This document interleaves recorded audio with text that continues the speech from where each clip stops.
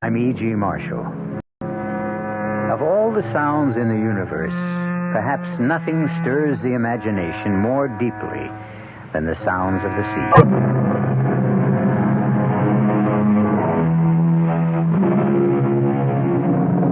Come in. Welcome. I'm E.G. Marshall. Of all the sounds in the universe, perhaps nothing stirs the imagination more deeply than the sounds of the sea. People who have never crossed an ocean can still be transported in a walk along the beach, skirting the lapping tides, or standing high on the rocks with the waves crashing below. There's an eerie quality about the sea, and it conjures strange visions in any mind that is ready to receive them. Our story concerns the spell cast by the sea.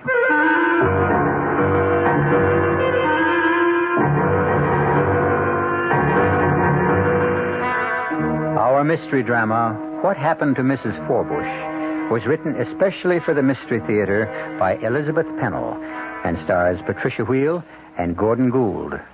It is sponsored in part by Buick Motor Division and Anheuser-Busch Incorporated, brewers of Budweiser. I'll be back shortly with Act One. Excuse me, madam. Oh, I'm in an awful hurry. I just wonder if you could answer a simple question for me. So do I. The question is this. What happens this time of year? Oh, that's easy. The kids get home from camp. Goodbye. Nope. What do you mean, nope? Nope. I mean, I should know when my kids get home from camp. Well, the answer I had in mind was a tad more general in scope. Well, I gave my answer. Let's hear yours. You know, I'm glad you asked. Are you? You see, what happens this time of year is that Buick dealers are giving particularly great deals on all their 74 Buicks. For a family woman such as yourself, I think a neat little Apollo would be just the ticket. It's small, economical, but surprisingly roomy. And it's a Buick, so it's really quite elegant. You don't say. Uh-huh. Now, isn't that good news? Yes. I mean, that you can get such a nifty deal on such a nifty small car. To be sure it is, yes. To be sure. By the way, where do your kids go to camp? Guam. It's a small island in the South Pacific. Guam.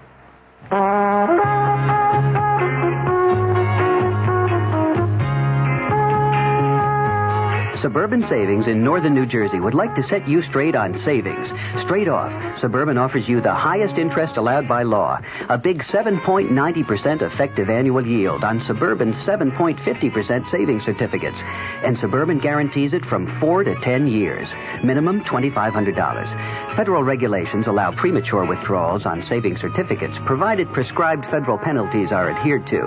Of course, Suburban also has a whole selection of other savings plans that keep your savings headed in the right direction, straight up. Why not head straight over to your nearest Suburban savings office, conveniently located in Bayonne, Edgewater, Elmwood Park, Emerson, Hackettstown, Morris Plains, Nutley, Paramus, Sparta, and Wayne, and let them set you straight on savings.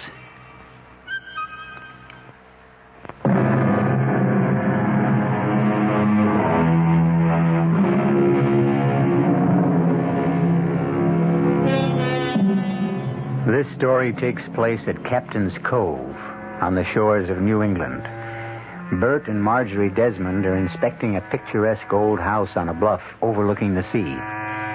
They're city people, and in the past they have spent their vacations at mountain resorts or in dry desert places considered beneficial for the health of their son. But this year it's different, and they're getting more intrigued by the minute as Mr. Smith, the rental agent, shows them around. Oh, Bert, the view and the window seat. I haven't seen one like this since my grandmother's house when I was a child. I'm more interested in all these carved pieces over here. What do you call this stuff? Scrimshaw. Oh, yes. The things sailors made when they had time on their hands. Old Captain had quite a collection. Most of it's over to the museum. What can you tell me about this ship model? A schooner, isn't it? Yeah, that'd be Captain Forbush's ship, Desdemona. Sank, with all hands aboard. Oh, Mr. Smith, is that an island I see way out there? Nope, that's Dead Man's Rock. Oh, what a gruesome name. Was it the scene of a shipwreck? I understand some fella got murdered on that rock. I don't rightly know the circumstances. But there is an island further on out, known as Hiram's Hideaway. Said to be the place old Captain Forbush took himself off to when he wanted to get away from his wife. Good fishing. I'll have to look into that. Bert, are you sure we really want to take this house? Let's see the rest of it. There's a fine old staircase. Beautiful railing. I don't think it's been dusted in years. This house has been closed up most of the time. That's why it's such a bargain. Is there anything wrong with it? Nope. Tight as a drum. And a real historic monument. Now, you take this room. Oh, it's wonderful. I've never slept in a four-poster bed. Oh, boy. It's a big one, too. And this door leads to a veranda. Oh, my. This porch goes all the way around the house. It always does in a captain's place of residence. A trademark, you might say. Why, sure. This is what you call a widow's walk. No doubt Miss Forbush did her share of pacing when the captain was away. Well, no pacing for me, thank you. My husband has a desk job. What do you think, Bert? About the house? Yes. In a strange way, I've fallen in love with it. But I'm wondering... Wonder no more. We're going right into that room I already call my study and sign a lease for the summer.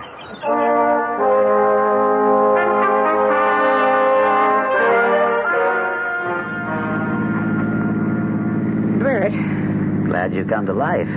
You haven't said a word since we left the cove. I thought you were asleep. No. I've been thinking. And worrying. Worrying? About Robbie. Robbie? I can hardly wait to get his reaction when he sees where he's going to spend the summer. Bert, maybe we've made a mistake. Oh, you're kidding. No. That long, deserted beach and those rocks, it's a dangerous place for a boy. You'll have a ball. But it's not like any place we've ever stayed before. Have you forgotten how much of Robbie's life he's had to spend in bed? I haven't forgotten. But that's all over. The doctor said so. He said it was time Robbie started doing the things boys his age like to do. Not dangerous things. Bert, we're going to spend 3 months by the ocean. You bet we are. And the sea air will be good for all of us. Only, Bert, Robbie's never learned to swim.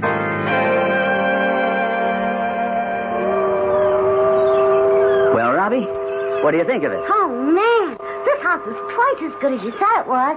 I didn't remember it was so musty. The place needs airing. I'm going to open some windows.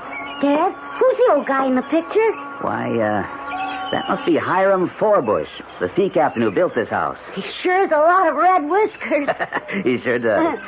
You know, they knew how to paint pictures back in those days. Watch this, Rob. Walk over here and see how his eyes follow you. Sort of as though he was looking at everything you did. It's spooky. You think he's a ghost? Oh, come on, son. You don't believe in ghosts, do you? No. Well, I'll let you in on a secret. I think your mother does. Mom believes in ghosts. Sometimes. Oh, Pop. What's all this about ghosts? I'm teaching Rob to be the man of the house, so he can look after you when I'm gone. Hey, I want to go to the beach. Well, you can if your father goes with you. And not right now. I have some things to do. I'd go, only it's time to think about getting dinner ready. I can go alone. Sure you can. Oh, no, Bert, not the first time. First time for everything. And speaking of first times, how about that? It's so strange to hear a telephone in a house like this. Glad there have been some improvements since the captain's day. Guess I better find out who it is. Pop said I could go to the beach. Now, Robbie, I want you to be very, very careful. Follow that little path and watch your step climbing down the bluff. Mom, I'm not a baby. And don't stay away too long. Do you have your jacket? Oh, Mom. I'll be watching you from this window. Damn. Why, what's the matter? That phone call from the office. Wouldn't you know they're having a crisis and they want me back? Oh, no, Bert, we just got here. You're on your vacation. Won't be gone long. Just for the day to help get things straightened out. But it's a 4-hour trip. I know. I'll have to start very early tomorrow morning. And I guess I better spend tomorrow night in the city. But you promised that first thing tomorrow you'd see about swimming lessons for Robbie. It was a part of our bargain. I know, honey, but it's just a matter of putting it off for a day. Oh, you said... I thought I'd asked you not to climb on those rocks unless someone... Beach club and make arrangements for swimming lessons. And we'll meet some people so that you'll know the neighbors, and Robbie will have someone to play with. Robbie, dear, what were you doing on those big rocks today? Just throwing stones in the water. Mom, I can make them skip real good. I thought I'd asked you not to climb on those rocks unless someone was with you. I only climbed a little way. Well, no more climbing, young man, until your father gets back. But he's been gone for 3 whole days. Well, he's coming tomorrow. And we're going to let him know how well we've been getting along. Go to sleep now. I'm going out on the porch to watch the moon come up. Mommy, you promised to open the window very wide so I can hear the sound of the water? Yes, dear. The weather's changing. I can scarcely see the beam of the lighthouse. It's getting all misty. And don't be frightened if you hear the foghorn. I like that sound. Night. Good night, dear.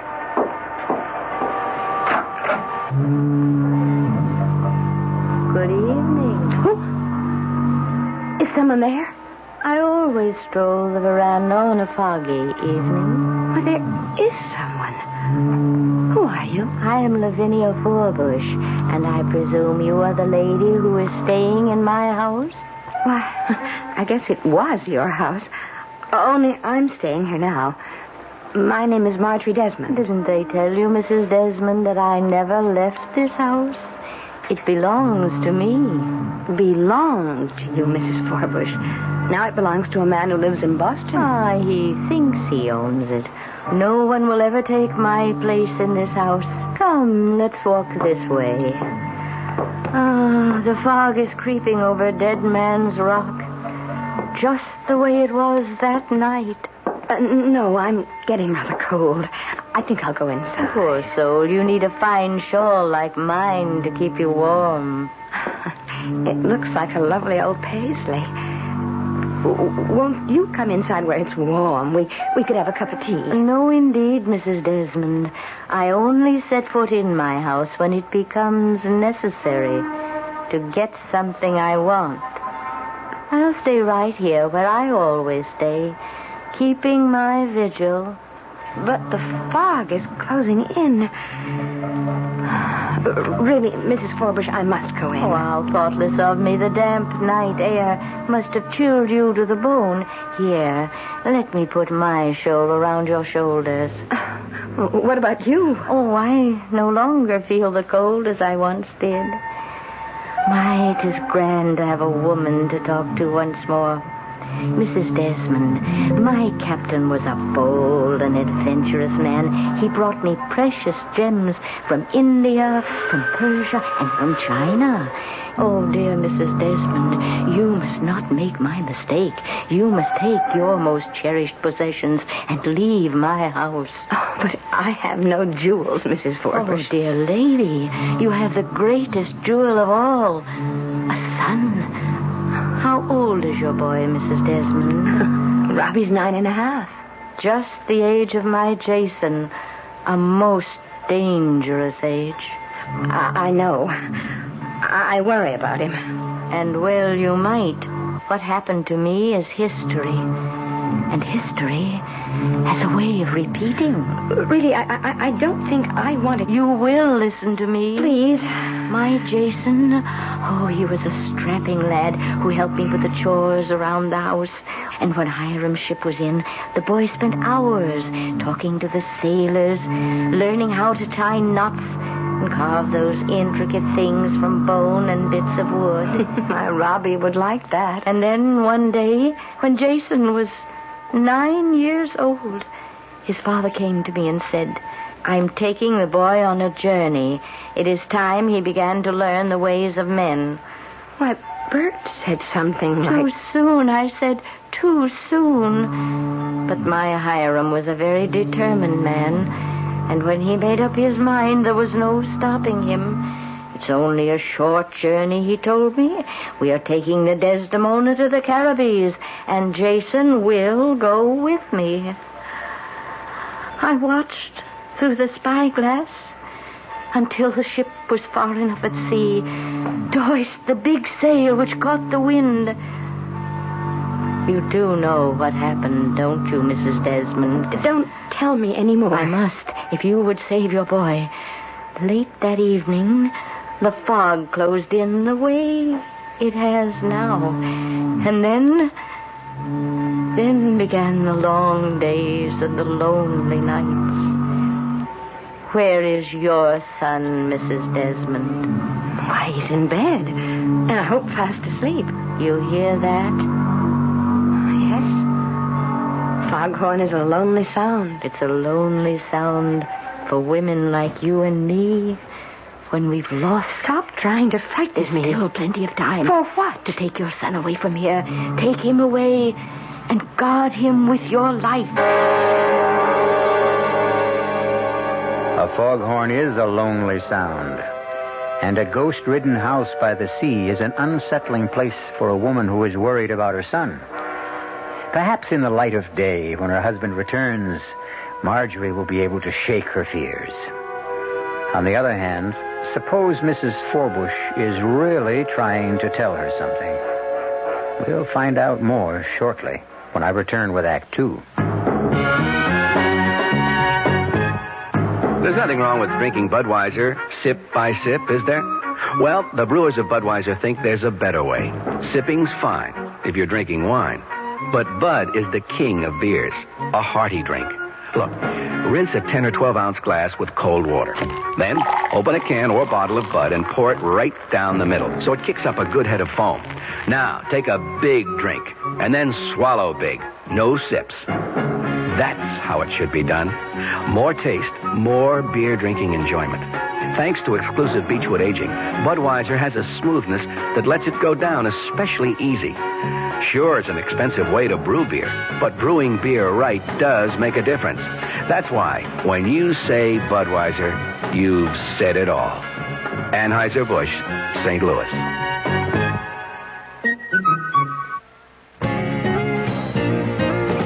Hey, Mom, what's for dinner? Hey, Mom, what you got? What's for dinner? Your ShopRite supermarket suggests choice beef first cut chuck steaks just 59 cents a pound this week. Save, too, on smoked ham, shank portion 69 cents a pound, butt portion 79 a pound. For a quick meal, try Swanson's Frozen Hungry Man dinners, just 99 cents each. For dessert, ShopRite's produce department is featuring fresh honeydew melons, 79 cents each. They're great topped with ice cream. There's a lot more for a little less at ShopRite, so stop in soon. She loves the family. She wants the best. She does all that she can do. She lets ShopRite do the rest. Hey, Ma, what's for dinner? ShopRite has the answer. This is WOR New York, your Mystery Theater station.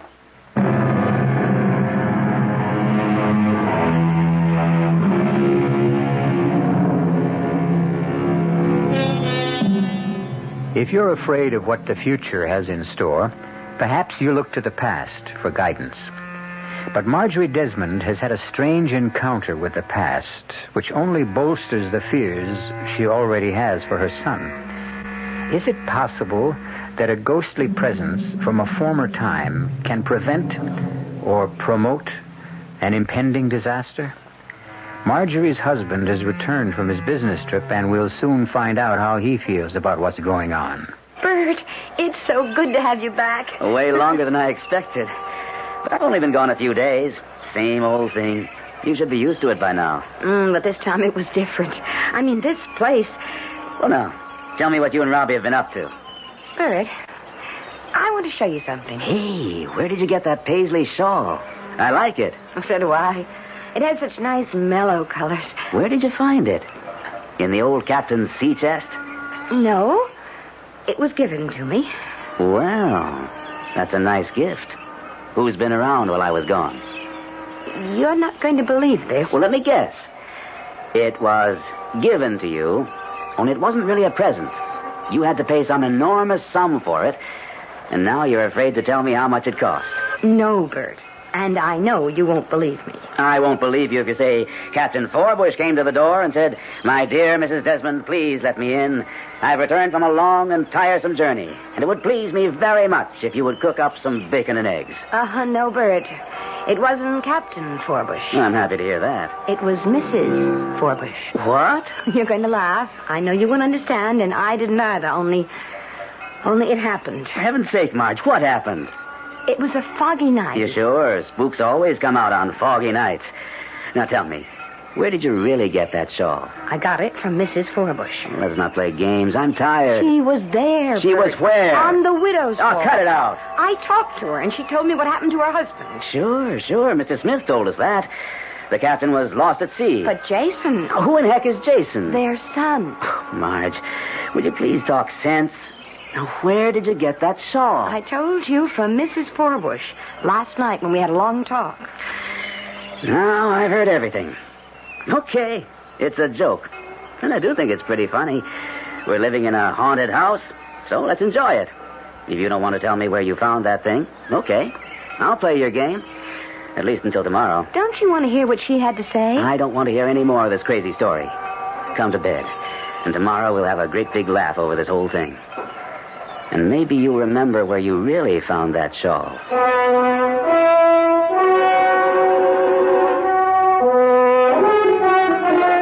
That was the best picnic we ever had. Can we do it again tomorrow? Well, not every day, Rob. Maybe tomorrow we'll go to the beach club. I thought I might do some fishing. Dad, can I go fishing with you? Maybe we'll all go. How about it, Marge? Count me out. You know how I feel. I know. You like to eat the poor little critters, but it's cruel to catch them on those nasty hooks. Well, it is. Robbie and I may just go off and forget to come home. Take your son away from here. Take him away and guard him with your life. Well, honey, what's the matter? You look as if you'd seen a... It's nothing, Bert, nothing. I just have to be alone for a minute. Hey, Dad, what are all these things over here on the shelf? That's called scrimshaw, Rob. Scrim? These are things that were made by sailors a long time ago. When they were on those sailing ships and the sea was calm, they didn't have much to do.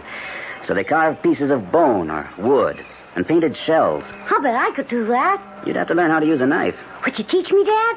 It's bedtime, young man. Up the stairs. If I was on a boat, I wouldn't be going up any old stairs. I suppose you'd be climbing the ropes. Or walking in the gangplank. No, I asked that fisherman today where he slept, and he said down below. Unless you want to sleep in the cellar, the direction is up. Get going. Aye, Captain. Nice day today, Marge. And I don't know when I've seen Robbie so happy. Oh, he's certainly having a good time. And tomorrow when we go to the beach club, we can make arrangements to have him start taking swimming lessons. I'm not sure they have regular classes. Then we'll get him a private instructor. Marjorie, I am perfectly capable of teaching him myself. I won a medal in college, remember? Well, of course you're a good swimmer, Bert. And I thought... Oh, I suppose if Robbie had been well, you would have taught him long ago. But don't you think he'd learn more quickly now if an outside... Hey, there's nothing wrong with his old man, is there, Marge? I have to finish up the dishes. Let's talk about it when I'm through.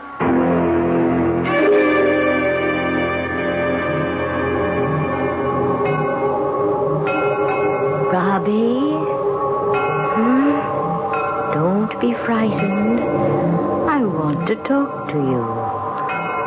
Is that you, Mom? No, I'm the lady who lives here. My name is Mrs. Forbush. Say, do you know the man with the red whiskers? He is my husband. And maybe you could tell me about that boat on the shelf downstairs and all those other things. That ship was one of the proudest vessels to sail the seven seas, and Captain Forbush himself made that model. Do you think it would sink if I tried to sail it? Oh, you must never, never try. Oh, my dad won't let me even touch that boat with the sails. But I can play with the other things. You know, the bones and the shells. I know. And I brought you one that was a favorite of my son. He was just about your age. Now, do you have a candle I can light? There is one over there in the bureau, but I could just turn on this light. No need to waste electricity. I never had it in this house. That doesn't look like a match to me. A tinder box. Best thing in the world for striking a light. There. Now, Robbie, what do you think of this? Wow. What a big shell. This is for you, Robbie. To keep for Jason while he is away. Where's he gone? I'm hoping you will help me find him. Oh, I'll be glad to help you. Because if he was here, we could climb the rocks together and explore that pirate's cave. We'll look for him, Robbie. We'll look for him together. So now, if you will come with me... I couldn't go anywhere without asking permission. But this is my house, and I am giving you permission. But I still couldn't go without asking. Quickly, boy. Come on. Put on your clothes. Mom! Mom! Dad! What is it, Rob? Why, Robbie, what are you doing with a candle burning? You know how dangerous... I didn't light it, Mom. You tell them, Mrs. Where is she? Where's who? That lady, Mrs. Forbush. She was standing right there. Oh, good Lord, not in here. Rob, there's no one else in this room. You've been having a dream. No, Dad. Honest, she was here. Look what she gave me. Not you, too. Say, that's a very interesting shell. So where did you find it? Dad, I didn't find it. Mrs. Forbush said it belonged to her son, and I could borrow it until he comes back. That's a likely story. You can make up a better one than that. But that's exactly what she said. I'm going to help her find him. And when he's here, we can play together down on the beach. No, Robbie, dear, that's not possible. You're both being impossible. But the trouble is, we have to find Jason. Oh, stop it, Robbie. I won't hear any more about this Jason. Rob, you've had a dream. It seems very real. But now it's over. And tomorrow you'll have forgotten all about it. But, Bert, what about the candle and the shell? Well, there must be some reasonable explanation. But let's not think about it now. I'm blowing the candle out, and Robbie's going to sleep. Good night, son.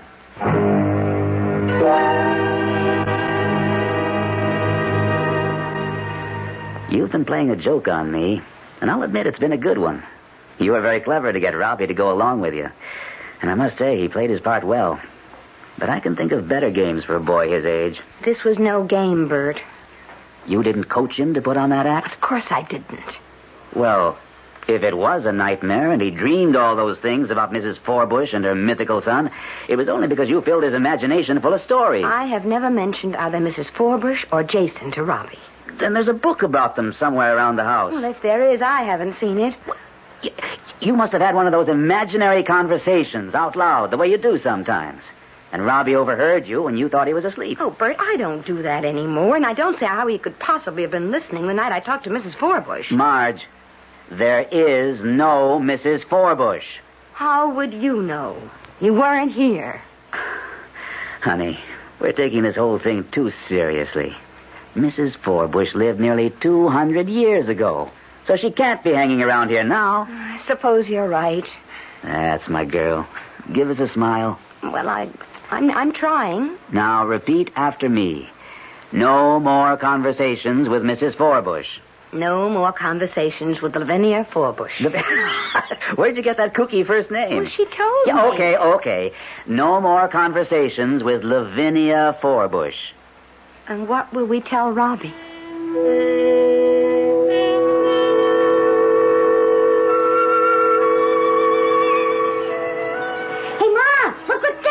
He's teaching me how to catch fish. Oh, well, it looks as though you bought out the store. But did you get my groceries? Yep. Groceries are all right here. But hold off on the steak. We just may come back with something very special for the frying pan. Look, Mom, my very own rod. Did you ever see one of these? This is a reel. Yes, dear. It looks like a very nice reel. Where will you use it? Down at the wharf? Nope. We're going to get Rob off to a really good start. I've rented a boat. What kind of boat? Oh, just a putt-putt.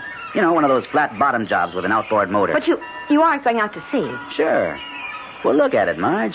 Smooth as glass. What do you know about the tides and the currents? Marge, we aren't planning a trip to China. Where are you going? To that island. It's so clear today, you can see it from here. Don't you worry about a thing. See? I bought him a life jacket, and he's going to wear it every minute of the time. We promise, don't we, Rob? Sure, Pop. Promise me you won't go far? I told you, we're only going out to that island. When Mr. Smith said the fishing is good. What did he say the island's called? Hiram's Hideaway. Oh, yeah. Sorry I asked. Have a good time. If you stand on the porch with the binoculars, you can watch us most of the way.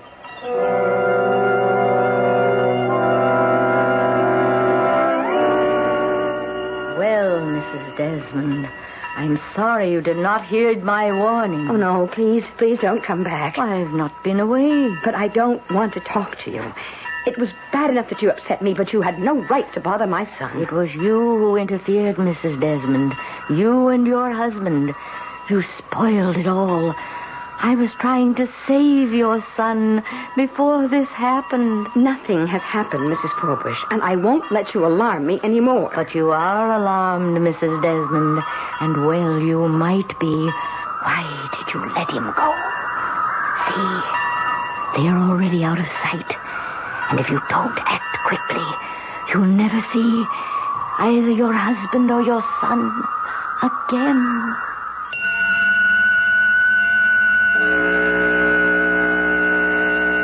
This time it seems more likely that the predictions of the ghostly Mrs. Forbush may come true. Marjorie is a worrier, but after all, Bert is not a seasoned sailor, and Robbie can't swim.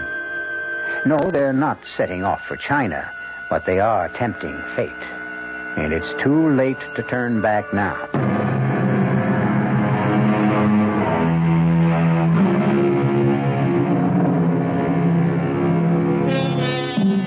It is a calm and beautiful day at Captain's Cove, and it looks as though the fears of Marjorie Desmond were totally unfounded. Father and son have explored the island. A whole new world has opened up for a boy who has been housebound much of his life. And Bert is savoring the joys of feeling a new closeness to his son. It is late afternoon, and they are heading back reluctantly to the mainland. Hey, Dad, can we do this every day? I'm going to catch a bigger one next time. For a first try, you did very well. Maybe we can go deep sea fishing someday. Maybe tomorrow. Could we? Hey, we're doing all right with these smaller fellows. Flounder's good eating. You'll see. Bet Mom will be surprised. We caught 1, 2, 3, 4. Hey, Dad, remember what you promised about that rock? Oh, it's late, Rob. I think we better not. But you promised, Dad. Honest, it'll only take a minute. Well, I'm not sure I can get right up to the rock. The water's starting to get a bit choppy. Where was it you saw that piece of driftwood you wanted? Up there, see? Looks just like a couple of deer's horns. Otherwise known as antlers. Only I'm going to turn it into whatever that other word is. Brim, you know. Hey, stop the boat, Dad. It's right up there. I can't just stop the boat, Rob. There's no place to anchor. I could almost reach it if I stood on the seat. Get down, young man. Oh. Now, what did I tell you? There's a tricky tide around here. You'll come back some other time. Oh, but Dad, that piece of wood will be gone. Sometimes the waves go all over those rocks. I'll never find a piece like that one. Oh. I'll try again. It's calmer over on this side. Slow down some more, Dad. But there's no way to come in. Like that flat place on the rock. You slow way down, and then I'll jump off and get it. Is your life jacket on tight? Sure, Dad. Okay, then. Be very, very careful. I'll idle the motor while you jump off. Grab your piece of driftwood and jump right back. Here I go. Uh-oh. The motor's died, and the boat's drifting. You stay right there, Rob, while I get it started.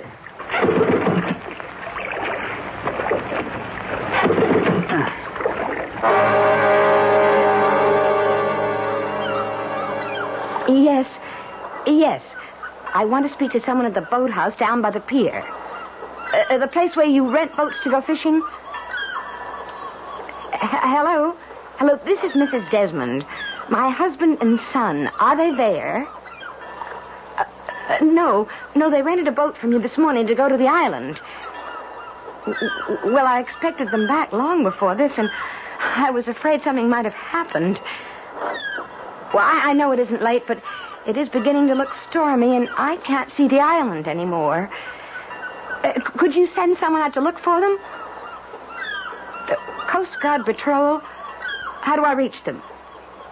No, thank you. I'll go to their station down on the beach.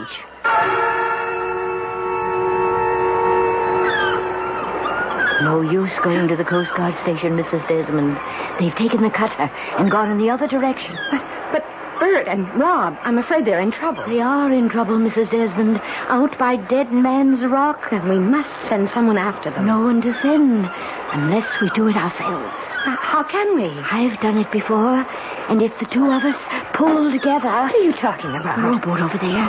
Can you handle an oar? Well, once I knew how to row, I'm not sure that I... Hurry, Mrs. Desmond.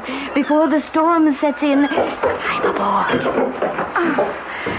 Well, an old boatway. It's half full of water. No time to be choosy. You fit this oar in the lock while I shove off with the other one. There's a hole in the bottom of this boat, Mrs. Forbush. This is madness. We'll never make it. Pull, Mrs. Desmond. Pull. See, it's getting rough. Aye, a storm is brewing. We must turn back. Too late, Mrs. Desmond. Too late. We must fulfill our mission. That rock seems further and further away. Oh, Mrs. Desmond. Oh, you're all...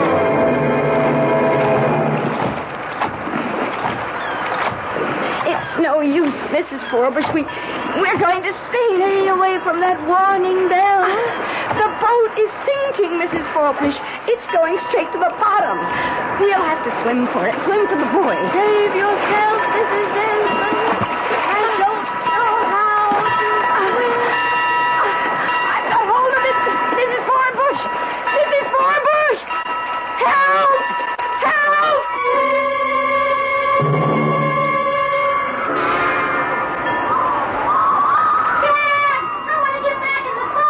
Stay right there, Rob, until I can get closer. I can't seem to get this darn motor started. Hello? Who are you? Hiram Forbush, at your service. Captain Forbush? Yeah. Are you in difficulty? I can't seem to get this stupid motor started. Give me wind and sails any time. But they're not going to help me now. My son and I... Is your boy over yonder? Yes. I should never have let him off on the rock. Dead Man's Rock's a dangerous place to be. But one of my men will get him. I'll be very grateful for anything you can do. We have to get home. Couldn't you put us ashore in a rowboat? Can't spare the men to take down a long boat. And my only rowboat was most rotted away. So I left it back on the beach. Oh, there must be some way. I'll pay you very well. All the money I want is out where we're going. And we can't stay around here any longer. So climb aboard and... No, I'll take my boy back in this boat, and someone else will come along, or they'll send the Coast Guard to look for us. You won't last long in that thing. There's a storm coming up. Then please, send up some kind of a signal, a flare, a rocket, Shoot off a cannon and rouse the whole town? No need for that. We're not in any trouble. But we are. My son and I. You know how it is. I believe you have a son. I always wanted a son. Fine boy, this one. Just the right age for a first trip before the mast. Well, I'm giving you your last chance. Captain Forbush, let's be sensible. I have obligations to meet. Sounds to me as though you have a guilty conscience. Lively with the sheets, men. She's coming about. Up with the sails and dead ahead.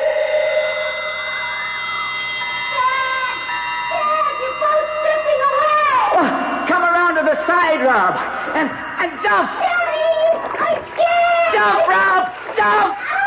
That's it, Rob. Hey, dog paddle. The jacket will hold you up. Here, son. Grab my fishing pole. I got it. Good boy. Hang on. That's it. Now, get hold of the side of the boat. Yeah. Dad, I lost my stick. Oh, forget it. Easy now. I've got you. Are you all right? Okay, Dad. Boy. Did you see what I was doing? I was swimming. Not quite. Here, Rob. Use some of these rags to dry off. I'm going to try this motor one more time. Wow, you made it. Everything's going to be all right. Hey, Dad, think sometime we could get a sailboat? I'd rather not think about this just now, Robbie. We've had a close call. Well, then maybe we could sail off. Robbie, no more. We're lucky. Dad, I hear someone calling. Well, let's not let our imagination get... Over there, Dad. By that thing standing up in the water. Good Lord. There's someone clinging to the buoy.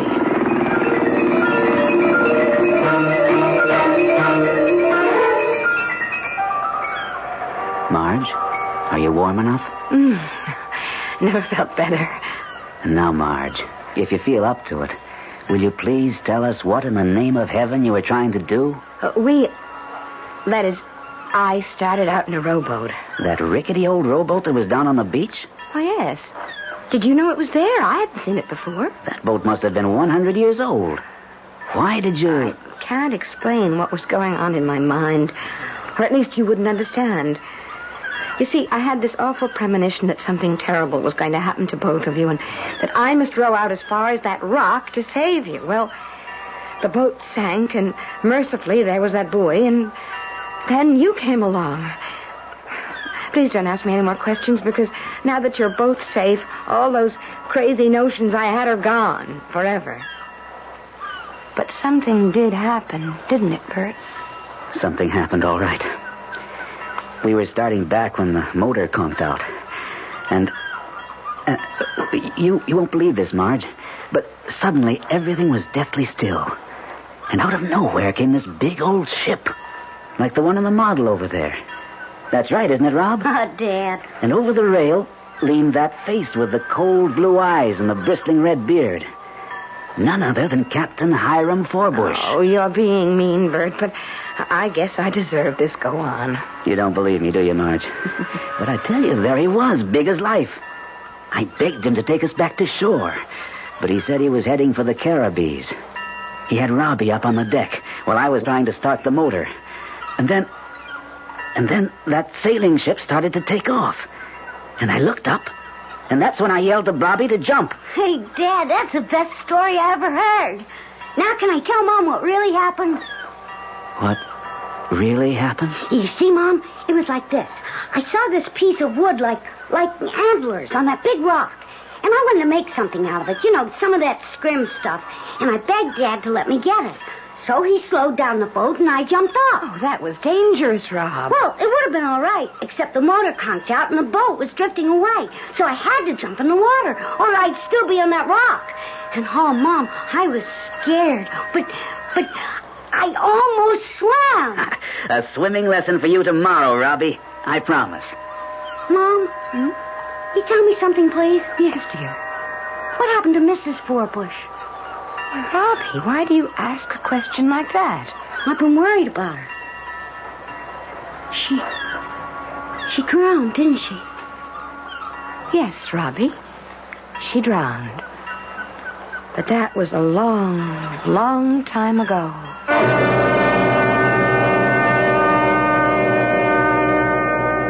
What happened to Mrs. Forbush was not as important as what happened to the Desmonds.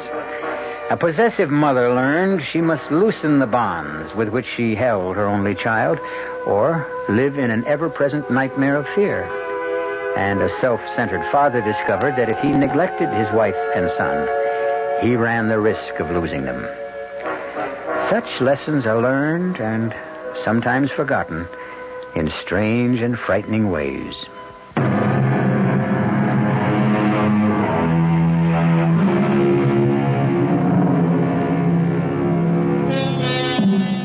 The ghost of Mrs. Forbush has been laid to rest. But the captain, since no trace of his ship was ever found, you may see the Desdemona sometime off in the mists on a foggy day. The sights and sounds of the restless ocean stir something deep within the soul. There are countless tales to be told of the sea. We'll look for some, to bring them along with other probings into those things which touch the dark and mysterious recesses of the human mind. Our cast included Patricia Wheel, Gordon Gould, Billy Lou Watt, Mary Jane Higby, and Guy Sorrell. The entire production was under the direction of Hyman Brown. This is E.G. Marshall inviting you to return to our Mystery Theater for another adventure in the macabre. Until next time, pleasant dreams.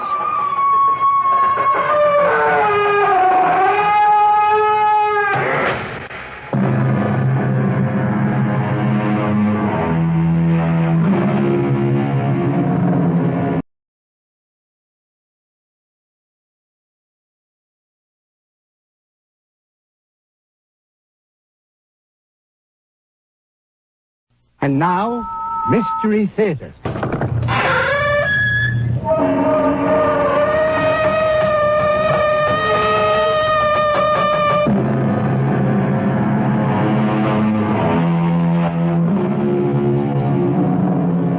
Come in. Welcome. I'm E.G. Marshall. Lend me your fears. It happens now and then that a man will vanish without warning, disappear completely, without leaving a trace. Or a man will suddenly lose his memory. His body remains, but his mind has gone. What is essential in him leaves us, and we are left perplexed, mystified, frustrated. All we have to go on is rumor, speculation, theory. And since we cannot explain it, after a while, we tend to stop thinking about it. Until it happens again to somebody else. You're back. Oh, my husband, you're back. What? You won't even embrace me. Who are you? Who am I? What kind of question is that? How can you say you're my wife? We've been married for more than 15 years. No, we haven't. What are you trying to say? I'm trying to say that I'm not your husband. You're not my wife. I don't even know you. What's more, I'm not even standing here. How can I be? I haven't even been born yet.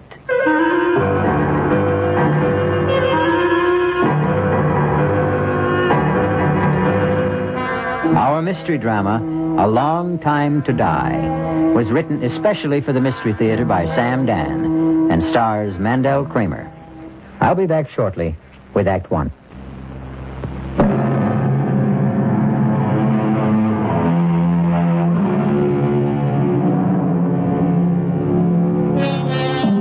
His name is Alfred Stewart Ainsley. He's 41 years old. Average height, average weight, average looks. Nothing about to make him memorable. Indeed, he has never in his life done anything to bring him notice from beyond the circle of his immediate family, his close friend, his rather esoteric profession. His name was in the newspaper twice. First when he was born, and then 30 years later when he was married. Right now, his name is on the front pages of newspapers in every country of the civilized world. Alfred Stewart Ainsley, quiet, unassuming, has it in his power to shake the government of the most important country in the world, and perhaps alter the very course of history. Alfred, do you want a drink of water? Water? Darling, I know this is difficult, but... Feel okay, Al? No, Jerry, he's not feeling okay. Can't you see there's obviously something wrong with him? Al, what is it? He's pale. He's sweating. Now, look, Al, you're not the one who's being investigated. If you're not feeling well, we can ask for a recess. The chairman's just come in. The committee stands in order. Mr. Ainsley, we will resume with your testimony. You are still under oath. I would like to continue along a line of questioning initiated by Senator Selby. Would you turn, please, to page 684? Heard it now. Question. Is it possible that Congressman Carstairs could have forged the secretary's handwriting? Answer, Mr. Ainsley. Senator, I would have more examples of both gentlemen's manuscript. Mr. Ainsley, you were given these specimens to analyze overnight, were you not? Or were you not, Mr. Ainsley? Well, you took those samples. You examined them. Say yes. Yes. Very well. Now, are you in a better position to answer my question? Well, are you, sir? Al, you told me you had studied them and come to a conclusion. Al, answer Adam's question. Counselor, is Mr. Ainsley having trouble understanding the questions? No, sir. Mr. Ainsley, it's obvious that something is troubling you. Yes, sir. Well, then suppose we take a recess, give you a chance to rest. Committee will adjourn till 3:45.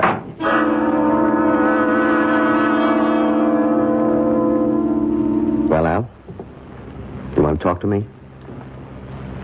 I never saw that before. Saw what? A man makes smoke. The way you make smoke. Al, are you serious? We have pipes, and we put the tobacco in the pipe, and that's how we smoke. But you're holding something. What's that called? All right. I can play along if that's how you want it. This is called a cigarette. Cigarette? You mean you never heard of it? No. Well, that's odd. Right here in your pocket. Put your hand inside your shirt pocket.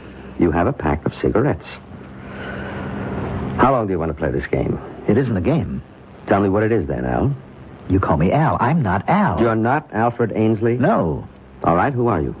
My name is Mahatwiki. Yes? In your language, It would be Running Beaver. That sounds like an Indian name. Indian. That word, Indian. Yes. In this language, in your language, it would be Indian. You claim you're an Indian? Yes. Well. You don't believe me? Just tell me how you got here. I was sent to the north to scout the, you would call them the Iroquois. Scout? Yes, to see if we should make war. War?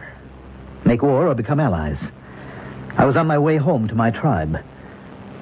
I was at the place where the mist covers the rocks. I walked into the mist, and there was a noise. What kind of noise? Loud thunder, a flash of lightning. It was as if someone had hit me over the head with a club. I knew nothing. Then I was sitting in a strange room in strange clothes, and strange people were talking to me on a subject I know nothing about. You claim to be an Indian. You talk about fighting and wars. Well, that would be before the white men came to this country. I've never seen men like you and these others. There's one small detail that troubles me. How does it happen you speak English? I don't know. You don't know? I don't know. I was returning to my people. They live near the banks of the Great River. The Great River? The Potomac. Uh-huh. As I told you, something took place in the mist. I awoke. Now I'm in a strange place. I find that I can speak the language, but I don't know what anything means. Where is this place? Who are you? I'm your doctor, your friend. My name is Carl Stitzer. And who am I? Al Ainsley. You're a collector of and a dealer in autographs, historical papers. You're considered one of the top experts on handwriting. I don't know what any of that is. What is it that you know how to do? To track? To scout? To hunt? All right, Al. I've gone along as far as I can. Now, let me tell you something. Your testimony can destroy Congressman Carstairs. I don't know anything about this Carstairs. If you testify that, in your opinion, Carstairs forged those papers, then not only will Carstairs be destroyed, but the principles he stands for will be discredited. You believe in what Carstairs stands for, Al. I am not Al. You're torn, Al. You don't want to examine those documents. I don't even know what documents are. Because if they are forgeries, you will put an end to Congressman Carstairs' political life. And you can't bring yourself to do that. I am a stranger in a strange land. I need a friend. You're afraid to find out if Carstairs is guilty. You can't face the consequences. When a man finds himself in such an intolerable situation, he tries to escape. You're a doctor. In my language, that means a medicine man, a magician. You've escaped to a remote past, to a long-gone, buried, forgotten world. You don't believe me. You don't believe me. Doctor, what is it? Think, Joan. Think carefully. How long have you and Al been married? 11 years. And how long had you known him before that? We were kids in school together back in the first grade. Then you've known him all his life? Just about. Has he ever been interested in Indians? Indians? No, not that I know of. You don't have anything in the house like, handicrafts, weapons, books?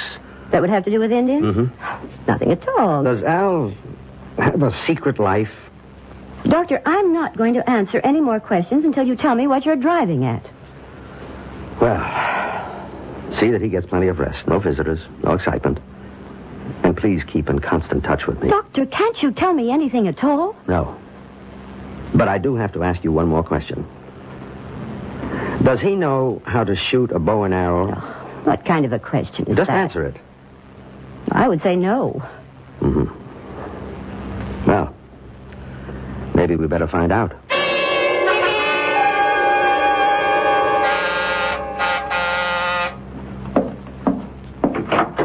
Morning, Jerry. Doc, I've been waiting for you. Is Al dressed and ready? Look, Doc, you've just got to talk to me. Why? Why? Why? Don't pretend to be living in a world of your own. You read the papers, you hear the news broadcast. Yes? Al has to testify. Yes or no?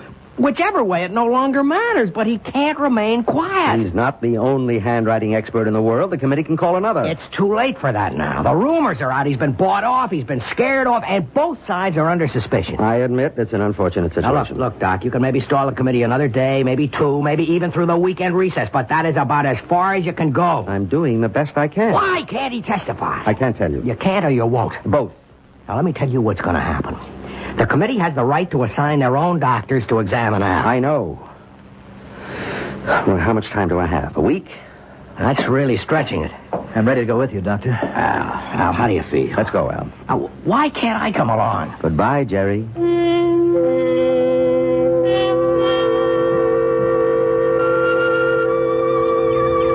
A fox has been by here. Is that so? Mm-hmm. You can see his tracks. Well, I can't. This valley looks familiar. And yet, so strange. Where are all the animals? There's no sign of deer or wolf. Where are the animals? If you really are running beaver, you wouldn't believe what's happened. Now, in this box is a bow. A bow? Yes. Here's the bow, the strings, the arrows. I've never seen a bow like this one. How strong. And these arrows. I don't know the first thing about it. Is this mine? To keep? To be able to hunt with? Why don't you hit that oak tree? About 60 or 70 yards to the left. Well, that's no shot. The tree is standing still. A child could hit that tree. What's moving? Is there a rabbit or a squirrel, a hawk? No, I'm sorry. There's nothing around. All right, then. I'll put this arrow into the center of the trunk of that small tree on the right. That maple. But that's almost 150 yards. It's an ordinary shot. I'm ashamed of it. But there's nothing else. Right in the center. Well, Doctor? I don't know, Running Beaver. I don't know. How do I explain this? Someone, probably a seasoned politician, said once, when in doubt, tell the truth. That sounds great, in theory. But how would you like to have to tell this kind of truth to a sharp congressional committee? We'll have more of this kind of truth when we return shortly with Act Two.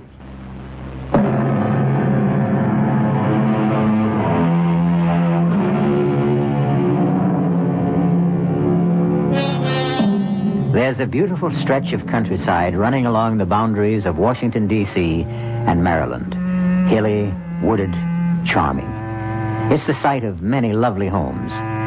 Some 500 years ago, it was just as hilly, just as charming, much more wooded, wilder, of course, filled with game, and inhabited by Indians. Running Beaver! Running Beaver, it's you! Stop! Huh, you're alive. For days, the council has been waiting for you, Running Beaver. The council? You're ill. You've just returned from a long, hard, dangerous journey. But you're the only one who could do it. Now, what bothers you, Running Beaver? You act as if you don't even know me. I'm your friend, your blood brother, Eagle Wing. Come, we must go to the council immediately.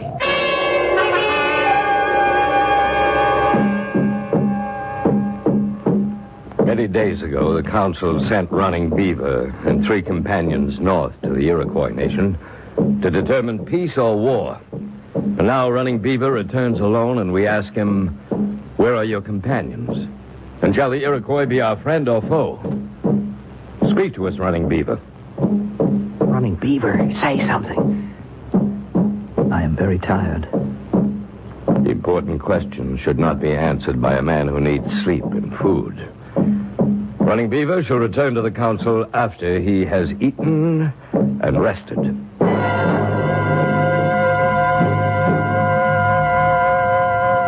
Sit, my husband.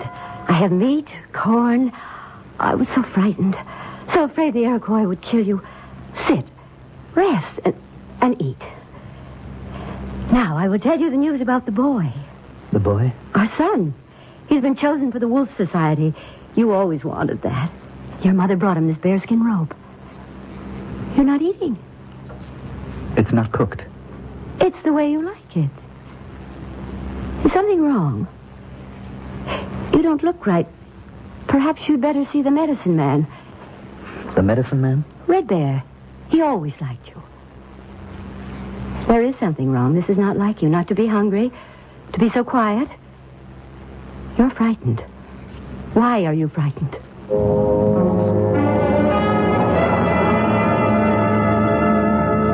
You wouldn't come to me, Running Beaver, so I've come to you. Leave us, White Swallow. Now, what nature of evil spirit is within you? Was there a spell cast upon you in the Iroquois country? I wonder if I can talk to you. You wonder? Your father was my closest friend. I seem to understand. How, I don't know, but I seem to understand this language. Is that a surprise? This is your language. I don't know what I'm doing here. I don't know how I got here. A spell has been cast upon you. I'm sure you won't believe, but I am not Running Beaver. How can that be? My name is Alfred. In your language, it would mean a wise elf or wise counsel. Excellent name. I come from, well, perhaps it would be this same land, but I live, or shall live, hundreds of years from now. I could tell you stories of great things, of great ships flying through the air, of enormous buildings. I don't even know where to begin. It must be a time of great magic. Unbelievable magic. What a happy time that must be. I couldn't say that it is all that happy. I find that hard to believe. With all that magic. At any rate, I was going to an important meeting of the committee. Well, never mind what that means. I decided to walk to the bus instead of driving my car. I'll explain to you what they are later. There was a mist near Rockledge. And I walked into it, and something seemed to explode in my head. And when I walked out of it, I was in these clothes. I was somebody else. I was frightened. I began to run. And suddenly someone stopped me. Yes, Eagle Wing. He is your friend. You don't believe a word of this. How can I?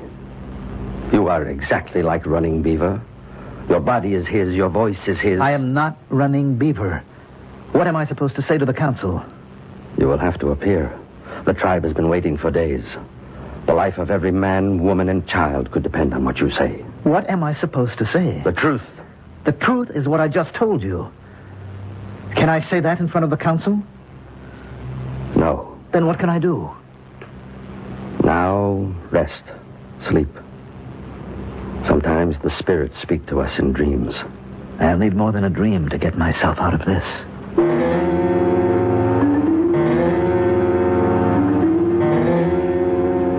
Running Beaver? My husband? Are you awake? Oh, what a dream. Joan, you'll never imagine.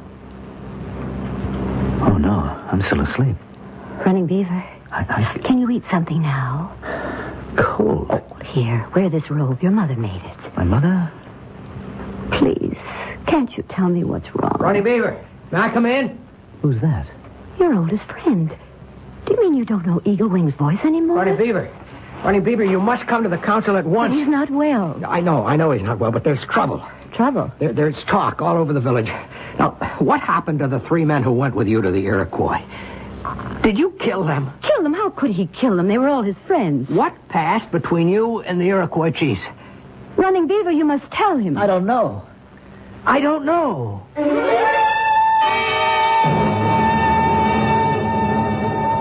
tell you, all of you gathered here. I don't know. Running Beaver, in war and peace, you've been first among us. We sent you as our ambassador to the Iroquois. We entrusted you with the lives of 3 of our bravest young men. Now, where are they? Their families have a right to know. Speak. Chief, I will speak for him. No one can speak for a man before the council. Not even you, Red Bear. Running Beaver is ill. What kind of illness?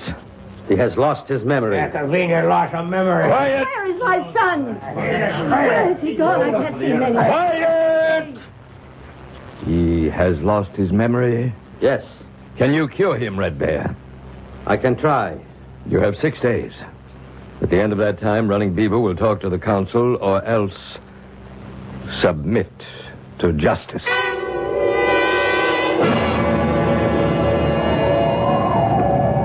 Why did we come out here? I'm so cold. Where is your knife, Running Beaver? Knife? Running Beaver always carries a knife. Well, I didn't think... Give him your knife, Eagle Wing. Why do I want a knife? Eagle Wing, attack him. Attack? But everyone knows Running Beaver can't be beaten with a knife. Let's make sure. I'll only do it if he keeps his knife in a sheath. Now, you know how excited he gets even when we fight in fun. Attack him, Eagle Wing. Have your knife at the ready, but Running Beaver. Look. Are you ready, Running Beaver? Now. What did you do that for?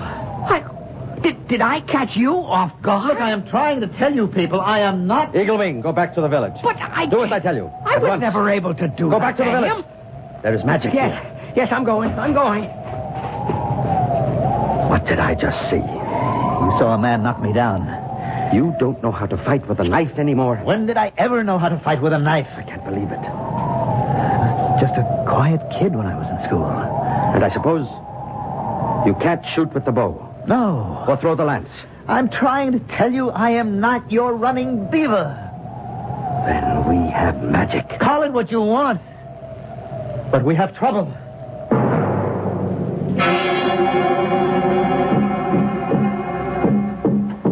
As chief of this council, I call upon Running Beaver to speak.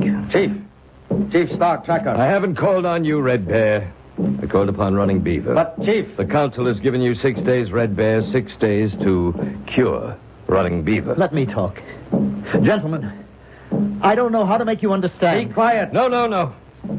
Let him talk. But he's mad. Let us judge. I am not who you think I am. I am not Running Beaver. I told you he was mad. You say you are not Running Beaver. No, I am not. I don't know how to convince you because I don't even know how it happened myself. White Swallow, step forward. Yes? Is this man your husband? Yes. She really does. Silence! Why do you deny? Are you tired of me? Is there another woman? Oh, good Lord. You could have been living 500 years from now. You women never change. I thought you loved me. All of you, listen to me, please. I know it's hard to believe, but I am not Running Beaver. Who are you, then? I am a man from a time... I don't know, and it must be hundreds of years from now. Yes. Silence! A spirit has captured him. This is the council. We'll have no disorder here. Running Beaver, have you anything more to say? I have plenty more to say, but I don't know how to say it. The council will retire. We shall return with our decision.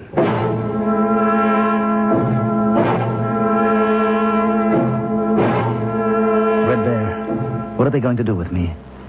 Well... It's not good, is it? It will depend. Depend on what? Stark Tracker is a devout believer in magic. I think he believes you. Well, then it can't be bad. But the people are angry, and 3 young men are missing. Probably dead. The people feel it's your fault. But... Probably the council will declare that you have been possessed by an evil spirit. It's all nonsense. I'm sure you know what you think. But you asked me what I think. What will happen? The evil spirit will have to be driven out of you. How? Or shouldn't I ask? By fire. By lance. By arrows. You mean they'll kill me? That's how we drive out the evil spirit. Is there anything I can do, Red Bear? I don't know. But I'll try to think.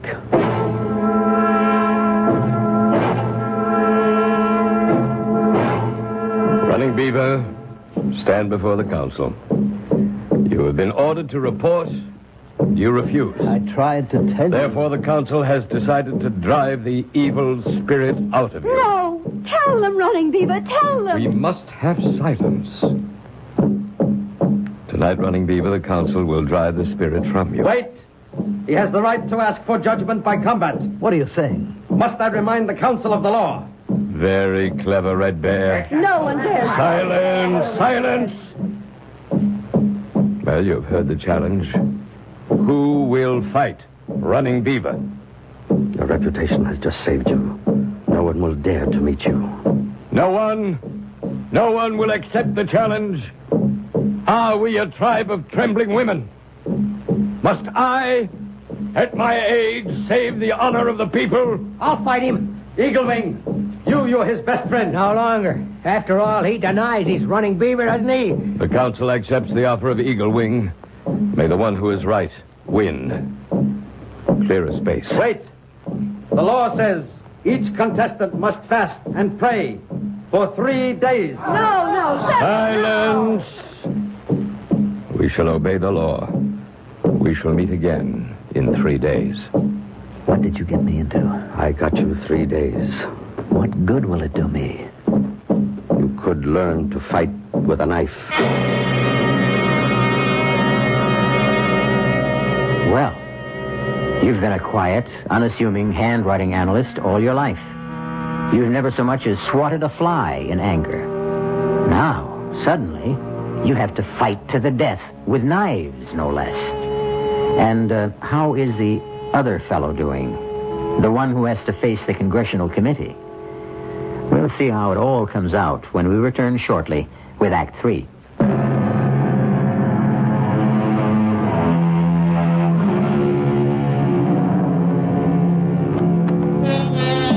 Just as telephone wires can cross when they cover great distance, so can lives when they cover great spans of time. 2 such lives have been disrupted. Running Beaver, an Indian who lived 500 years ago, and Alfred Stewart Ainsley, who is a contemporary of ours.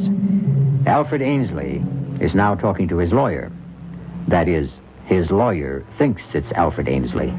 We know it's Running Beaver. Al, level with me. Is this a stall? I keep telling you, I don't know what you're talking about. I can't help it. I talk to the reporters. I talk to the committee people. Nobody understands you. You keep saying you're a friend of Al Ainsley. Yes, Al. We've been friends since college. Then you should know that I am not Al Ainsley. My name is Running Beaver. I'm an Indian. I lived about 500 years ago. I better get Doc Stetzer back here. Jerry, what are you doing here? I ordered complete rest for Al. You know what Al just told me, Doctor? He thinks he's an Indian. It happens to be true. It happens to be... Oh, I see. Yeah, I think I see. What do you think you see, Jerry? They got to you too, Doc. Who got to me? I don't know.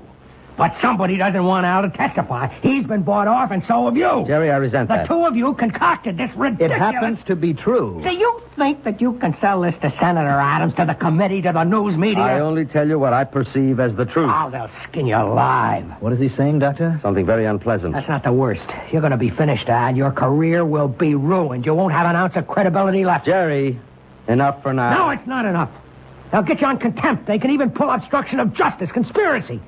Al, do you realize you can go to jail? Jerry, he doesn't realize anything of the sort. But it should be obvious. It would be, if he were Al Ainsley. Doc, are you crazy, Jerry, this is no time for anyone to lose his head. Okay. Let's be calm. Let's be reasonable. How does a thing like this happen? There's no answer. I've done some research, consulted. And the best I can come up with is... Look, at the speed of light, there's no regular sequence of time. The past, the present, the future, everything is mixed and jumbled up. Everything becomes a storm of pure energy. Doc, what can I do to convince you guys? Sometimes, in rare cases, our thoughts, our ideas achieve such intensity that they, too, become a form of energy and carry our minds into this raging storm. And minds can be mixed up and thrown from one body into another. I can't believe I'm sitting here listening Whatever to the reason, he's not Al Ainsley. Oh, get a hold of yourself. Jerry, now you can't excite him anymore. I'll throw you out of here. You may not have to throw me out. I want to leave. Now, Al, in exactly 3 days, you'll have to appear before that committee. If you value your reputation and your freedom, please think up a better story. Or best of all, tell the truth.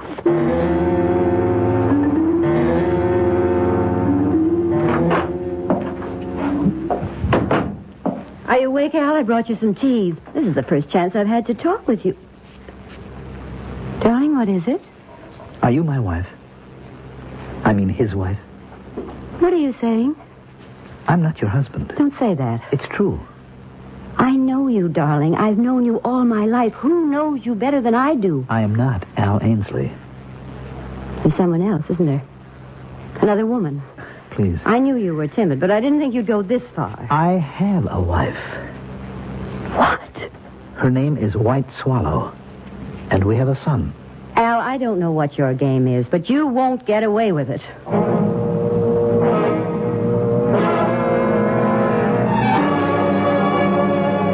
Gentlemen, this visit of yours is most unusual.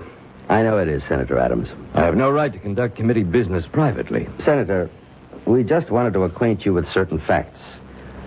And? Well, please just listen. No matter what you hear, just listen. Then use your own judgment. Go ahead, Al. Senator, I am not Alfred Stewart Ainsley. You're not. I am running bear. I am a Potomac Indian. But this is most unusual. Dr. Stitzer and I, we believe that I lived 500 years ago. Somehow, I have occupied the body of Mr. Ainsley. But though I have his body, I have none of his skills. And that's all. And this is what you want me to believe, hmm? It's the truth, Senator. You'll be at the committee hearings on Monday morning. Senator, didn't you hear... Doctor, I don't believe a word of it.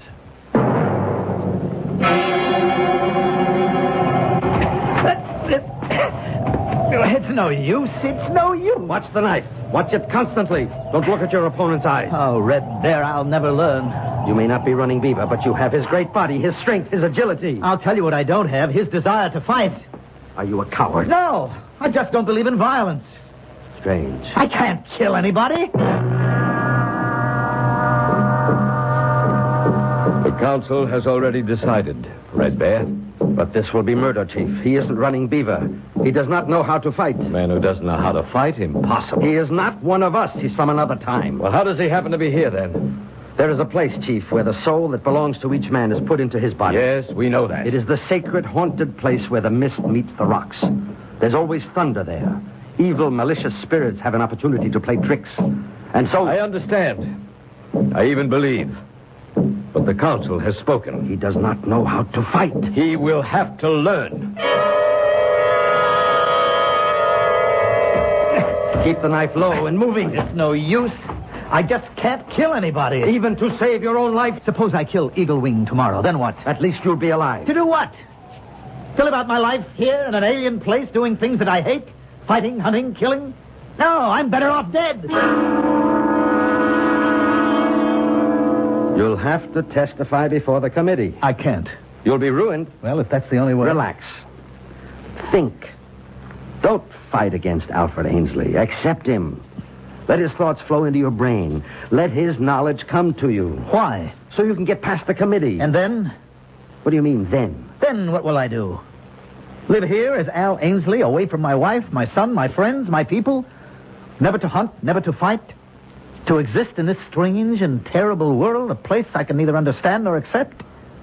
No. Rather let me be disgraced. Why do you want to be disgraced? So I can die of shame.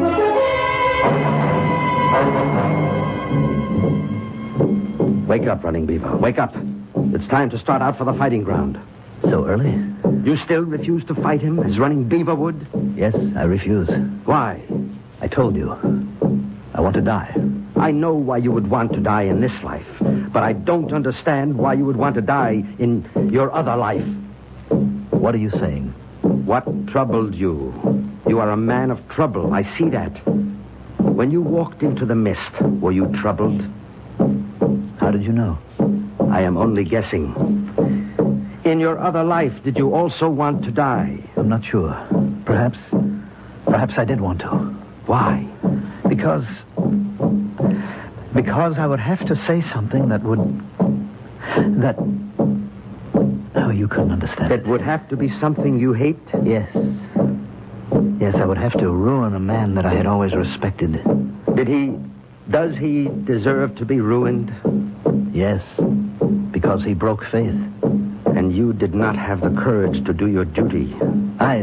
In other words, you are an even greater coward than I thought. Maybe. Would you rather die under Eagle Wing's knife, or... Or what? Or go back? Do your part as a man. Face your responsibility. Go back?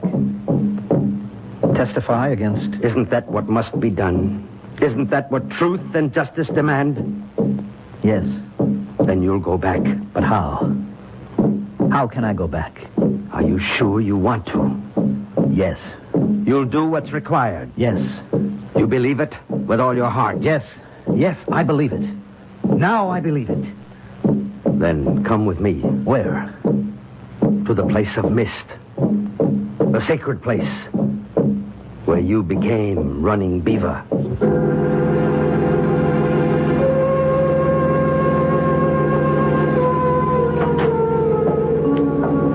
Time to be leaving for the committee meeting. I'm ready. I decided to go with you. Let's get it over with. Tell me, something bothers me. It bothered me that first day when I thought that you had willed yourself into amnesia. I can see how Al Ainsley could have found life intolerable. But you're not Al Ainsley. No. Therefore, my diagnosis was wrong. I don't think I understand. Why was life also intolerable for Running Beaver? Why were you trying to escape as Running Beaver? To escape? What was tormenting you? How did you know? Did I guess right? Yes. From what were you trying to escape? I had gone with 3 others to the Iroquois as an ambassador. The Iroquois promised peace. I knew it was a lie. My 3 friends were bribed. On the way home, they plotted to kill me. I was too smart, too strong. I killed them instead. If I told this to the council, I would make enemies. I was afraid. I see. Would you rather die like a man among your own people, if indeed you must die at all, or would you rather die of shame here among strangers? I am wiser now, but it's too late. It's too late for me. I can't go back. Are you willing to face the council? Face them? Defy them? Fight them? Let's go back to this place where the mist covers the rocks. And when we reach it, try to go back. All the way back home again.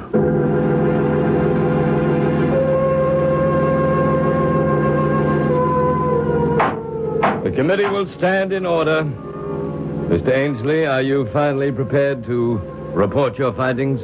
Yes, Mr. Chairman. I've studied all the relevant materials, and I am absolutely convinced. I will stake my professional reputation on the fact that the signature is forged.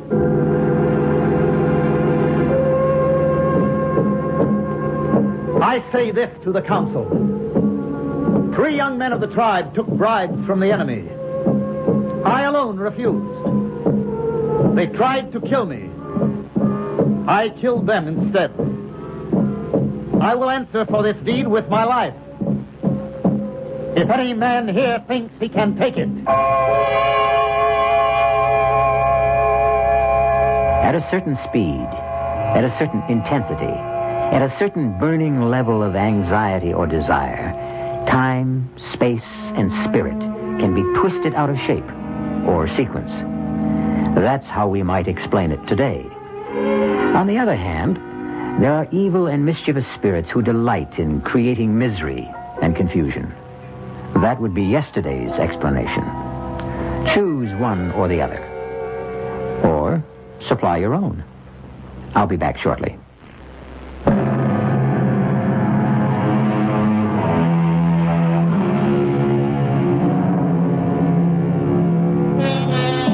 And what's the moral of our little tale? Simply this. Whenever you're desperate for a means of escape from a problem, don't try too hard for an easy way out. You might just be unlucky enough to find it. Our cast included Mandel Kramer, Grace Matthews, Arnold Moss, Nat Polan, and Mason Adams. The entire production was under the direction of Hyman Brown. This is E.G. Marshall inviting you to return to our Mystery Theater for another adventure in the macabre. Until next time, pleasant dreams.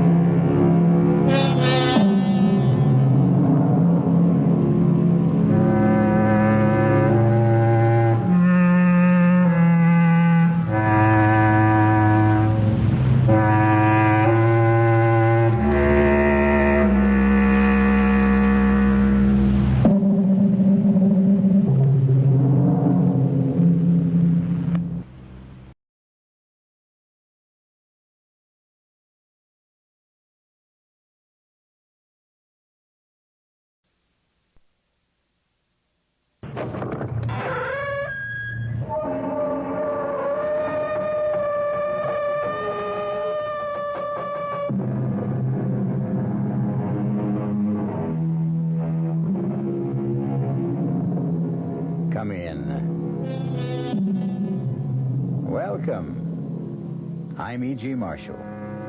Welcome once again to the shadow world of mystery and suspense, to a dark and cryptic universe called the imagination.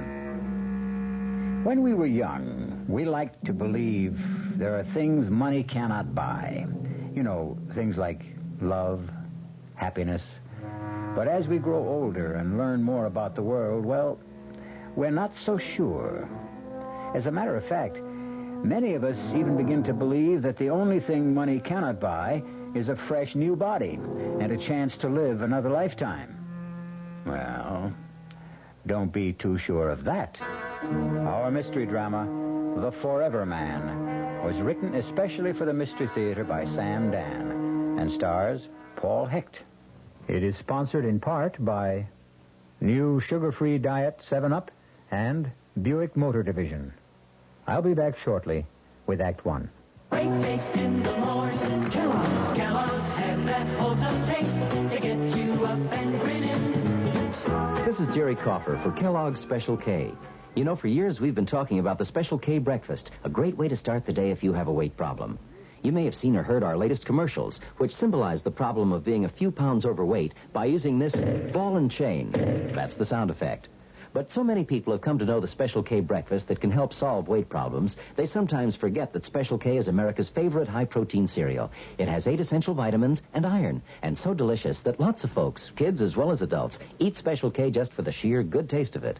So we don't want you to think that you have to wear a ball and chain to eat Special K. All you need is an appreciation for the finer things of life, a 1-ounce bowl of Special K, 4 ounces of skim milk, tomato juice, coffee, and maybe a little sugar. The Special K breakfast can help you lose weight all by itself, but it really is a good start. America. We're big on that. New York, Denver, Minneapolis, St. Paul, Dallas, Fort Worth. Ozarks 2/3 transcontinental, serving more than 60 cities, all very important to us, and to the millions of people we serve each year. America. We're big on that at Ozark Airlines. Now, go Ozarks Evening Jet at 6:45 to Washington through service to Champaign, Urbana, and Peoria. Right now, Suburban Savings in Northern Jersey is not only offering you a good deal, it's offering you a good deal more for your money. Here's the deal. You can get a top 7.90% effective annual yield on Suburban's limited issue 7.50% savings certificate. And Suburban guarantees it for from 4 to 10 years. Minimum deposit $2,500. Early withdrawal prior to maturity is subject to a substantial penalty. What's the big deal about Suburban's big deal? Plenty. For one thing, Suburban compounds interest continuously from day of deposit paid quarterly. So you not only get interest on your savings, you get interest on the interest. And Suburban offers you the highest interest rate allowed by law. So you couldn't find a better deal anywhere. Come into any Suburban savings office in Northern Jersey and get a good deal and a good deal more. 7.90% annual effective yield on Suburban's limited issue, 7.50% savings certificate.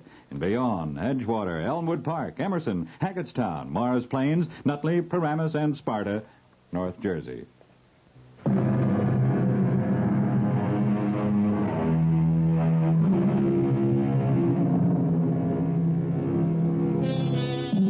All of our great religions agree on one important point.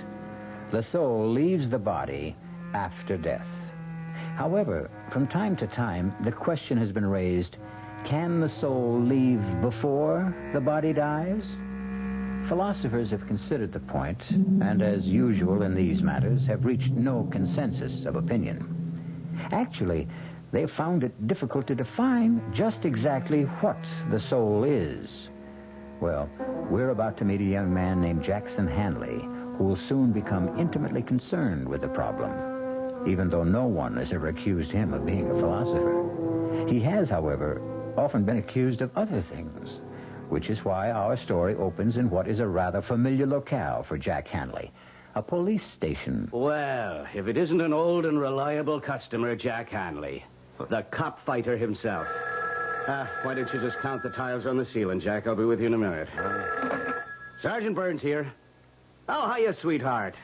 Nothing. I just have to dispose of an old client. Yeah, he can wait. What's with Junior? He did. He said daddy, huh? I told you he was a genius. No, sure, me darling. You can always call me up with news like that. That's right. Goodbye. Well, Jack. What are we going to do with you? I guess I'm just a bad boy, Sarge. Why do you fight with cops, Jack? I don't like to get pushed around. Well, there's no percentage in it. Yeah, you're 100% right. I mean, you can't win. So what? All you do is wind up in a cell with a black eye and a fat lip. Look, maybe there's a law that says I gotta go to the cooler. But is there a law that says I gotta listen to you? Jack, I got great news for you. Yeah, like what? Take a real wild guess, Jack. Okay. Somebody came along and posted bond. That's right. What's right? Somebody came along and posted bond. What are you talking about? You guessed it. Are you kidding? No, it's on the level. But who'd post a bond for me? I don't know. Maybe you got a fairy godmother. You mean I can just walk out of here? There's the door. Take off. That's all there is to it? That's all. You mean you ain't even going to give me this speech? Oh, Jack, on your way, will you? I don't have all day to fool around with every hood that's hauled in here.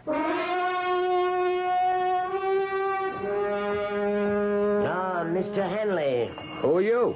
How do you do? My name is Fraser, Leroy Fraser. Yeah? What can I do for you? Not nearly as much as I can do for you. How'd you know my name? Oh, I know quite a bit about you, Mr. Henley. Yeah? Oh, yes. Matter of fact, I posted bond for you this morning.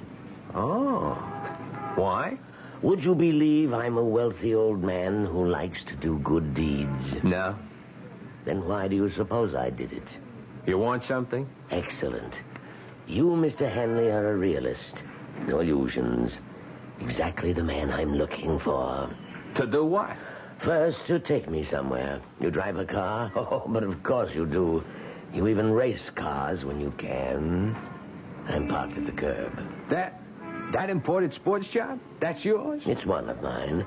One of my cheaper cars, I might add. Gee, I never saw one like that outside of a magazine. Are you afraid to drive it? Hand over the keys.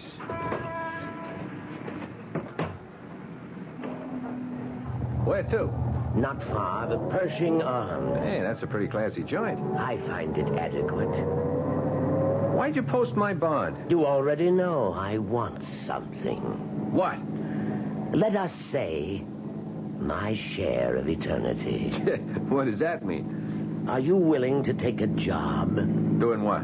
For one thing, you'll drive this car. Chauffeur, that's a drag. The car will be yours. Mine? You'll need it to get around. Where would I be going? You'll find out after lunch. Why not now? It's a long story. Yeah. Listen, Mr. Fraser, I better straighten you out. Please do. You see, I'm a guy who gets into trouble. I know. Yeah, it's because, well, maybe I got a bad temper, you see. The rather low boiling point. Yeah. You see, so, well, I get into fights. I get arrested. I'm aware of that. But I'm not a crook. You understand? Understand perfectly. Yeah, so, this thing, well, it better not be something I could go to jail for. Jack, I assure you, it's a pure and simple, out-and-out private business agreement. But to do what? Something that is mutually profitable. But what is that? Pull over. Oh. We're at the Pershing Arms. Uh-huh. What's here? Your apartment. My apartment? All ready and waiting.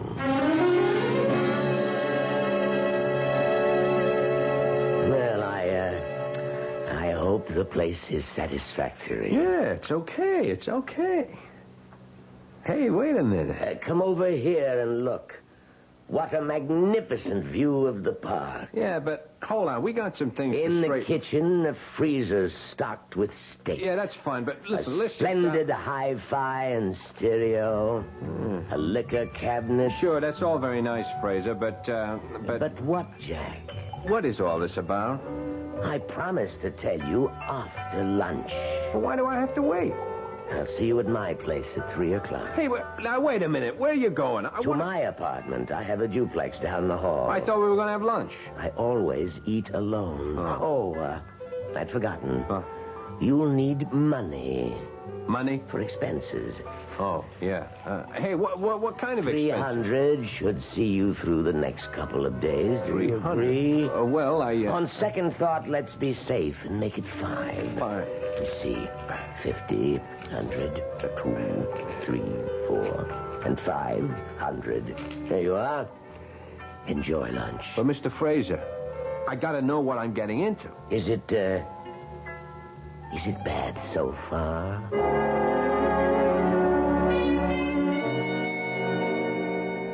How'd you like the pad, huh? What's the catch? Nothing. Jack, you're talking to me. Della, remember? Well, there's this guy. Which guy? An old guy, Mr. Fraser. He puts up my bond. Why? I don't know. He gives me the car. Why? I don't know. And he gives me a job. Doing what? I don't know.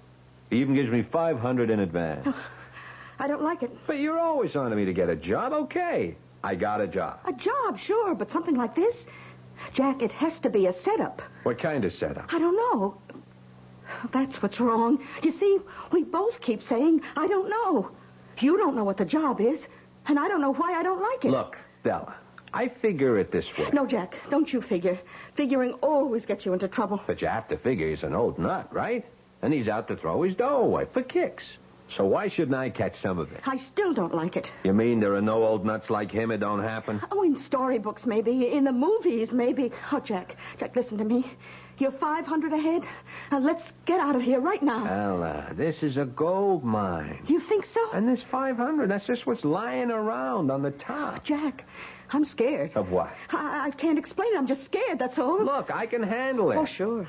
Sure, I know how you can handle it. The way you think you can handle everything. With your fists. Oh, you just won't learn. Ella, I know. Well, okay, maybe I'm stupid. But that's why I can't turn down a chance like this, don't you see? No, there's something about this place. It's creepy. There's something in the air here. I don't smell nothing. Even the books on the shelves. Hey, I didn't notice that. Hey. You know, these feel like leather. I bet they cost a bundle. Jack, just read these titles. The Transmigration of the Soul. The Experience of Metempsychosis. One soul, 2 bodies. Stella, you don't have books like this to read. You keep them around to give the joint a touch of class. These books are old, Jack. So old. Then they got to be worth a lot of dough. Yeah, and all of them are about souls that leave the body. Well, isn't that what happens when people die? Okay, Jack. You got all the answers. I just wish you knew some of the questions.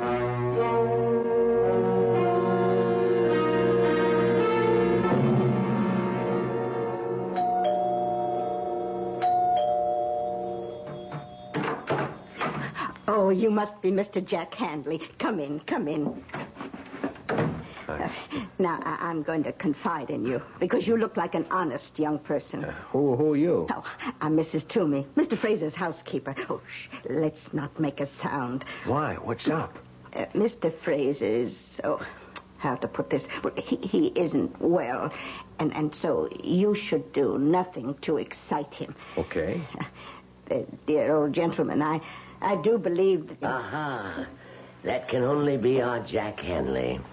Here it is 3 o'clock, and here you are, right on time. Mr. Fraser, you promised the doctor to take a nap. And I did. Also to take a pill. And I shall. Now, Mrs. Toomey, excuse us. Oh, yes, sir. I hope you and the young gentleman have a most agreeable afternoon. Well, Jack, ready to go to work? I'm ready to be told what the work is. What do you want? I want to make you rich. Why? One step at a time. You asked me what I wanted. I told you.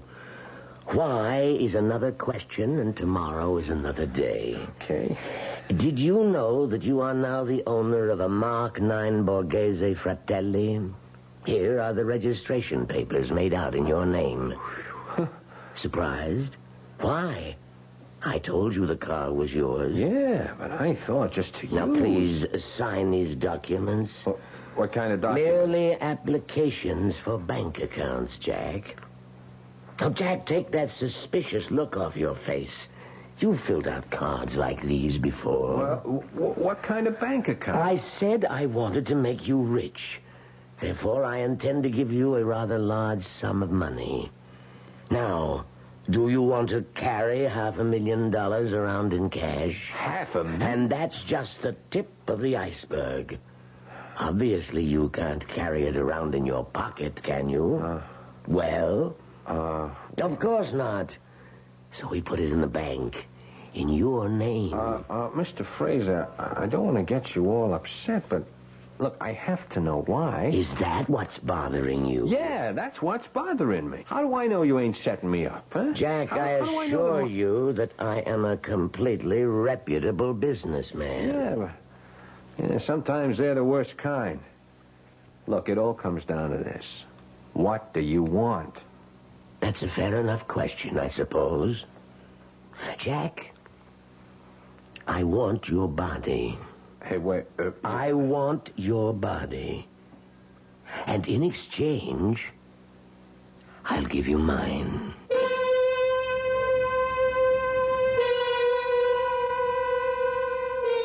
Well, now, let's place this thing in perspective. The art of exchange, of trade, is as old as history.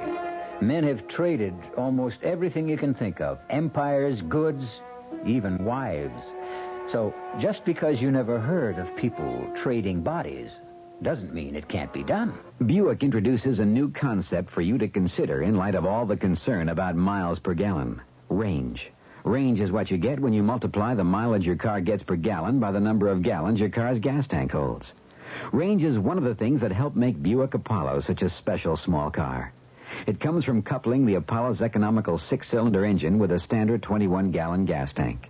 It holds a lot, but it doesn't use a lot. Look into the Apollo. It's the Buick of small cars. Oh, sure. You can talk about good-tasting diet drinks, but I know. I'm Goldilocks, and here at my taste-testing laboratory, I taste-test them all. And nobody's been drinking my diet drinks until I tested sugar-free Diet 7-Up. And then, kabloomy! Every bear wanted some. Diet 7-Up is fresh, natural, delicious. Sugar-free Diet 7-Up.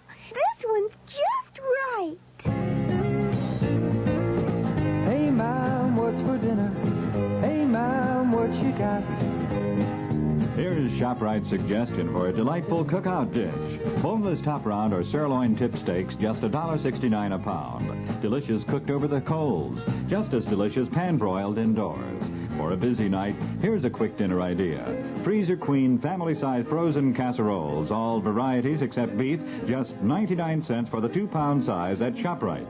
For dessert, Pepperidge Farm layer cake, 17-ounce box, 69 cents in ShopRite's frozen food case. Cooking out or cooking in, ShopRite has the answer.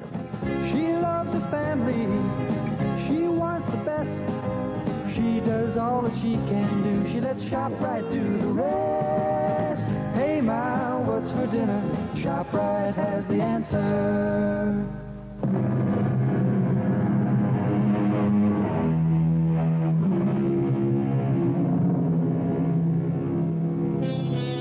Well, here's an offer you might not get every day. Say you're a young man of about 28, tall, strong, attractive, and a frail, elderly gentleman offers you a fortune to exchange bodies with him. What do? Laugh? Edge away quickly? Notify the men in the white coats?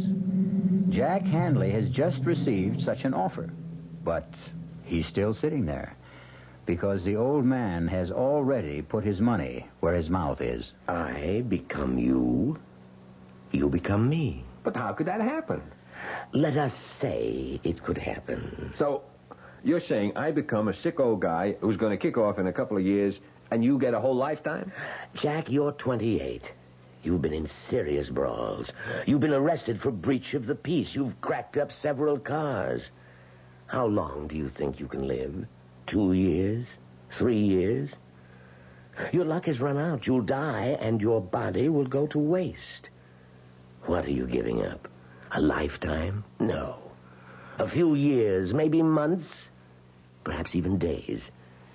You can't afford to turn me down, Jack. But what you're saying, it's impossible. Let me worry about that.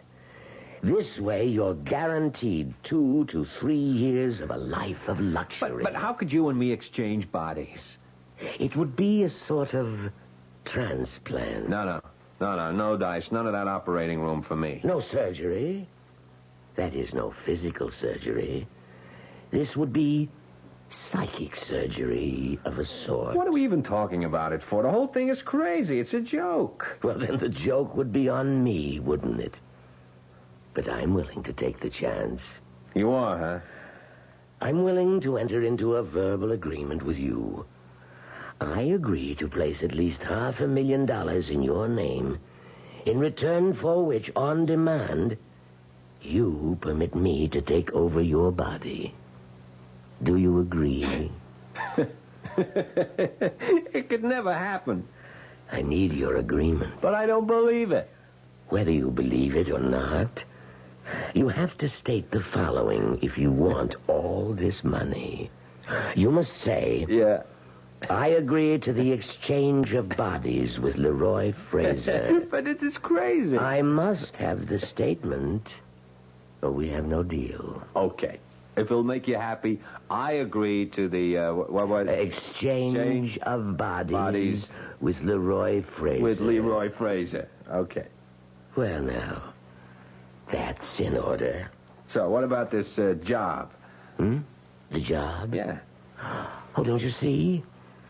Your job is to enjoy life until such time as you are required to surrender your body. Oh. I might add, you must take excellent care of it. Not that this could ever happen, Fraser, but, how do you enforce a thing like this? Just suppose, if and when the time ever comes, I just tell you to go and soak your head. Too late. You've already agreed.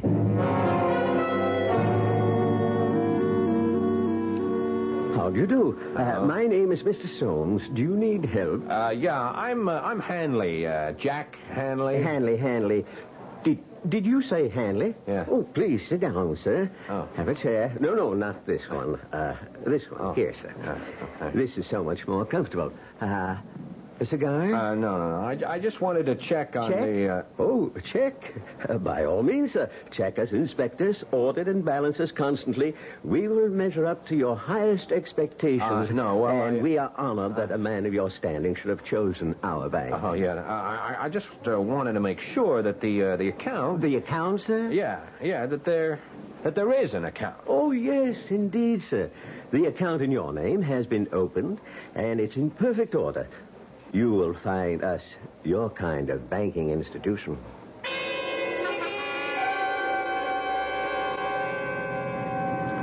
I've been to all the banks. You know how much it adds up to? $590,000. Well, say something. What do you want me to say? I want you to say what you think. You know what I think. Yeah, I shouldn't have told you. Oh, you've got to break that agreement somehow. Agreement? You know, I listen to your talk, and I wonder, have you got all your marbles? You did make an agreement with this Mr. Fraser. All I did was I went along with a gag to keep some old nut happy. But it's an agreement. Look, all right, why don't we just forget it, huh? Okay. You know, I think I've figured out a way you can break it. Who wants to break it? Don't touch the money. Don't take a nickel that's in the banks. Now, how much of the $500 did you spend? Now, look here. And give him back the car with a full tank of gas. No. This baby is mine, all mine. Oh, please, Jack. You know where we're headed tonight? Meridian Oval. Jack. Yes, ma'am. I called up the whole crowd. Spread the word. Jack is back. Jackie, you're not going to race. In this one? Won't be a race. It'll be like wheeling the baby home. Jack, suppose I crack up the car, so what? So what? Yeah, so what? This heap goes for $21,000. Big deal. All I got to do is write out a check. That's all there is to it. Listen, I got to educate you on how to behave. You see, you never had any real dough in your life. Jack, you don't understand. Another thing, I'm getting sick and tired of being told by you that I don't understand. Jack, this Mr. Fraser, he wouldn't make an agreement like that unless he knows something. Or unless he's lost all his marbles and he's a loon. I got the inside dope from his housekeeper. Give it all back. You know, Della, you're starting to be a drag. Oh, Jack, I'm only thinking of what's best for you. You know, I found out what money is these past few days. I found out. You know what money is? Everything. Oh, sir, all of a sudden you're Mr. Hanley, and it's, yes, sir, Mr. Hanley. It's an honor, Mr. Hanley. And you know what? I like it. Oh, Jack, I just wish I could... Save it. Now, just ask yourself a question. All the time we've been running around together, you were smart, I was dumb. Is that the way you wanted it? What are you talking about? Were you looking for the kind of setup where you call the shots? I only tried... You need a guy who's a dummy so you can be the wise one? Jack, if I've been making the decisions, it was only because I wanted... It was only because you wanted to. You were against this from the first minute. You didn't even know what it was, and you were against it without even knowing why you're against it. Well, I'm still against it. What are you stopping for? So you can get out if you don't like it. Oh, is that how it is? Yeah, baby, that's exactly how it is. Well, goodbye, Jack. Who are you kidding? You'll come back. You always come back. Hey,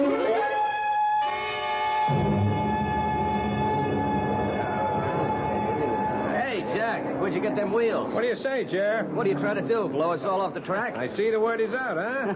Crazy, Jack. Man, you won't be happy till you kill yourself, huh? Look at me now, Jerry, old buddy, because in 5 more minutes you won't see me for dust. Boy, a car like that on a 2-bit track like this. I'm just warming up for the big time, Jer. Yeah, but it's been a couple of years since and you were... I'm better than ever. Hey, there's the flag. Yeah. See you, Jerry.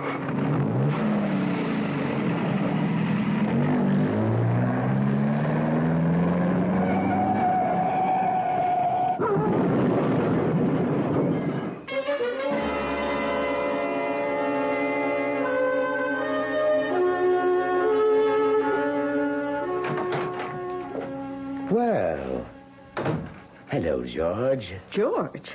Do I look like somebody whose name would be George? Oh, yes.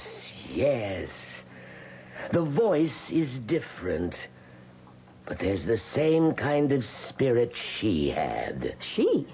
Who? George Sand. And who was George Sand? A friend of mine. What are you doing here? I'm waiting for Jack Hanley. How did you get into the apartment? Same way you did. I have a key. Oh, I came here to give mine back. Oh, you must be the old guy. Guilty as charged. Well, you don't look so old. Thank you. Well, everybody's here. Jack, what happened to your face? Nothing. Couple of scratches. I walked away from it. From what? I hit the turn too fast. I totaled the car. So what? Jack! Look, that's enough out of you. What are you doing here, anyhow? I thought maybe we could... No. We do things my way or no way. All right, Jack. Then it's no way. Goodbye. And this time I mean it. Sure. See you tomorrow.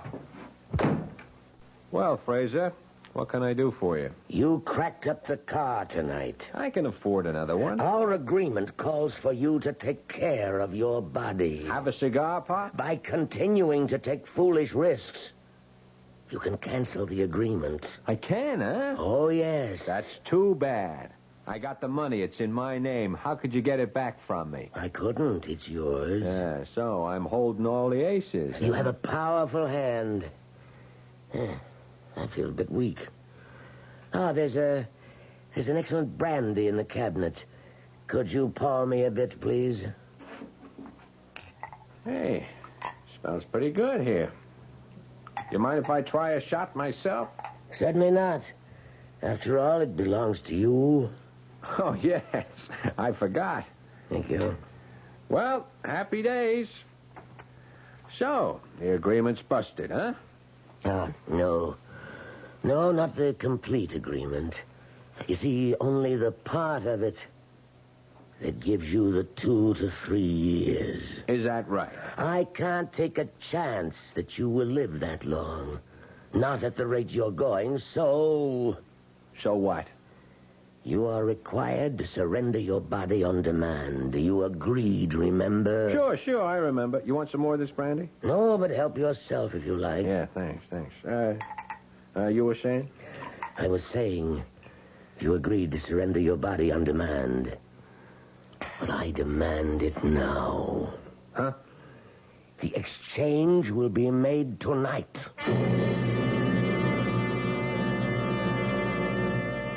There is a vital essence, a special quality, a unique consciousness that makes up the individual core of each of us. Is this essence, or soul, as some would call it, transferable? Mr. Leroy Fraser has bet close to $1 million that it is. Give your hand to a friend. Give your heart to your love, But give your allergy to contact. Allergy is our business, too. We know pollen. And we know that any of the 12,000 quarts of air you breathe each day may contain enough pollen to make your eyes itch, make you sneeze, and drip. We also know an ingredient that helps block pollen's bad effects. It's the antihistamine most prescribed by allergy specialists. It's an ingredient in contact. Give your hand to a friend. Give your heart to your love, The tiny time pills in one contact keep this antihistamine working up to 12 full hours. All day, all night. Give your allergies to contact. Take contact only when needed, only as directed. Introducing the greatest taste to come out of your toaster since Samuel Bath Thomas baked his original English muffins in 1880. Thomas's new onion English muffins. Little bits of real onion blended into Thomas's original English muffin recipe create a tangy taste that makes everything fantastic, like burgers and cream cheese and cold cuts. Even butter tastes better. Thomas's new onion English muffins. The greatest new taste since 1880. Thomas's promises. Hey, Pat, how tall do you think she is? 300 feet if she's an inch, Luigi, and a fine lady she is. The year 1886. While most New Yorkers were enjoying their first look at the Statue of Liberty, a few were enjoying their first taste of Thomas's bread and discovering it was every bit as delicious as Thomas's English muffins. Today, there's still never been a lady to equal the lady, or a bread to equal Thomas's protein, whole wheat, and white bread. Thomas's promises. It's bitter. It's sweet. It's bitter. It's sweet. It's bitter. It's sweet, Marcello. Well, maybe it's a bit sweet, Sophia. On second thought, I love its bitterness. Punte Mes. Is it bitter? Is it sweet? People have been arguing about it since 1786. Punte Mes, a lovely before lunch or dinner drink from Italy. On the rocks or with soda and a slice of orange. Punte Mes, capital P-U-N-T, little E, capital M-E-S. It's bitter. It's sweet. It's bitter. It's sweet. It's bitter. It's sweet. All right, Sophia, it's bitter. No, my darling, let's just say it's bittersweet. Like life, like love, like marriage. Italian style. Punte Mes. Punte Mes. Reported by Caroline Importers Limited, New York, New York.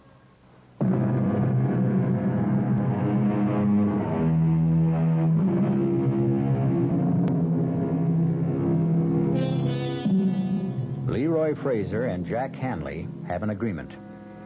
They will exchange bodies. Each will become the other. Jack Hanley will become Leroy Fraser, old and infirm. Leroy Fraser will become Jack Hanley, young and vigorous. Maybe.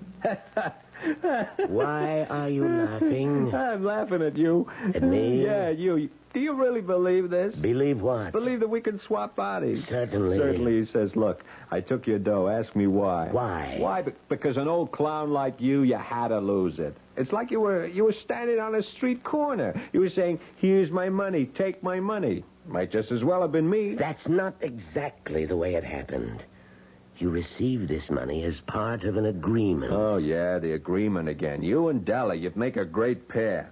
We might at that. Yeah, I must say, Pop, you are cool. I mean, you are very cool. You're sitting there with a bust hand and you make out like you're holding a royal flush. Well, time for the exchange. It will be over in a minute. All the crazy ideas. What makes you so sure you can do it? Well, you see, I've done it before. You what? Oh, yes. Many times. Who are you kidding? Nobody. I'm serious.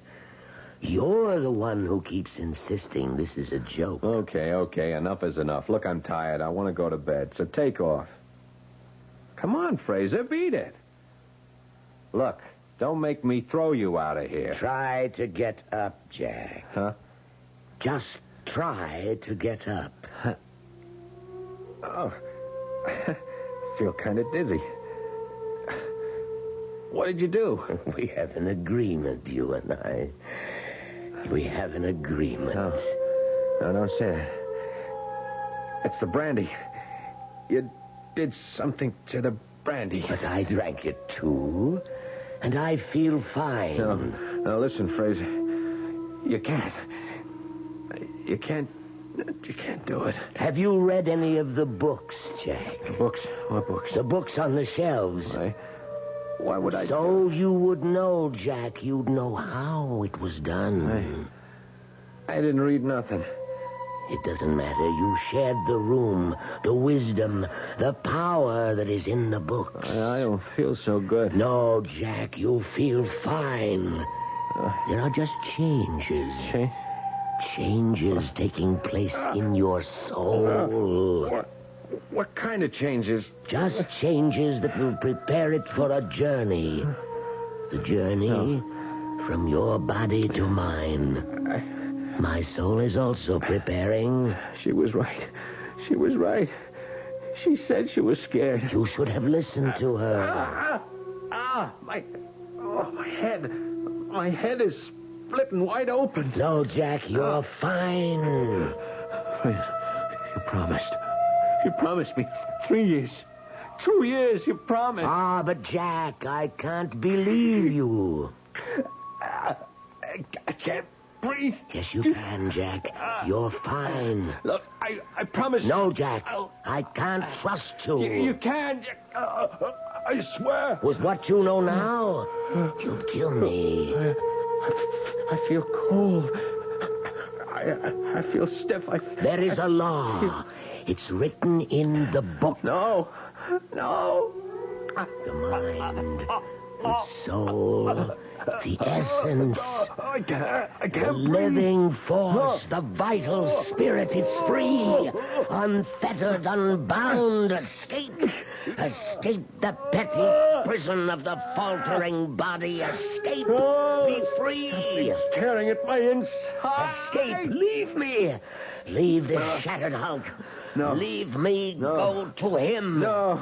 With the magic of ancient Egypt, the wisdom of Greece, by all the sciences the ancients knew, let our souls be free. I don't want to die. I have been the vital spirit in the bodies of 15 men before this night. Now, I shall become Jack Hanley.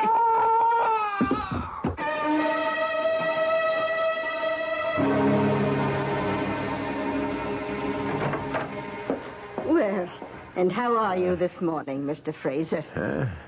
What? Oh, I feel like I'm 80 years old. Well, the truth is, you're not far from it. What are you saying? Now, Mr. Fraser. Who are you calling Fraser? I know it's early in the morning, but we have things to discuss. I'm not Fraser. I'm Jack Hanley. Oh, this is not the time to joke, sir. Don't you understand? I'm Jack Hanley. What am I doing here? How did I... Sir, please, look in this mirror. What? Now, God. Sir, can we talk about... How did he do it? How did he put me into his old body? I better call the doctor. Forget the doctor. Call the police. He stole my body. And, Doctor, he's got this crazy idea. He's somebody else. Doctor, I have to talk to you. Alone. Please excuse us, Mrs. Toomey. Oh, all right, Doctor. Listen, Doctor, I am not Leroy Fraser. No? No, I'm Jack Hanley. I'm 28 years old. Come, Fraser. You're talking to me, the doctor. Oh, I'm Jack Hanley. Fraser somehow found a way, maybe a drug or something. He was able to get me into his body, and he took mine for himself. I see. That's what happened. Fraser, old friend, you need rest. I'm not Fraser. Now, don't excite yourself, Leroy. You don't believe me. None of you believe... I know. You look at me like I'm a nut. Some rest and quiet and... Look, you're a doctor. You should see it. Of course. 50 years ago, if a guy said you could transplant a heart, you'd say they were crazy. But they can do it today, huh? Can't they? Well... Sure. So why couldn't somebody figure out a way to transplant a guy's soul? We'll discuss it first. No, we won't. We'll discuss it now. Della, she knows. She was afraid it would happen. Yeah, she'll prove it. Now, Fraser... Now, don't you try to stop me. Hello? Della. Who's this? Me. Who are you? Jack. Oh, you're not Jack. Della, listen to me. It happened. What happened? The agreement, Della. He went and he did it. What are you saying? The answer's in those books. Now, Della, go to the apartment. Find the answer. Look through those books. And hurry. Della, she's going to prove it. And meanwhile, you'll just rest. Now, I'll be right back.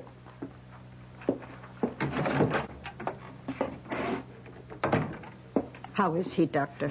Well, we'll have to get him to a sanitarium. Whatever gave him the idea that he's a young man? A delusion. A not uncommon delusion. A yearning for better, happier times. Should we get him ready to travel? Yes, go in and help him dress. I'll make some telephone arrangements. Oh, certainly, Doctor. Mr. Fraser? Mr. Fraser? Oh, Doctor, he's disappeared.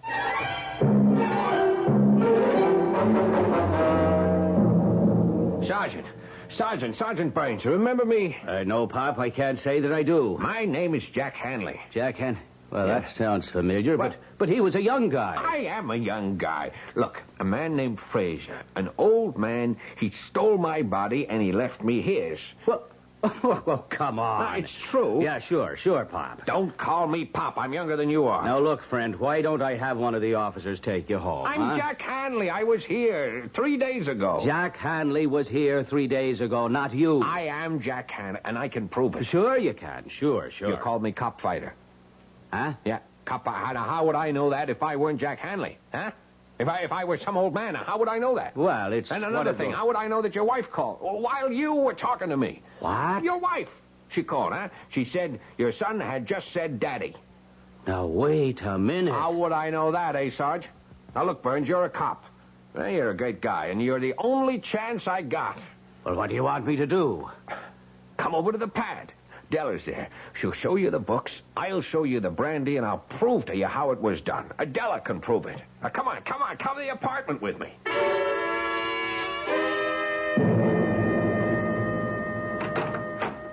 Well, come on in. Oh, sure.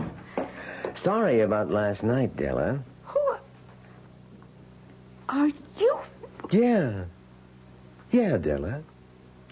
And, honey, I've been doing a lot of thinking. Have you?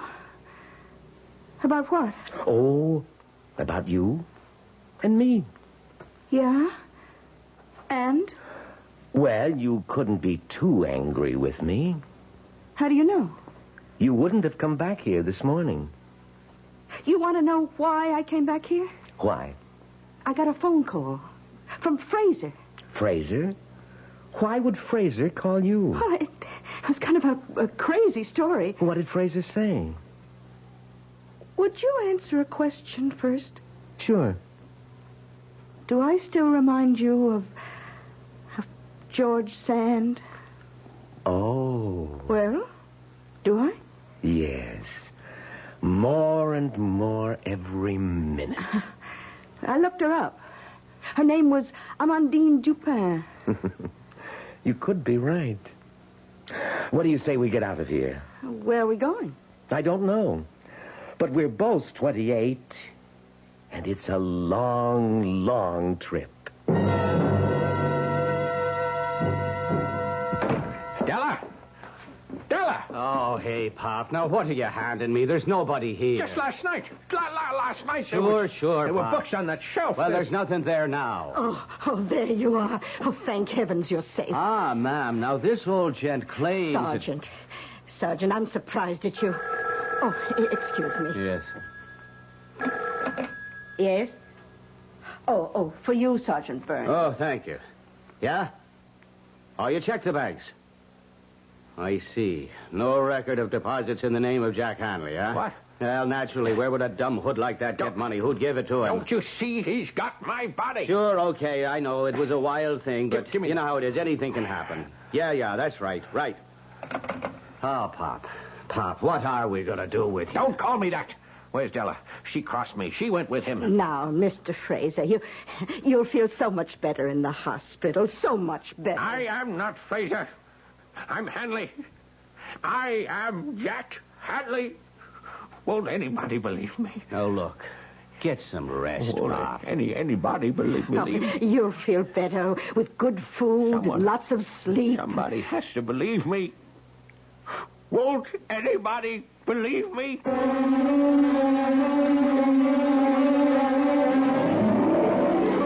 As he sits there, Leroy Fraser, or if you prefer, Jackson Hanley, he sits there in his room in a faraway sanitarium, and he keeps asking the question of everyone who will stop to listen.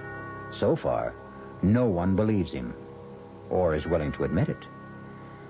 All I can admit right now is that I'll be back in just a few moments. When you drink beer, do you tilt the glass for long, hearty swallows? Or just tip it and sip it? Well, sipping's the thing for wine.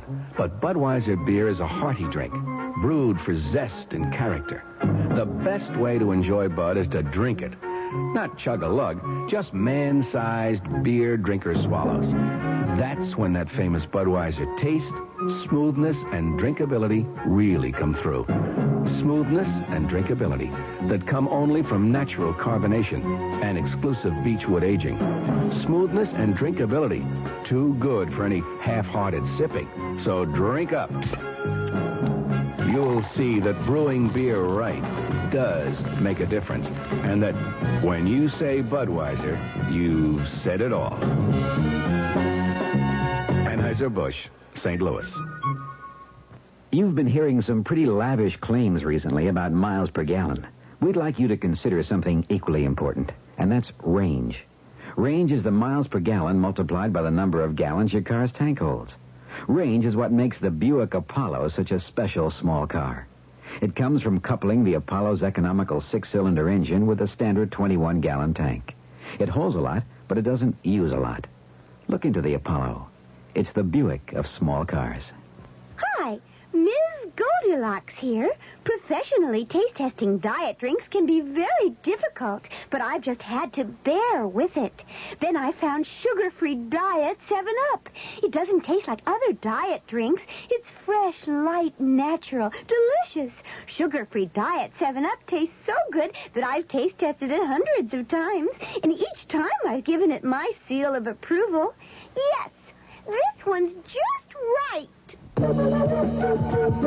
Service. We're big on that.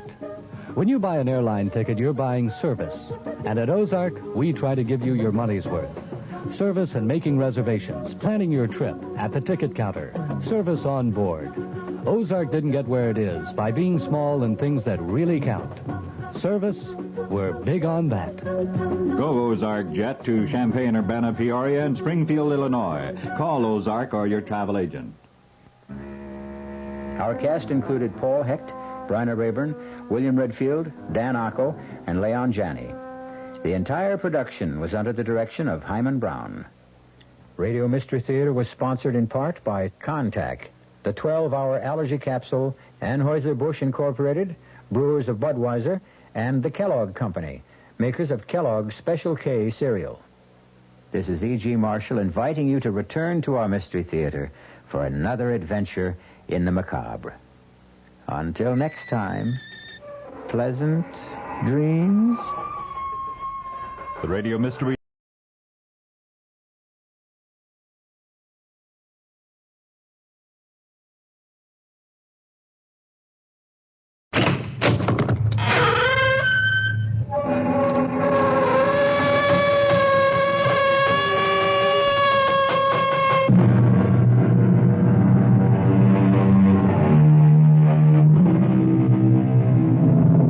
come in.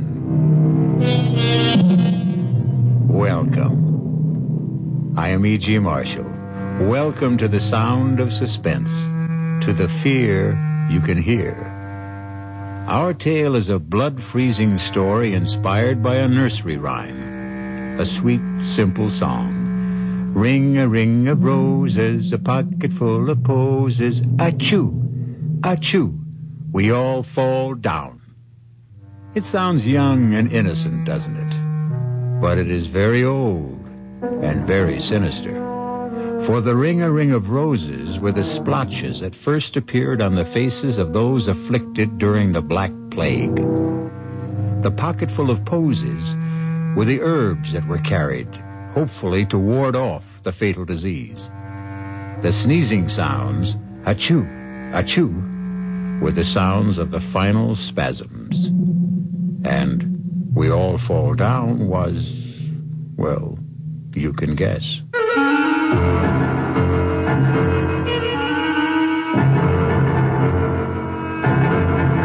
Our mystery drama, A Ring of Roses, was written especially for the Radio Mystery Theater by S.J. Wilson and stars Glynis O'Connor.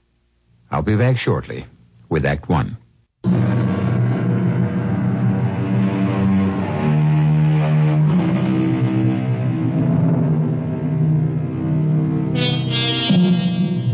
Science has brought most plagues under control, but not so those other epidemics of the past, those that plague us with their unseen, unknown, and unexpected terrors.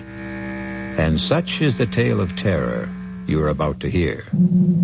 Draw close to the guttering candle, for you will receive no warmth from a ring of roses. You know, George, I've heard about this place so often from Helena. I'm just dying to see her home. And I'm anxious to meet your friend Helena. Oh, I'm sure you'll like her. But will she like me? Taking her best friend away from her. Come on, George. You know you're irresistible. Why do you think I'm going to marry you? Well, for one thing, my beautiful, exquisite, enormous pots of money. Oh, George, wait. Look, Laurie, get your hands off the wheel. What do you think you're trying to do? But we passed it. It's the sign to the house. Back there. Laurie, I never want you to do that again. I'm not going to let missing a sign risk your getting hurt. You understand? I'm sorry. I shouldn't have grabbed the wheel that way. All right, forget it. But please, never again, ever.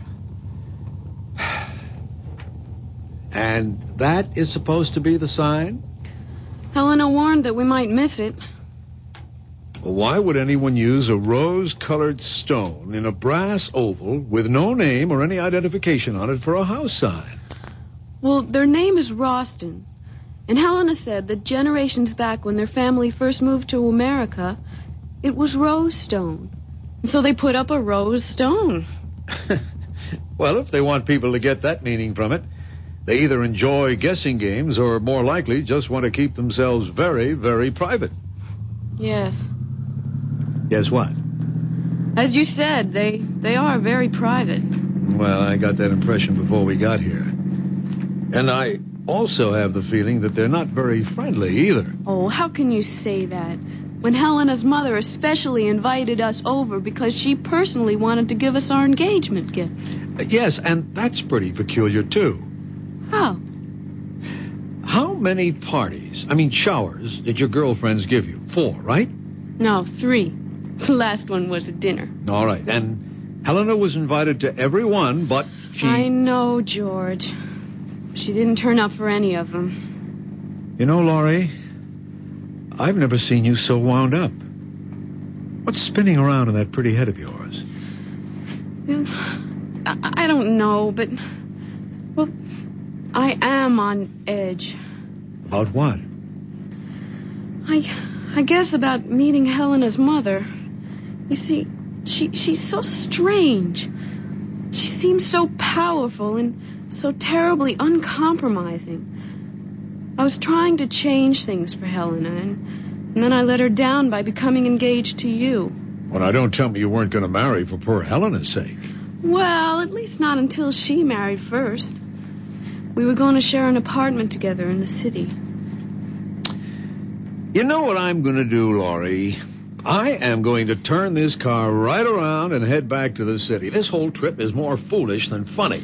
Oh, no, George. Please don't. A pocket full of posies. Hey, what's that? We all fall You hear something down. like singing? Ring a ring of roses. Open the window. A pocket full It's a woman of singing that posies. old nursery rhyme. Two. We all fall down. But what's that snapping Ring a sound? It ring sounds of roses. like a piece of leather. It sounds like a whip. George, what are you doing? I'm getting out. Something's happening here that I don't like. Don't open the door. Please don't. We'll go back if you want to. I'll be but right don't. back. Keep the windows shut and the doors locked. No, don't leave me, George. I'm coming with you. Wait. Okay, but stay close to me. Ring a ring of roses. It seems to be coming from behind those hedges. You know, it could be just kids playing games. If that voice is coming from a kid, he's using a bullhorn. Let's stop here. We might see through the hedge. Please be careful. Holy Toledo. Look at that. Let me see. That man. The old man with the beard. He's trying to catch the girl with his whip. Well, she's teasing him. She's making fun of him. If he lands that wagon whip on her, he'll split her face open. Look at their clothes, George. They're dressed like settlers. Back in the early 1800s. Yeah. You know, they could be rehearsing a play. If they are, he's lost his mind in his part. That man's going wild with that whip. But she's provoking him. Why doesn't she stop? Hey! Hey, you there! What are you two doing? George, you shouldn't have done that. And who is it who is ordering me and questioning me? I am. Over here. That's a terrible thing you're doing. Oh, George, please don't go in there. They know we're here. We must meet them. That's a dangerous whip you're using. That young woman can be killed by it. I see by your clothes you are a stranger. And I can also see that you are a kind human who wishes no harm to come to another. But this wench is my daughter. And what I am doing is the true way to gain the obedience of a child who will stray. But what in heaven could she have done to deserve being whipped? I did no harm to no person or to him. I have broken no law of God or man. Strumpet, hold your witch's tongue. Believe me, young woman, when I tell you that she has the demon in her, playing and wenching with the young master who owns this land. While I'm out here working at clearing their forest lands, she's up there in the great house with her enticements and tricks and enchantments. And if it has already come to this, that he has given her a gift for favors promised or already bestowed, the gift of a ring, an already cursed ring. He gave it to me fair and with the holy vow that he will marry me in the month of the next full moon. Marry you, will he? You who can half fare to read and write? You who are lower than his mother's kitchen scullion? You give me that ring. I won't. I swear by the name and the soul of my sainted mother that you will never get this ring. Then until I do, though it mean your own death, you get the whip. Stop it! Don't! Why can't you be a little more reasonable? She may be telling you the truth. I am. I swear it on my dead mother's Bible I am. Well, then, if you are, why don't you give him the ring and let your young man personally tell your father of his plan? No, he'll do no thing like that. He'll bury the ring in some secret spot and drag me away before the fall of night. For he doesn't want me to marry to no one but to stay with him and clean and cook and wash for the rest of his devil life. As you can see, she's beyond talking of matters with sense and decency. She's been taken up with her planning and scheming to get away from me for the purpose of harlot's gain. And she hardly of marrying me. I'll kill you. George! She has an axe! An axe! She's going to kill him! Stop! For God's God's sake, stop! Oh, George, I can't look! He's dead! She killed her own father! What? Where is she? What happened to her? There she is! She's running away! Hey! Hey, come back! Come back! You can't get away! It's you who will never get away. The ring will circle you. George, don't try to catch her. She's like the wind. I'll never get my hands on her. She's almost in the forest. Come back! Come back! We're not going to hurt you! It's you who are going to be hurt. She's disappeared. Even before she got to the forest. But, George, look what I found. It's the ring. She dropped the ring. Let me see it. You know what it's like? It's just like the road sign. It's the same shape. The same color stone. It's smaller, but it is just like the road sign. Rose colors. George, we've got to get help. The police, Yes, someone. but where? Of course, the house. We've got to get to Helena's house. This ring so rosy, this ring so red. Does it belong to the living or the dead? We'll return shortly with Act 2. You alone? I don't want to disturb your mother. My dear, you're not disturbing me in the slightest. This room has no secrets. Its acoustics are incredible. I'm Helena's mother. Hello, Mrs. Ralston. We've just had a very unusual experience. Laurie's pretty badly shaken by it. Yes, so I see. Helena, why don't you take Laurie to your room, let her refresh herself? Perhaps Mr. Williamson will tell me something more about what's happened? I think the police should be notified at once. The police? Here? Did you have an accident? Well, not exactly, but we happened to see something that can only be described as gruesome, I guess. And the police should be notified. Mother, do you think... Helen, dearest, this is not the time for speculation. I shall be glad to have the deputy's office call. But can you give me some indication of what they're to be told? We don't like bothering our officers unnecessarily. They have enough to do as it is. But someone's just been murdered. Oh, no, not again. What? Now, Helena, restrain yourself, dearest. Laura, you say someone's been murdered? Who? We don't know who he is, but he was trying to whip a young woman. And, Mr. Williamson, she took an axe and killed him. You know.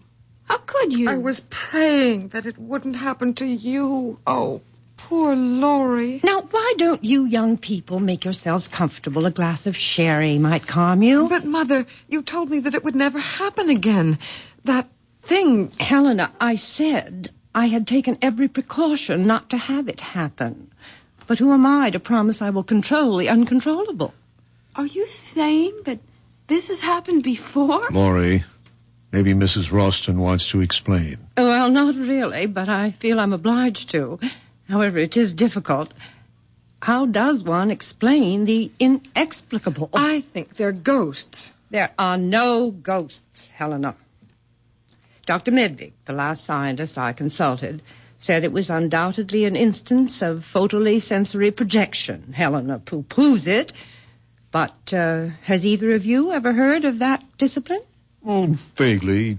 It once came up in a course on parapsychology that I had at school. No one has ever proved PSP, Mother. Well, they've never proved ESP either, but a lot of serious scientists work with it. But George, what does that photo whatever mean? It's quite complicated. Photolysis is the means by which light can affect the arrangement of chlorophyll grains in leaves. Chlorophyll grains? Leaves?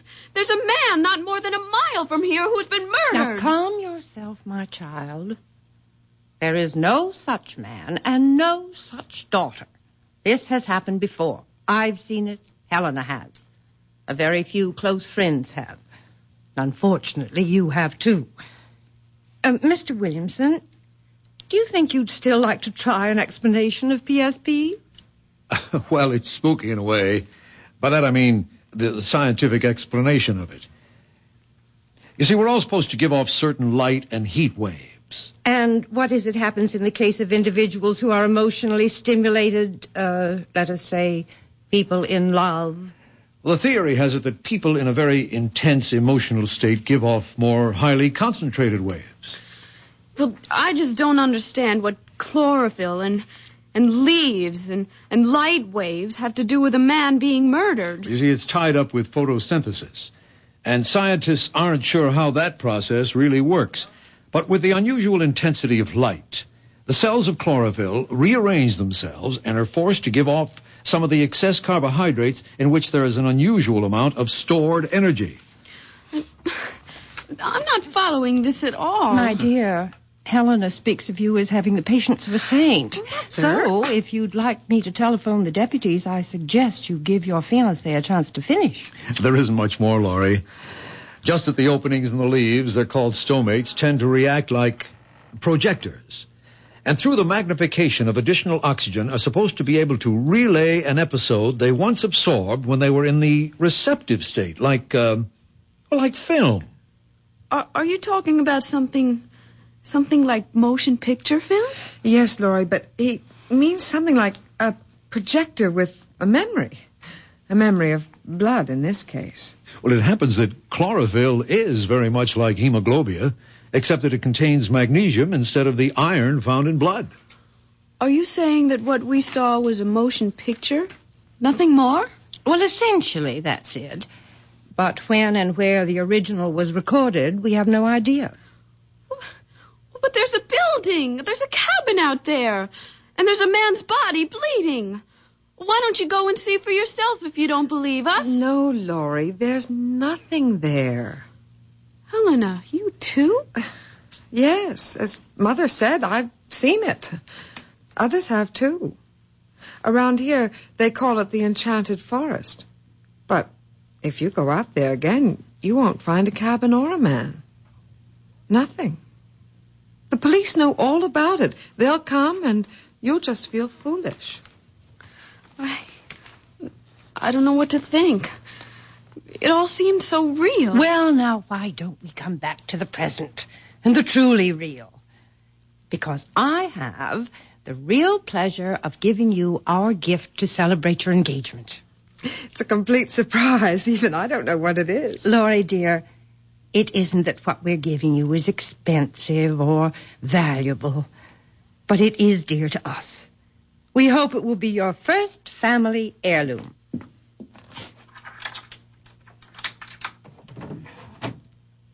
Here it is. No pretty wrapping, but it seems too lovely a box to cover with silly paper. Mother, I've never seen that box before. Well, now, isn't it nice that I can still have some surprises for you? That's a great-looking box, Mrs. Ralston. Those are roses painted on ivory, aren't they? Oh, it's so beautiful. I feel as if I'm depriving you of something very special if I accepted it. Oh, no. Please, take it. It's little enough, and you know what I think that box would be perfect for? It already has its purpose, dear. What I was going to say was that it would be the perfect place to keep a lock of your first baby's hair. Wouldn't it? And I'm afraid it's going to stay empty for some time. Oh, George, we don't know that.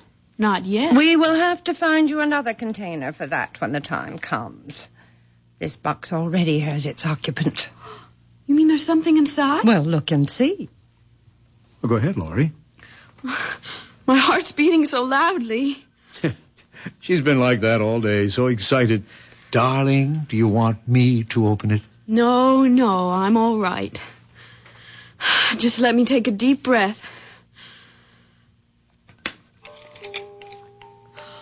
Oh, no. Hey, that's the same... Laurie? What's wrong? Mother? Oh, it's this music! Give me the box, Laurie. And inside! Oh, the ring! I've got her. Put her on the couch. Yes. Laurie? Laurie? Mother, do something. Don't just stand there. Helena, control yourself and get some water. Oh, Laurie, my poor Laurie. Wake up. Laurie, come out of it, honey. Darling? She's trying to open her eyes. Slowly, Laurie. It's me, George. Oh, who? What happened? You just passed out for a moment. Here, give her this water. Here, honey. Sip this slowly. Oh, I don't need it.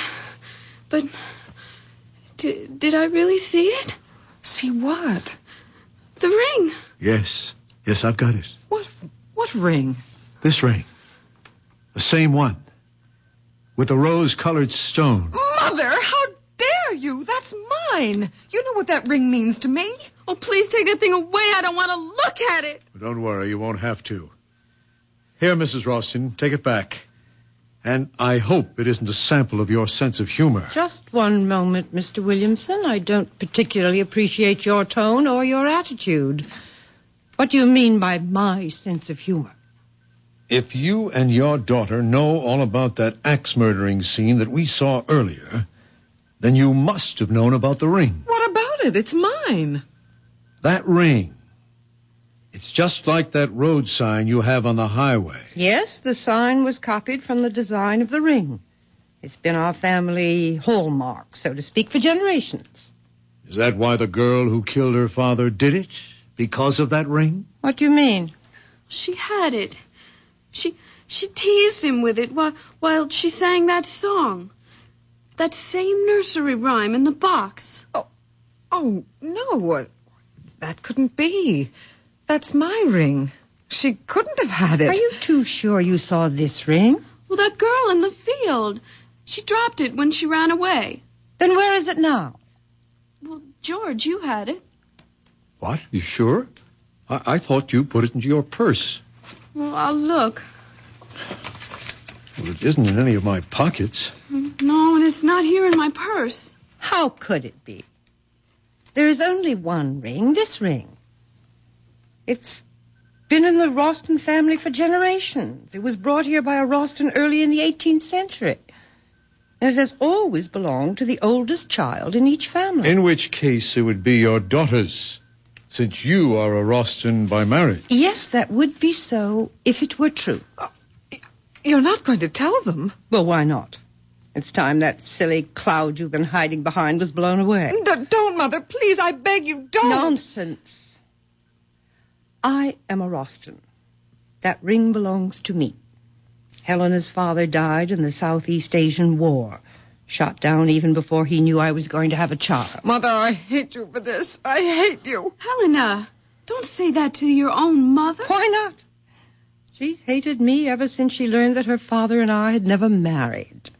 Imagine that in this day. A girl making such a fuss about legitimacy. Stop it, Mother, please. We don't have to hear any more, Mrs. Ralston. Oh, yes, you do. George, can't we get out of here quickly? You can go whenever you like, Miss Thornton. But out of your friendship for Helena, you must take that ring with you. No, I couldn't. I won't let her. Give it to me. Helena, what are you doing? The ring! She tore it out of my hand. I've got it, and no one will ever get it from me. Let her go. She'll be back. And with the ring. She knows it's wrong for her to have taken it. Eventually, the ring must come to you, Laurie. We don't want it. But it will come to you. It can do you no harm. It's a silly superstition, but only Ralstons are supposed to be vulnerable to the ring. And, Laurie, if you are Helena's friend, as you say you are, you will take it. But she wants it. She insists that it stay hers. Only as an excuse. But what sort of an excuse could the ring give her? The excuse not to marry. And why not? She considers herself fated, ill-starred, if you will. You see, at one time, the superstition arose that if the firstborn was female, the ring would prevent her from marrying. It's high time that ring is out of Ralston hands. Why don't you just throw it away? What, with Helena carrying on as if possessed? Well, we just do not want it. I'm sorry, but we must get back to the city. Yes, it's a long drive, and we'd like to make it before dark. I regret this has turned out to be so unpleasant, but then perhaps it couldn't have been avoided. Perhaps. But it's over now. George, let's go.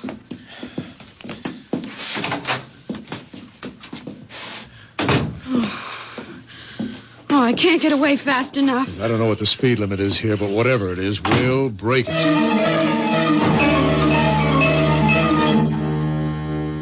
Helena, I order you to come out of your room at once. At once.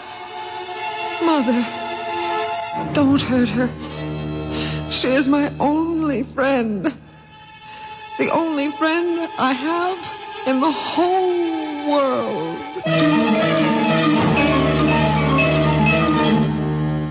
Run from the ring. Run for your life. But without a ring, what's a husband or wife? We'll return shortly with Act 3.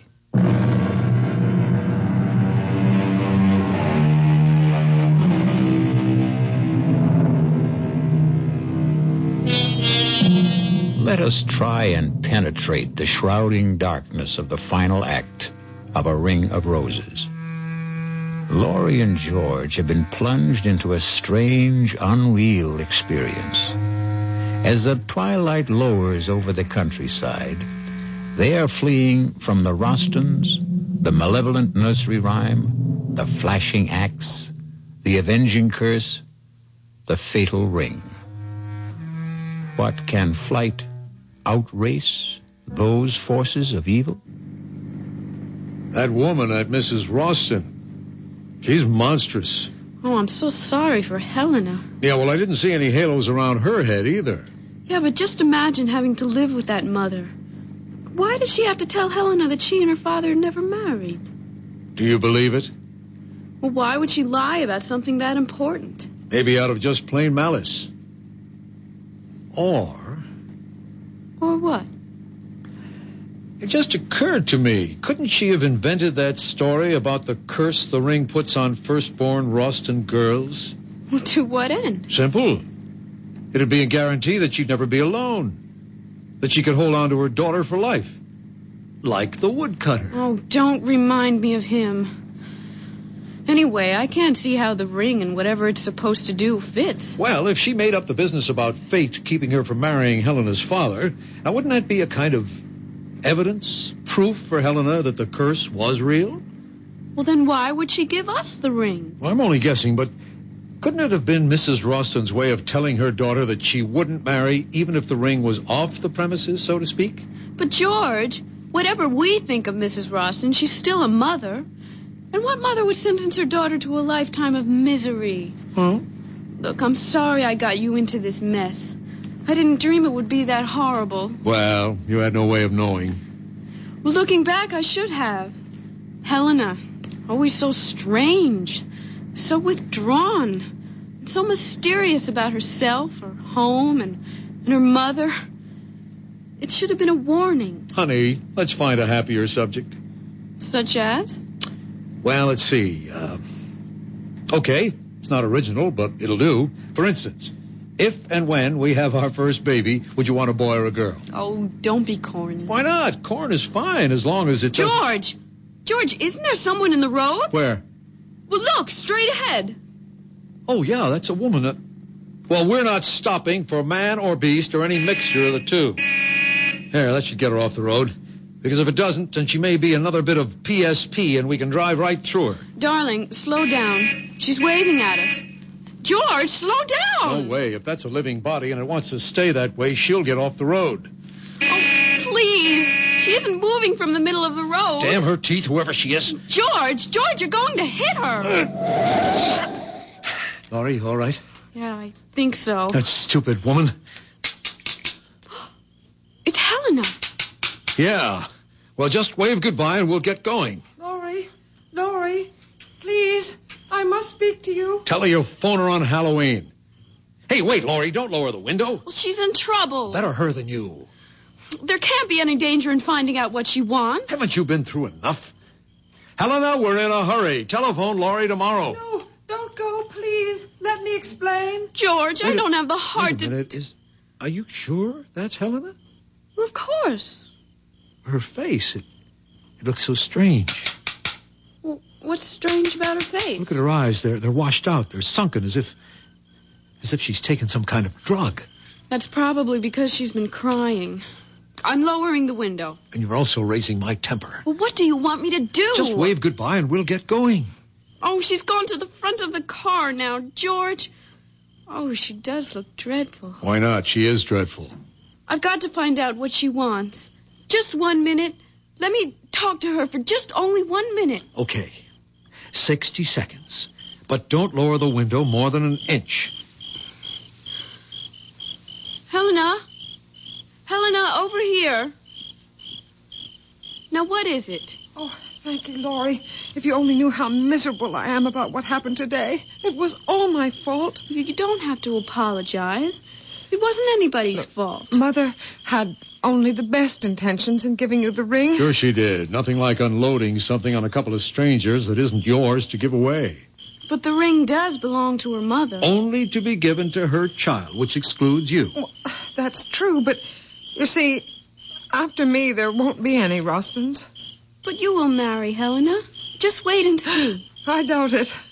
And even if I did, my children won't be Rostons. Helena, this has been the weirdest day in my life. Frankly, the sooner we get away from here, the better off we'll feel. Just one more thing. Prove to me that you are still my friend, and please, take the ring. No, Helena. Thank you, but I couldn't. Absolutely not. Helena, why don't you just throw that ring away somewhere? I can't. I'm not allowed to. It has to be given to a Roston or to the person closest and dearest to me. But how could you expect me to take it? Every time I'd look at it, I would remember that terrible scene in the woods. I swear, the ring has nothing to do with what happened out there. It never has before. This is the first time. And it'll be the last for us. Okay, Helena, stand away from the car. I'm backing out. Laurie, if you don't take the ring, I'll die. I know I'll die. You won't die, Helena. Why should you? Because it will mean that I've lost my only friend and that I'll have no one to turn to, and I'll be stuck here in this prison with my mother. And she'll never let me go. Never. So long, Helena. If I return to the house with the ring, my mother will do something terrible. If you don't take the ring, I'll throw myself in front of the car. I don't care anymore. I don't care. Helena, give me the ring. Oh, you mean you will take it? Oh, Laurie, you've made me so happy. I'm indebted to you forever. Forever.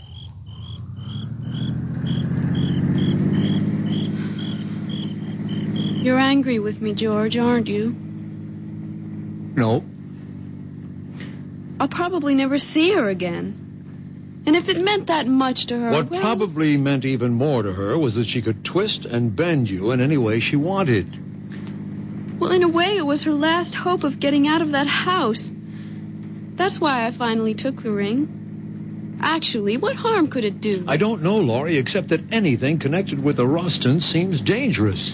That's because the Rostons are difficult to understand or explain. Well, that may be. But while we might never get to the bottom of that axe job in the woods, there must be a key somewhere to the Rostons. After all, they're not ghosts or optical illusions. They're people, living, breathing humans. Still, for all we know about them, they're just as haunted as that phantom woodcutter and his crazy daughter. Let's stop talking about them. I will. If you do me an important favor. If I can. You can.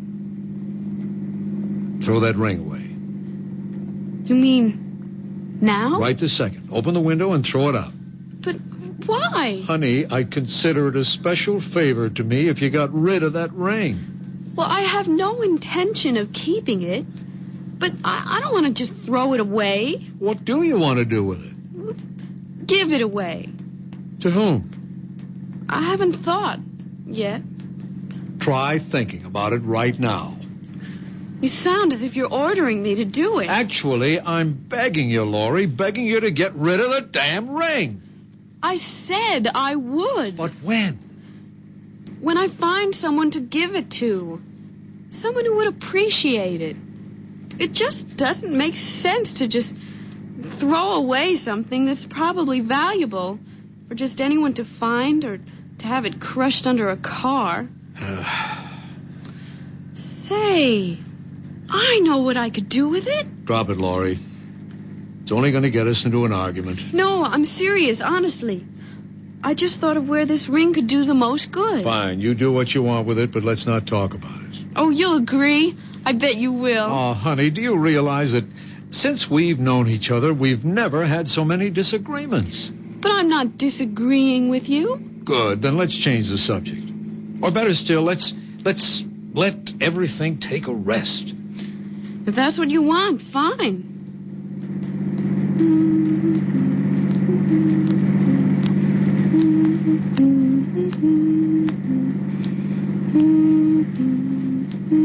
Laurie, what are you doing? Nothing. Laurie, what are you doing with that ring? Nothing, I said. Besides, you don't want to talk about it. Why are you wearing it? I was playing with it. I just wanted to see if it fit. Will you please take it off? What are you getting so excited about? That ring, if you can't throw it away, at least put it away. You're getting awfully bossy, George. You're doing it only to get a rise out of me. You can forget about it. Because I'm going to give it to that thrift shop around the corner from where I live. Great idea. Now, please take it off. All right. Anything for some peace. Hey, that's funny. What is? The ring's stuck. I'll get it off. You shouldn't have put it on if it was too small. But it wasn't. In fact, it felt too big. Isn't that strange? I can't even twist it. Get the flashlight out of the glove compartment. Now turn it on and hold your finger under the light. There, can you see it? Your finger doesn't look swollen. No, it isn't swollen. But the ring won't budge. George, do you hear something? Hear what? That voice. The singing. Don't you hear it? No, I don't. Wait. Yes, I do. It's that song. Where's it coming from? I don't know. It seems to be surrounding us. I'll turn the bright lights on. You keep trying to get that ring off. I am trying, but it's as if it's cemented to my finger. And that singing. It's the same as the girls in the forest. Get rid of the flash and give me your hand. What for? Maybe I can get it off. Well, you can't. You're driving. There's no traffic, Laurie. I can manage the wheel with one hand. Why don't we wait till we get to a gas station? Then I can get it off with a little soap. Come on, give me your hand. All right. No, wait. I can't. Why not? Oh, I just can't, George. Laurie, you were about to drive me out of my head. Why can't you give me your hand? Because I remembered something. What, for heaven's sake? What, Laurie? Well, what Helena said back there. When she wanted me to take the ring. She said a lot of hysterical things. That if she couldn't give the ring to a Roston, it would have to be to a person nearest and dearest to her. Oh, Helena's all whacked up. Now give me your hand, Laurie. But what if it's true? Oh, that voice, that terrible voice. Why doesn't it stop? Laurie, please give me your hand. No. Because if you can get it off, then you'll be stuck with it. Who cares? I don't want anything to happen to you. Not for anything. George, look straight ahead. Oh, it's them, the two of them, the old man and the girl. He's got an axe. I'm stopping the car. No, don't. Go around them.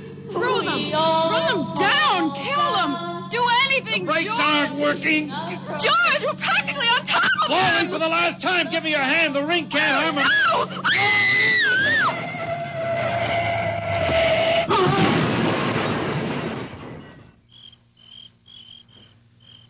Laurie, are you all right? It was a tree we hit. Only a tree, Laurie. You hear me? It was only a tree. Laurie, the ring. The ring. What did you do? It's not on your finger. Your finger. Good Lord. She's dead.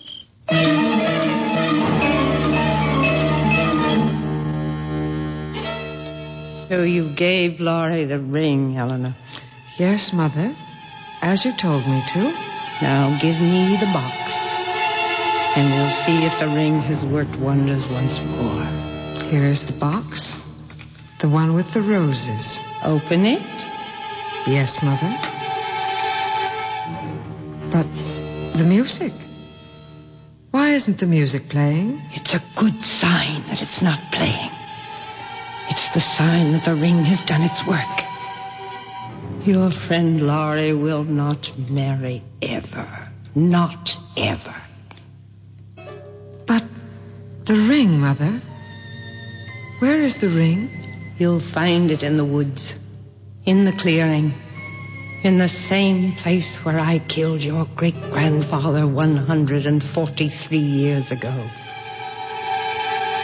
Go and bring back the ring that will keep us alive forever. Forever.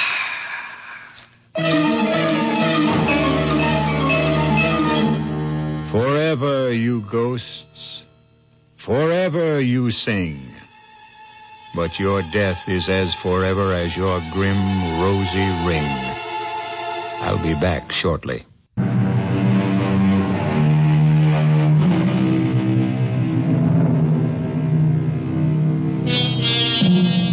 Let us end our tale of a ring of roses.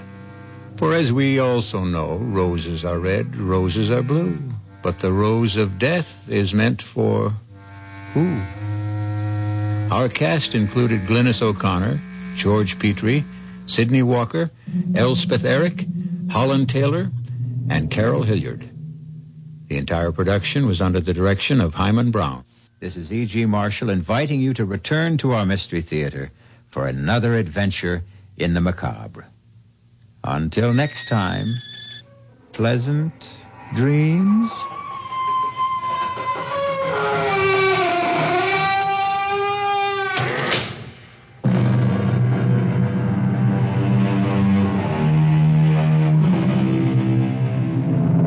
Car care expert Linda Clark joins us next hour and on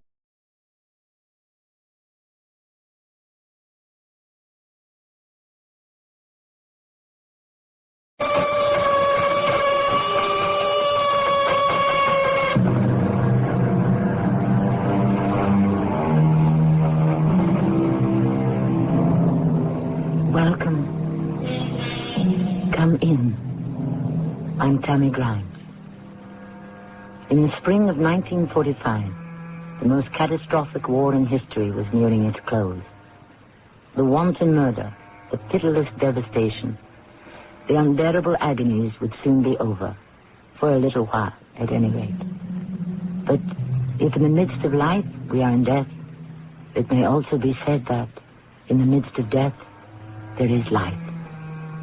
And life had a tenacious habit of going on. Even while surrounded by terror and destruction, men and women will continue to cling together and take the eternal vows. Throughout the world, on the 29th day of April 1945, there must have been thousands of weddings. And this is the story of one of them. You're in love with him? Yes. He's 40, and you're 17. I always liked mature men. But he's a monster. All the facts are against you. What are facts? They can be figments of anyone's fevered imagination. But truth, dear sister, truth can only be felt in the blood. You're crazy. As crazy as he is. Oh, why do people tell all those terrible lies about him? He's so sweet, so kind, so tender with me. Oh, Ilsa, I love him so much. I would die for him.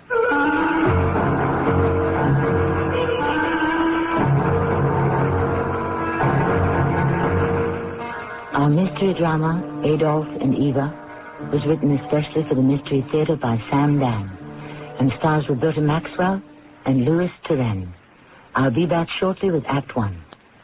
Weekdays on CBS television. Wake up to comedy with One Day at a Time. You really think you're hot stuff, don't you, Simon? Ladies in this building, don't call me super for nothing. Then, keep laughing as Mel lays down the law on Alice. There is only one rule in the restaurant business, Vera. Get them to swallow it. To The Price is Right with the priceless Bob Barker. That's One Day at a Time. Alice and The Price is Right. Weekdays on CBS television. Check your local listings for the time. Those early morning sounds are breaking through. Eggs are cooking with golden hash browns. We're working along, cooking breakfast for you. You deserve a great day at McDonald's. Right now, at your Greater Detroit Chrysler Plymouth dealers, it's Chrysler Plymouth Value Showdown Days. Right here in our showrooms, you can compare our cars with the competition, feature by feature. Compare styling, comfort, quality, size, and room. Yes, your Greater Detroit Chrysler Plymouth dealers want you to compare. So from now till August 13th, you can make your own comparisons conveniently at your Greater Detroit Chrysler Plymouth dealers. He'll have at least 2 competitive cars and 2 of his own for you to judge. You might compare a front-wheel drive Plymouth Horizon to a Ford Escort, an elegant Chrysler LeBaron to an old Sierra, a luxurious New Yorker to a Cadillac DeVille. And wait till you compare Ford or GM's protection plans with Chrysler's 3-way 5-year 50,000-mile plan. Your Greater Detroit Chrysler Plymouth dealer has all the details. So come in today during Value Showdown Days for eye-opening product comparisons and good deals at your Greater Detroit Chrysler Plymouth dealers' Value Showdown Days.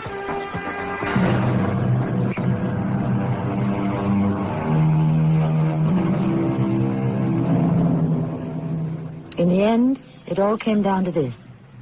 A bedroom in an underground bunker.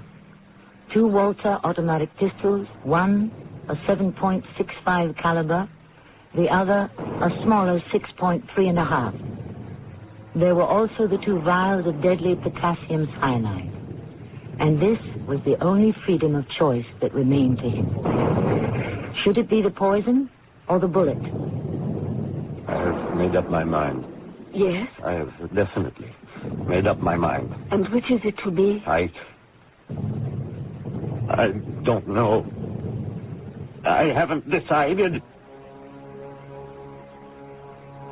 No, he hasn't decided. And that's why I'm here. To help him purge himself of all the pathetic illusions and all the false hopes. And to accept the only reality that now exists for him. And for me. My name is Eva Braun. I have come here to this underground sanctuary beneath the Reichschancellery in besieged Berlin. I came because he sent for me.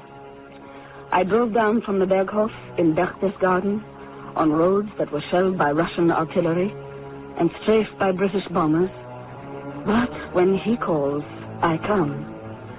And when I arrived a few days ago, I was greeted by his very close friend and deputy, Martin Bormann. Good morning, Fräulein Braun. Good morning. Where is the Fuhrer? Resting.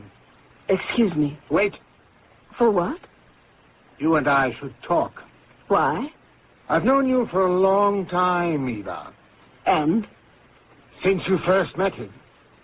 16 years. Back to 1929. I've watched you develop from an empty-headed schoolgirl into a woman of stature. Get to the point. The war is lost. If he heard you say that, you'd be shot. Eva, you must convince him to commit suicide. The Fuhrer and I have already talked about suicide. He will perform that act at the proper time. The proper time has arrived. He's afraid. That's a lie. What is he waiting for? Do you know what the Russians will do to him? Lock him in a cage and display him in the Moscow Zoo. And the Americans, they'll put him on trial, find him guilty, and hang him. Martin, we still have soldiers in the field. the best scientists in the world. Perhaps they... That's what he keeps saying. There just isn't any point to it. And perhaps we can escape alive and live and... Where? Where in this world? Besides, he has to die. Why? For the cause. He's done enough for the cause. To millions all over the world, he's a god who walked the earth. What happens to gods who walk the earth? They must endure martyrdom. You must convince him. What can I say to him? He already knows all this. You are the only one he trusts. Give him the courage, Eva. There's almost no time left.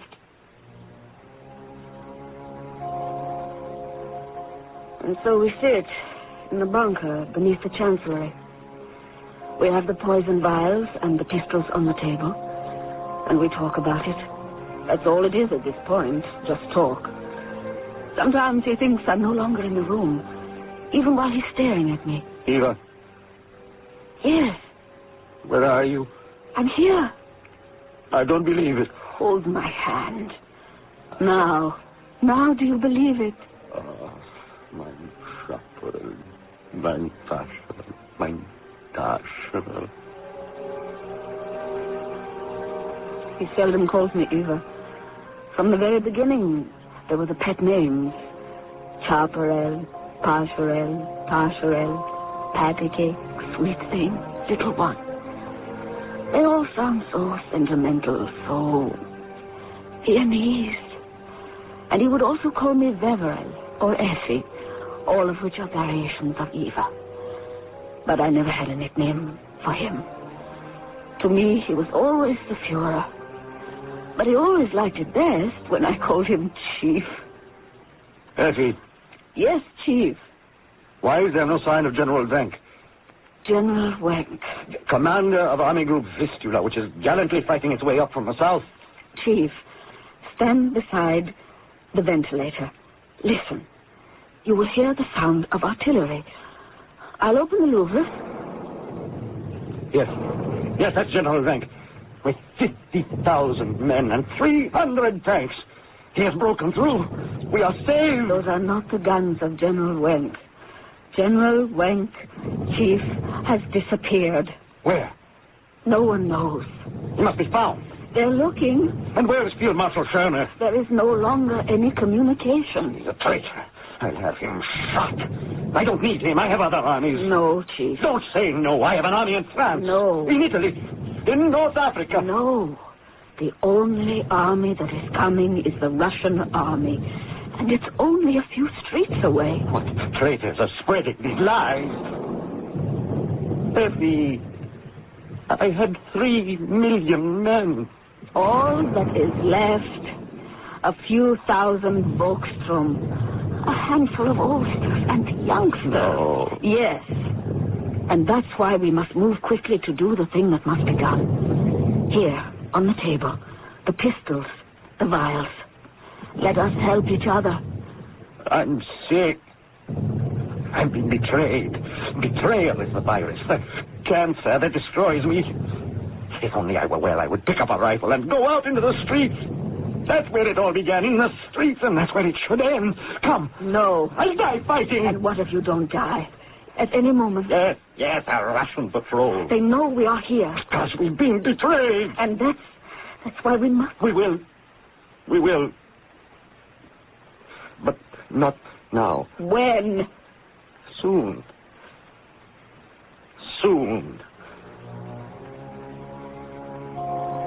He keeps putting it off. But for how much longer? Perhaps he is afraid to die. But he is even more afraid to live. I see now that he wants me to do it for him. That's why I was sent for. And why I'm here. None of the others. Not Bormann, not Goebbels, none of the SS. None of them wants to be the one to do it. All of them are afraid of him.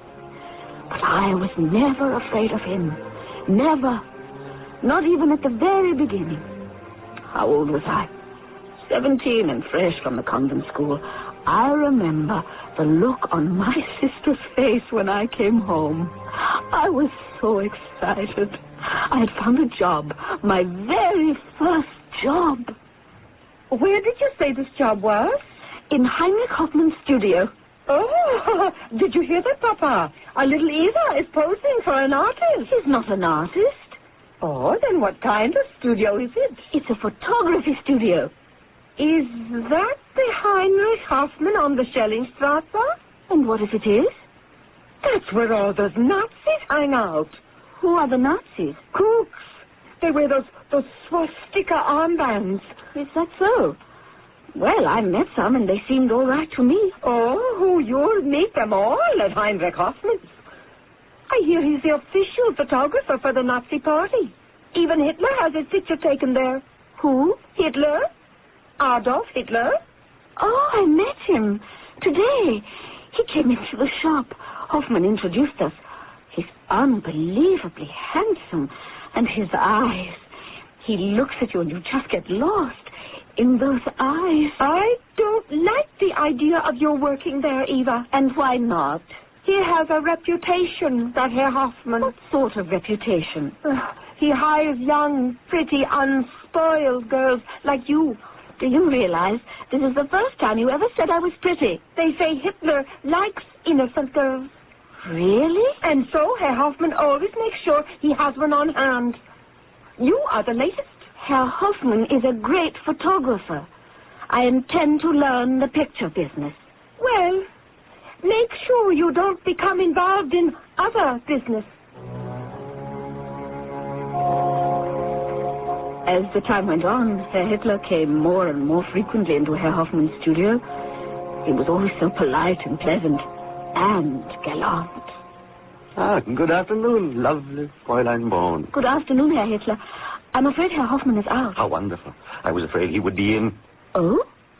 I haven't come here to see Herr Hoffman. No? I have come to see you.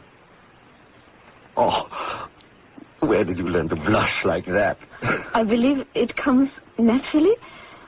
What may I do for you, Herr Hitler? Rescue me, please. From what? Starvation. You're hungry. Famished. But I have a rule. I must never eat alone. Do me the great honor and dine with me. You are asking me to have dinner with you? What would you like to eat? Oh, sauerbraten. I happen to be a vegetarian myself, but I know a splendid place where... Did I say sauerbraten? What could have gotten into me? I used to like sauerbraten, but I've recently decided to change my entire... Trust me to attend to the menu. And do you like the cinema? I adore the cinema. Shall we go to one afterwards? Oh, of course. What sort of films do you prefer? Just about any. American films? I adore American films. Excuse me. Maurice, Junge, Linger, come here. Fräulein Braun, may I present my friend and chauffeur, Herr Maurice, and Herr Linger, and Herr Junge, my, what shall we say, our chaperones? How do you do, gentlemen? Maurice, Fräulein Braun would like to see an American film. Do you know where one is showing? Yes, Monsieur. And what is it called? I believe the Jazz Singer. Does that meet with your approval, gnädiges Fräulein? Yes, fine. Then, let us go forward.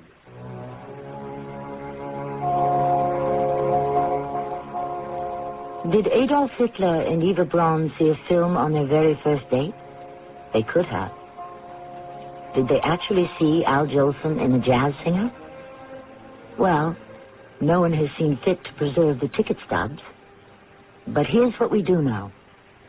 There is a photograph of Eva Braun in blackface. She is dressed in a tuxedo, and she is doing an Al Jolson imitation. We do know that she performed it several times at dinners and parties for Hitler's benefit, and he loved it. So why not? It is with threads like these that historians weave the tapestry of history. We shall return to the loom shortly. This cute new hygienist who cleaned my teeth told me in no uncertain terms how badly stained my teeth were from tobacco. Well, I was thinking about asking her out, but after that I was just too embarrassed. Topol Smoker's Tooth Polish, a special combination of polishing agents and a rich foaming cleaner formulated to help remove ugly yellow tobacco stains. Topol is gentle enough to be used instead of regular toothpaste. Since I've been using Topol, the tobacco stains just don't build up. Topol, fluoride in the red package, mint flavor in the blue. Do you know what melasma is? It's a darkening of the skin in spots, which women may get during childbearing years. I got one on my face while I was pregnant, and it hasn't disappeared, though my daughter's a year old. Try Porcelana Fade Cream. Isn't that for age spots? And freckled spots and brown spots like yours.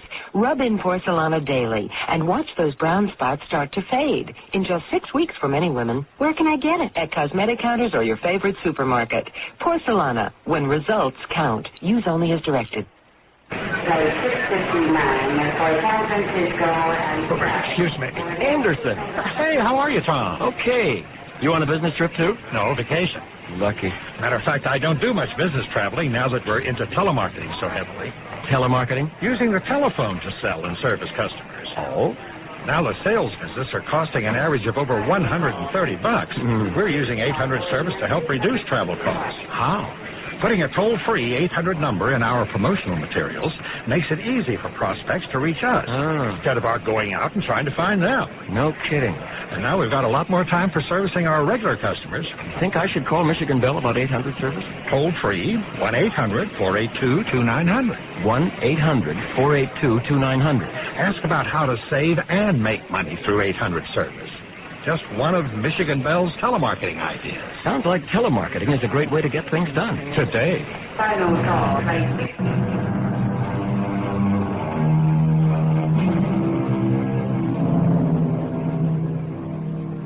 Fritz Braun was a school teacher in the city of Munich. Thanks to an inheritance, he was quite well off. But the true treasure possessed by Herr Braun and his wife consisted of their daughters, 3 attractive, intelligent, and lively young ladies. In the year 1932, Gretel, the youngest, was still at school. Ilse, the eldest, worked in the office of a brilliant doctor. And, of course, she was madly in love with him. And middle daughter, Eva, had already captured the heart of Germany's man of destiny, Adolf Hitler. But long before that, he had captured mine. He had such, I can only call it a Viennese way with women. And millions of women were madly in love with him. But he had chosen me, Eva Braun, me. At first, he was busy with his politics, and I would only see him now and then. Consequently, I spent many evenings at home. I would read, listen to the radio, and argue with my sister Ilse. But, Eva, that man is an absolute scoundrel. How can any decent, rational person defend that? Of course, you're speaking from the viewpoint of Dr. Martin Marx. Dr. Marx is a saint. A Jewish saint? All of the original saints were Jewish. I refuse to argue. How can you argue? You have no facts. It doesn't bother you that your beloved is the leader, the Führer of all the scum of the gutter? Ilse, I cannot understand why people tell all these lies about him. He's the sweetest, the kindest. Oh, he's so tender with me. Don't you read what he writes? He declares he will eliminate people. No, dear.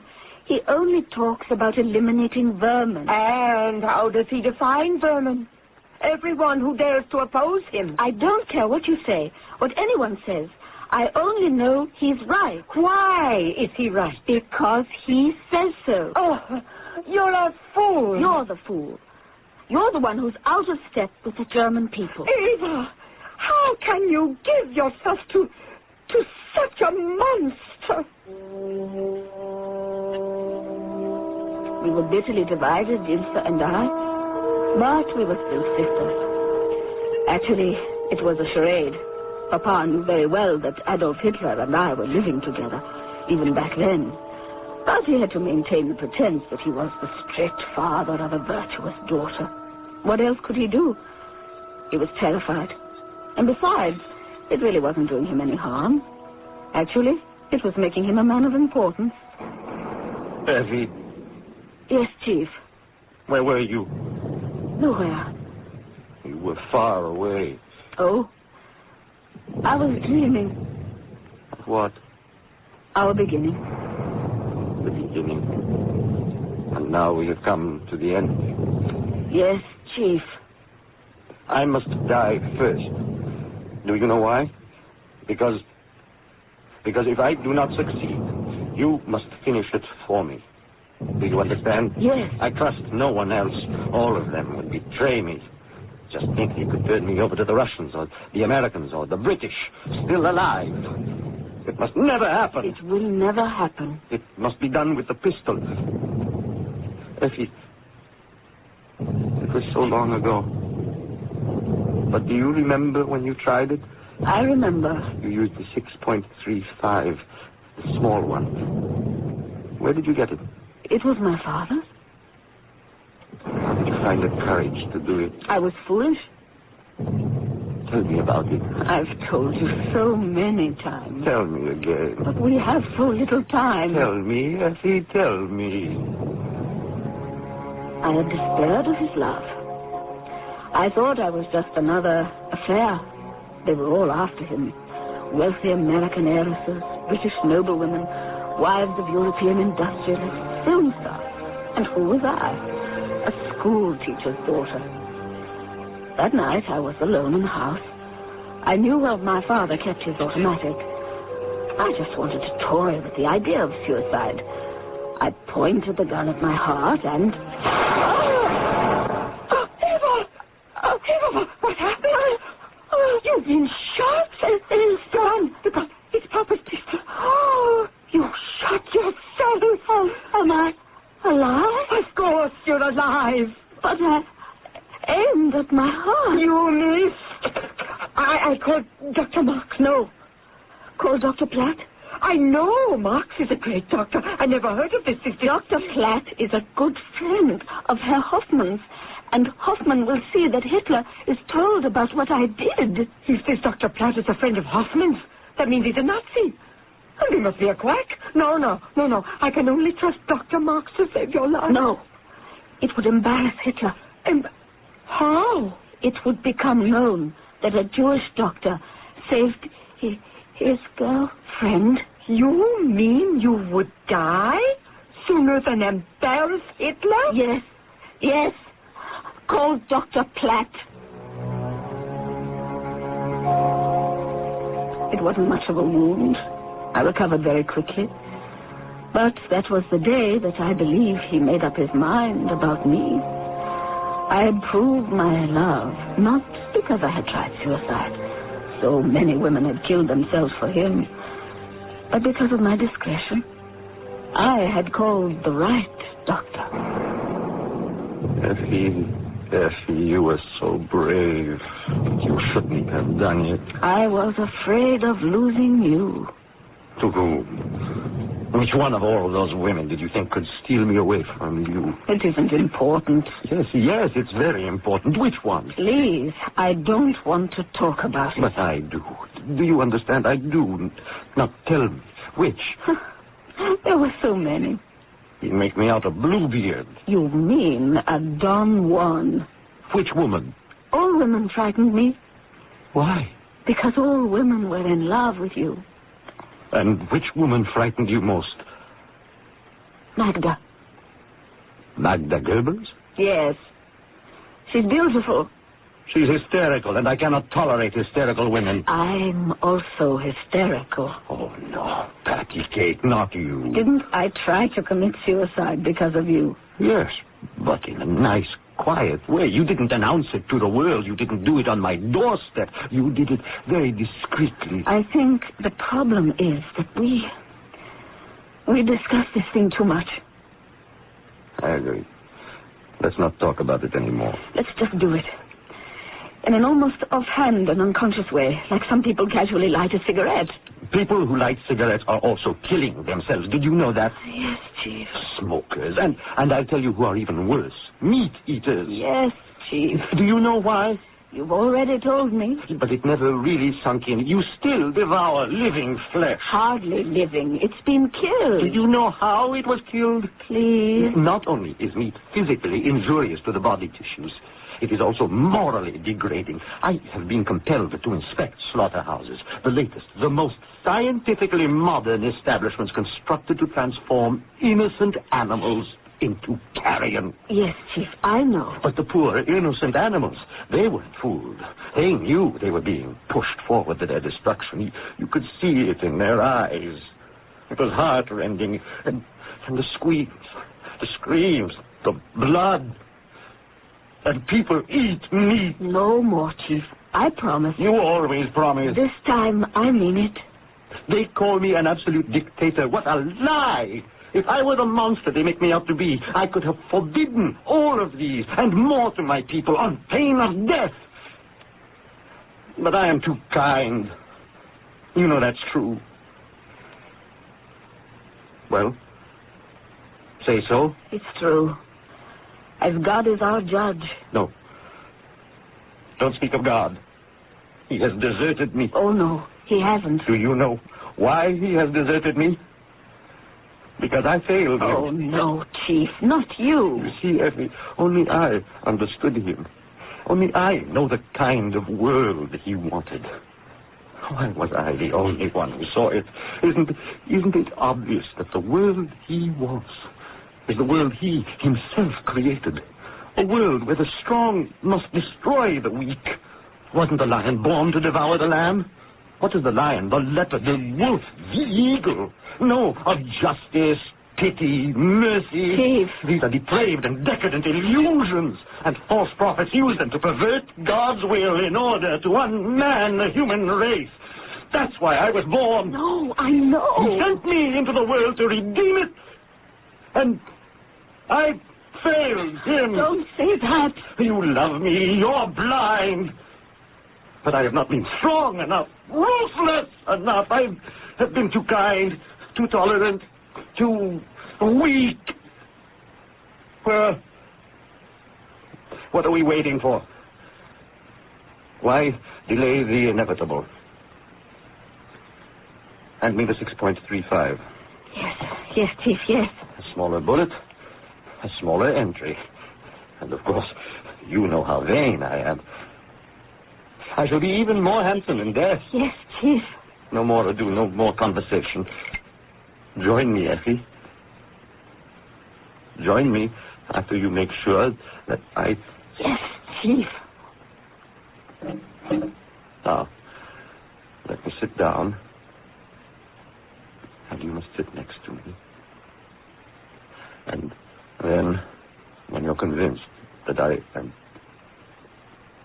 Then you must... Yes, Chief. You must not be taken alive, either. You know that. Goodbye. Goodbye, little patty cake. Goodbye, Chief. Wait. Why do we say goodbye?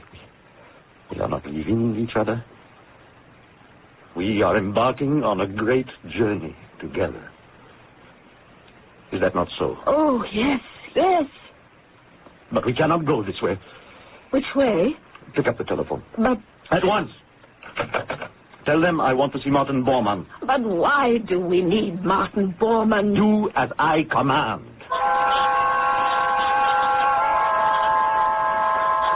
And once again, the thing is being put off.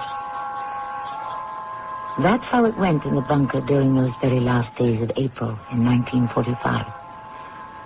We have a man whose own hand moves so freely when it came to taking millions of lives. Yet suddenly it becomes paralyzed when it comes to taking his own. But things were ever thus, and the last act of his life and our story are rapidly approaching. What do doctors recommend to avoid constipation? These days, doctors stress the importance of fiber in the diet. Food fiber that helps the system regulate itself naturally. Metamucil is the laxative made from natural fiber, no chemical stimulants. So for occasional constipation, doctors recommend Metamucil more often than any other laxative. Try Metamucil powder or pre-measured packets of Metamucil instant mix, regular or orange flavor. Read label and follow directions. Hotel coupon and discount offers are confusing and limited. That's why the world's largest lodging chain invites you to call Best Western before you call anyone else. Chances are you'll find the Best Western just where you need it most at a price you'll want to pay. No strings attached. Call 1-800-528-1234. Best Western. 1-800-528-1234. Best Western. This is Gene King for your Better Business Bureau. If your idea of summer fun is camping out, whether you sleep in the luxury of a recreational vehicle or rough it on the ground with only the stars above you, there's one piece of gear that's a must, and that's a good sleeping bag. A well-made, lightweight summer bag is a good first choice for novices and for those who aren't planning to do too much cool weather camping. But if you're heading for the mountains or planning to take a trip in the spring or fall, a three-season bag will be a better choice. Now, these bags are warmer and more expensive, but they'll keep you comfortable at near freezing temperatures. But when you go out to shop, compare bags carefully. Make sure to check the quality of the zipper to find out if the bag is easy to roll up and store, if it's the right size for comfort, and if it's constructed so that the filler won't come out. A tip from your Better Business Bureau.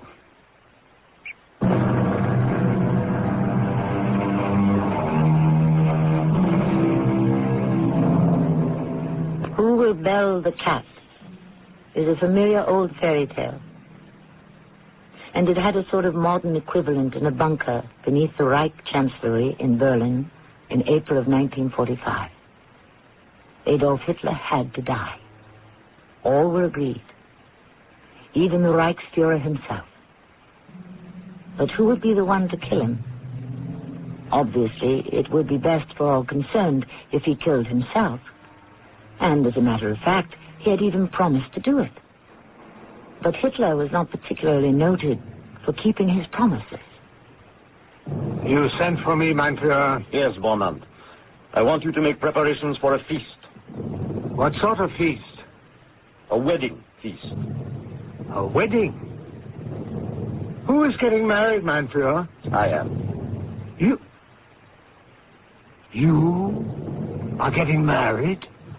Forgive me, gnädiges Fräulein Braun. I've just remembered. I haven't asked you yet. You are going to marry Eva Braun? If she'll have me. Effie? You're asking me to marry you?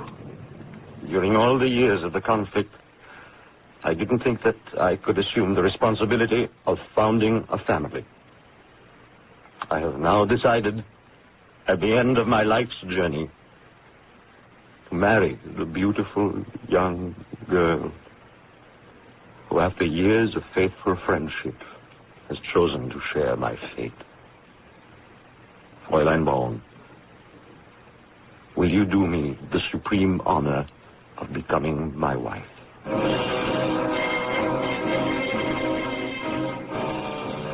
Now I could die happy, fulfilled, and victorious. For 16 years I had waited, and I wasn't even sure for what. I was, after all, a kept woman, a mistress. I had no position, no status. I was humiliated, snubbed, and mocked, even by my own sister. Ilse never stopped her steady drumfire of criticism. In the first place, Eva, he's an old man. He's in the prime of life. For you, he's an old man. There's 23 years difference between you. Please, let me alone. One day he'll get tired of you. He'll cast you aside. And who will want you? What will become of you? I don't care. I love him. Do you love him enough to go to hell for him? Because you will, you know. You are living in sin. And now I am vindicated. I am going to become Frau Hitler. And so we ordered food and champagne. We would have a party. Besides Bormann, there was Joseph Goebbels, General Krebs, General Bergdorf, axeman of the Hitler Youth, and the SS Guards, and the women. Constanza Manziarli, the cook, Gerda Christian, one of the secretaries, and, of course, Magda Goebbels. The women were very subdued.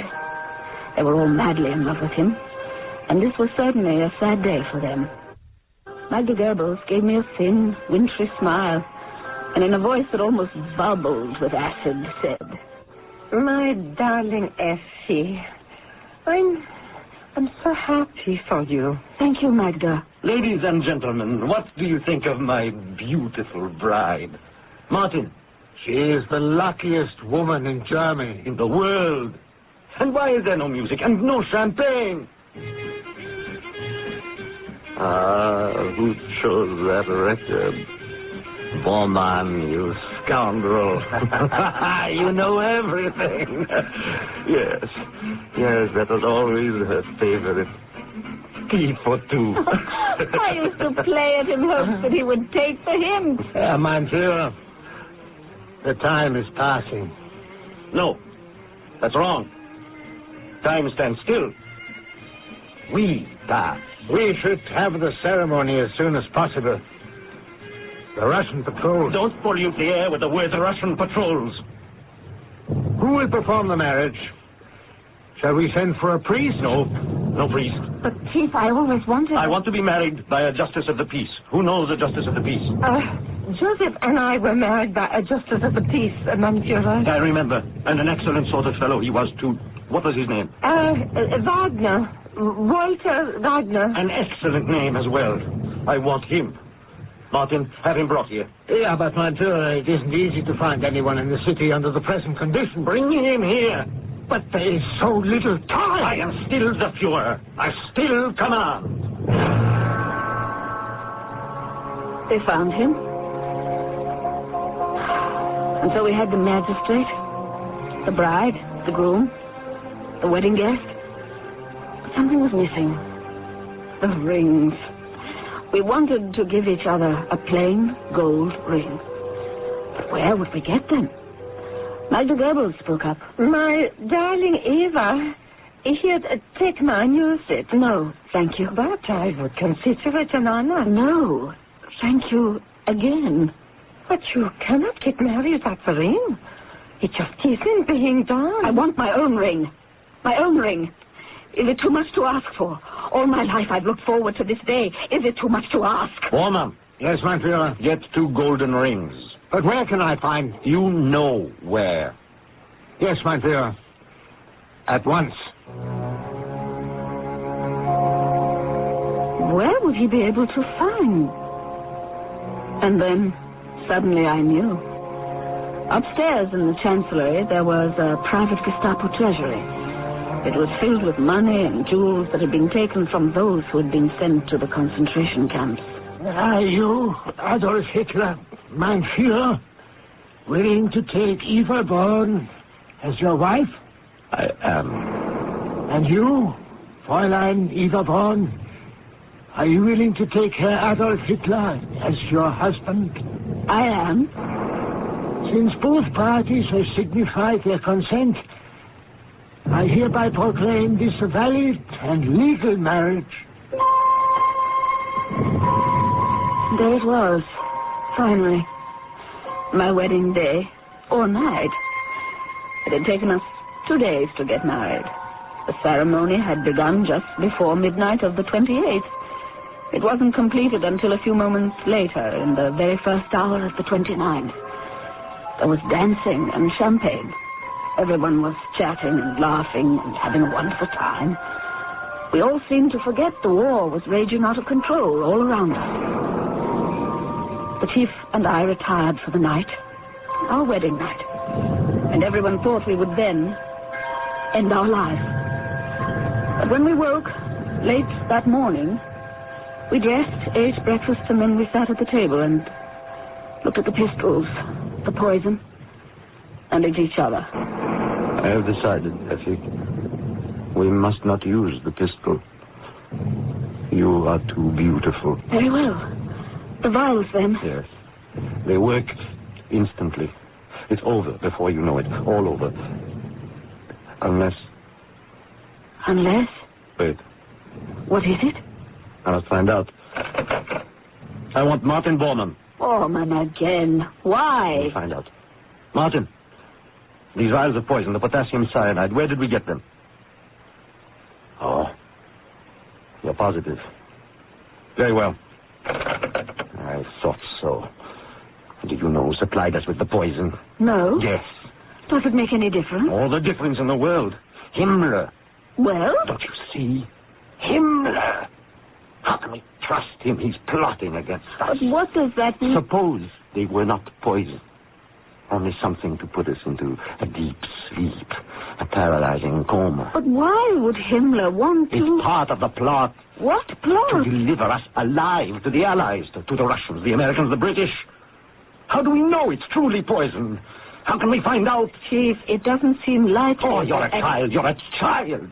You know nothing of the world. How base, treacherous people can be. But what are we going to do? There's a way to find out if it's really and truly deadly cyanide potassium poison. Yes? Blondie. Blondie? My faithful Blondie. She just had puppies. I know. Poor little things. But it will be for the best. This will not be a kind world when we are gone either. How can you kill this wonderful animal? Don't you think it tears at my heart?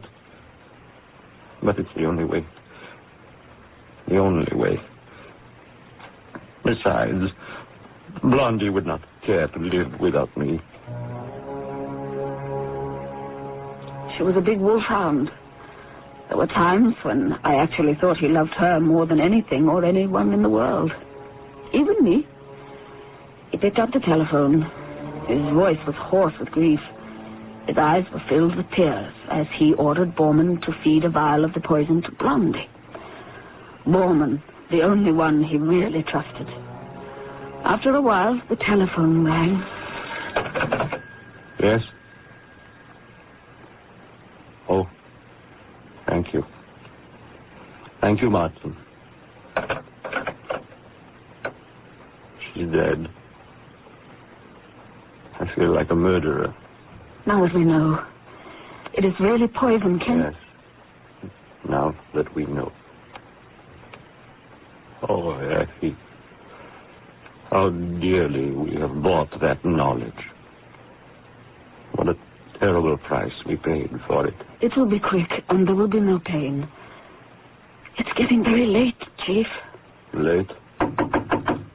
Yes? Mein Führer. Speak to me, Martin. Frau Hitler. What is it? News has come over the radio. Mussolini. He's dead. Oh, what happened? He was murdered.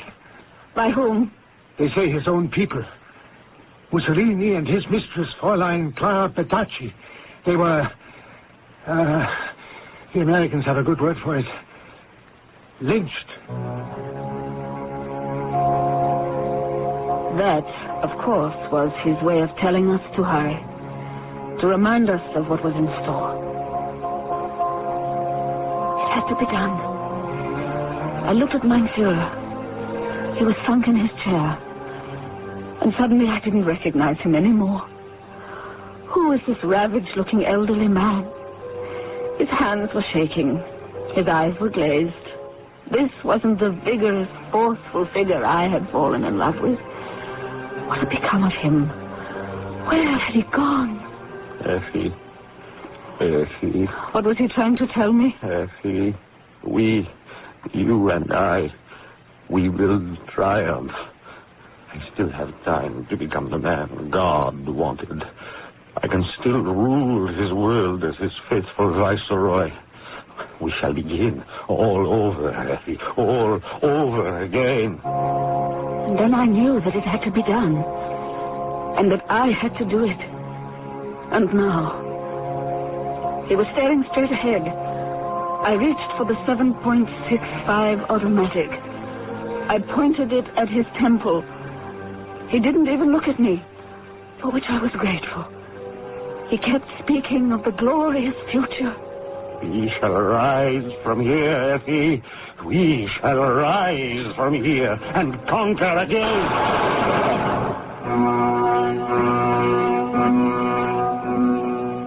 He fell back on the couch. I dropped the pistol. I opened one of the vials. I swallowed the poison. I noticed his mother's picture on the table. I picked it up and placed it on his chest. And then I sat down next to him with my head on his shoulder. For 33 years, I was Eva Braun. For almost 2 days, I was Eva Hitler. I was a maid. I was a wife.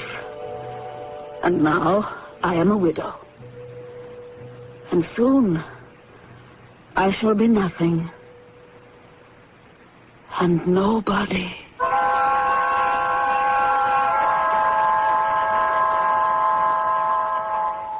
In a little while, Martin Bormann and his SS guards came into the bedroom. They carried the bodies up to the garden of the Chancery. The Russian guns were booming quite nearby. Shells were beginning to fall in closely. They dug a grave, placed the bodies inside, doused them with kerosene, and set them afire. After a while, the remains were covered over with earth. And that was the end of Mr. and Mrs. Adolf Hitler. Or was it? I shall return shortly. If you'd like to take advantage of the current high interest rates in today's money market, but want your money available when you need it, take a moment now to call this toll-free number, 800-228-5000. Ask the operator to send you information on Dreyfus Liquid Assets. Find out just how much income growth you can get from one of the world's largest money market mutual funds. With Dreyfus Liquid Assets, you have the advantage of making withdrawals by phone or paying larger bills with free redemption checks and continue earning high yields, compounded daily till your check clears. You can put money in or take it out anytime with never a sales charge or a penalty. But call now, 800-228-5000 for free information and a prospectus, including management fee, charges, and expenses. 800-228-5000. Study the prospectus carefully before you invest and learn how Dreyfus Liquid Assets can help you get the lion's share from today's high interest rates. 800-228-5000. Toll free, 800-228-5000.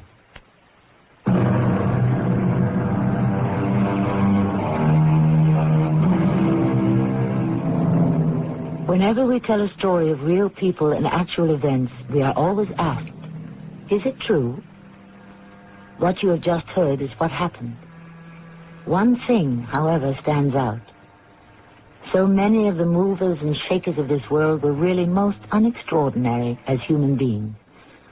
They were quite shallow, vulgar, cruel, and narrow, and not even sane. It seems that so often throughout history, most of us have been ruled by the worst of us. Why?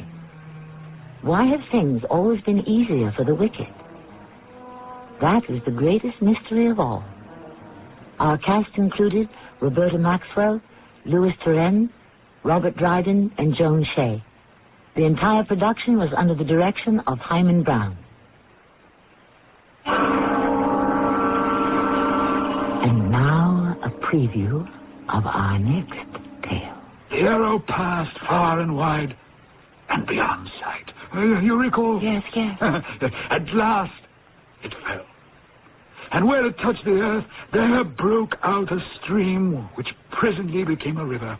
And our great Lord said, whoso bathes in it washes away all taint and speckle of sin, and is freed forever from the wheel of endless life. Oh, I've never heard the tale told more beautifully. But where is that river? Where did that arrow fall? If we only knew. But I must know. I must find it and bathe in it before it is too late. Before I die. Are you saying you intend to search for the river? Oh, yes, with all my heart. This is Tommy Grimes, inviting you to... Sturgeon Oil Imports. Bethlehem Steel.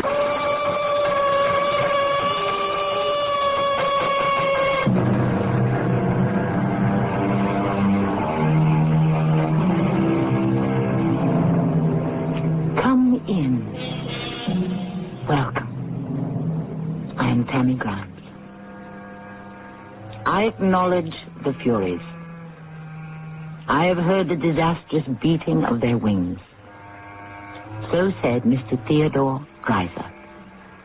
Yes, the Furies, those three terrible sisters of ancient Greek mythology, who in the implacable pursuit of their duty maintained a sense of justice in the world. For while a transgressor might avoid punishment of society, he could not escape the retribution of the gods. Where is the professor? He should be back in time for lunch. But you said that yesterday. I know. And the day before. And every day, for a week. I told you, he went to visit this shrine. But why isn't he back? He knew I was coming. Well, you'll have to ask him. How can I ask him? He isn't here. Did you kill him? Kill him? Where did you hide the body? Oh, please, you must believe me. Why don't we see if the police will believe you?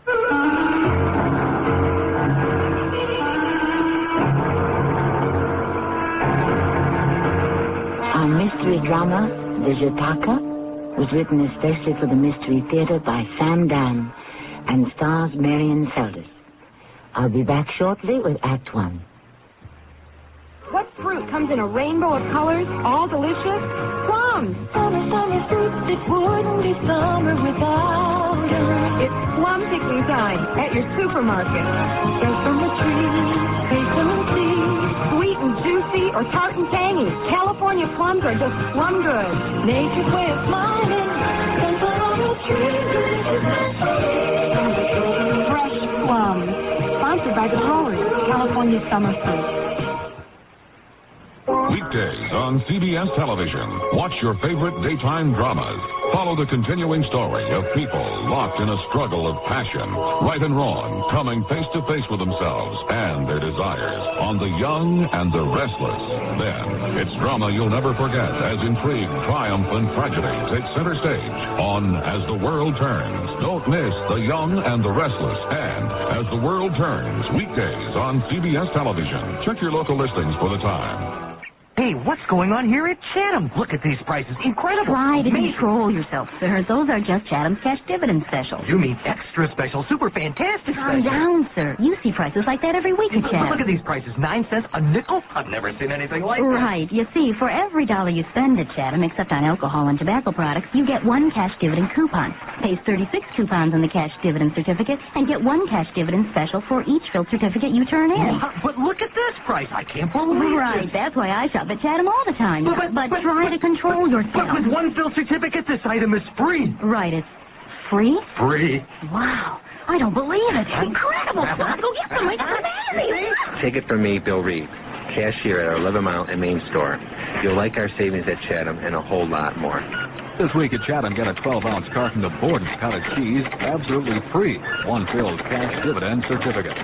Chatham supermarkets. They're not the biggest, so they're doing their best to be the very best.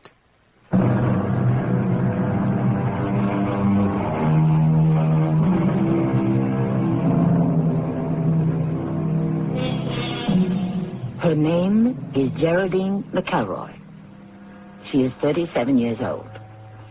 And while it is not exactly accurate to say that she's never been kissed, it may be stated that it's been a long time between osculations. No, not because Miss McElroy is unattractive. Actually, she isn't at all bad looking, if you fancy the prim, bookish, serious type.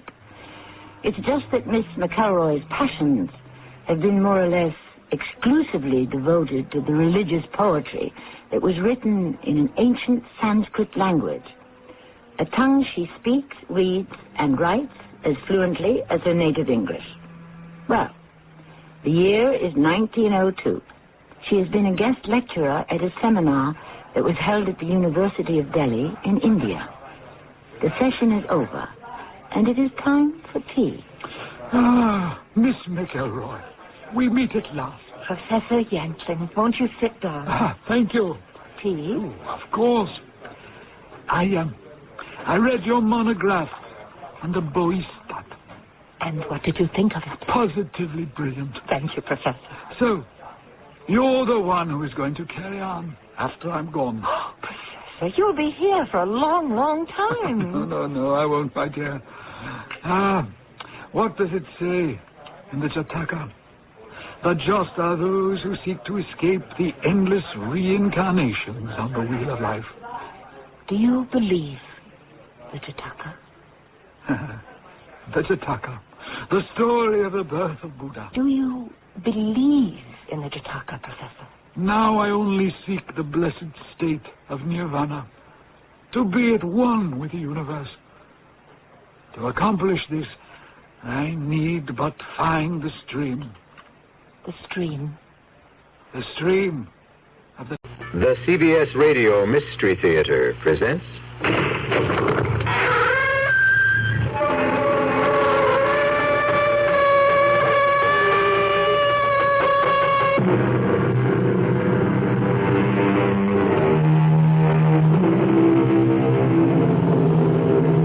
Come in. Welcome. I'm E.G. Marshall. Welcome to our world of mystery and the macabre, of unbearable suspense. Sit back and lend us your imagination for a while. We'll do some remarkable things with it. Imagine, for instance, an elderly woman, Belle Richwood, alone and forgotten, except for her nephew Charles, her only living relative, and the only human being she ever sees. Until one lonely night. You're back. I can't believe it. Look, I've had just about enough of this. You people simply have to stop coming into my apartment. This just isn't right. I'm entitled to my privacy. Will you answer me when I speak to you? Now, get out of here and leave me alone. We won't have it. I'm going to tell Charles. He has to do something about this. Oh. Hello? Oh, Charles. Hello, Aunt Belle. Look, will you get over here and get these people out? Who, Aunt Belle? That man who was here last week. And this time he has a friend. A lady friend, no less. I'm frightened, Charles. You mean that guy is back? He certainly is. With this strange woman. Oh, hurry, Charles, please.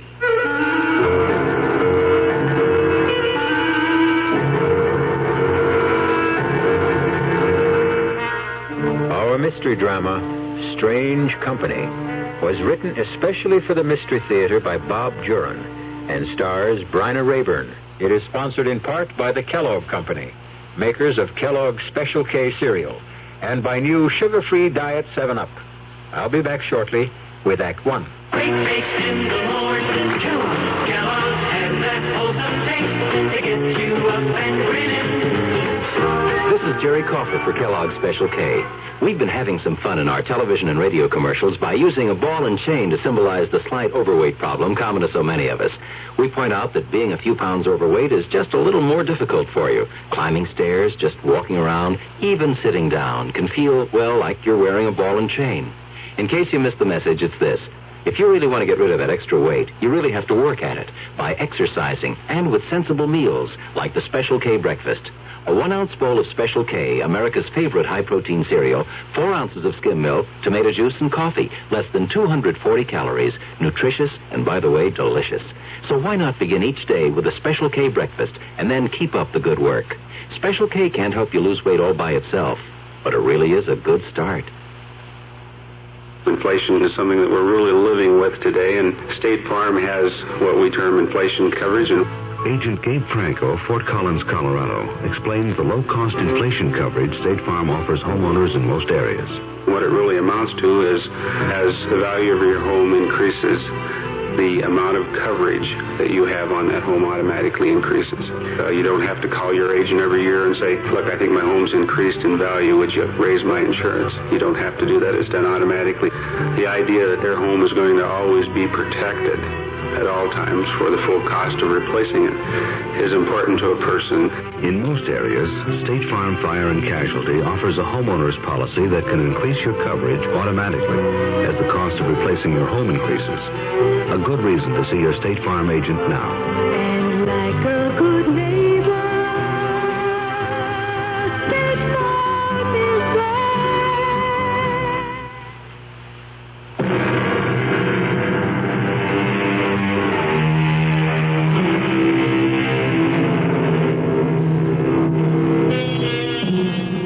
As we grow older, very often our fears darken, our anxieties deepen, and our thoughts indulge in some strange tricks.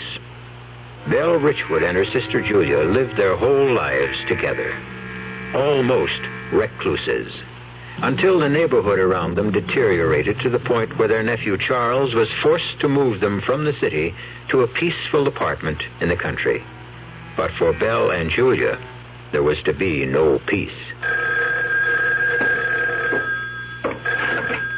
Hello? Oh, Charles, it's about time you answered. What's the matter now, Aunt Belle? Julia's fallen again. Can you get right over? All right, Aunt Belle. Cover her up. I'll be right there. Oh, for heaven's sake, hurry up. She's not moving this time. I think she's unconscious. Julia's fallen again. Third time this week. Charles, Julia simply has got to go to a nursing home. Whether Belle likes it or not, she can't take care of Julia anymore, and we can't go on like this. I know, Linda, I know. What are we going to use for money? All they've got is their Social Security. And I'm so deep in hock myself, I can't pay for a nursing home. Well, I'm sick of you running over there at all hours to pick Julia off the floor or get her out of a bathtub. She's too old to be getting into a tub anyway. I'm fed up, too. I don't see why you bothered with them after your mother died. I'm their only blood relative. I had to get involved. Well, go pick Julia off the floor. And hurry back. Dinner's almost ready.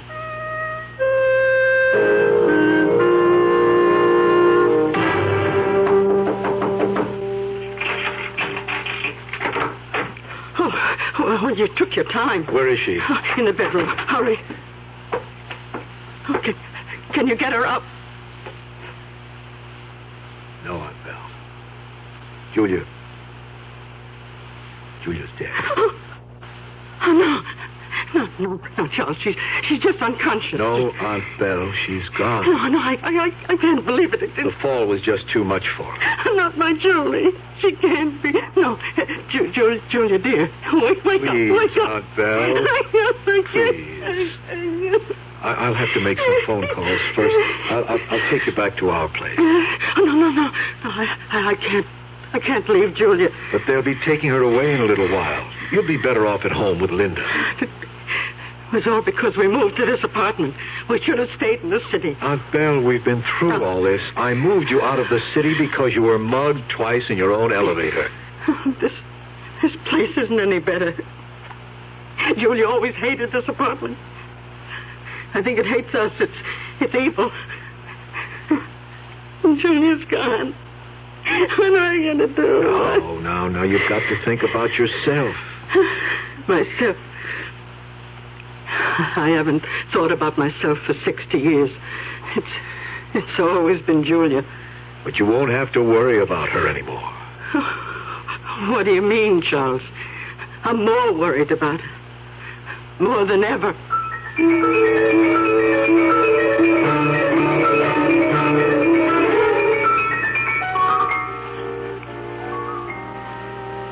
It's time to leave, Aunt Belle. Oh, couldn't I stay with her a little while longer? She looks just as though she's asleep. A few minutes more. We'll wait in the lobby.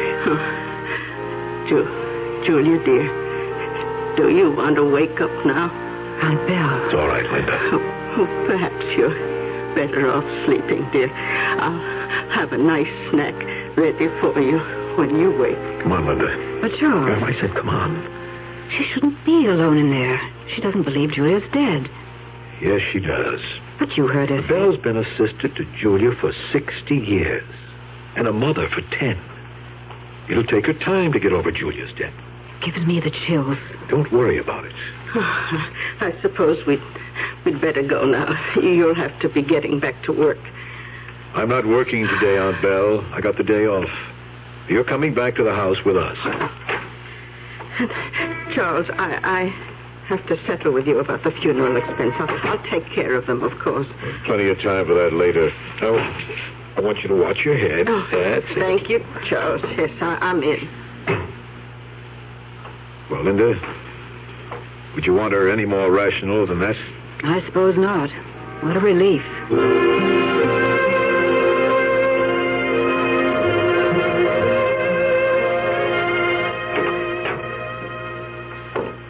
You didn't have to see me in, Charles. I'll be all right. Don't be silly, Aunt Belle.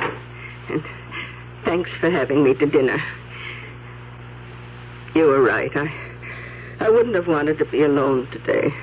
I hate leaving you now, but... Oh, I'll be all right. I have to get used to it.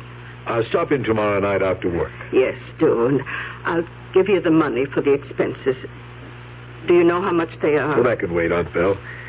In fact, I didn't think you'd be able to cover it. I was planning to take out a loan. Oh, nonsense. I have it, and I'll pay it. Well, it's $1,500. All right. I'll have it counted out for you tomorrow.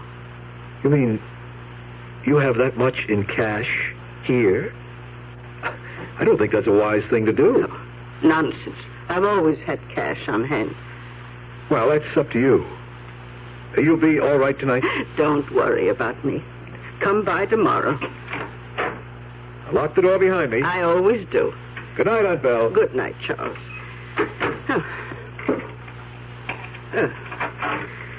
I wonder if there's any ginger ale in the refrigerator. Oh, that reminds me. I wanted to tell Charles. Charles! Oh, he's gone.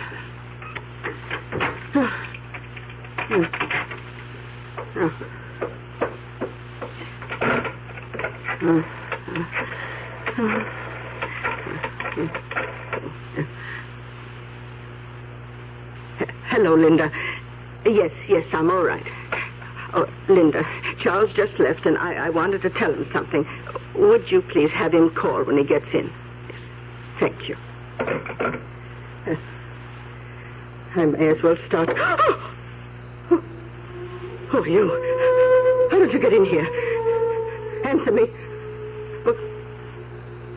What do you want? I order you to leave my apartment. Why don't you say something? Stop sitting there smiling. How dare you just come in and sit on my furniture? Tell me what you want. If you don't, I'll get you out of here. I'm calling my nephew. Oh, dear, I remember he isn't home. Please, what do you want? Why won't you answer me? I'll give you whatever you want if you please leave. Please. Oh, thank God, Charles. I just got in and Linda said you wanted to see Oh, me. Charles, there's a strange man in my apartment. What? He's sitting on the sofa. He won't say anything and he won't leave. Did he threaten you? No, he isn't doing anything, but he won't go. I'll be right there. Now, don't do anything to antagonize him.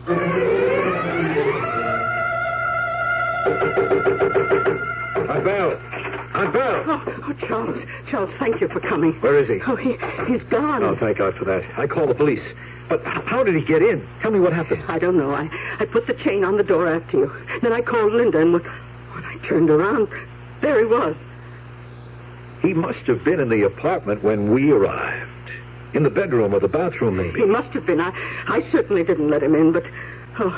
he left in a hurry when he heard me talking to you. Well, I'll check the rest of the apartment just to be sure. No, I'm more mad than scared. The nerve of him just sitting there smiling, not saying a word. I'll get it. Mr. Gordon? Oh, yes, come in, officer. You reported a prowler? Yes. This is my aunt, Miss Richwood. Just a few questions. You say he was here in the apartment? Yes, sitting right on that sofa. I think he was hiding here when we came in, officer. We had just got back from the funeral of Miss Richwood's sister. What time was that? About 9.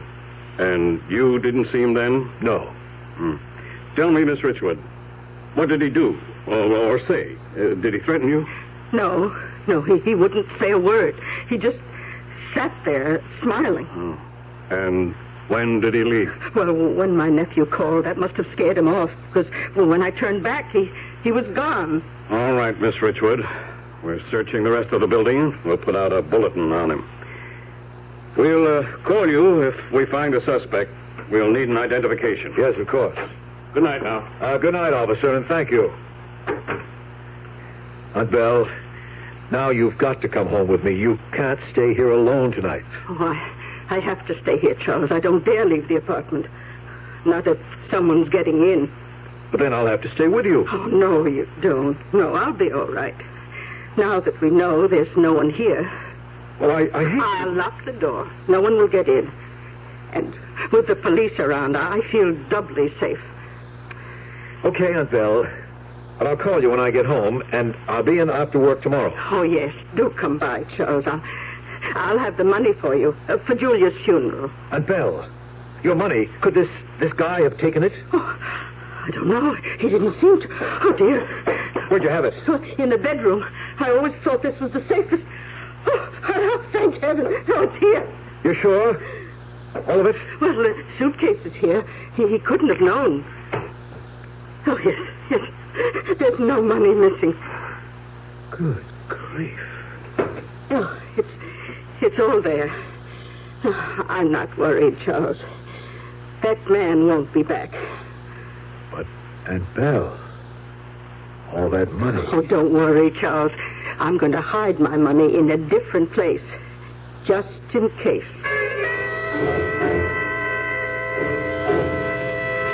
Charles, it's time Belle went into a nursing home, or at least a home for the aging. That man last week could have killed her. She shouldn't be living alone. She's doing all right. She's doing all right. And what about us? I'm sick of sharing you with them. Oh, her now. For 2 years, you've been nursemaid to Belle and Julia. Linda, it had to be that way. I'm sick of it. I'm sick of everything. And if you won't put her in a nursing home, I'll leave you, Charlie. No, you won't. You just see. Belle's not going to a nursing home, Linda. Those homes cost money. The state takes care of old people who don't have money. But Belle has money, Linda. Lots of it. What do you mean, lots of it? A suitcase so full of hundreds she can hardly close it. I saw it that night the man got in. She opened it in front of my eyes and counted out the $1,500 for the undertaker. So great, she's got some money. She can afford a nursing home. Oh, no, Linda, I'm not going to see that money go into a nursing home. That money is going to be ours. You mean we're in her will? She hasn't got a will, but she's got a suitcase full of money. And I'm her only next of kin. So? What good is it to you? I'm the only one who knows it's there. When she dies, Linda, that money is ours. The way I feel now, every cent she spends is coming out of my pocket. But she might live for years. She might. And that's why I want to keep her in her nice little cheap apartment. She doesn't spend more than $15 a week for food. We're going to be extra nice to Aunt Belle, Linda. After all, we're protecting an investment.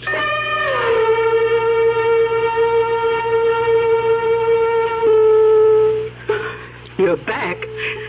I can't believe it. I've had just about enough of this. You people simply have to stop coming into my apartment. Get out of here and leave us alone.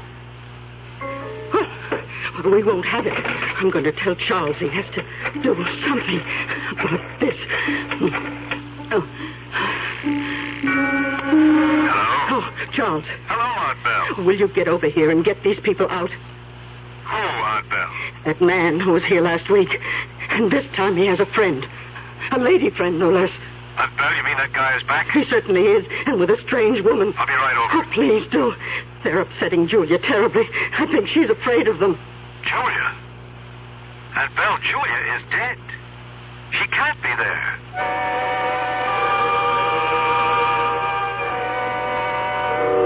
Strange company indeed. That suspicious man is back, and with a lady friend. An accomplice, no doubt.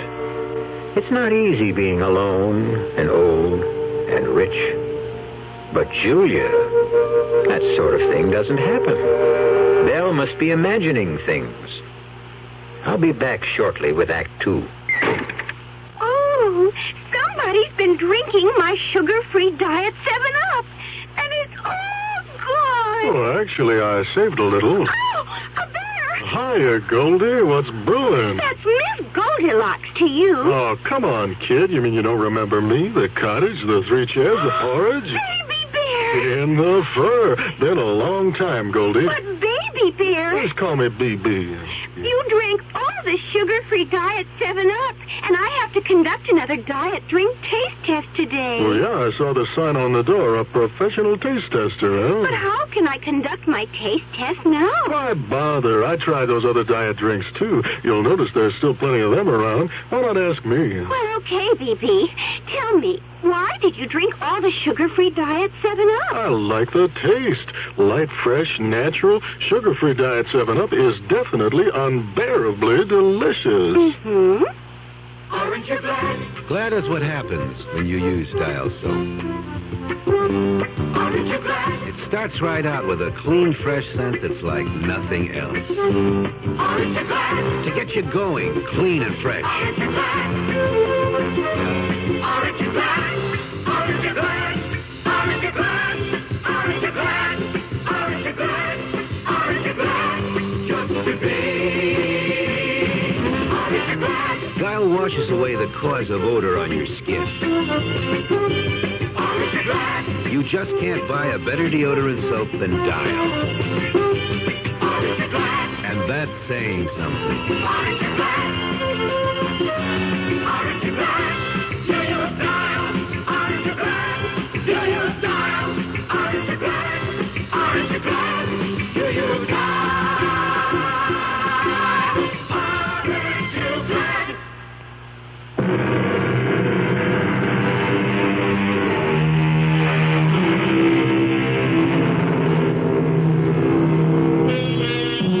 Let's return to the apartment of Belle Richwood, where, so she says, her late sister has spent the day, along with some other questionable companions. Her nephew Charles is with her now, and it seems as though the visitors have left. Belle, look. There's no one in this chair. I know. They're not here now. And this is where you saw Julia, in this chair? Yes. Yes, and I'm so worried. Where can she be? Aunt Belle, you know Julia passed away. Julia is dead. Yes, I know. I feel so terrible about Julia. Do you think we should call the police? No, they couldn't help. But they could look for her. I remember one time in the city she wandered away. Aunt Belle, stop it. Charles. We cannot look for Julia because Julia is dead. I know. Julia's dead. Then stop saying you saw her in the apartment. It's all right, Charles. I won't mention Julia again. But I do wish you'd do something about the other two. The other two? I told you before. The man who comes in here, and now the woman. Oh, yes, those. I simply don't understand how they're getting in. Doesn't it stand to reason that you're imagining there's a man and woman here? Charles, I know real people when I see them. Have you ever touched them? Oh, heavens, no. But that might convince you. Oh, why should I have to touch them? I know they're here. But they never speak, isn't that right? Yes, that's true. They don't talk. Aunt Belle, I don't know who or what they are, but there's nothing I can do about them. Well, I can. The next time they show up, I'm calling the police. No, I wouldn't do that, Aunt Belle. You couldn't tell them any more than you already have. Well, they can certainly put a stop to strange people in my apartment. And another thing, I'm going to find another place to hide my money. Well, that is a good idea. Charles, come closer. They might be listening. Now, I want you to know where my money is, just in case. I'm going to hide that suitcase. You know, the one you saw it. Yes. I'm going to hide that behind the refrigerator. Good idea. But where should I hide the other one?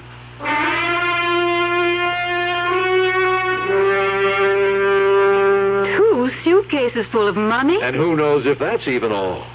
You see why I want to keep things just as they are? But Julie, that man that's getting in with all that money there is no man. Or Julia either. She's imagining that Julia is back. And she imagines she sees those people, too. They aren't there. Oh, it's just one of those things that comes with age. Hardening of the arteries or something like that. It does things to the brain. But if they're so real to her... Yes, they are real to her. And all that money is real to me. All ours when Belle... dies? Yes. As long as no one else knows the money's there. No one does. And you'd better make sure she doesn't talk to anyone. Like whom? I'm the only person she ever sees. She wanted to call the police about Julia. Don't worry. I see her every night now. I'll keep her under control.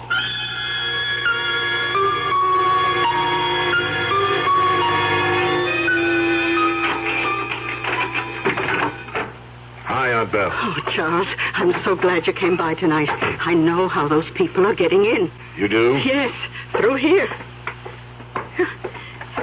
They're coming right through this door. Aunt Belle, that's a closet. It's the clothes closet. Oh, that explains where they live, then. They always come through this door. In fact, that woman came in today, and nice as you please, she picked up my coat and put it on. I could have smacked her face.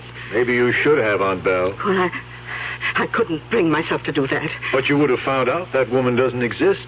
She's just in your imagination. Oh, yes? Well, I'm not imagining. Missing $100. What? I had the rent money all counted out. It was in an envelope on the kitchen table, and now it's gone. I reported it to the police. Aunt Belle, you didn't. Well, of course. Why shouldn't I? Because you probably misplaced the money and think it's gone. What do the police say? Well, that nice young officer who came the other time said they'd send out a search for that woman. She's the one. I know. Belle, I don't think you ought to keep so much money around. Well, I had thought of putting it in the bank. I was thinking maybe you ought to let me take care of it for you. I mean, with one case behind the refrigerator. Shh. They'll hear you. Don't let them know where it is. Oh. Yes, you're right, Aunt Belle. Is anybody watching? No.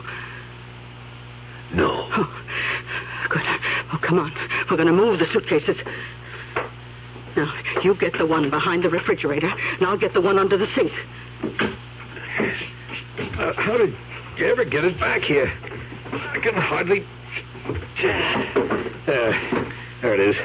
I'm simply going to put them in the bathroom and keep an eye on them. They say if you really want to hide something, keep it out in the open where no one would think of looking for it. Yes, I've heard of that. Well, come on. Bring that case in here to the bathroom. Right away, Aunt Belle. Oh, yeah. Yeah, she won't miss it. Charles, bring the case in here. Okay, Aunt Belle, I'm coming. There you are. Oh, put it there in the tub next to the other one. No one's going to look for my money there. Now, how about a nice glass of wine?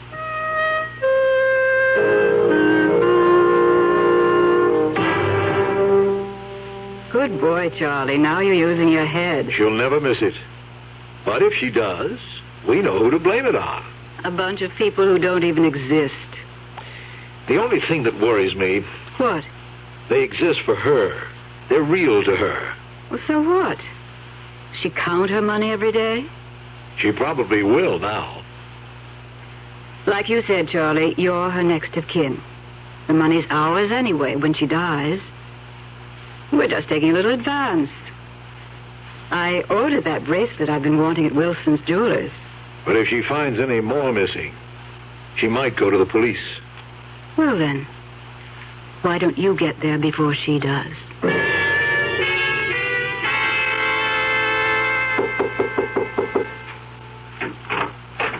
Oh, hello, Miss Richwood. Oh, Mr. Geller, I'm sorry to bother you. That's what superintendents are for, Miss Richwood. And you don't bother me a tenth as much as some of the other people in this building. Mr. Geller, I wonder if you'd mind coming upstairs and getting rid of those people. I can't seem to make them leave this time. People? What people? Why, all those people in my apartment. Oh, sure. I'll throw them out. Come on. I really hate to bother you, but my nephew's at work, and I'm afraid to call the police again. All right. I don't want strange people in my building, much less in one of the apartments. Don't worry. I'll get them out.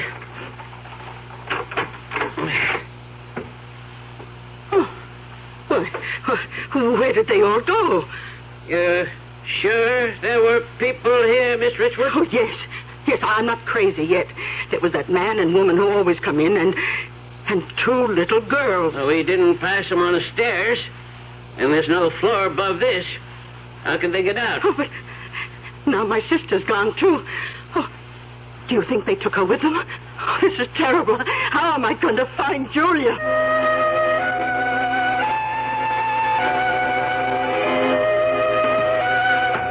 Mr. Gordon? Yes? Oh, hello, Mr. Geller. Mr. Gordon, this isn't my business, really, but I don't think your aunt ought to be living alone. What happened?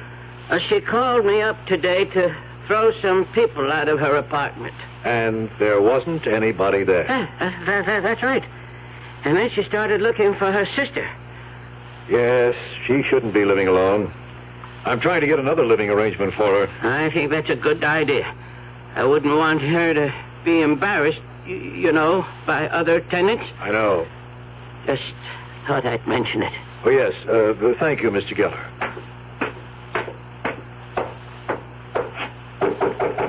Aunt Belle, it's me. Oh, come in, Charles. Did I have a day? Belle, you shouldn't have gone to the superintendent. Well, I had to get those people out. I suppose you did. Aunt Belle, how about a glass of wine? Oh, of course. I have some chilling in the refrigerator. I'll just wash up in the bathroom, if you don't mind. Go ahead. Do you want an ice cube in yours, Charles? Sure, fine. Now, let's see. Yeah. There they are. Yeah. Yeah. Oh, man. Charles, what are you doing? I'll be right there, just drying my hands. I didn't get a chance to wash up at the shop. Oh, well, sit down and have your wine. I've got something important to tell you. Yes? I've been robbed. What? $1,000 gone from one of my suitcases. No. Now, I had a feeling something was missing, and I counted all the money in that particular case. $1,000 gone. Are you sure? Maybe you didn't count it right. Oh, no, I counted it twice. In fact, I'm going to count it again with you here to make sure. We'll count it together, and you'll see.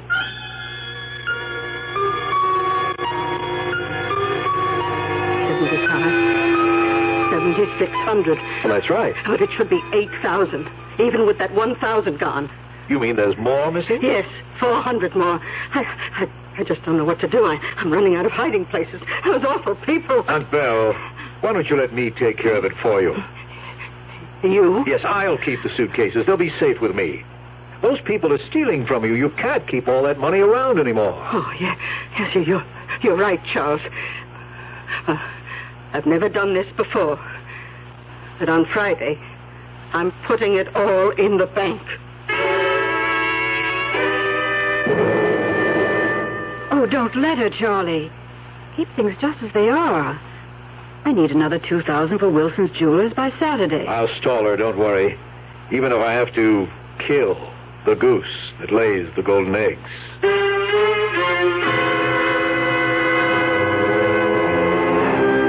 It's not safe to have cash lying around these days, particularly when you have unscrupulous relatives.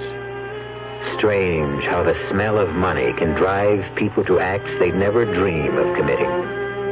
We'll see just how far Charles Gordon is willing to go when I return shortly with Act 3. Never heard of beer on the rocks? No? Swell. The people who brew Budweiser never have thought ice in your beer was such a cool idea anyway. If you only knew how ice cuts down the head and waters the taste. Oh, a chilling thought. A downright tragedy with Budweiser especially. Budweiser is the king of beers. The only beer in America that's beechwood aged, naturally carbonated, which means Bud brews its own bubbles, tiny ones, over a dense lattice of beechwood strips. The beer ages the best way, the right way, naturally. But add an ice cube and bloop, there goes all that extra effort. So if you forget to cool enough Bud, skip the cubes and put your Budweiser on ice for a while, on the coldest shelf in your refrigerator. Even if the wait does frost you a little, it'll be worth it. Anheuser-Busch, St. Louis. Growing a lawn and garden is really satisfying. You help create something where there was nothing before. And what you create is good to look at or good to eat or both.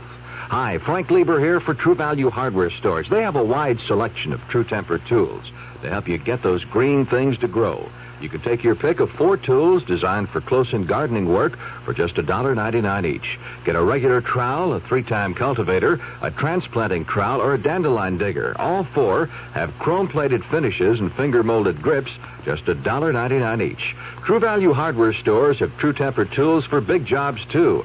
A round-point shovel with a hollow back blade and a long ash handle, just $5.44. And a lawn rake with 22 spring steel teeth and a 52-inch handle, just $3.99.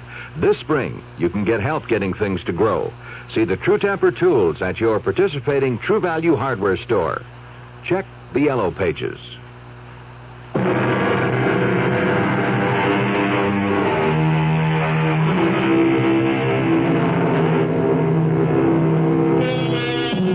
Charles Gordon seems to have a good thing going for him.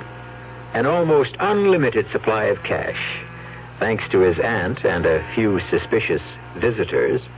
But now Belle threatens to spoil all that by putting her money in the bank. And Charles did say he was going to protect his investment.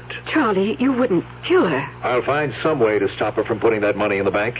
That's not what you said. You said kill. So I said kill. I didn't mean it. Now get off my back. Look, Charlie, I want that money as much as you do. Just let me handle it, will you? And shut up. What are you doing? Protecting our investment.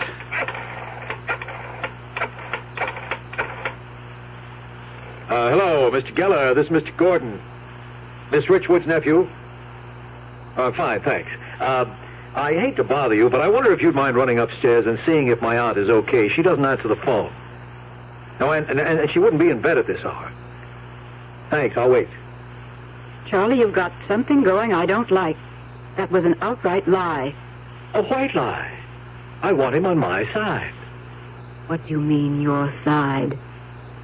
I've been thinking about this a long time. Now, just leave it to me. Yes. Oh, yes, thanks, Mr. Geller. Was her door bolted with a chain? Good. Well, thanks again. I wanted to be sure she was okay. She wasn't feeling too well when I left her tonight. Thanks again. Goodbye. Okay, Charlie. I won't ask any more. Stop worrying, Linda. Tomorrow I'm going to see Aunt Belle and persuade her not to put her money in the bank. It's as simple as that.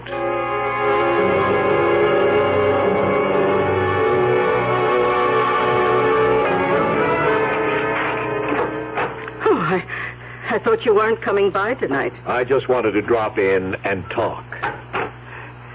Well, Charles, what are you up to? What do you mean? Why did you have the superintendent come up and check on me last night?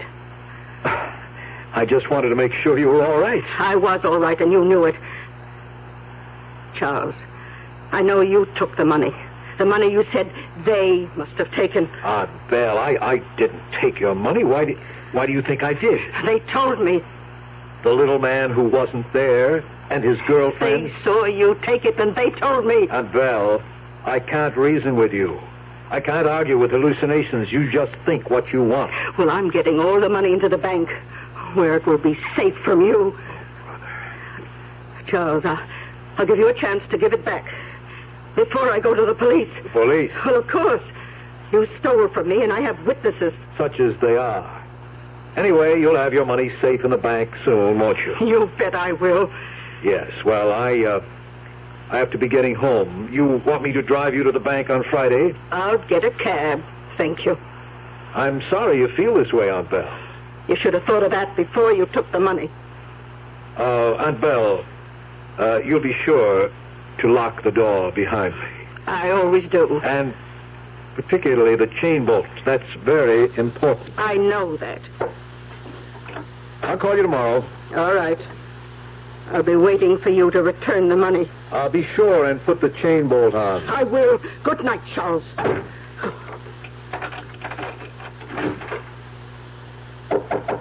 Aunt Belle, it's me. I forgot something. What? Open the door, but keep the chain on. I just want to tell you something. Don't take the chain off. What do you want? Pleasant dreams, you old witch.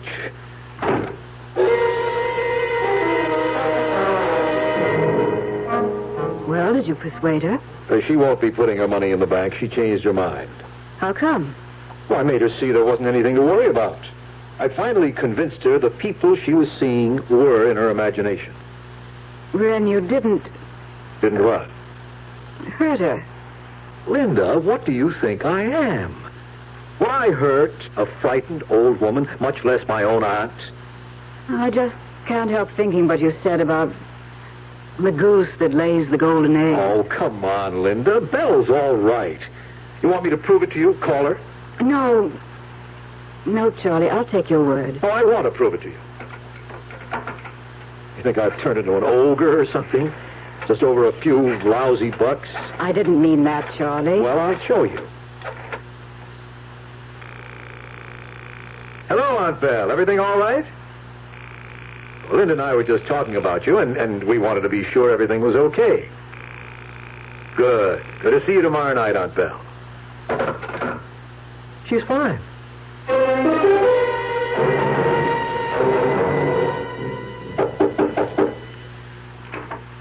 Oh, hello, Mr. Gordon. Oh, anything wrong? I don't know. My aunt doesn't answer the door. Could you come up and open it with your key? I'm worried. Oh, sure, Mr. Gordon. Now, she might be asleep, but she hasn't been feeling too well lately, and I'm a little concerned. Well, like I said before, a lady like your aunt shouldn't be living alone. Yes, I know. I've got to do something about her. She's got the chain on. Aunt Belle? Mr. Gordon, look. She's on the floor, right by the door. We'll have to break it in. Let's go. Aunt Belle. I think she's dead, Mr. Gordon. She is. Look at her head. She must have hit this table. We never should have left her alone last night. She was feeling weak. I'd better call the police. Yes, please. I'll go downstairs and call them. I'm sure sorry, Mr. Gordon. Yes, hurry, please. Well, dear Aunt Belle, I'm sorry, too. Sorry I didn't do this sooner. It's all you deserve for the trouble you've given me for months. Now, I'm going to get what I deserve. I'll try under the bed first. Yeah, not there. Empty. You clever old bird. I bet you would think of that. Back under the sink. And the other must be behind the refrigerator. Where I'd never think of looking for them, eh? Aunt Belle? Mr. Gordon, the police are on the way. Thanks. They said not to touch anything. No, we mustn't touch anything. That hit on the head must have done it. Poor Olga. Yes, I wish I'd moved her out sooner to a retirement home. Oh, looks like she was planning to go somewhere with those suitcases ready. Oh, those. Oh, she always had her memoirs out to look at. They're full of old photos, school programs. She's shown them to me 100 times. That's all they've got at this age, memories. Yes. Well, I'm going to take these along with me. They're really all that's left of Aunt Belle. And I'll give the furniture to some charity. Well, say, my brother just got married, and he sure could use it. Police! Oh, come in, officer. You're Mr. Charles Gordon? Yes. Any idea how it happened? She must have fallen. She was alone. She was just like this when we found her. Well, it happens a lot with older people. Oh, bad bruise on the head. We think she hit that table when she fell. Huh? That looks like the answer. I'll call in. They'll send an ambulance. There'll have to be an autopsy. Oh, and I'll need a statement from both of you. The door was chained from the inside. It had to be an accident. I didn't say it wasn't. I only said I'd have to get a statement.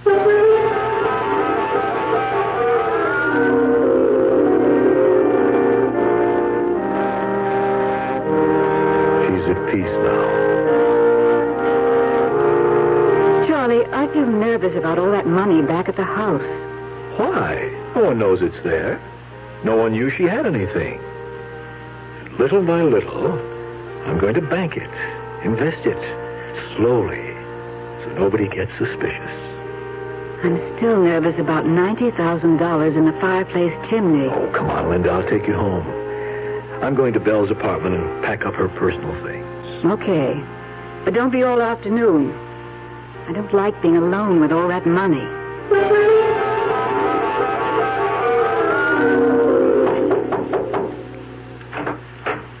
Oh, hello, Mr. Gordon. I've come to start clearing my aunt's things, Mr. Geller. Would you let me in, please? Oh, sure, Mr. Gordon. I'm sure sorry about your aunt. When's the funeral? We had it this morning. There wasn't anyone but my wife and me. Too bad old people have to live alone. If you need any help, I'll be glad to do Thank you. I'm just going to pack her personal things. Well, all right. Call if you need anything. Thank you. Now, let's see. I'll start with the bedroom. No use saving any of this stuff. Get it into the cartons and out to the dump. Oh, Linda might want these blankets, though. Ah, poor Aunt Belle. 2 torn slips in an empty drawer. I'll have to... What was that? Someone there? Is that you, Mr. Geller? No, that must have been the people upstairs. Completely empty. I never realized Aunt Belle was... There is someone out there. There's no one here. I'm letting my imagination get me. It is kind of spooky in here, all alone. Oh, that poor old thing, what she must have gone through, alone all the time. No wonder she started seeing things. I'll get all the stuff from the bedroom and... That was something. Who's there? Answer me, who's there? I heard you. I know there's someone here. I heard you. Now, where are you? Why don't you answer me, damn it? What?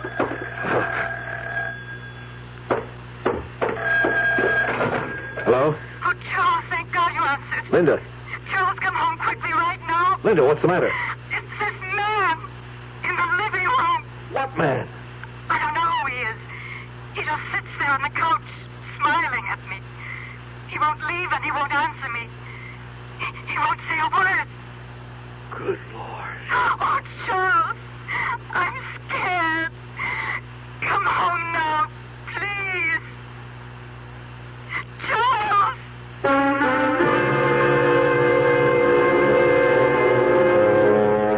Funny how word gets around when there's money hidden somewhere. It looks as though Charles is in for some strange company of his own. But then, that sort of thing doesn't happen. Linda must be imagining things. I'll be back shortly. People can reach, people can touch, people can help, people so much. This is Paul Newman speaking. I want to tell you about one of the most courageous actors I know, Bill Gargan. At the height of his very successful career, Bill lost his voice to cancer of the larynx. Naturally, everyone thought Bill was through as a performer. But thanks to his fighting spirit, his determination, and also the American Cancer Society's laryngectomy rehabilitation program, Bill learned to speak again. Now he's giving the finest performances of his career, inspiring others like him to find new voices and renewed confidence there's a full life ahead. When your American Cancer Society volunteer calls, think of Bill Gargan and give generously. Join the people who care about people. We want to wipe out cancer in your lifetime.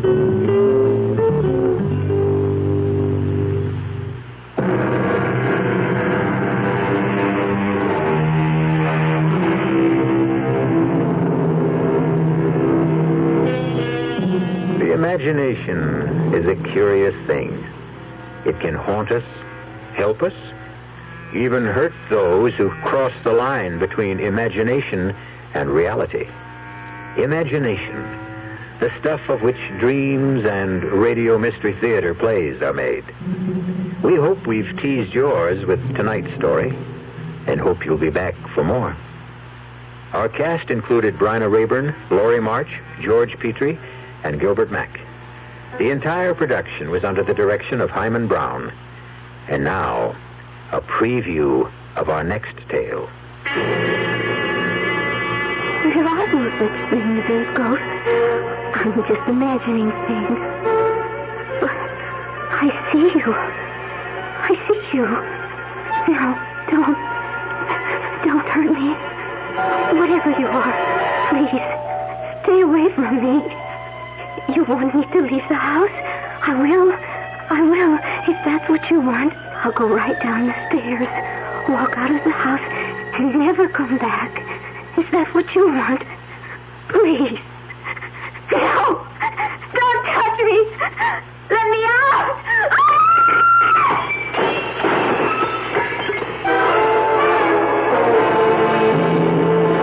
Suicide. That's what all the papers say, Mr. Garth. But we know better. It's ghosts. That house is haunted. Radio Mystery Theater was sponsored in part by Anheuser-Busch Incorporated, brewers of Budweiser. This is E.G. Marshall inviting you to return to our Mystery Theater for another adventure in the macabre. Until next time, pleasant dreams.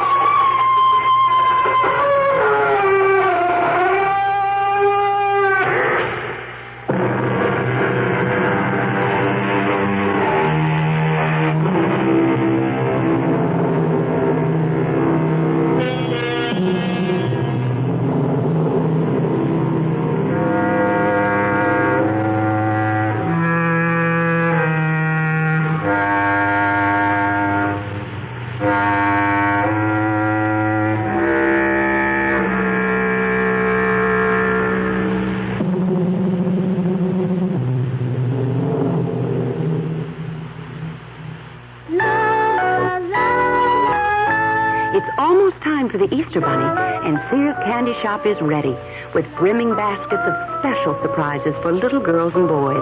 Baskets laden with sweets and super surprises, all filled in the candy shop so they're always fresh.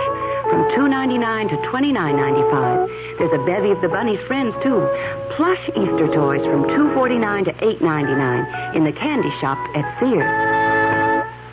You're listening to the sports voice of the Great Southwest. KRLD.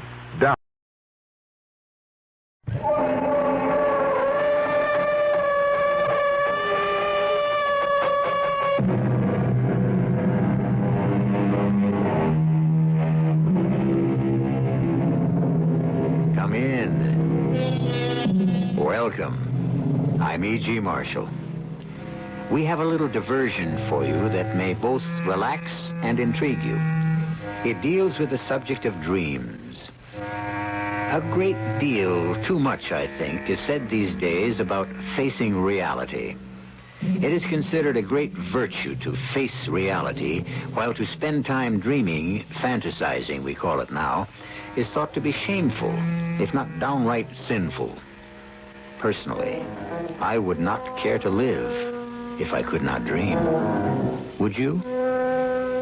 I saw you coming out of her room. Did you now? Did you really? I won't have it, I tell you.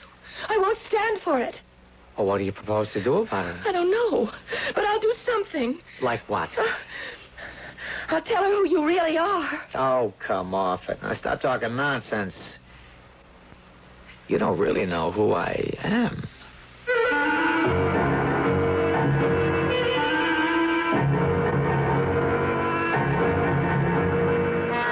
Our mystery drama, The Stuff of Dreams, was written especially for the Mystery Theater by Elspeth Eric and stars Bryna Rayburn. It is sponsored in part by Buick Motor Division. I'll be back shortly with Act One.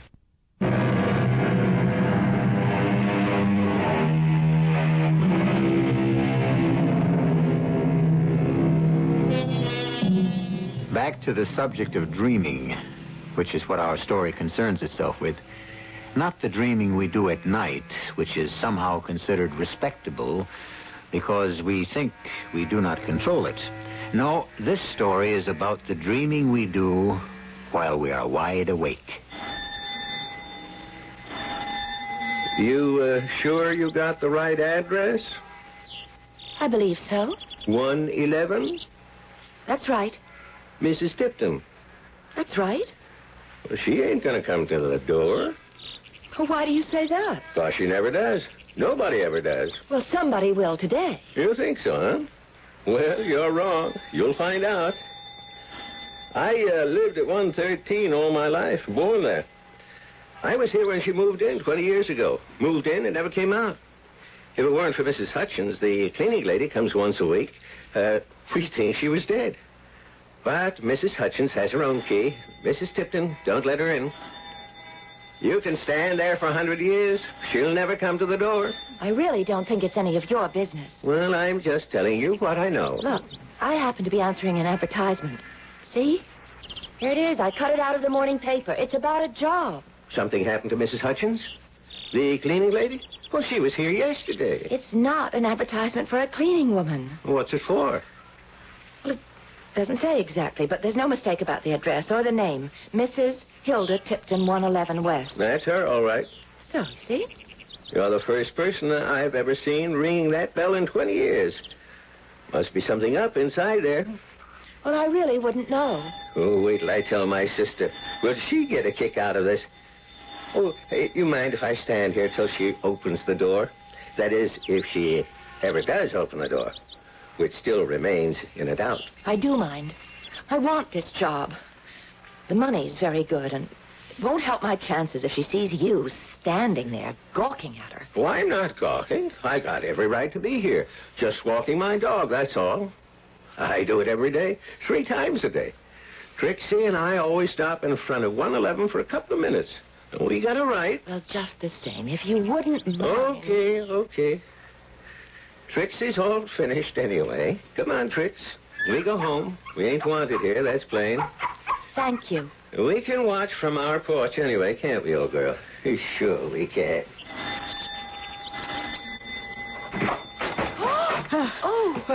What is...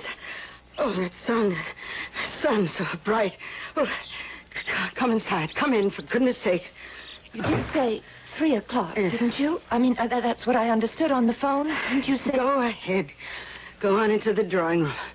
Go ahead. It takes me a little time. At first, I thought that maybe you weren't home or I'd made a mistake or something. Oh, what a beautiful room. Oh, how perfectly beautiful. Well, I was on the phone when you rang the bell. Takes me a while to get around. All this weight I have to carry. I have a glandular condition. Oh, I'm sorry. Well, go on, sit down. No, not there. That's a priceless antique. I'm sorry. Where shall I... Any place. I'm going to lie down on the couch myself. You don't mind? Oh, I don't mind.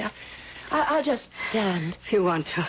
See, I have a heart condition, and my weight problem makes it worse. So I have to be careful. Well, now, you came about the position. Yes.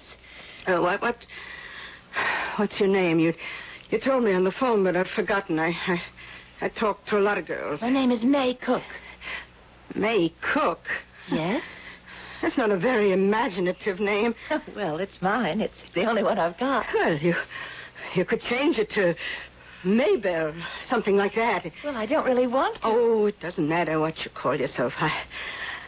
I myself changed my name from Hilda to Hildegard, but didn't seem to make much difference because I never see anybody or correspond with anybody or have anything to do with anybody, really.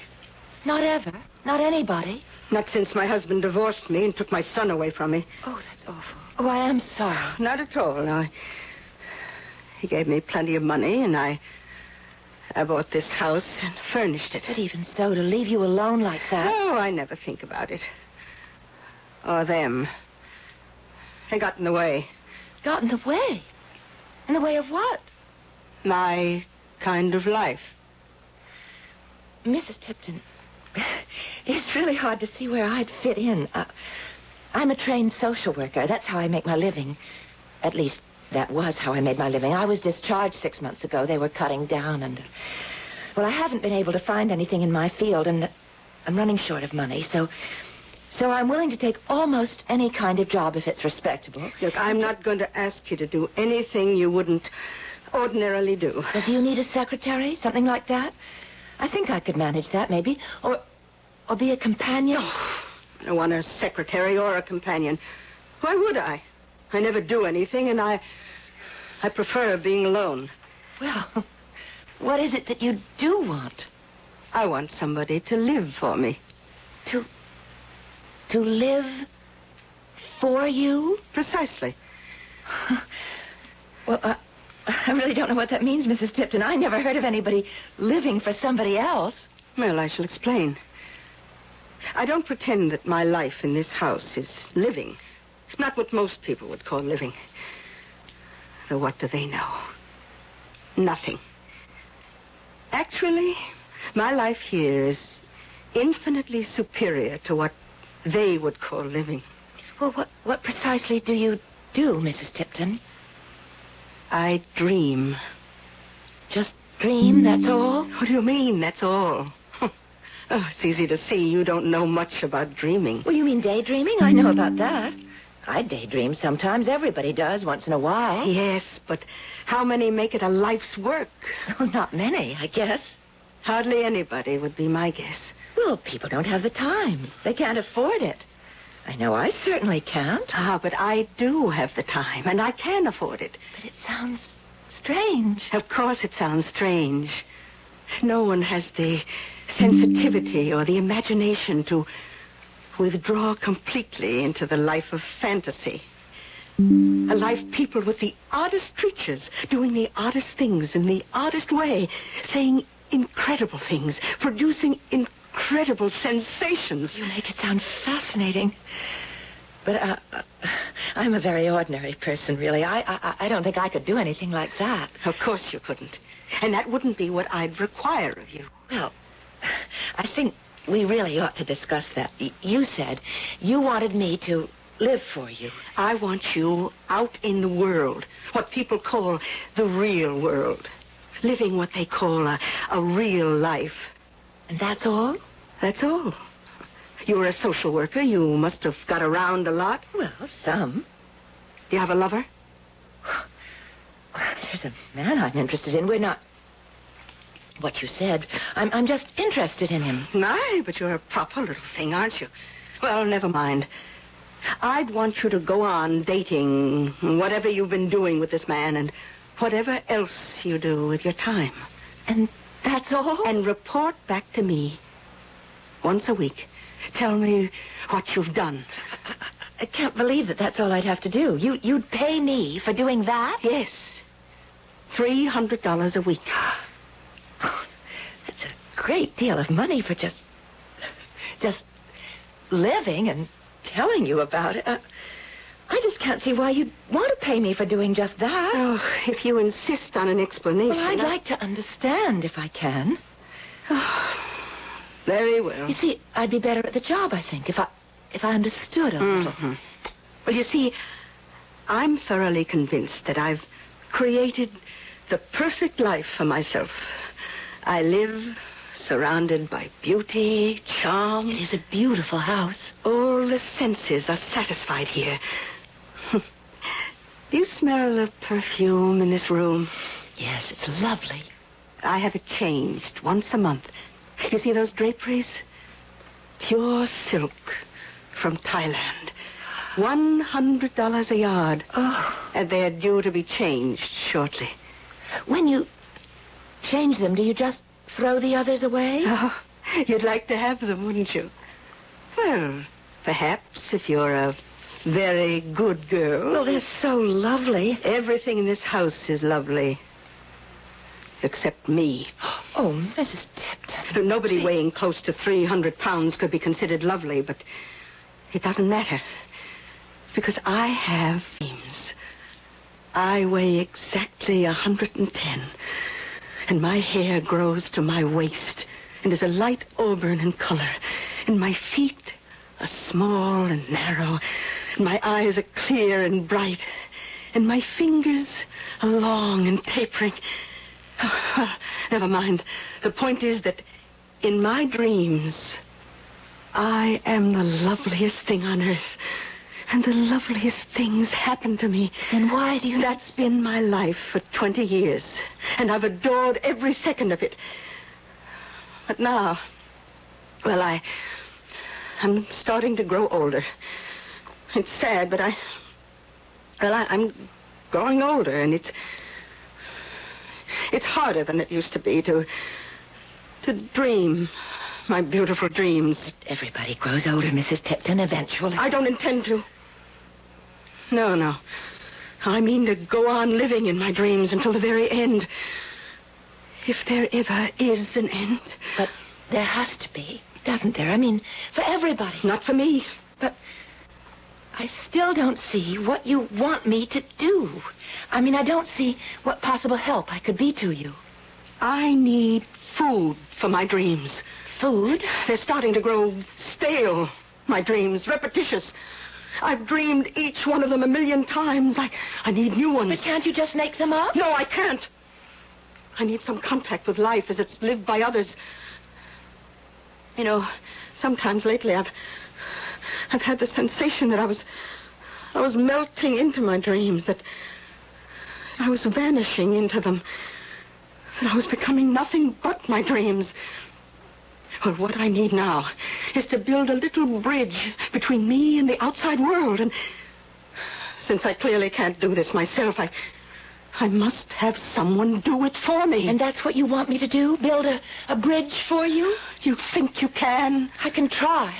I'd like to try.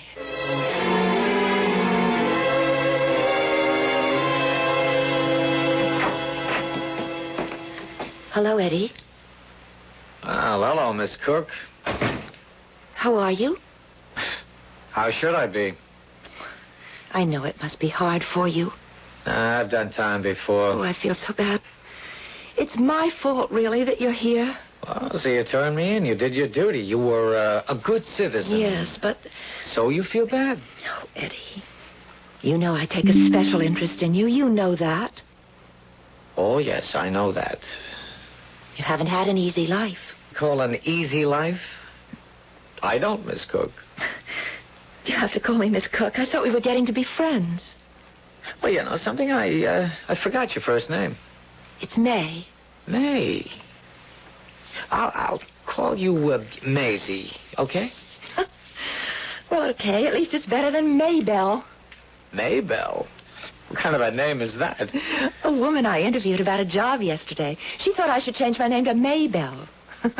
Oh. Needless to say, I declined. Although I must admit, if she'd insisted, I'd have done it. The job pays so well. Wait, well, you got a new job? Well, it's very strange. I don't know how it's going to work out. Oh, no, wait a minute. It's legal, isn't it? Yes. It's perfectly legal. Okay, so what's the job? What does it pay? Well, you're not going to believe it. $300 a week. Oh, you're kidding. I'm not kidding. This woman, I don't know if she's crazy or what. She lives in this beautiful house. All this beautiful furniture, rugs, pictures. She never has any company. She never goes out. Why not? She doesn't want to. 20 years ago, her husband divorced her, and he got custody of their little boy. So she bought this gorgeous house, and she lives there. Doing what? Dreaming. She sleeps all the time? No, I think she means daydreaming, making up things. Well, so what does she need you for? To help her make up things? Well, she wants me to live for her. How are you supposed to do that? She says that all I have to do is live my normal life and once a week come and tell her about it. What's to tell? Well, she thinks if she has some sort of contact with the outside world, she thinks that would help her with her dreams. Oh, that's what she needs, help with her dreams. And I get $300 a week. Isn't that crazy? Well, isn't it? Say something. Yeah, no, I'm thinking. What about? I come up for parole next week. I think it'll go through. They practically promised me. Yes. Now, what are you going to do when you get out? Well, I told them I had a dishwashing job, and I do. Where are you going to live? Yeah, some flop house, I guess. Well, you'll get a better job. I have great faith in you, Eddie. And if there's anything I can do to help, you know you can count on me. Maisie, there's one thing you could do to help. Well, what's that? When I get out of here, let me move in with you. Eddie, just for a little while, till I get back on my Eddie, feet. I don't know. I don't mean shack up together. I mean, just let me sleep on the couch or the floor, anything. Well... It'd mean everything to me. Well, for a while, maybe. Okay. You can stay with me for a little while.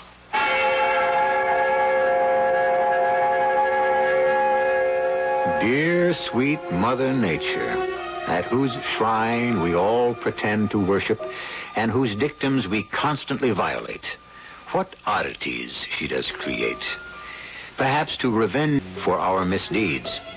Perhaps to punish us for our hypocrisy. Perhaps to show her contempt for our stupidity. Whatever her reasons, it is an undeniable fact that here and there are specimens of her handiwork that shock, terrify, and appall us. I'll be back shortly with Act 2.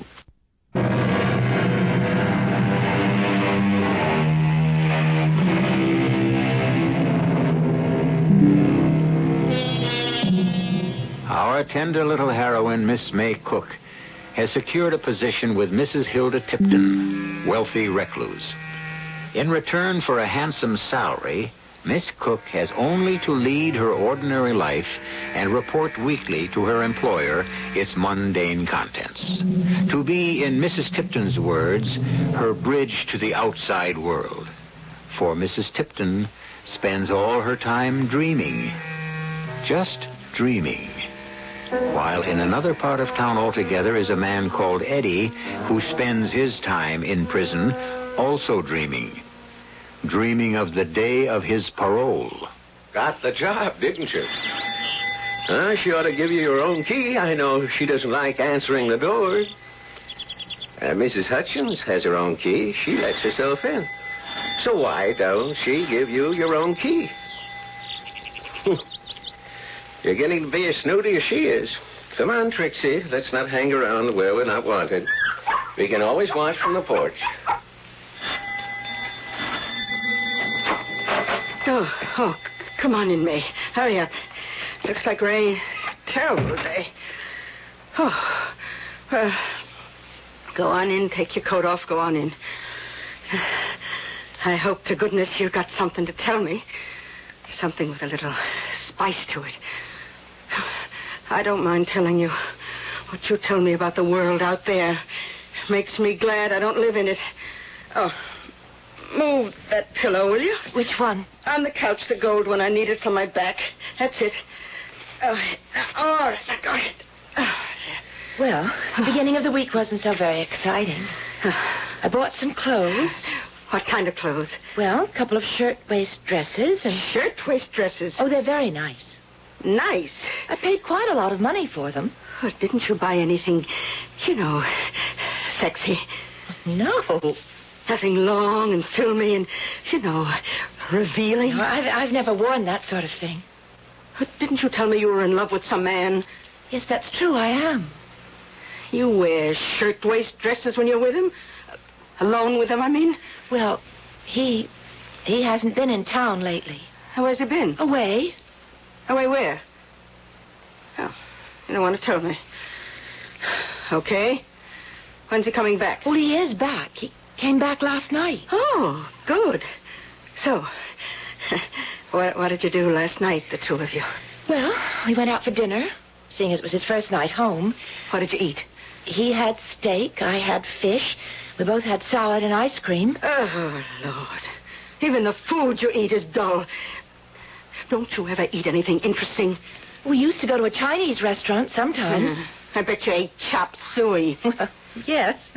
So, after that splendid repast of steak and fish and ice cream, then what did you do, huh?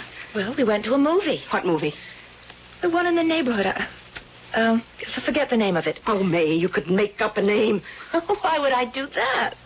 Well, you know I never go out of this house. I don't know one movie from another. So if you made up the name of a movie, I wouldn't know the difference. But why should I? Because you're lying. You never went to any movie. Not last night, not after your lover's been away out of town, whatever. No. I want the truth, young lady. I want the whole truth. You've been coming here, 3 weeks now, and you haven't said one word that was interesting. Near as I can tell, nothing happens out there in the world. Nothing whatsoever. It's true. Nothing much does happen to me, Mrs. Tipton. I don't believe that. I don't believe that for an instant. I couldn't have been so wrong about you. I never said that I was interesting or anything like that. I know, but there was something about you. I heard it in your voice over the telephone. So sweet, so mild, so eager to please. And then when I met you, I could see it in your face. I don't know what you could see. I'm just... Hunger. Yearning. You wanted my draperies, didn't you? Oh, but only if you were going to throw them out. Well, you'd take second-hand things if they were fancy, expensive. And then there was your manner. The way you smiled and agreed with everything I said, even if I was rude. I knew you must have another side to you. What I saw couldn't be the whole of May Cook. There must be another part of her that was jealous and spiteful and angry. No, I'm not. And guilty. Guilty of being spiteful and jealous and greedy. No, Mrs. Tipton. Yes, Miss Cook. Now, suppose you tell me about this lover of yours. Tell me all about him. What's his name? That'll do for a start. Eddie. Eddie what? You said he's been out of town. He's been in jail. In jail? In jail? Well, that's wonderful. In jail for what? What did he do? Well, he broke into somebody's apartment. Your apartment? No. Then how'd you get to know him? It was the apartment of a friend of mine. So when she had to go to court to identify him, I went with her. She was frightened, so I went. Now, hold on. I remember enough of the world to know that when a person says it happened to a friend, it didn't. It happened to that very person. So, this Eddie didn't break into the apartment of a friend of yours, did he? He broke into your apartment, and that's how you met him. Am I right? Isn't that what happened? Yes. Of course. Now, how did he get in? Through the kitchen window. And you heard him moving around? Yes. What did he steal?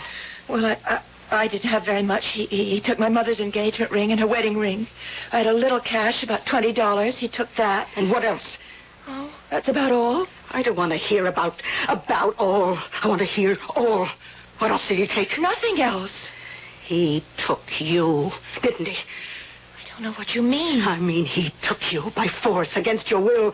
I mean, rape, you ninny. He raped you, didn't he? No, he didn't. Why don't you admit it? Mrs. Tipton, I can't admit to something that never happened. Oh, you make me sick. Well, if that's so, perhaps I better not work for you any longer. And give up all that money? You need it, you know you do. Not that much. Look, I want you to do one more thing for me, then we can call it quits. I want you to bring this Eddie person here to my house. I want to meet him. I don't know if he'd want to come, Mrs. Tipton. You bring him. Tomorrow night. I'll expect you both. For dinner. I've had enough conversation for today. You can go now.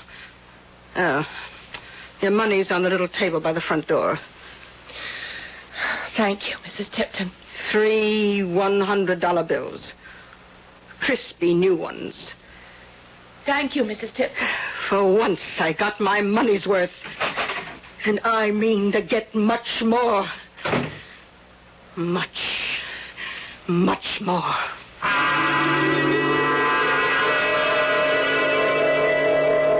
That's all you told her? That I spent part of a year in a slammer? Well, there wasn't anything else to tell.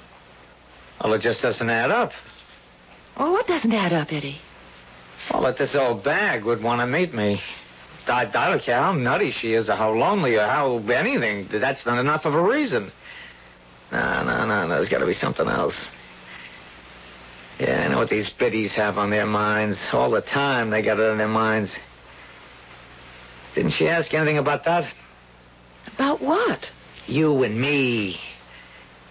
About sex, dummy. She didn't ask me. She told me. Told you what?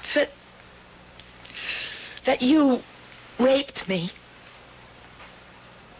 I knew it. There had to be something. Well, of course I said you didn't. Then what? Then nothing. She got disgusted with me because I wouldn't say that you... Because I wouldn't say something happened that never happened. And so I said that maybe if that was the way she felt about me, maybe I better not work for her anymore.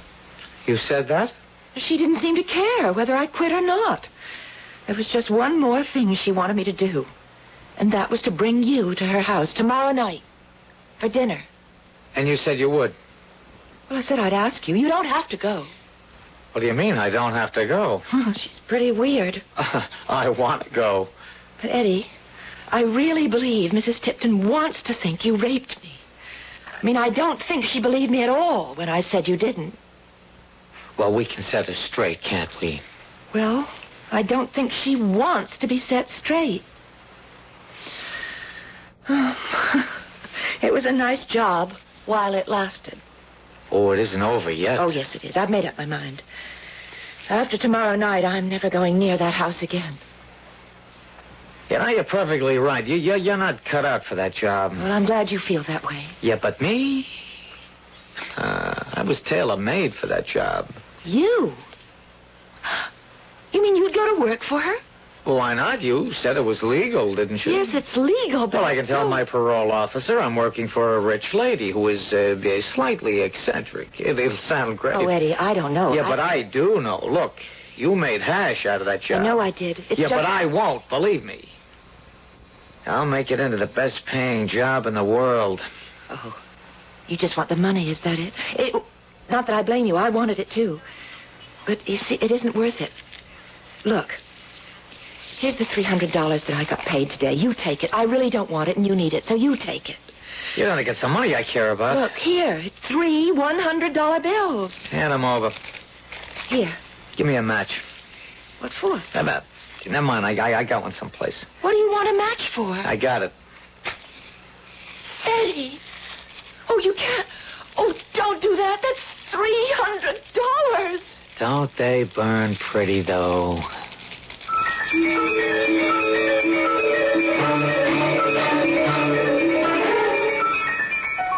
Well, some people have money to burn, I guess.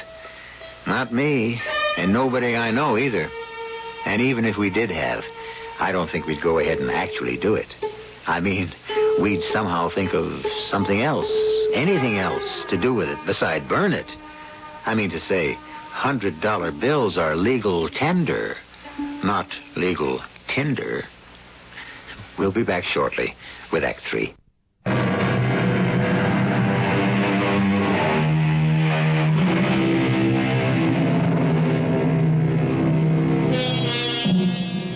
It is the next night now, and May is bringing Eddie to have dinner with Mrs. Tipton.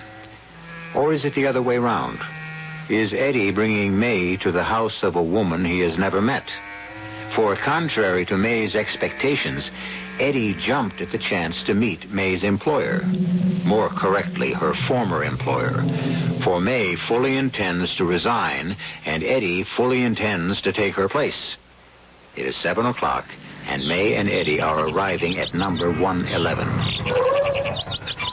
Okay, keep the change. Well, well, well. Don't pay any attention to him. Well, who is he? He lives next door. Well, I didn't expect to see you. Not tonight. Remember, Eddie, this is the last time I'm going to come to this house. I got you. And with a man alongside you, too. Mrs. Tipton must be loosening up a bit. Am I right? Just ignore him. For 20 years, it was just Mrs. Hutchins went through that door. Then the young lady makes an appearance. Now, lo and behold, a young gentleman. Why don't you just go on home, huh? I live next door. Well, go there. Okay. Come along, Trixie. We'll sit on the front porch and watch what happens. Ah, there you are. I've been waiting. Come in. Come in.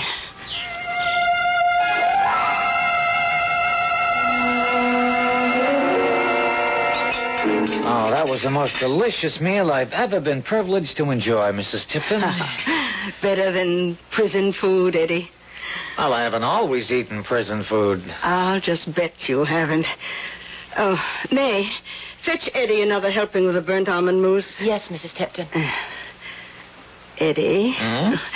You remind me of somebody. I can't think who. Your husband, perhaps? Oh, heavens, no. My husband was a stick. Your son? Well, considering I haven't seen my son since he was 5 years old. Now, you're more like someone I've dreamed about. There's your dessert, Eddie. Well, just set it down. When you've finished, maybe you'd like to see the rest of the house, Eddie. You've seen the first floor. Maybe you'd like to see the second floor. Oh, no, that would be a privilege. My bedroom, I think, is my masterpiece. It's in shades of beige at the moment. From ivory through parchment to ecru. Though I may change it. Let me look at it first. Oh, I will. I've never seen your bedroom, Mrs. Tipton. No, you haven't, have you? And I once promised to show it to you, didn't I? Yes. Well, then we'll all look at it together. Eddie, finished your mousse? All finished.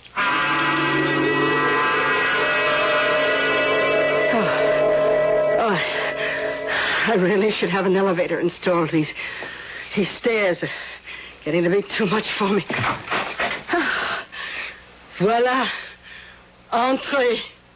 Oh, how perfectly exquisite. That's very nice. I commend your taste, Mrs. Tipton. You really like it. Yeah, I really do. But you said you were going to change it. Oh, I change everything regularly. I get tired after a while. I need new things, new colors, new textures. New sensations? Most of all, new sensations. Well, I have some thoughts on how you could redecorate this room. Oh, have you indeed? Oh, I wouldn't change a thing. Who asked you? Oh, it's just an opinion. I'm interested in Eddie's opinion, not yours. Well, why don't you go downstairs and clean the table? Yeah, why don't you? And wash the dishes. I prefer to stay here. I wasn't hired to clear the table and wash the dishes. And nevertheless, just this once. This one time. Not this one time. Not any time. May, step outside with me for a minute, huh? Outside where? Well, just outside in the hall. What for? Well, for a little conversation, that's all. Now, come on. After you. All right. Just for a few minutes. Now, look, I want 5 minutes alone with Mrs. Tipton. You really want to work for her? You want to do her living for her? I really want to. Eddie, you don't know what she's like. Oh, I know exactly what she's like. She's another one of those women. I've known them all my life. What women? Women like you. Oh, she's nothing like me. Not outside, but inside, you're alike. You're the kind that likes criminals. You like everything about them. If I wasn't a criminal, you wouldn't like me. I wanted to help you. To understand you, to help you to understand yourself. I understand myself perfectly. I understand myself backwards, forwards, sideways. I'm bad, Maisie. Bad. No, not really. Yes, no. really, she understands her, that fat blob in there. I'm what she's been dreaming about all these years. Lust and lasciviousness and uncontrolled passion, dreaming of a life where anything goes and the world belongs to the clever and the strong. I've never lived that way. I've never dreamed about those things. Oh, yes, you have, baby. You haven't got the gumption to do anything for yourself, so you find somebody like me and pretend you want to change me, but you want to rehabilitate me. Isn't that what you call it? Well, I can't be rehabilitated, baby. I don't want to be. And that fat lady in there doesn't want me rehabilitated. She wants me just the way I am. So now if you'll excuse me. Eddie. Mrs. Tipton? Well, you've turned off all the lights. The moonlight comes through the windows. Well, how romantic. Moonlight streaming through parchment silk. And where are you, Mrs. Tipton? Here, Eddie. Why, now, would you by any chance be in the big canopied bed, Mrs. Tipton? The big bed draped in ivory net? Silk net. But I can scarcely see you. You can hear my voice. So I can, Hilda. Oh, call me Hildegard. You said I reminded you of someone. Someone I've known intimately. Well, suppose I light a match and you take a look at my face. Think who it is I remind you of. You ready? Oh, yes. Why, I know you. I know you. Is it possible? Is what possible? It's you. Or him. The fiend. The arch-fiend. Am I? Oh, light another match. Look carefully at my face, Hildegard. Oh, is it possible? You're here with me, and you are going to... To what? You're going to force yourself on me, aren't you? Oh, I know it. It's what I've dreamed of. Oh, light another match, my beloved. Your Majesty, your satanic Majesty, I am your servant, your slave. Oh, what is that? The room is growing red. There's fire. The bed is on fire. I'm on fire. On fire! Let me in, Mrs. Chesterton. The door's locked. Somebody open the door. Eddie, open the Chesterton, please.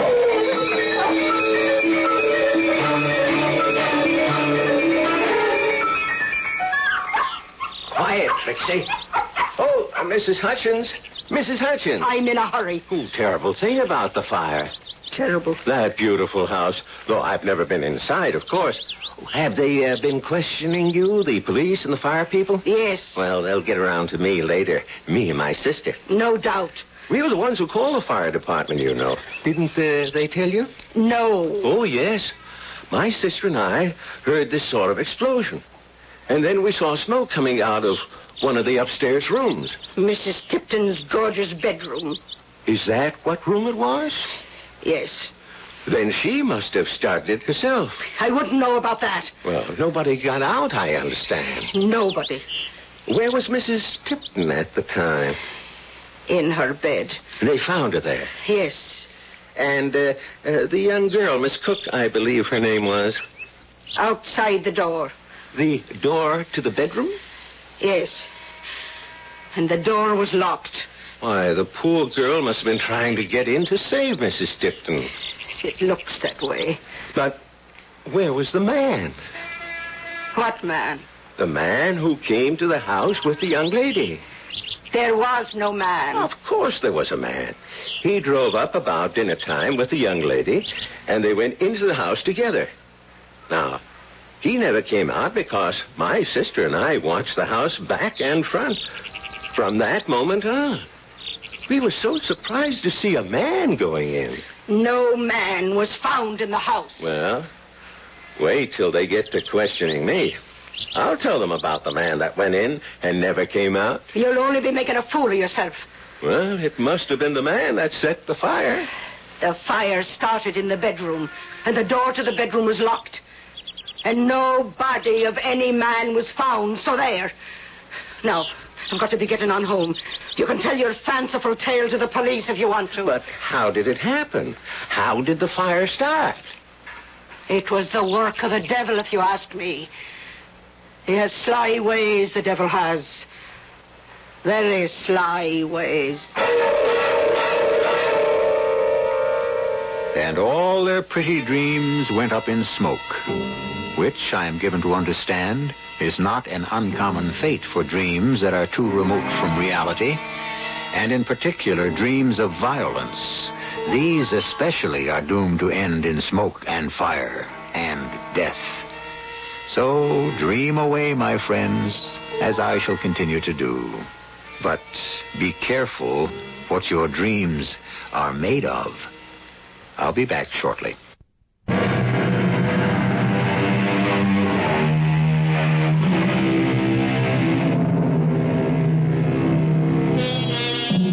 Our revels now are ended. These, our actors, as I foretold you, were all spirits and are melted into air, into thin air. And this insubstantial pageant faded, leave not a rack behind. We are such stuff as dreams are made on, and our little life is rounded with a sleep. As so often happens, the final word is given to the one who says it best. Master William Shakespeare, born 1564, died 1616. Our cast included Marion Seldes, Bryna Rayburn, Jack Grimes, and Dan Arco. The entire production was under the direction of Hyman Brown. And now, a preview of our next tale. Sleeping pills? Very mild. I could give you one. No, thank you. I don't... What's that? No. It's just the telephone. It's strange at this hour. Shall I answer it? Yes, please do. Hello? Oh, well, just a minute. The operator says Mr. Bomer is on the wire. It's an emergency. Will you take the call? An emergency? Well, of course. Hello, operator? Yes, you may put the call through. Here you are. Hello, Mr. Bomer. What are you saying? Who are you? No, I won't listen. Miss Radlover, what is it? Are you ill? You're so pale. It was not Mr. Bomer. Not Mr. Bomer? Who was it? I don't know. Someone who said they would kill me. This is E.G. Marshall inviting you to return to our Mystery Theater for another adventure in the macabre. Until next time, pleasant dreams.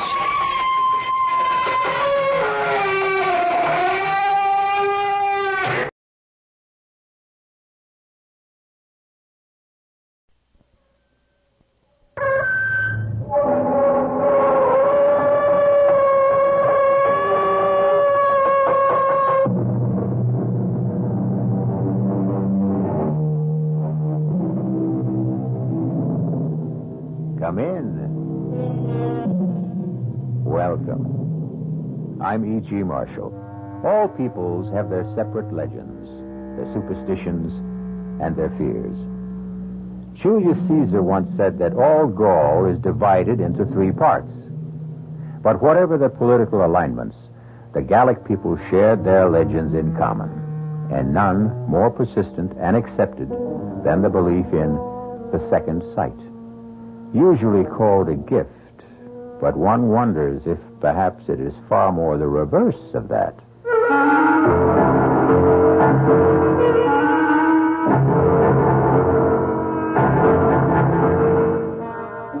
Our mystery drama, The Unearthly Gift, was written especially for the Mystery Theater by Ian Martin and stars Betsy Palmer.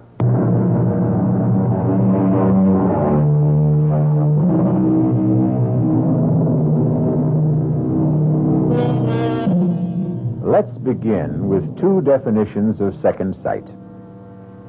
The unearthly capacity to see things impossible for ordinary people to see, or the ability to foretell events in the future from the shadows they cast before them. A talent bequeathed to a large, raw-boned, and rather plain girl called Ruth Ann Mitchell. She and her grandmother, Bridget Carney, are the only women at a lumber camp high in the Bitterfoot Range, which sprawls across Idaho, Washington, and half of British Columbia. Ruth and Granny cook and keep house for the lumberjacks. And what can I say, Mamselle? And Granny, we feel very bad, especially Big Red. He was up there with Jason. I told him 100 times to use a double rig, but he never wanted to listen. Where is Jason? He is in the wagon with Ruth. We'll have to take him down the mountain to Rock Fall and the main office. I want to see him. No, I think that is not a good thing. He fell 500-600 feet into that ravine. I want to see him. Let her, if she wants. Now, you'll hurry back. Just as soon as I'm sure Jason gets a burial befitting him. You've got room to take me, Frenchie. Mais oui. If you are sure you must. It's what I owe him. Not enough, but all I can do. Oh, Granny, if I knew, why couldn't I have stopped it? How can you hold back the hand of God, child?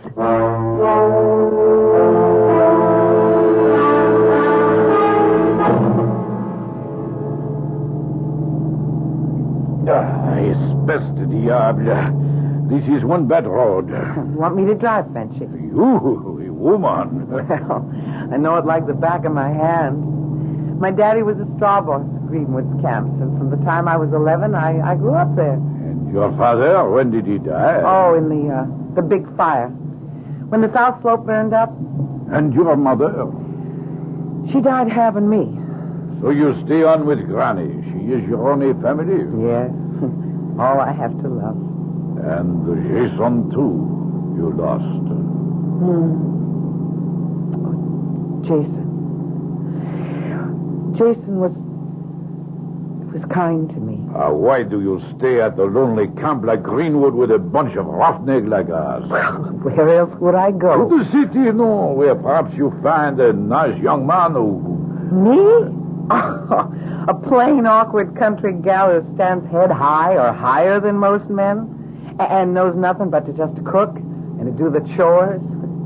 Jason did not think you were so plain. What did you mean about Jason when you said you might have stopped it? Well, I had sort of a dream. I mean, hours before you came back to camp. Just when it might have happened. I thought, Frenchy, that I saw the whole thing just the way it happened. My family was from Bretagne in France. We are also like the Irish, what you say, Gaelic. Yeah. There also is Le Vue de l'Ombre, what you say, the second sight. That is a gift you have. I don't know, Frenchy. I just don't rightly know. I don't suppose I really ever want to know.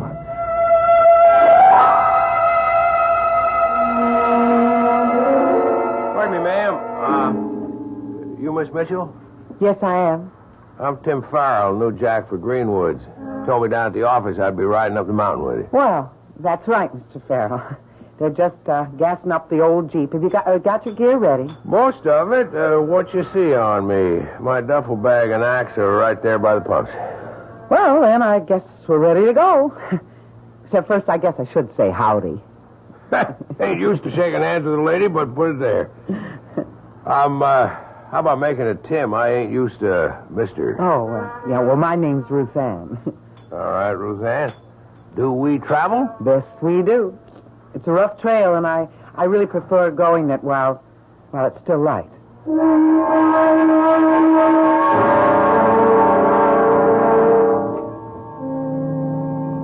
This old Jeep handles real nice. You were right about the trail. Maybe I should have let you drive. Well, I knew you figured I shouldn't. It's kind of nice to be a woman and just to sit down. Besides, you handle the Jeep real good. Sarah, You couldn't be Irish. Some generations back, mostly, though I'm just a roving lumberjack. Born in Montana, never been out of 7 northwestern states in the good old U.S. of A. I don't figure you for all of that Irish either. Well, not so much on my father's side, but all the way down on my mother's. Oh, wait till you meet her mother, Granny Bridget. She cooks chow for all you jacks. Good chow? Best you've ever tasted. And I'm in love with her already. Now, what do you do? Well, I help her. Well, now, there's something to consider. If Granny comes through as strong as you promise, I may be half in love with you already without knowing.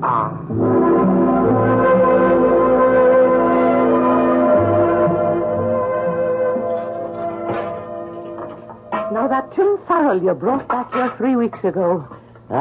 He's a charmer. I think so, too. But, But what, dear?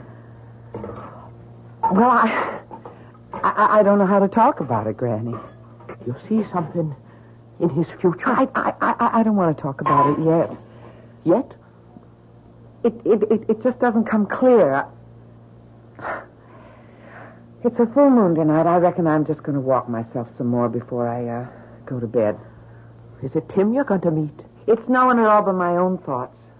Or maybe just to be alone and remember Jason. Don't wait up for me, Granny. I'll not close an eye till I know you're back home safe and sound.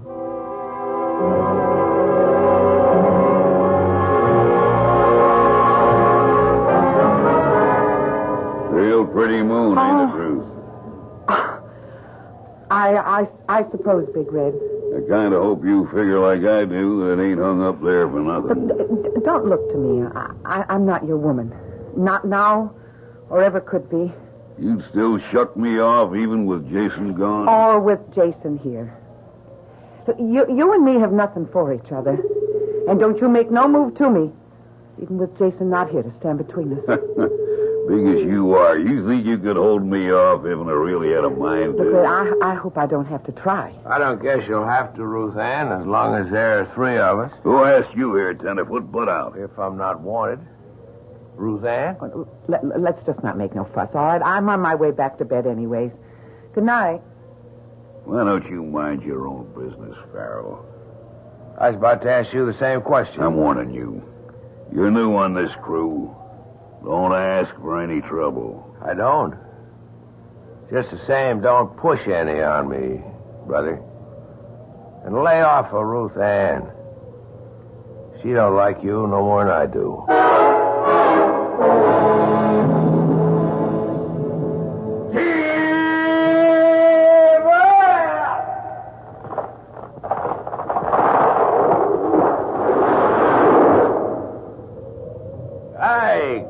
She come down to whoop. So bad, eh? That's even. No sight more beautiful. No sound nearer the heart. When you stop stripping your Big Red and me, we cut out the next big tumble, huh? Okay.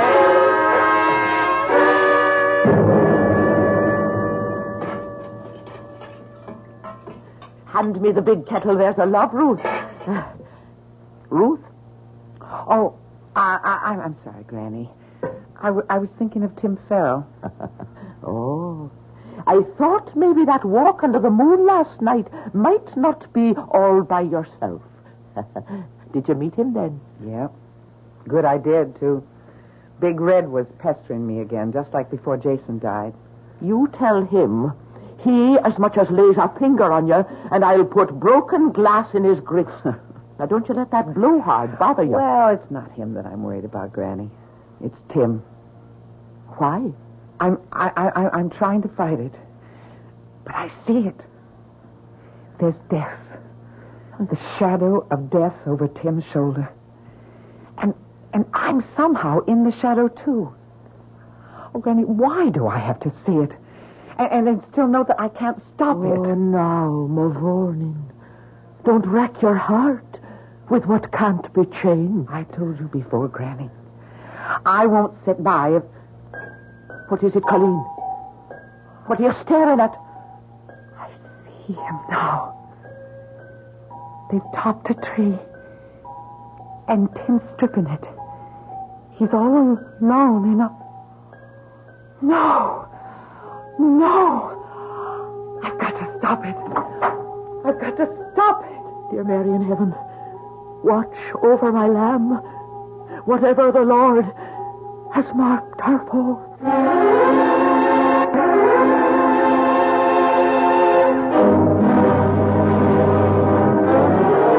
In silent supplication, an old woman prays for the one person she has left to love.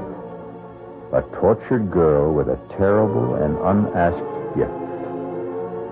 What has that inner eye revealed to Ruth Ann as she races up the lumber trail to try to stop whatever threatens Tim Farrell?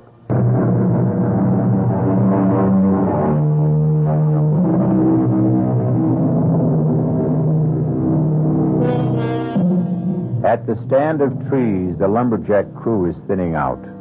Frenchie and Chuck Turkle are on the big crosscut, finishing the high cut, while Big Red, having finished the notch, is now driving the wedges. Down the mountain, Tim is methodically stripping the branches from the topped tree, his back towards them. This is the picture Ruth Ann saw in her mind's eye, sees now in actuality as she struggles breathlessly up the slope. Tim! Tim! Ruth Ann, what is it? Run! From the tree! I'm not in its path! Look back! Look back! What? Ruth! Ruth! Run to the side! Run to the side! Don't mind! Look out! Look out!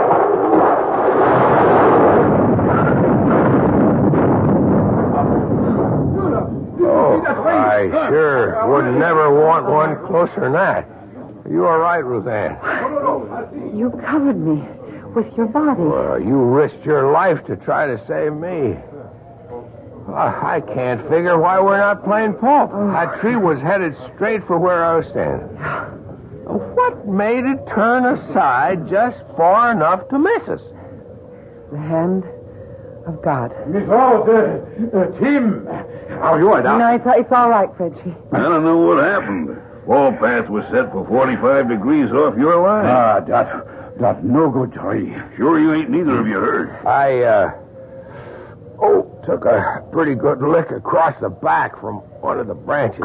No, don't move, Tim. No, I can't keep lying on you. I know Miss Ruth is right. Charlie has gone for the stretcher crew. Don't move till they are here. Yeah, but I can't keep lying. I don't mind, Tim. I don't want you to move. You listen to a woman when she talk. If there is something and your back is broke, you move. You risk your life. Why take a chance?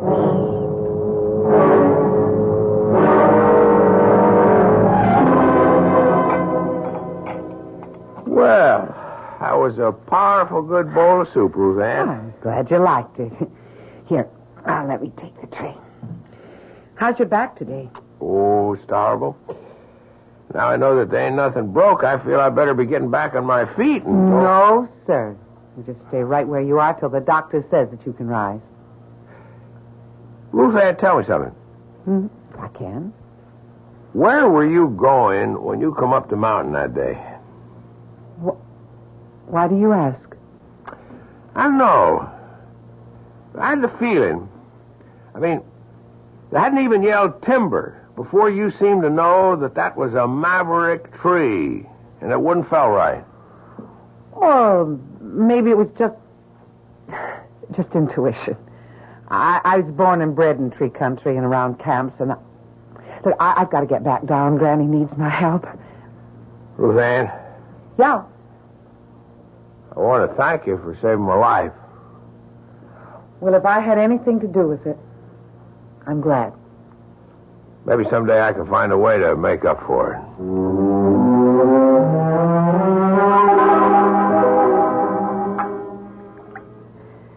So it's taken you are with our boyeen upstairs. Tim? Well, he saved my life. I thought it was t'other way around. I mean, with the branch he took across the shoulders would have caught me right across my neck, Granny, and snapped it like a chicken. He's a good lad. Are you in love with him? Tim's not for me, Granny. Or any man. Oh, now, Makushla, what makes you say the like of that? You know, Granny, I don't want the gift, but I can't escape it. It's like a lead weight around my neck. Or around my heart. Did my mother have it? Kathleen? Yes, she did. And did she know about my father? Not before she married him, or she would never have married him. It never comes till we're well out of our teens. But, Granny, did she know that he was to die so young? She knew. And about herself? She knew that, too. And knowing that I would kill her in childbirth, she still went ahead and had me? Now, there's always the chance the good Lord will change his mind. Look at you and Tim. Only he hasn't. What? Granny, I wish I could see it clearer. I stopped it once, but I don't know if I ever could again. Tim wears the shadow of violent death like a collar. And somehow I'm the one who's hanging it there. Oh, Granny. Granny, I don't know what to do.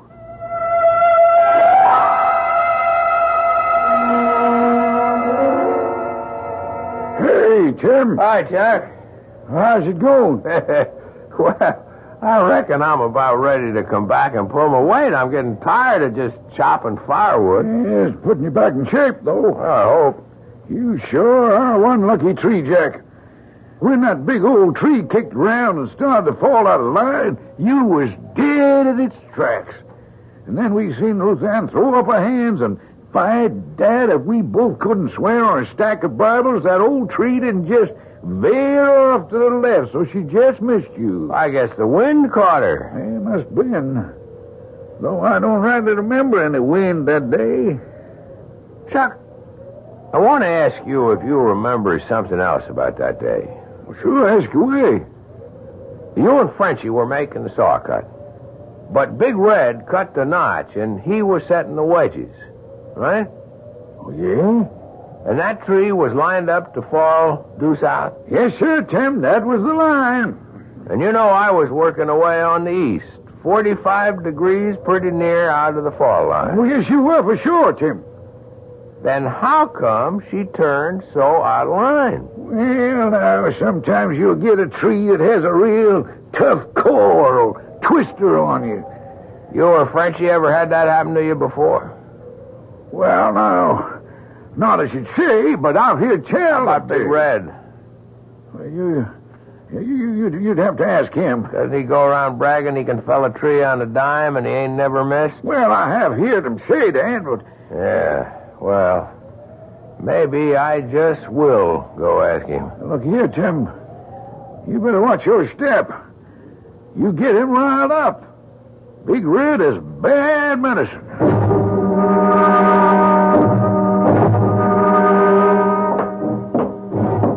Hold it just a minute before you go inside, Chuck. Oh, hi, Big Red. What was you and Tim Farrell getting your heads so close together over up there by the woodpile? Oh, we was just chatting. I seen he was asking you a powerful lot of questions. I'd like to know them questions. And your answers.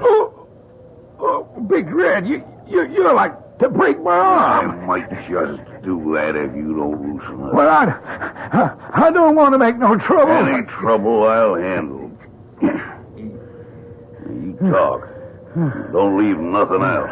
I want every word.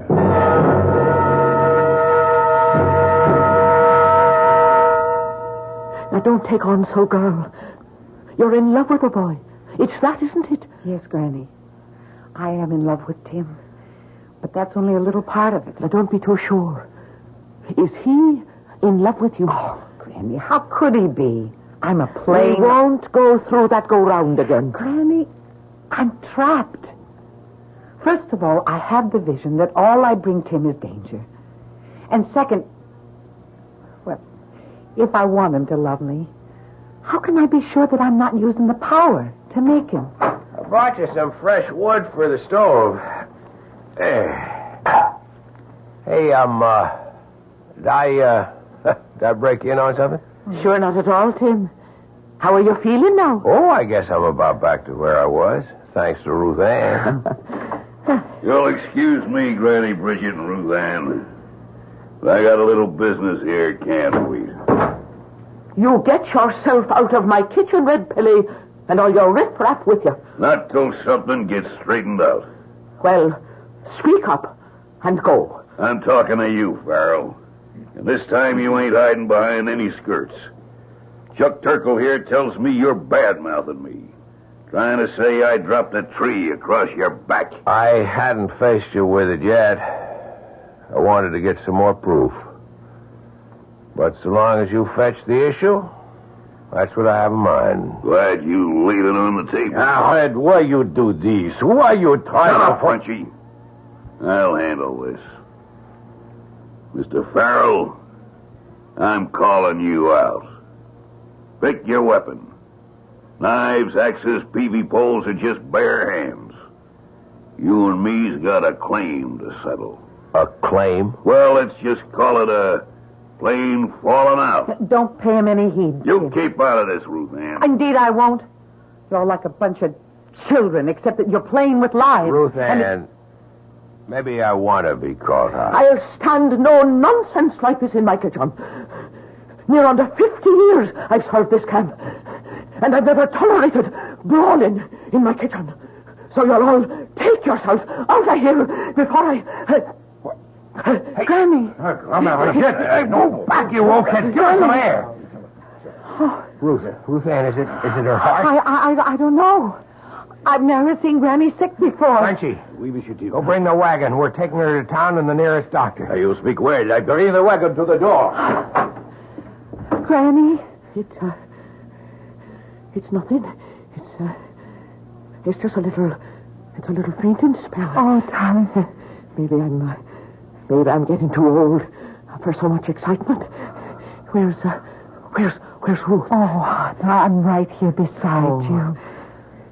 Put your arms around me, Makusha. All right, now the rest of you stand back. Don't crowd. Move. I'm still crowding you, Farrell. Not now, Big Red. There's a time for everything. Yours and mine will come. Name it. When I take Ruth Ann and Granny Carney down the mountain and make sure Granny has proper care, I'll be back. With Ruth Ann? That's up to her. If I had my way... You're coming back, Tim. I'm coming, too. Why? There are 45 lumberjacks that still got to be fed till other arrangements are made. Granny will insist on that, and then... Then what? Whatever's got to be unwound among us, it's going to take the three of us to do it.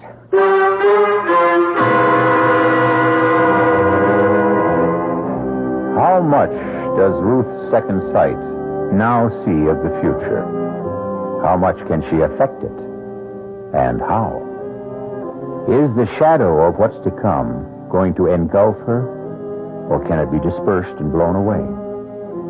Is the unearthly gift something that can prevail against earthly circumstance?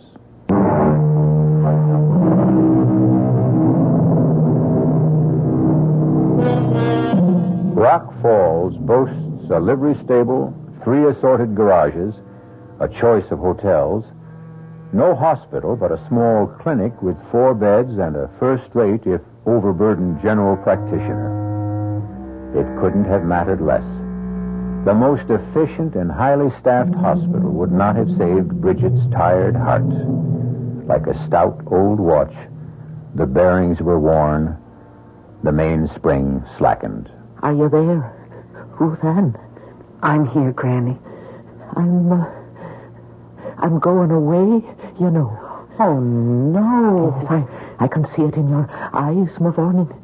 You know. Promise me something. What? You won't go back to that camp. Granny, who's to cook for all the men? Then find another. There ought to be something better in life for you. I don't know what it should be. You're telling me that you and Tim... Granny, me and Tim are a dream of yours. Because you want only the best for me. But even if it could be, you know what lies between us. The gift. Or by another name. Curse. Where is he now? He's gone back to camp. And you let him go. How could I stop him? And I was needed here no longer. Now go and follow him. And leave you here. My time is used up. Come close, Granny. I'm never very far away from you. Soon you will be. Let me say this while I can. Some of us are the lucky ones. I was. How? I had the gift as well. Little I wanted it. It was clearer than yours. So I knew just exactly what to expect. I knew your grandfather, like your mother's poor husband, would have gone from me early. Granny. Forgive me, child. I was just looking down the long corridor of time that I've left behind. Where was I? It doesn't matter, Granny. Oh, yes. Yes, 'twas this. About the gift. It came to me late and left me early. I can wish you only the same. The earlier, the better. You mean suddenly the second sight stopped? It wasn't there? That's what I mean. If I still had it, wouldn't I be able to read better for what you're to do? But how can you know if it's gone? It's like love. When love comes, you can't mistake it if it's for real. And when the gift goes, you'll know it. Just as sure. I love you, Ruth Ann. My love shall make you free.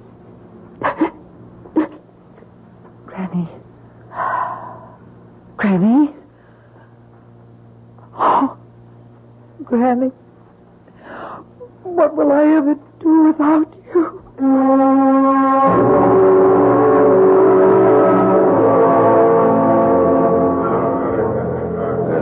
Mes amis, by the old logging rule, this contest is to the finish. By selection of both contestants, there is no weapon but the human hand. First, I ask each if they must fight. Big Red. No man's gonna make the kind of charges Tim Farrell's been making about me behind my back. And Tim. Red Pelly rules this camp and all of you by fear. It's time someone challenged him. I'm doing that. So you will come on, set the bell. Are you both ready? Let's get on with it. Tim. You heard the man. Let's get it over with.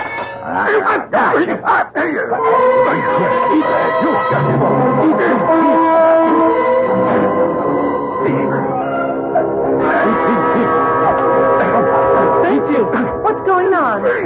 Miss Holmes, where you come from? The doctor drove me back. Stop this! Stop it! No, it's old log camp custom. You mean no one can stop it till one man is out cold. He's too big and strong for Tim. What I try to say, Miss Ruth, but your Tim Fieldy must fight.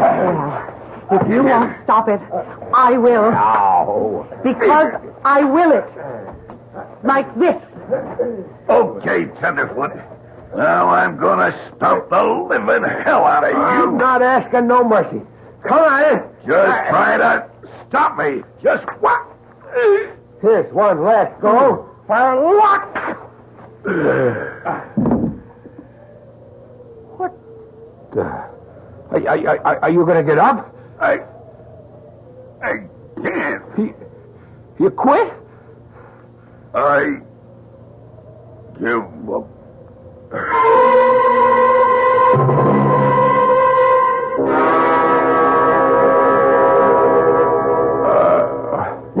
Just take it easy. You're all right. Ruth? Yes? Boy, it seems like I've been here before. Now that Granny's gone and you're okay, I'm going away. Well, if that's what you want, you've got your own life to live. My own life. I ain't got the right to say it, but I was sort of hoping that we'd be sharing it. But I got nothing to offer a woman yet. We're just not for each other, Tim. Don't you know? I'm a shadow over you. That it's through me that you're risking your life. Appears to me it's through you it keeps getting saved. Twice. The legend is the third time round fate has to take its course. There's another cook here now, and I'm not needed. Forget me, Tim. Please, just forget me. Sorry, Excuse me, Miss Ruth. Hey, how you feel, Champ? Huh? I feel like I got run over by a bulldozer. It'll mend. Something else won't, huh? In the inside. Why did you make Miss Ruth cry? It's kind of the other way around, Frenchie. I guess I took a wrong notion. I wanted to marry that girl. But she does not want to marry you? That's right. Did she say why? I don't know. She got some kind of crazy notion. She's a hex for me. If she say that, then it is one big shame. She must be bad medicine for you. She knows. How? She has le don, the gift. She can read the future. Oh, come on. It is true. How do you think that big tree missed you that day?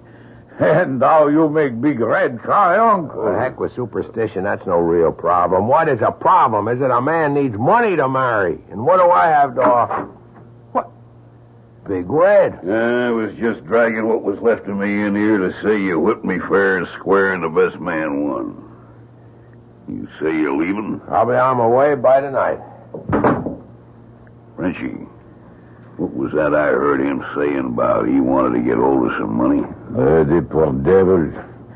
He wanted to get married, but he has no stake yet. So he wants money real bad, huh?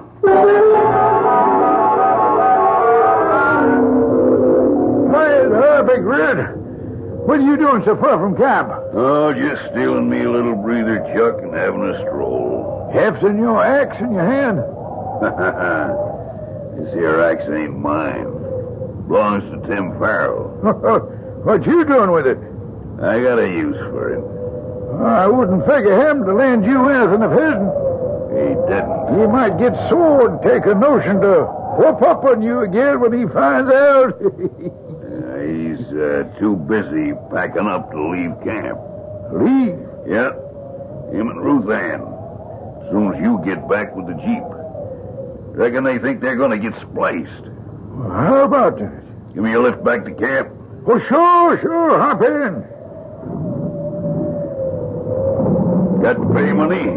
Yes, right behind us in the sack. All done up in them neat little envelopes, huh? Just like usual. It'd be a lot of money to steal.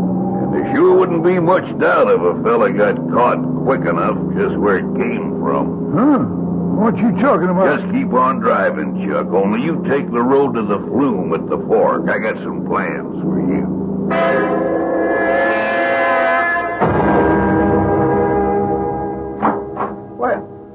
What are you doing with my gear, Red? Oh, why, I was just going to carry it out to the Jeep for you. I'll handle it myself. What's the Jeep doing outside there? Where's Chuck? I reckon he took the payroll over to the straw boss. You drawing yours? No. And we'll ride over there and pick it up before I drive you and Ruth Ann down to town. She's coming with us? As if you didn't know.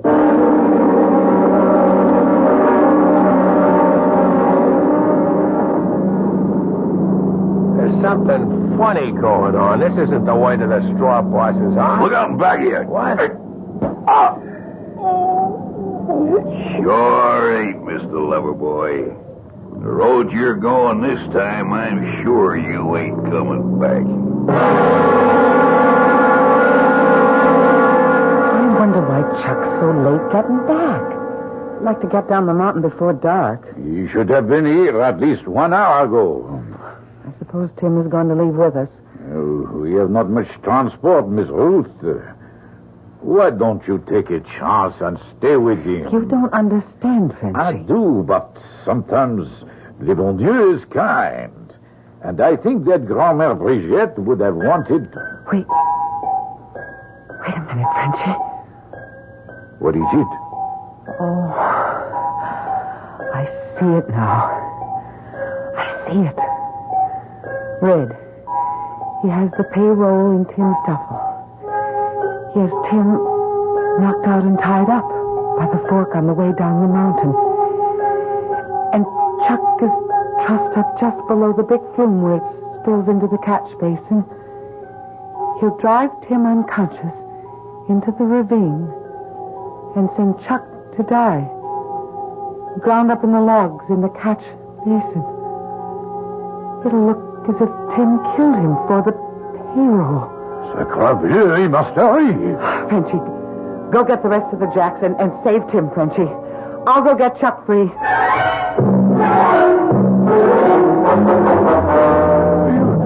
You crazy Red. Like a fox, Chuck. Ain't no woman gonna make a sucker out of Red Pelly.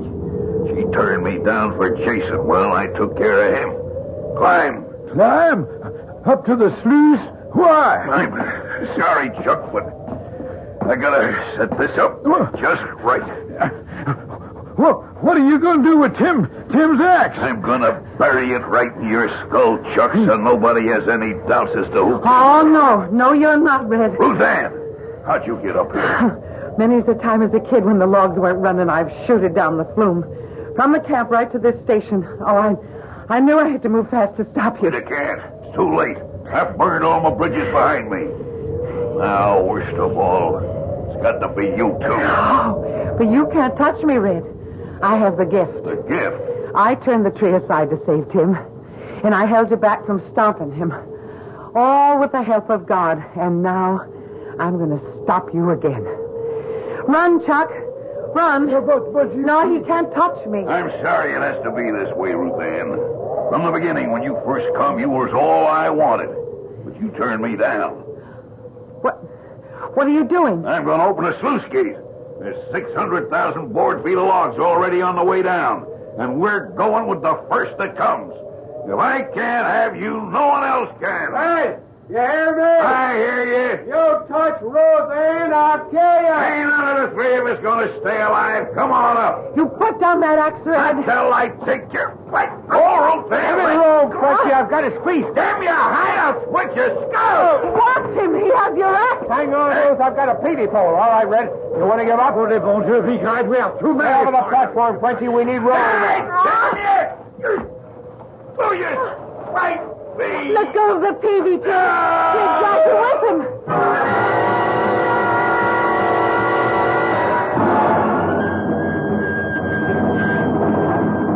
The logs carried him right down the flume and over and into the catch basin.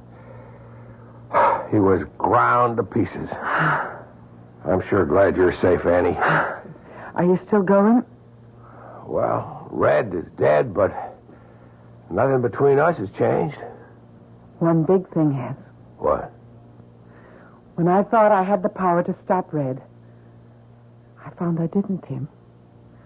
I just had to rely on myself and hang on to the axe that he was trying to swing down on you. Are you telling me? The gift's gone. I don't have to be afraid anymore. It's a new life. It sure is. What did you call me back then? Annie. That's a new name for a new life. And the one that's going to be my wife's. Come on, Annie Farrell. Kiss me. If you like the name. Anything you want to give me is just exactly what I like.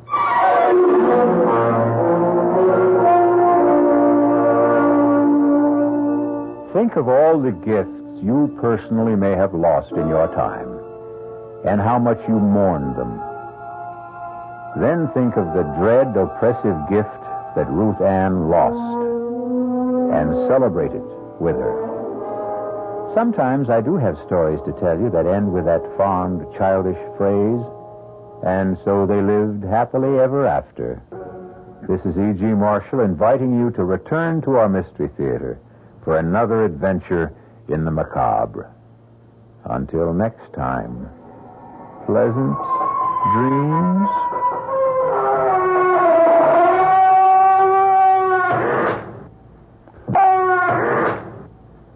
The preceding Mystery Theater program was furnished by the CBS Radio Network. This is WOR New York, an RKO General Station.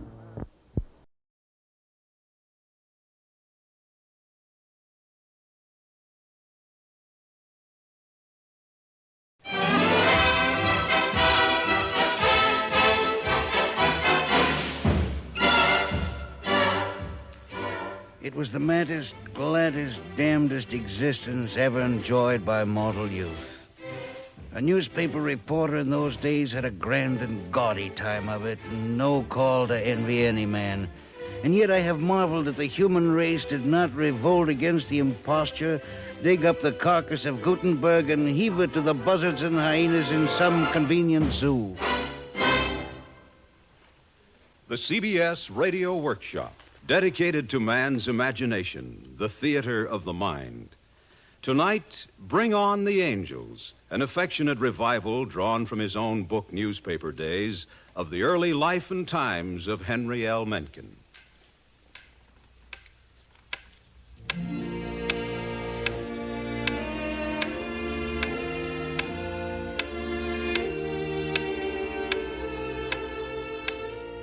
The man in the bed has had a stroke, a being full of gusto and sour joy. He's paralyzed. A master's master of words. He'll never speak sense again. He's 68. His eyes are open, but there's no fire there. They see instead inward. What the sudden grab of thrombosis is left of his brain now gropes in the swirling mist of reversing time. Seeks, finds, remembers.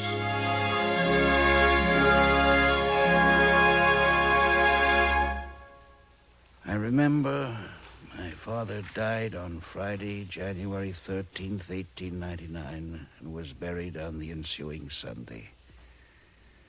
On the Monday evening immediately following, I presented myself in the city room of the old Baltimore Morning Herald and applied to Max Ways, the city editor, for a job. Mr. Ways, sir? I was 18 years, 4 months, and 4 days old. Wore my hair longish and parted in the middle, had on a high, stiff collar and an Ascot cravat, and weighed something on the minus side of 120 pounds. Sir? What's your problem, Sonny? I'd like a job, a reporter's job. Got any experience? No, sir. Been to school? Baltimore Polytechnic Institute, but I've done some writing. Poetry. Well, yes, sir. What makes you think you want to be a newspaperman? Well, I think it'd be exciting. Huh. You working? Yes, sir, for my Uncle Henry at Mencken and Brother, the cigar factory. What's your name? Mencken, sir. Henry Lewis Mencken. Well, I'll tell you, Henry Lewis, we don't have any opening right now, but you drop in now and then evenings, say between 7:30 and 7:45, something might turn up. Hey, boy.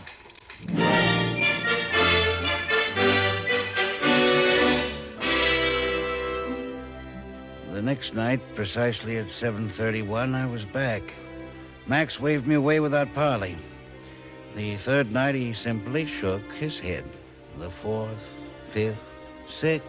Well, to make an end, this went on for 4 weeks, night in and night out, until Thursday, February 23rd, 1899. I found Max reading copy. For a few minutes, he did not see me. Then his eyes lifted, and he said, casually, Go out to Governorstown, see if anything's happening there. We're supposed to have a Governorstown correspondent, but he hasn't been heard from for 6 days.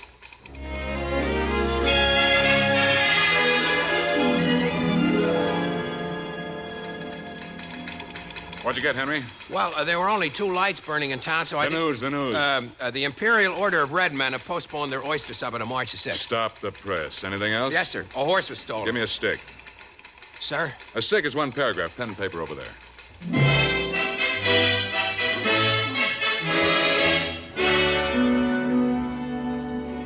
I was up with the milkman the next morning to search the paper.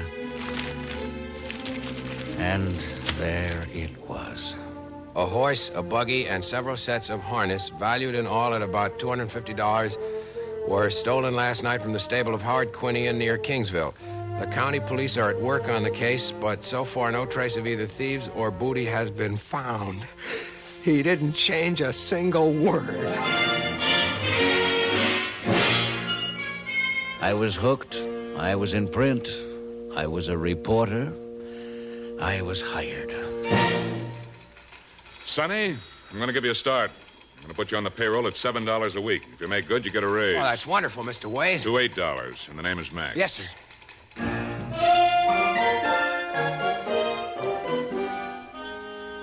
It wasn't long before I had a typewriter, a spittoon of my own, and a beat.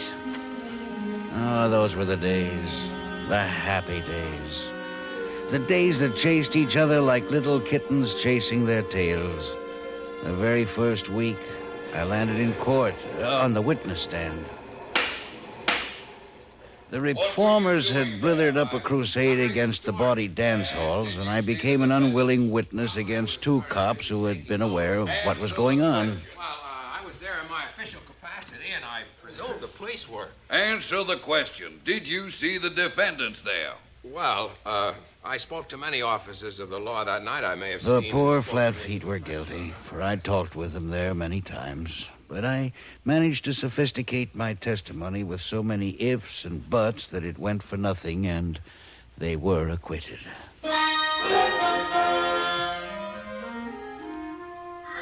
That was my first and last experience as an agent of moral endeavor. I made up my mind at once that my true and natural allegiance was to the devil's party. And it has been my firm belief ever since that all persons who devote themselves to forcing virtue on their fellow men deserve nothing better than kicks in the pants. Hence Mencken's law. To wit, Whenever A annoys or injures B on the pretense of saving or improving X, A is a scoundrel.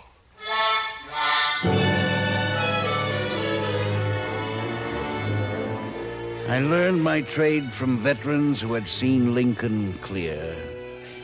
Sometimes, for instance, it would be a matter of legging it to the iron wilds of Locust Point. But De Becker was more experienced than I and had a beard to prove it. Come with me, Mencken. Where are we going? Never mind, come with me.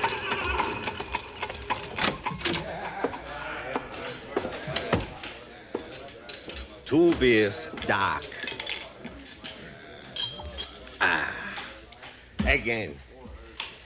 Henry, why should we walk our legs off trying to find out the name of a stevedore kicked overboard by a mule? Yeah, but my city desk wants... The fact, my boy, that another poor man has given his life to engorge the interests is not news. It happens every 10 minutes. Well, kicked by a mule... That is the story. Men are not kicked overboard by mules every day. That is the story, not the name. Therefore, I move you, my esteemed contemporary, that the name of the deceased be Ignaz Karpinski. Karpinski. That the name of his widow be Marie. That his age was 36. That he lived at 1777 4th Avenue. And that he leaves 11 minor children. Charlie!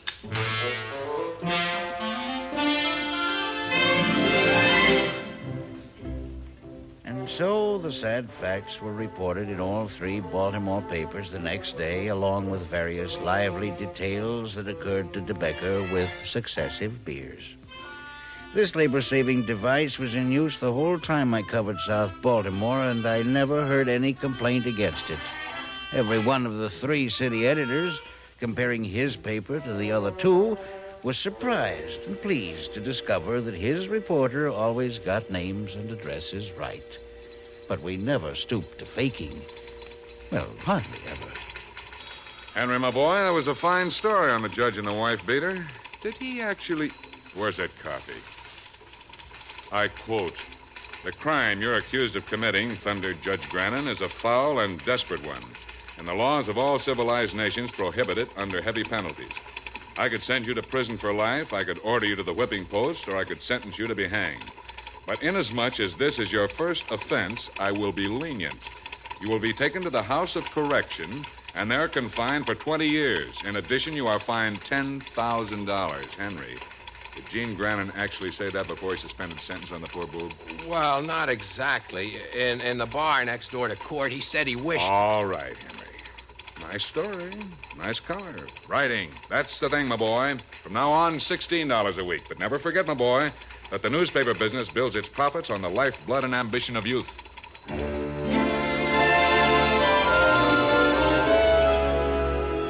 By this time, I had begun to reflect upon my trade.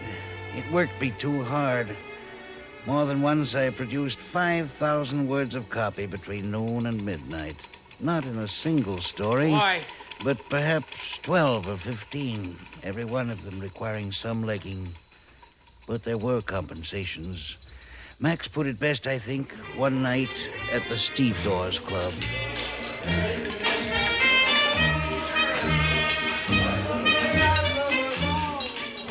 Who touches the hair of John Greyhead dies like a dog.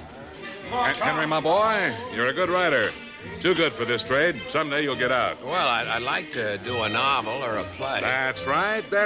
But where else, my boy? Where else can you see the show from a reserved seat in the first row, huh? You mean light? I mean humanity. 2 beers? Light for me, dark for my nephew here. Humanity, Henry. The rest of the boobs have to wait in line and shove for places, but we get in by the side door. Here's to the Fourth Estate. Long may it slave. Integer vitae generisque punis, non egit The Stevedores Club. Max proposed me for membership. I shall be grateful as long as my vital juices flow and tongue shall wag. I learned to drink a potion called Handset Whiskey. The linotypers throve on it. Now, don't tell the other boys the secret, see? You mix wood alcohol, snuff, tobacco sauce, and coffin varnish. It's the varnish gives it the body. The Stevedores Club. A professional society it was. Met at Frank Junker's saloon opposite City Hall. Max explained the rules to me.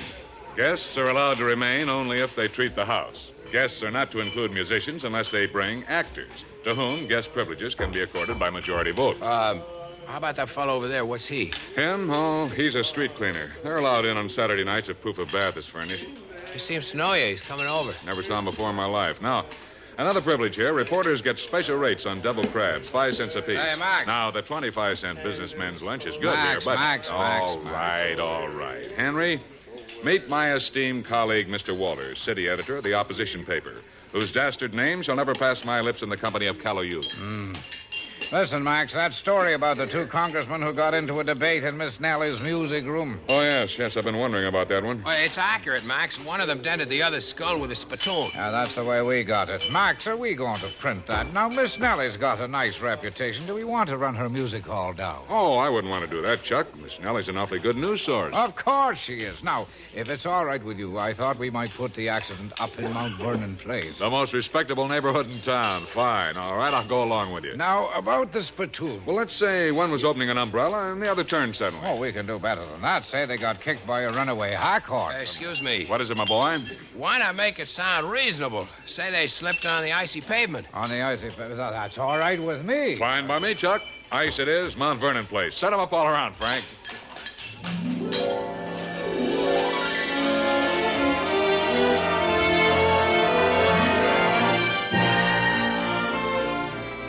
Thus, the cooperation of the press to protect a respected establishment, Miss Nellie's Music Hall. Scoops, beats, there were plenty. But when the city editors agreed on the facts, that is how they appeared, nor ever did one break his word. There is honor among thieves, editors, and sometimes even editorial writers, giants of the embellished fact, the expanded truth. Like Jones, our telegraph editor, claimed to have been a church organist once. Well, there was the baby in the bank vault. What was the baby doing there, Jonesy? Why, Henry, the mother, being wealthy, had just forgotten about it in her eagerness to get the coupons over to the teller's window. So they sent for me. I set up my organ in front of the vault. Where did you get an organ, Jonesy? Borrowed it from a nearby sailor's vessel. Now, I fooled around until I found a note that would vibrate steel and shook the time lock to pieces. Whatever happened to the baby? Grew up to be a congressman, I believe. Should have left him be. Boy! Jonesy had one failing. He took to Handset Whiskey on the job and began scouring the world for ancestors. Whenever the AP would announce the death of some eminent man, he'd stagger into the city room with the flimsy, sobbing piteously. What's the matter, Jonesy? Terrible thing, Max. Terrible. What is it, Jonesy? Let's have it, man. Bismarck is dead. Well, what of it? What do you care about him? You don't understand, boss. He was my father.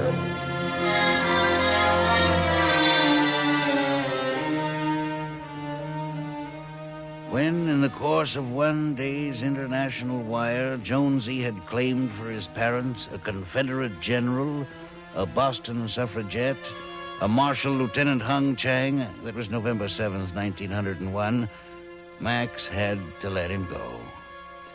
We were amazed when word drifted in that he was actually working as an organist in a Presbyterian church in a poor suburb, claiming to be a son of both John Calvin and John Knox. Giants and sinners, all of us. What we did with great gobs of gusto. It was a time of thoroughness, anyway. I was sent to the Patapsco to cover a suicide one day. The unfortunate had been a bar owner. The cop couldn't even spell his last name. Kuno, old Kuno. The boob made the deal with the artist for free meals and beers that they do him a mural on his wall. What happened? Well, it drove him to self-destroyal, Henry. At the end of a month, they give him 8 square feet of beautiful bims and peekaboo chemises. But it run him 120 meals and 500 some beers. We got him. Let's go, Henry, and take your hat off. Now, the way we make it out, he climbed up on the rail, tied a rope to it looped around his neck, swallowed a dose of arsenic, shot himself through the head, then fell or jumped into the river. You always want to say it like that, my boy. Fell or jumped. Respect the family's feelings.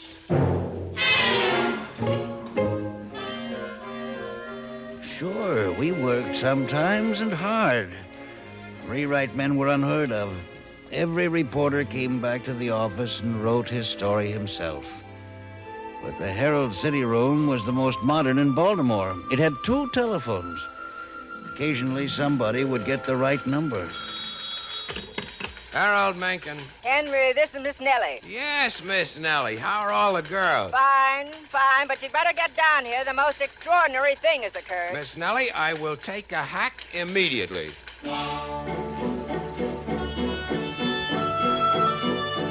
Miss Nellie had appreciated my part in moving the Cuspidorian congressman out of her precinct, so she'd called me on this one. Her story was succinct. Peebles, the hack driver, brought her. He says she gets out of the train, climbs into his cab, and says, "Take me to an establishment for fallen women." So he took her here. Did he say why? Because she was so young and innocent, he didn't know what to make of her. So with that, she tells me she comes from somewheres near a burg called Red Lion, PA. What's her name? Emmeline Barron Blicker. Her father's one of them old rubes with whiskers. Very strict people. Yes, sir. Now, Emmeline had a beau in York, PA, name of Elmer. Whenever Elmer could get away from his work as train butcher on the Northern Central, he'd come out to the farm and they'd do a little hugging and kissing. Well, one day, old Whiskers caught him at it and hollered Emmeline out of the house. Now, Emmeline was a great one for reading books, so while she packed her carpet bag, she remembered what girls in books done when they lost their honest name. They rush off to the nearest city and take up a life of shame, and their name is rubbed out of the family Bible. Well, why didn't she go to Philadelphia? Henry, nobody in their right mind goes to Philadelphia.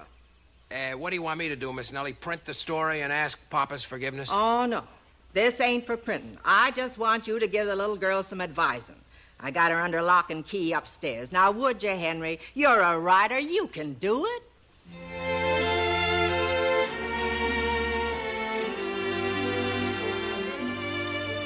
Presently, Miss Nellie fetched in Emmeline.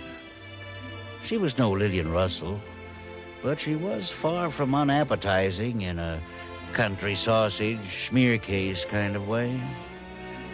Miss Nellie set her at her ease, and soon she was retelling her story to a strange young man with a celluloid collar. Then, out of my worldly wisdom, I spoke.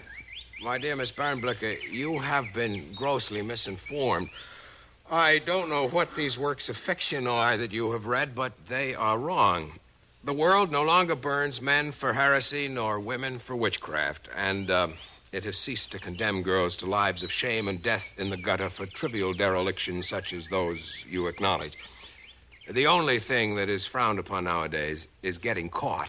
What do you think Emmy should do, Mr. Mencken? I advise you to go home, make some plausible excuse to your pa for lighting out, and resume your faithful ministrations to his cows. Now, you see, honey, Mr. Mencken says go home. Yes, and at the proper opportunity, take your bow to the pastor and join him in indissoluble love. It is the one safe, respectable, and hygienic course.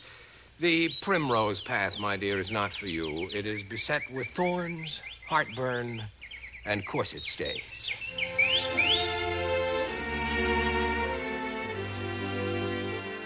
All the ladies of the resident faculty wept copious tears, took up a collection to which I added $1, the coachman another, and Miss Nellie ordered a box lunch for the triumphantly repentant return to the parental pastures. Emma promised to send Miss Nellie a picture postcard of Red Lion showing the new hall of the Knights of Pythias, but it never arrived.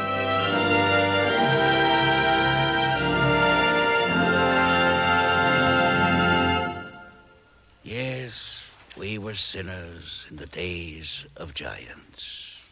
Giants. Giants everywhere. Huge drinkers, vast eaters, cheerful sinners, honest geniuses. Men, women, and fools.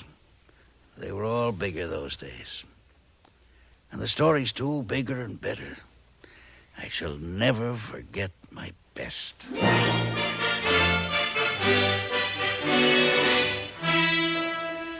At midnight on Saturday, February 6th, 1904, by which time I was city editor, I put the Herald to bed, then joined the exercises of the Steve Dawes Club until 3:30. Catching a Nighthawk trolley, by 4 o'clock, I was snoring on my celibate couch in Holland Street. But at 11 a.m., How dare you disturb the peaceful Sabbath? Well, Mr. Mencken, there's a fire down in Hopkins Place. Let it burn. Well, sir, it looks like a ding whistler. Well, then let the ding thing whistle. This is my day off. Well, Mr. Mencken, sir, the fire department's talking of sending to Washington for apparatus. Well, why didn't you say so in the first place? Send a hack up while I dress.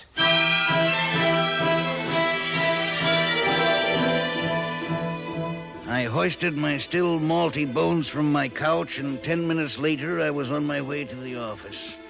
That was at about 11:30 a.m. on Sunday, February 7th. It was not until 4 a.m. of Wednesday, February 10th, that my pants and shoes, or even my collar, came off again.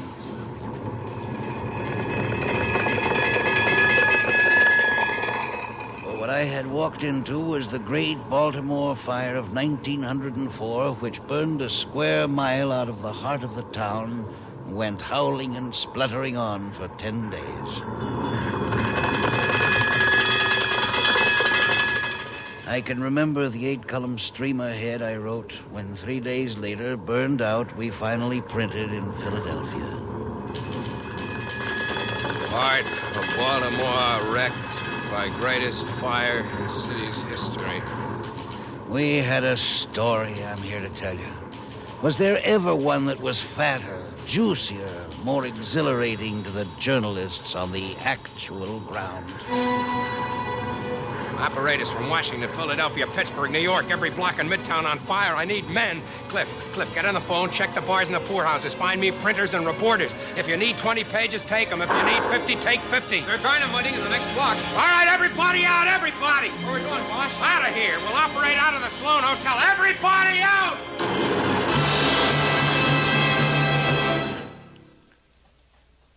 I went into it a boy.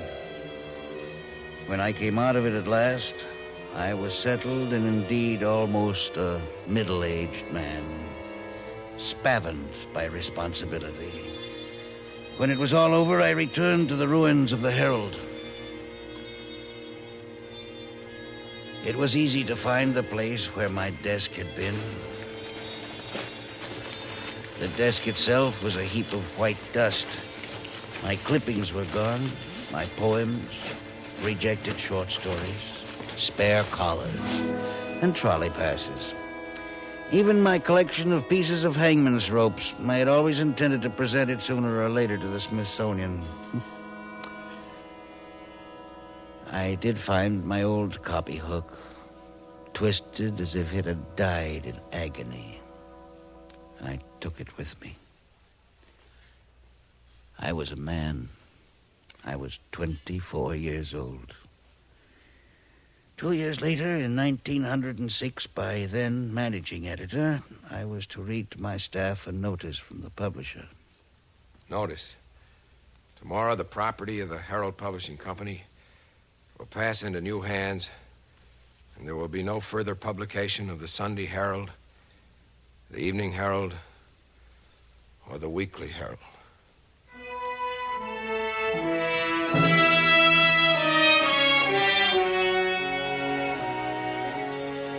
In my desk, I had a volume of stories by a new writer named Joseph Conrad. The man could write. His people were sailors, not newspaper men, but they spoke for me. I remember my youth and the feeling that will never come back anymore. The feeling that I could last forever. Outlast the sea, the earth, and all men. Youth. All youth.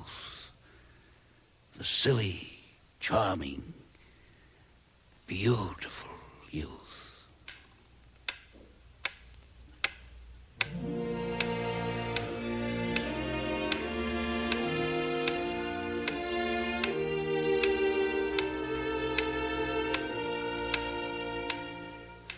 The man on the bed has had a stroke, but he shifts his eyes. They fall on a twisted, agonized, old-time copyhook nearby on his desk. The eyes find fire somewhere, perhaps purloined from the past. He, a writer who is to be paralyzed, who is never to speak sense again afterward, opens his mouth and speaks. Yes, Mr. Mencken, what is it?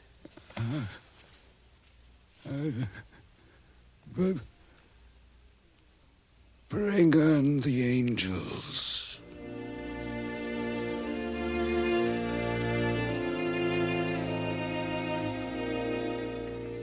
The angels will treat him kindly. Why? Simply for this alone of all his writings. If, after I depart this vale, you ever remember me and have thought to please my ghost, forgive some sinner and wink at a homely girl. Henry L. Mencken, 12 September 1880, 29 January 1956. Newspaperman.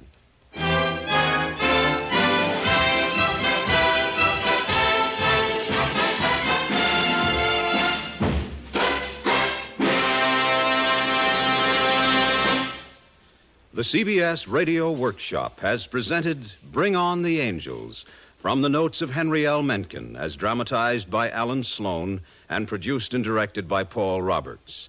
The music was composed by Ben Ludlow and conducted by Alfredo Antonini.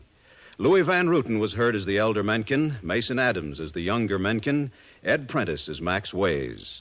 Others in the cast included Ethel Owen, Daniel Ocko, Jackson Beck, Walter Kinsella, John Gibson, Joe Helgeson, and Ian Martin. This is Bob Hite inviting you to join us again next week for the CBS Radio Workshop. And remember, America listens most to the CBS Radio Network.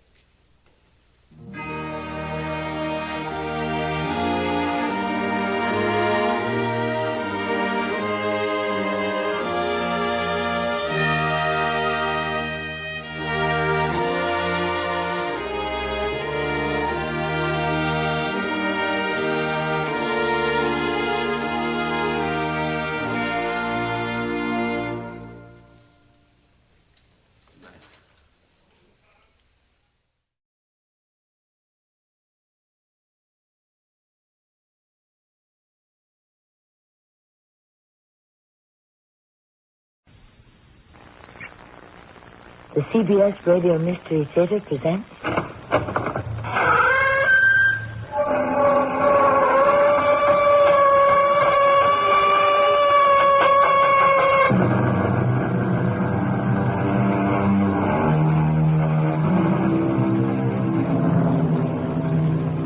Yes. Welcome. I'm Fanny Grimes. We heed no instinct but our own, said the poet. Perhaps this is so when we have become older and wiser, but early on during the lessons of life, how is one to distinguish between his own thoughts and the thoughts of others? Who truly has a mind of his own? Our brains are so overcrowded, so clogged with the imprints of a busy, active world. How is one to tell when he is really thinking for himself? In truth, when do any of us close our minds to the influence of others? Why do you hate her so much, Mr. Palmer? I don't hate her. Then why do you want her punished for a crime she didn't commit? But she did. I know for a fact you're lying. I'd like to see you prove it.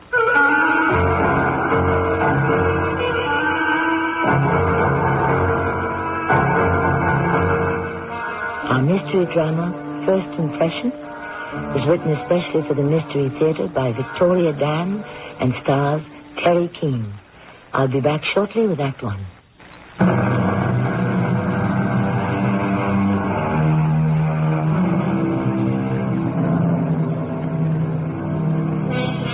It's a busy Saturday evening at this small Midwestern airport. Some passengers scurry to catch their flights while others wait impatiently in the long line at the ticket counter. Two women are sitting in a lounge, both well-dressed and attractive.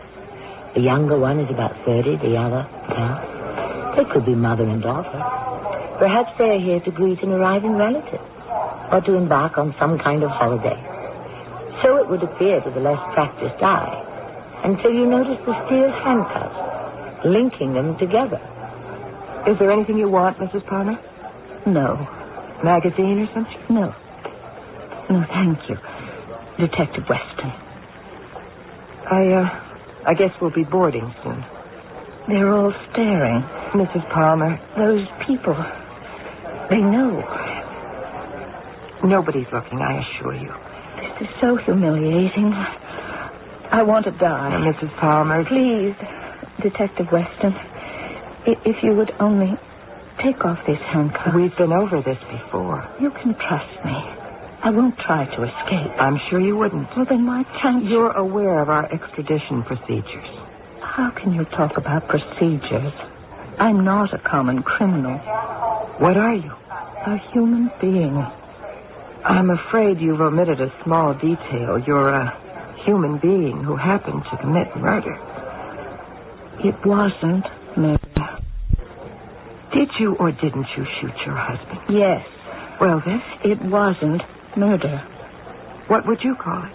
An accident. If you're ready, we can pre-board the plane now. Why won't anybody believe it was an accident? If we board now, we can be settled in our seats before the other passengers. I've told them 1,000,000 times. There's no reason why I'd want to kill John. Mrs. Palmer, we're going to be chained together for at least 3 more hours. Do you think you could save your protestations of innocence for the jury? Don't you care? I have nothing to do with your case, Mrs. Palmer. I happen to be involved only in your extradition. You think I killed him deliberately. Well, I didn't. Then why did you jump bail? I panicked. I wasn't responsible for my actions. We are always accountable for our actions. That's why I'm returning you to face trial. Can we board the plane now, Mrs. Palmer?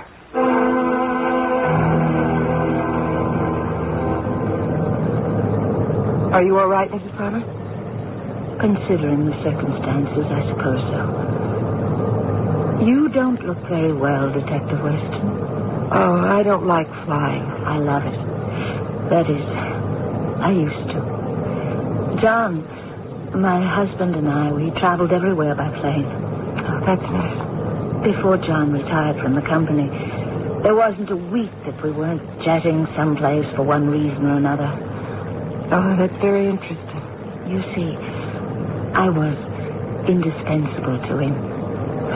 Well, obviously, he wasn't indispensable to you. What's worse, I wonder, having no respect for yourself, or others losing their respect for you? I shouldn't have made that crack. I'm sorry. What's there to be sorry about? I'm the one that's going to have to be sorry. every day for the rest of my life. Over and over, I'll have to relive the moment when I turned the light on and discovered, in that horrible instant, that the body on the carpet, staining it with blood, was not a burglar at all. Stewardess, could I possibly have a couple of aspirins? Oh, what were you saying? Nothing at all. You know what's very good for headaches, Detective? Relaxing. Imagine you're in a wooded glen, lying back on a quilt of soft, mossy grass. Alongside runs a fresh, clear, babbling brook. The tiny ripples fan out over the smooth, small stones on the water's bottom. Well, yes. That is bad. You have a way with words, Mrs. Palmer. Is that bad? I'm not sure. John used to say I had a gift, a talent for understanding people and their problems. I have no problem. I meant your fear of flying. I'm not afraid of flying. No. I simply dislike it. Of course. Even if I were afraid, as I said, I'm not. It goes with the job. You love your job, don't you? Sometimes. I love my job all the time. I started right out of high school. Mr. Palmer was still married to his first wife. Back then, I was gawky and unattractive. It took him 10 years to notice me as something other than his secretary. I didn't mind. I was his friend. He confided in me. Really? The president of $1 million corporation can't confide in just anybody. The special problems, the intricate negotiations, the never-ending politics. When did she die? Who? His wife. 11 years ago. 20 years. You waited 20 years for him. I didn't exactly wait. But you had to share him. At night, he went home to someone else. During the day, working late on long business trips, he was mine. We were colleagues. That part of him I never had to share with anyone. Besides, there was still the company. The company? His company almost became our company. I helped it grow, watched it expand. If John couldn't be with me, I always had my work. I have an aptitude for business, you know. And that was enough for you? Yes. Well, I guess if you wait long enough, it pays off. I don't understand. He finally married you. Oh, that. Well, we all can't wait forever. I wasn't aware we all were. Are you Detective Weston? Am I what? Waiting? No. What are you waiting for? Who are you waiting for? We were talking about you, Mrs. Palmer. Why did you kill him? I've already told you it was an accident. What happened that night? Why are you suddenly interested? I'm curious. It's all a matter of record. John had bought me a gun. We'd had 2 robberies already, and he hadn't wanted me to be unprotected while he was out of town. It was about 2 a.m. I heard a car pull up. I knew it couldn't be John. John was away on a fishing trip in Canada. But didn't it occur to you that he might be coming back early? It couldn't be him. That is, I thought it couldn't be him. You see, if John were coming back sooner, he would surely call me, let me know. Anyway, I could hear the front door opening. I was terrified. I was alone in my home, except for Brooks and Marguerite. Your butler and housekeeper? Yes, their quarters are over the garage. I heard the footsteps in the hallway. Surely, if it were John, he would have turned the lights on. Where were you then? Standing at the top of the stairs. You already had the gun? It was like being in a trance. I could hear my heart beating against my ears. I couldn't feel my arms and legs. I started to walk down the stairs. I was weightless. I floated. below was a shadowy figure in the darkness. It was tall, frightening. See, it wasn't a person. It was an apparition. I had to be dreaming. Then this apparition, this thing, raised its arm at me. The gun in my hand started firing. You know the rest. Yes, I know the rest. I just have one question. What? Why doesn't anybody believe you?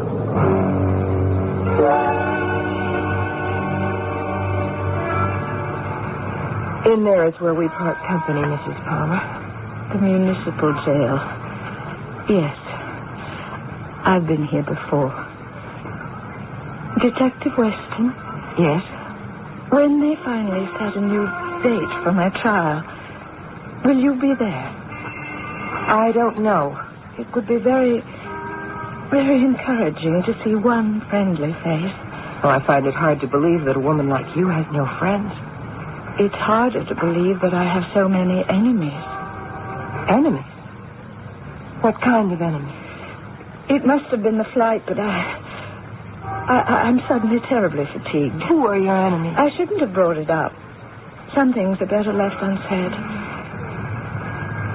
Can we go inside now? Oh, wait a minute. Who do you consider an enemy? I'm afraid I've already been indiscreet. About what? I don't understand. You don't understand? Then ask yourself this. Why don't I have any friends? And why, with all my money, all my position and influence, can't I find one single person willing to believe my version of what happened? Is it really that far-fetched? Well, you think about it for a while. I already know the truth. It was an accident, even if I'm the only one who knows.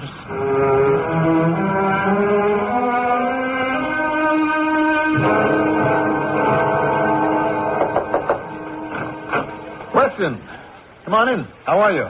Captain? Sit down. Tell me about your trip. It was all right. She didn't give you any trouble? It depends on what you call trouble. Well, what's that mean? About this Palmer murder case, there's something very funny about it. No? I read up on it last night. Oh, on your day off, huh? Something about the way it's been handled just doesn't seem right. Well, are you interested in the Palmer murder? Yes. Is it your case? No, but I couldn't help noticing. You've been on homicide for how long now? 6 months. Ah, 6 months makes you an expert, right? I'm beginning to wonder about the motivation for the murder. Ah, here we go with motivations and all this stuff about the psyche and the subconscious. Since when has one human being needed a reason to kill another human being? So, still, Captain, I think... Besides, this isn't like you. Usually you just do your own job. You don't get sidetracked. I mean, you won't as much as look at a case you're not involved in. Well, you changed that when you sent me down to Williamsboro to escort Zelda Palmer back here. Now, I had no desire at all to get involved. But now... You are involved, huh? Captain, I want you to put me on the case. Well, what can you do with this case that hasn't already been done? I believe I can prove that Zelda Palmer is innocent.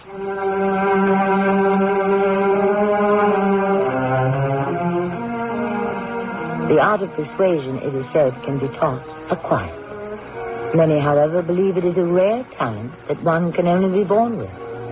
And though all the people we've met thus far seem to be trying to persuade other people in some direction, it would appear that only one has so far been successful. Of course, this is only Act 1. And when dealing with the human nature, anything is bound to develop.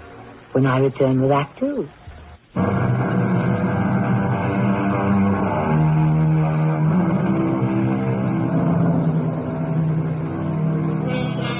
In a single moment, how the complexion of life can change. We look in the eye of someone we think we know so well and see a light we never saw before. Or in a single word or solitary gesture, a complete stranger can manage to strike a certain chord within us. Detective Cynthia Weston was convinced in the beginning of our story that Mrs. Zelda Palmer deliberately shot and killed her husband. Now, after accompanying her home to face murder charges, The young policewoman is no longer so sure. She is disturbed by something. But what? I'll tell you what it is, Captain. It's the atmosphere. The atmosphere? It's just not right for murder. Well, what would you say, in your practiced opinion, is the proper ambiance for murder? Greed, distrust, hatred. Now, there's none of that. Not according to Palmer's son. Yeah, I read that. He says the old man was planning on divorcing her. It's totally unsubstantiated. Not as far as the DA is concerned. But the real damaging evidence, if you want to call it that, against Zelda Palmer is a statement made by Brooks, the butler. Now, he claims that John Palmer and his wife were having an argument before she shot him. He even cried out. And that is the entire case against her. That's enough to do it.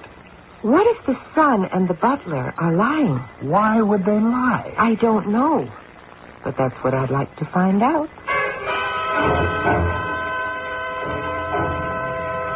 Yes? I have an appointment. I'm Detective Weston. Well, go right in. Mr. Palmer is expecting you. I'm not interested in your excuses, Murphy. Find out what price they want and give it to them. Get back to me in an hour. So, you're the detective who called earlier. Mr. Bradley Palmer? Oh, I hate that name. Bradley. Sounds like a little kid who won't eat its spinach. Well, then what do people call you? Mr. Palmer. Do you mind if I sit down, Mr. Palmer? Go ahead. Is this going to take long? I've got a conference scheduled for 10:45. How long have you been running Palmer Industries? 3 years. And what were you doing before that? I was, out of the country. Where? Here and there. Is there a reason you can't be more specific? What bearing does it have on my father's murder? I believe you were somewhere in the Far East, weren't you, Mr. Palmer? Well, if you already knew, why bother asking? Your reluctance to be candid with me is very interesting. What were you doing in that part of the world for over 7 years? Why don't you tell me? You were in a monastery. A very obscure teaching sect in the Himalayas known as the Gahari Shimta. What does this have to do with... Aside from preaching a doctrine of nonviolence, the Gahari Shimta reject all material wealth. How do you know about Shimta? Today, you drive a Mercedes, wear $500 suits, and run one of the largest corporations in the country. What made you give up the monastery, your entire way of life, and return to the state? My father asked me to. And anyhow, my time with Gahari was complete. Why did your father want you home? I should think that would be obvious. He's getting older. There weren't any other children. It was up to me to carry on. In other words, take over. I didn't want to leave at first. Then I understood. As president of Palmer Industries, I might be in a position to improve the condition of mankind. And there are endless ways in which money and power can be used to benefit mankind. Peaceful instead of... I'm sorry, what were we talking about? Your father. Oh, yeah, well, he wanted to retire. Go fishing, put the company in the hands of someone he could trust. Well, what about your stepmother? He trusted her. I'm sure he did. But image was very important to him. You see, Father was convinced that a woman, no matter how competent, would convey an image of weakness, which would reflect on the entire company. Weakness, vulnerability, that's what sets the wolves at your door. That is the nature of the world, I suppose. Mr. Palmer, who would stand to gain the most by your father's death? Gain? I consider death a loss. Or on a purely material, financial level, who would benefit the most? My father had already divested himself of the bulk of his estate. Which means? Well, the house, other properties abroad, and cash assets he left to her, my stepmother. What about the company? He signed the controlling interest over to me a year ago. Why do you insist your stepmother's actions were premeditated? Because they were. On what do you base your opinion? I just know, that's all. Mr. Palmer, why did you lie to the district attorney? I haven't the vaguest idea what you're talking about. You claimed that your father confided to you his desire to initiate divorce proceedings against your stepmother. Now, I don't believe such a conversation ever took place, except in your mind. And by what method do you deduce that? Just a hunch. But your answer sewed it up for me. noticed your first instinct was not denial or outrage, but a smug retort. Thank you for your time. I assure you we'll be speaking again very soon.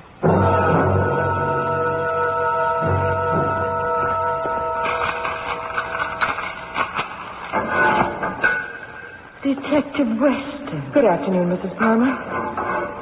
They told me you were taking over my case. I couldn't believe it. Well, I had no choice. They assigned it to me. I thought you had asked. As I explained to you the other day, it was not my wish to become personally involved in your problems.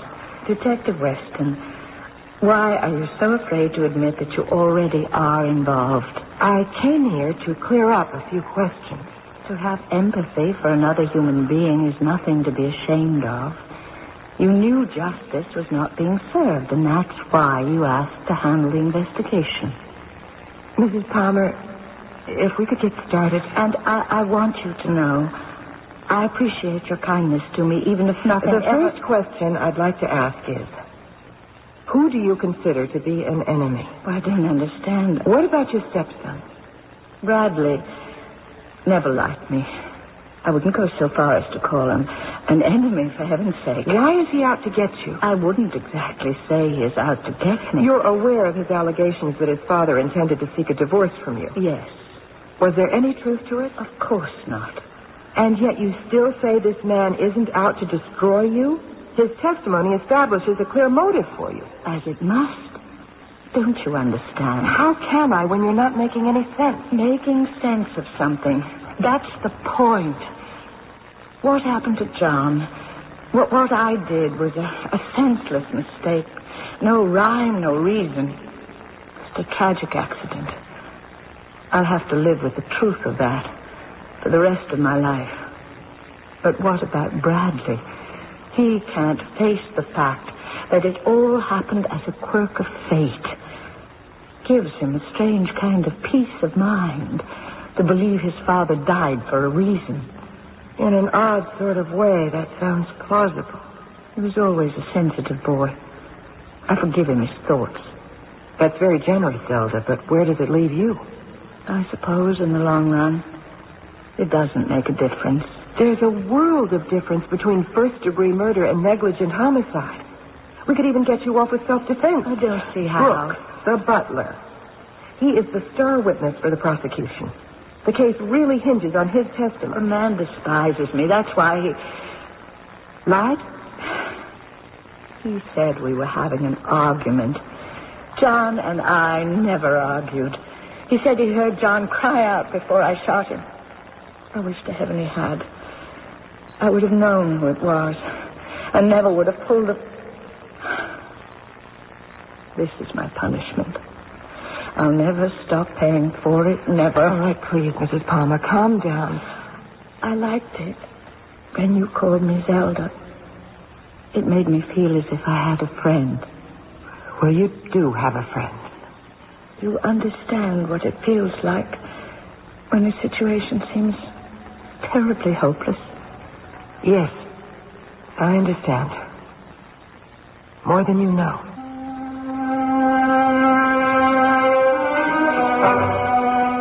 He was a good man.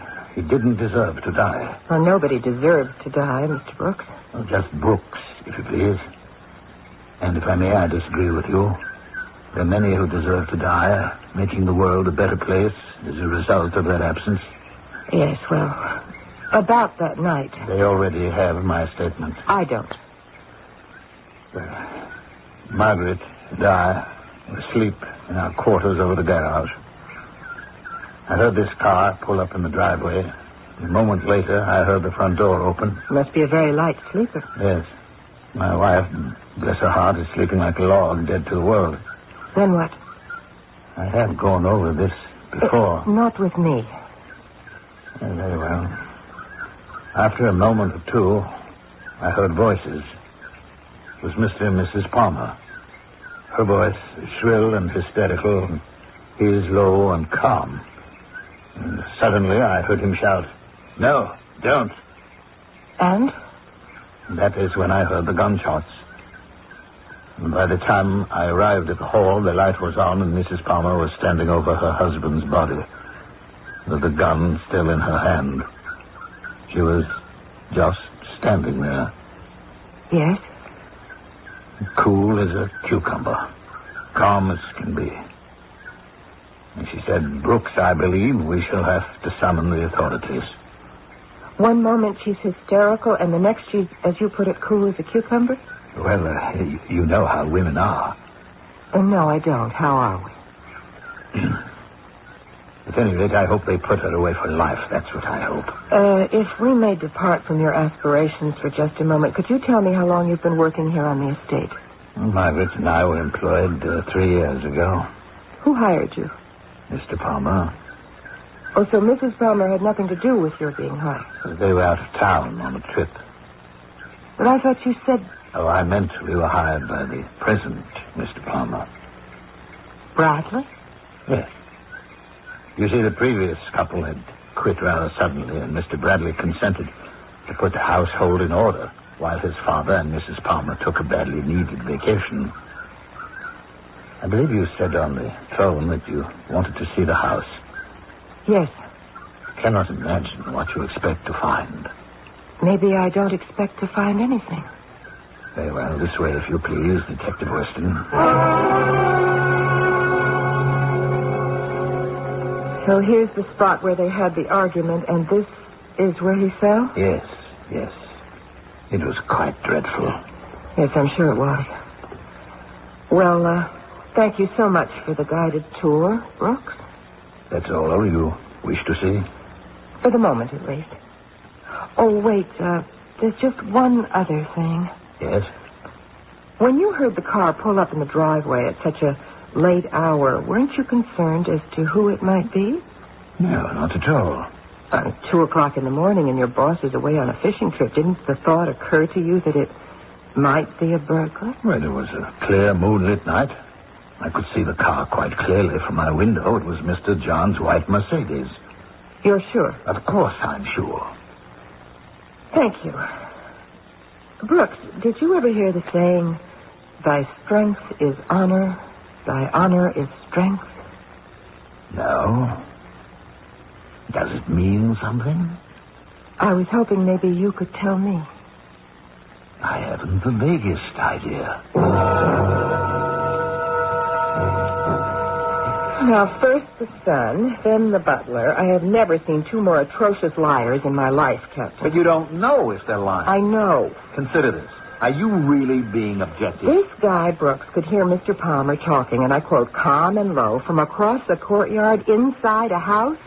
You'd have to have antenna. Why do you find it easier to believe Mrs. Palmer? I thought a person was supposed to be innocent until proven guilty. As far as I'm concerned, there isn't enough proof. Well, according to the DA, there is. A woman like Zelda Palmer would never kill her husband. For whatever his reasons, Bradley Palmer is determined to destroy her credibility.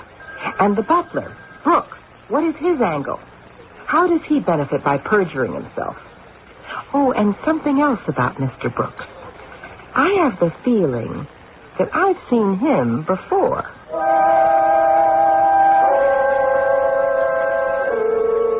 There seems to be a story where everyone has something to hide. The wealthy widow, the stepson, and the butler. Not a particularly unusual brew for murder and intrigue. The possible combinations are infinite, but there can only be one correct solution. Each of these people holds a missing piece of the giant puzzle. When, at last, the pieces are put together, we'll be able to see the complete picture. A picture just about ready for viewing in Act 3.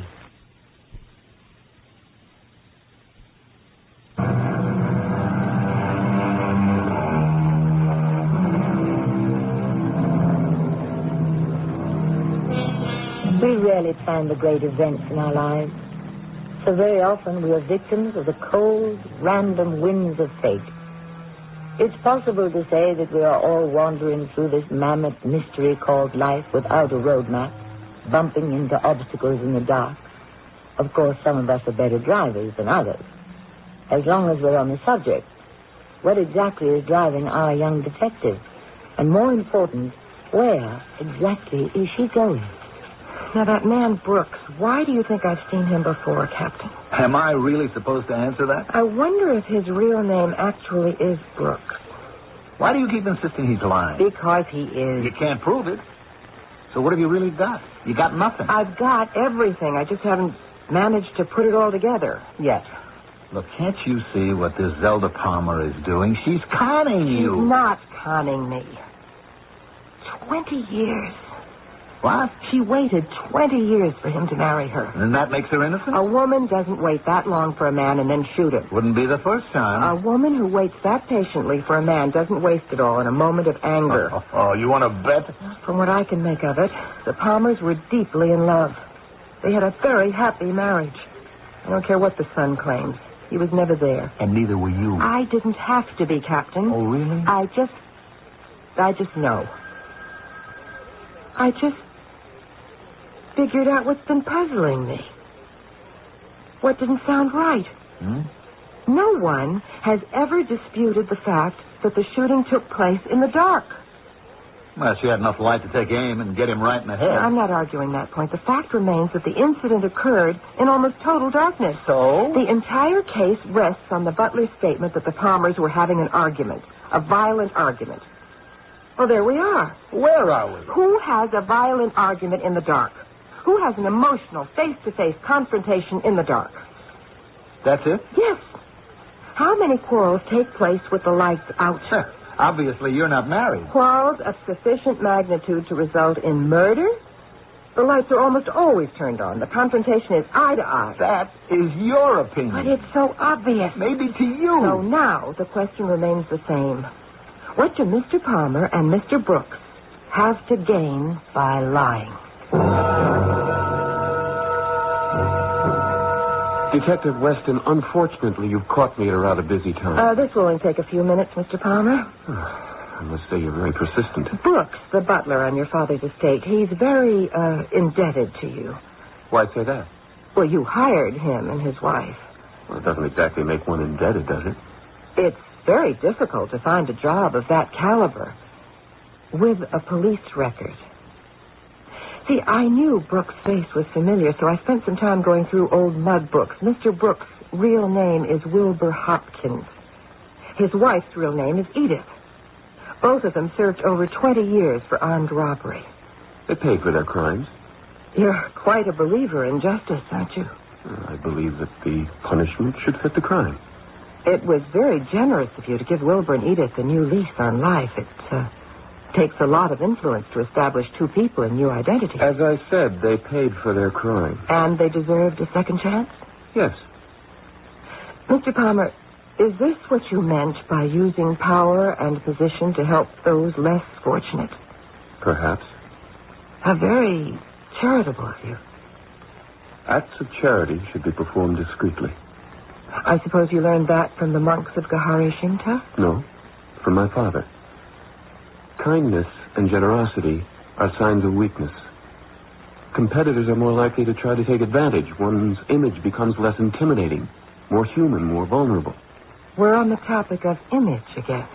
Now, a man at the mercy of a woman, how much more vulnerable can he be? Who are we talking about? You or your father? To be shot, unable to defend himself. She was always a rash, impossible woman. And I made it a point to avoid her. What did she do before all this to make you hate her so terribly? Hate's a strong word. I prefer dislike. I'm going on the assumption that she's innocent in the case of your father. If that's so, what would prompt you to lie? You assume a great deal. I know a great deal. About time. A woman doesn't spend years waiting for a man she doesn't love. And a man doesn't spend 7 years in a monastery just to kill time. Not a man like you. I learned a great deal. I believe that. Much of what you learned, you still practice. This entire subject of vulnerability, weakness. You claim the philosophy is a legacy of your father. But doesn't Shinta also preach hiding weakness? Conveying an image of strength to avoid violent confrontation? How do you know about all these things? There's a very fine university in this town with a very fine library.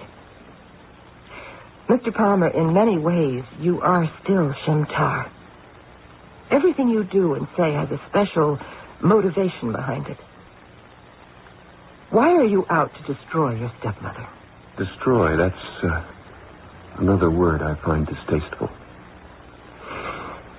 Detective Weston, do you have any children? I'm not married.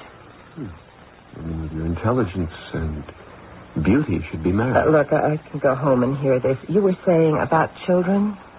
Perhaps if I'd been her real son, instead of her stepson, perhaps if she'd been able to have a child of her own, maybe she would never have felt the need to... The need to what? That I can't tell you. Can't or won't? Both.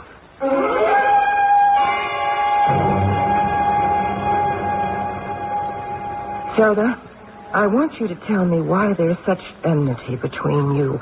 Why does he want to punish you?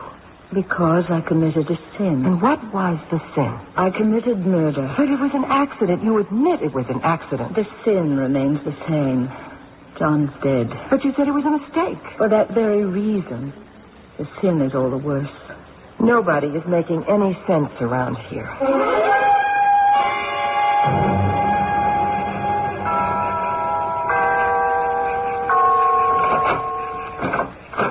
Detective Weston? I hope I haven't disturbed you at this late hour, Brooks. Well, you did tell me to expect you sometime past midnight. I wanted to check a few things out when the light conditions were similar to the way they were on that night. The moon is about the same. As you requested, I have switched off the lamps. Maybe you could just turn them on to guide me up to Mrs. Palmer's room. Brooks? Whatever you wish. I want to see just what she saw that night. Very well, this way, please.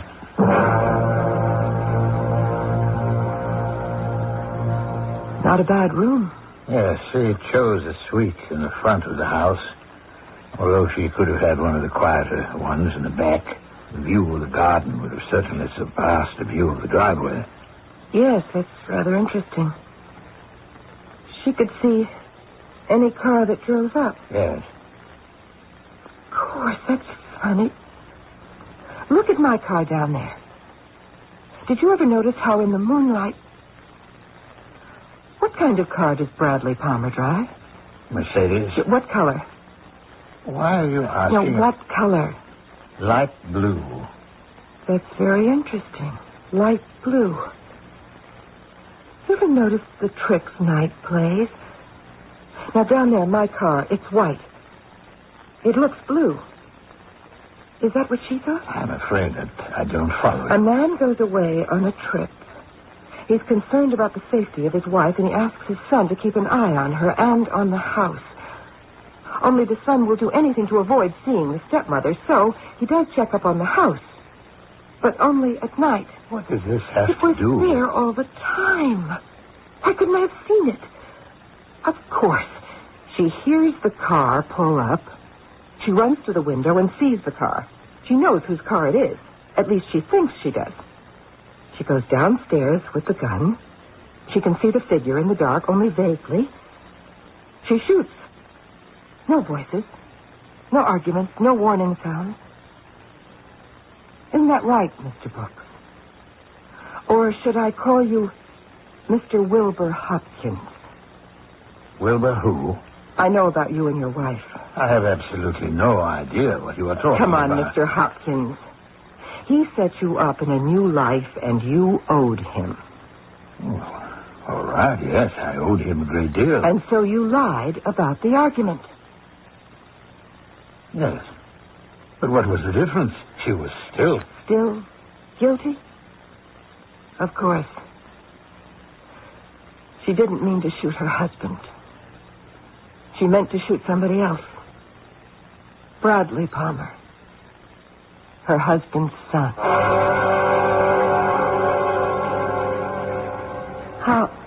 How did you find out? I knew you couldn't have killed your husband. You had no motive. I never stopped to consider that you certainly had a motive for killing somebody else. Your stepson. John wanted him to run the company. I could have done a much better job. I loved the company much more than Bradley did. He didn't help build it, watch it grow. So when you looked out of your bedroom window that night, you thought it was Bradley's car, didn't you? John wanted his son to carry on. Why not me, his wife? The thought never occurred to you that your husband might come home early, so in the darkness, you made a mistake. You killed the wrong man. It was an unforgivable mistake. If it had been Bradley who died, the police would have believed me. They would have believed that I thought I was shooting a burglar. But who would believe a woman shooting her own husband? I would have believed you, Mrs. Palmer. For a while, I did. What are you going to do, Detective Weston? I'm not going to do anything. I don't understand. I'm going to leave things just the way they are. You did murder your husband. Bradley Palmer was quite right when he said it. The punishment should fit the crime. At least you can help me convince people. Let them know I love John. I would never want to kill John. That's all I want people to know. They're never going to know, Mrs. Palmer. And in truth, that's going to be your punishment.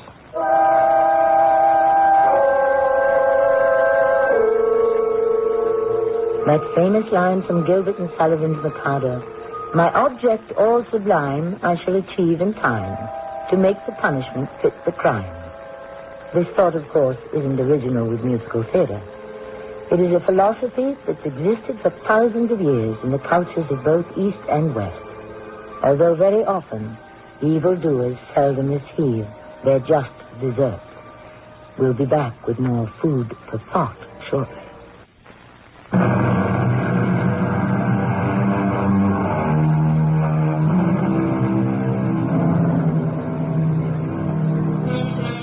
There are none so blind as they who cannot see. In this story, we've dealt with people who are blind in their points of view, limited by their own unfortunate experiences. Whether she's convicted for one murder or another, Mrs. Zelda Palmer's physical punishment will be the same. But the most important punishments take place within the mind and heart, because it is within our souls that we must be fully answerable to whatever power exists. Our cast included Terry Keane, Carol Seitel, Keir DeLay, and Mandel Kramer. The entire production was under the direction of Hyman Brown. Radio Mystery Theater was sponsored in part by Raven House Paperback Mysteries. This is Tammy Grimes, inviting you to return to our Mystery Theater for another adventure in the macabre. Until next time, pleasant dreams.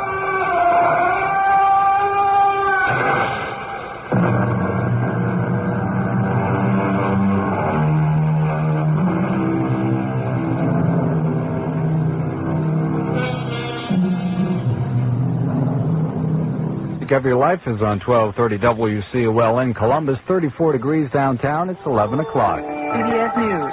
The Democratic leader of the Senate has introduced to prevent President Reagan from sending U.S. troops into El Salvador on his own authority. I'm Judy Muller, reporting on the CBS Radio Network. Senate Democratic leader Robert Byrd introduced a measure to amend the War Powers Act of 1973, which allows the president to commit troops overseas, but requires him to seek congressional approval within 48 hours. Byrd's resolution would require the president to get congressional approval before sending troops, except to protect Americans overseas. When Byrd first announced his intention to introduce the measure, White House spokesman Larry Speaks said the legislation is unnecessary because, in his words, there is no plan to send combat troops to El Salvador or anywhere else. Leftist guerrillas in El Salvador launched their strongest attacks in more than a year today, according to government officials. The fighting was centered in two major metropolitan areas, San Vicente and San Miguel. The military regime of El Salvador came under attack by Amnesty International today. Larry Cox, a spokesman for the human rights organization, charged the government in San Salvador with directing mass killings of civilians. There's no doubt that atrocities are being carried out by all sides in the armed conflict in El Salvador.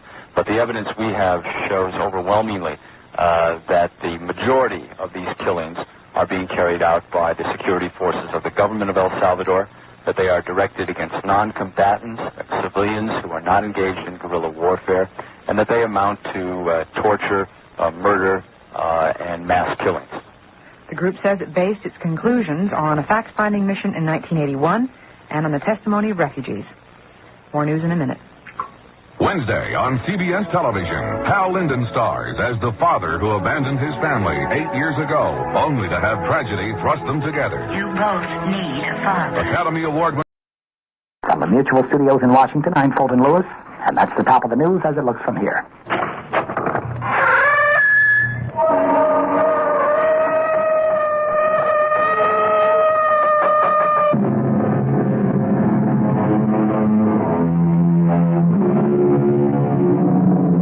Come in.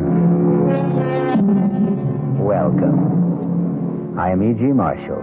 Welcome to the sound of suspense, to the fear you can hear. For the next 52 minutes, I'll be your companion on a journey to a place in the past. It used to be that only the mystics believed you could go back, relive your life. But didn't so eminent a scientist as Albert Einstein say that the past, the present, and the future are all intermingled somehow? Then, why should we question a gentleman named Spencer Chadwick, who is asking a very vital question? Inspector, do you believe a person can do it again? Do what again? Go back. Where?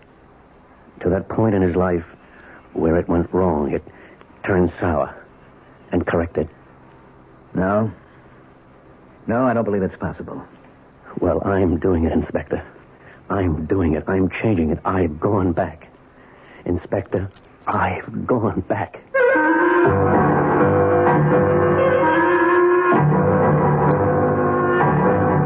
Our mystery drama, You Can Die Again, was especially written by Sam Dan and stars Richard Mulligan. It is sponsored in part by Anheuser-Busch Incorporated, brewers of Budweiser. I'll be back shortly with Act One.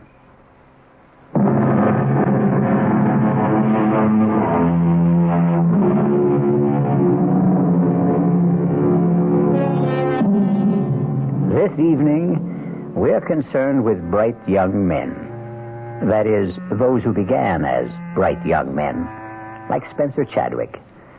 Bright young Spencer Chadwick married his boss's daughter, but that was 23 years ago. And today, young Spencer has arrived at comfortable middle age. This morning, he will pick up his phone and dial the private number of a highly placed friend.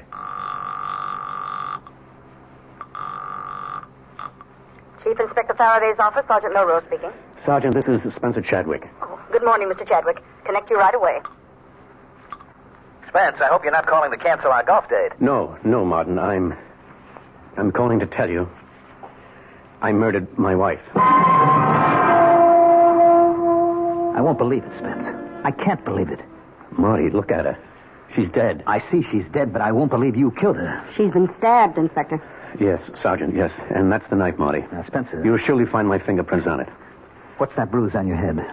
We had a fight. She hit me with the candlestick. Inspector, a glass door here leads to a terrace. It's been broken. Spence, an intruder, a thief. Did he slug you and kill Margaret? No, I killed Margaret. But that broken door. She tried to get away. I dragged her back into the room. Whose place is this? Mine. I didn't know you had an apartment downtown. I've been staying with a girl. Spence, you're talking to me, your closest friend, Marty Faraday. Excuse me, Inspector. Shall I start the routine? Yes, of course, Sergeant. Are you going to arrest me, Marty? I have to. I'm ready to go now. But I'm not ready to go. Look, I can't believe what you're telling me. I can't even believe you were cheating on Margaret. How can I believe you killed her? You've been a policeman for 25 years, Marty. Do you still have illusions, faith, ideals? If I do, it was because of people like you and Margaret. I'm sorry, Marty. Look, Spence, is this the way it happened? You were having an affair. Margaret found out about it. She came here, confronted you. One thing led to another, and you killed her. Now, is that the story? Yes. Yeah, that's it. Well, where's the girl? I suppose she's dead, too. You suppose? Yes, we can say she's dead. Well, how did she die? I killed her. What? When? Oh, a long time ago. A long time? Spencer, you're not making any sense. How could you have killed her a long time ago if Margaret confronted the two of you here today? I don't know. I don't know. Now, Just arrest me, and don't ask me any more questions. I have to ask, Spence. I can't accept what you're telling me. Now think. How could you have killed her a long time ago? Or did she kill me?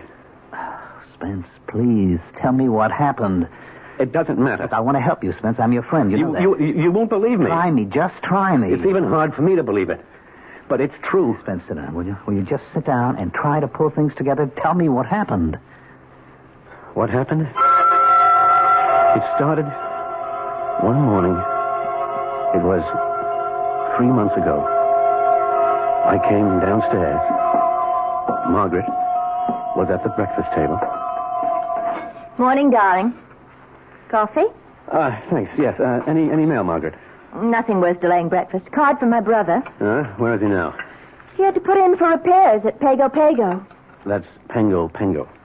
When is he coming home? Oh, next year, maybe. Or the year after, when he gets bored or tired or needs money or decides to get a new girlfriend or another boat. And he's 38 years old. And he'll never get anywhere. Don't say that. It seems to me he goes everywhere. Oh, his life and yours, darling, a study in opposites. You were born poor and you wound up rich. He was born rich, wound up poor.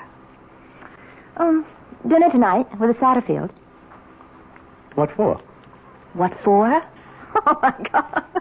I practiced for almost 5 minutes before you came down, tossing off what I just said in an offhand, casual way.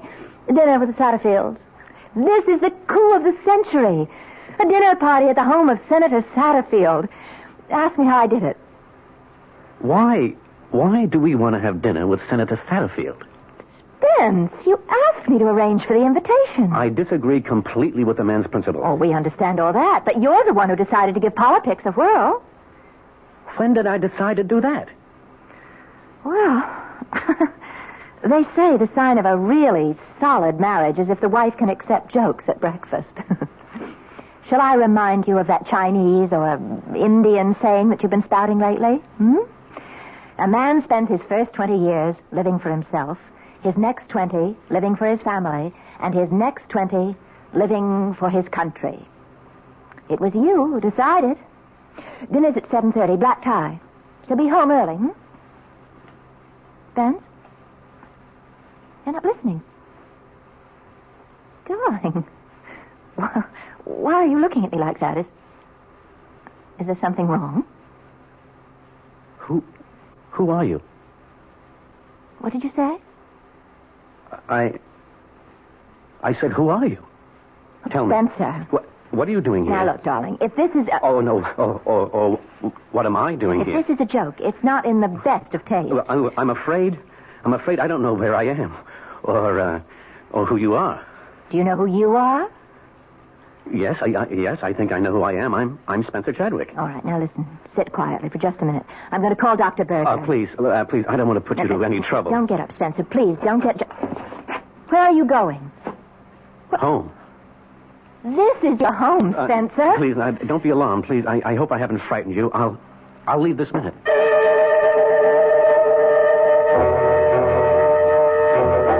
You mean that after 23 years of marriage, you look at your wife one morning and you don't know who she is? Yes, Martin. All right. You walked out of the house. Now, where did you go? I hailed a cab. Now, where to, pal? I don't know. It's all right. None of us knows where we're going. Just answer this. Where do you want me to take you? Just drive. Okay, you're the doctor. What do you think? The Redskins got any kind of chance this year? All right, let's try politics. You think Satterfield's going to run again? Well, as my old man would have put it, you wasn't exactly vaccinated with a phonograph needle. Driver, why are you headed north? Well, you said to drive. The Chadwick building is down on Jefferson Square. I distinctly told you to take... You distinctly told me nothing. What would I be doing in your cab at 9 o'clock in the morning if I didn't intend to go to my office? Yes, sir.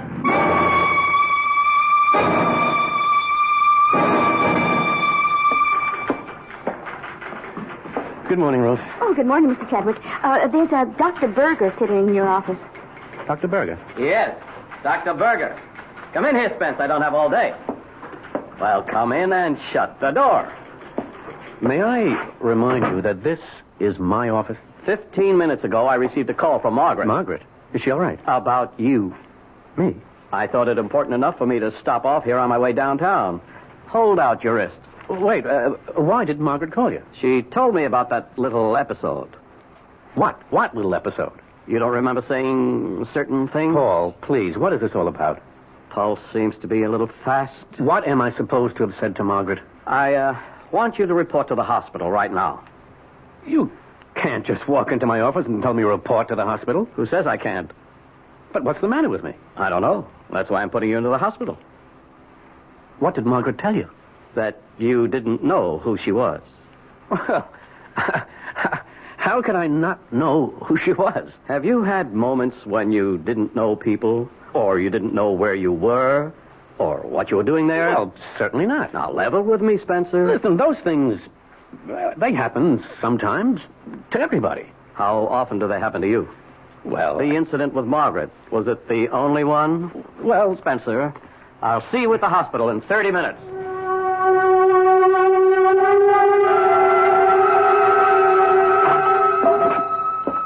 Well, you did it. You're here, Spence.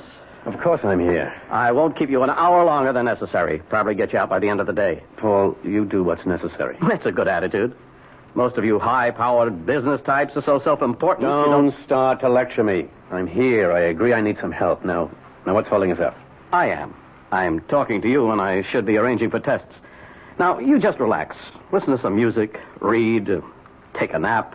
I'll see you.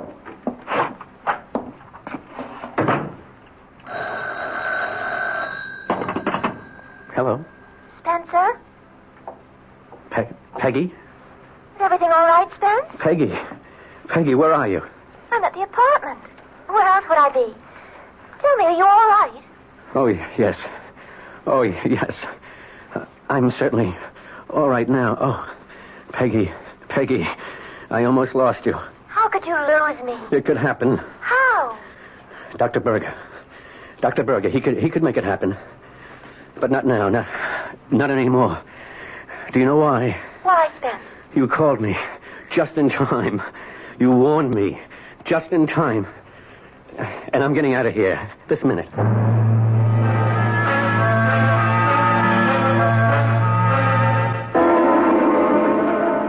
Mr. Chadwick. Yes, Ruth? Aren't you supposed to be at the hospital? I'm not supposed to be anywhere except in my office during the business day. Oh, yes, sir. This Dr. Berger, he's been calling just about every 5 minutes. And your wife. Shall I get them for you? No. I left Dr. Berger a note saying I changed my mind about the necessity for what we were discussing. Now, tell him I have nothing to add. Oh, yes, sir. Oh, call my wife and remind her we have a dinner date with Senator Satterfield. And no calls. No calls. I don't want to talk to anyone. Yes, sir. Except a young lady. She'll call herself Peggy.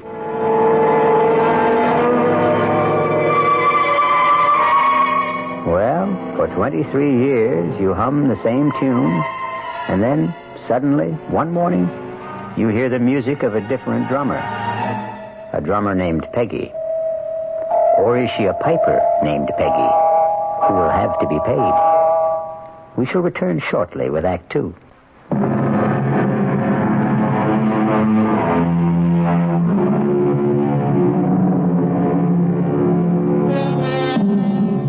And so we have Spencer Chadwick in complete command, ready to take hold of his life and run it his own way, starting with his wife. Spencer? Is that you? There's no problem. It's not even 6:45. I can be dressed and ready to leave in 20 minutes. Spencer, there is a problem. You made Dr. Berger look like a fool today. You read my note. It explained everything. You made yourself look like a fool. You admitted to the hospital, and less than an hour later, you sneaked out. I did not sneak out. I got dressed, went to the desk, and said, I'm leaving. Send me the bill. But, Spence, you're not well. I've never felt better. You should be in the hospital. Margaret, please stop running my life. What did you say just now, Spence? I'm sure you heard me. I wasn't aware that I was running your life. Spencer, would you be good enough to explain? Can you show me how? You did say this thing was black tie? Spencer, I'm entitled to an explanation of that remark. Margaret, if you can't understand what I'm saying, How can I explain it?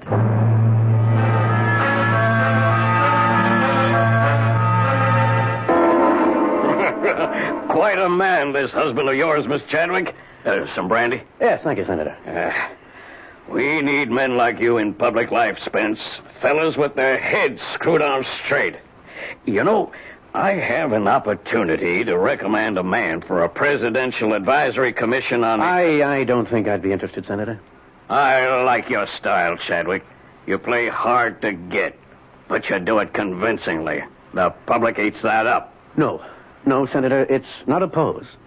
You see, sir, it seems to me that I've spent all my life working for other people.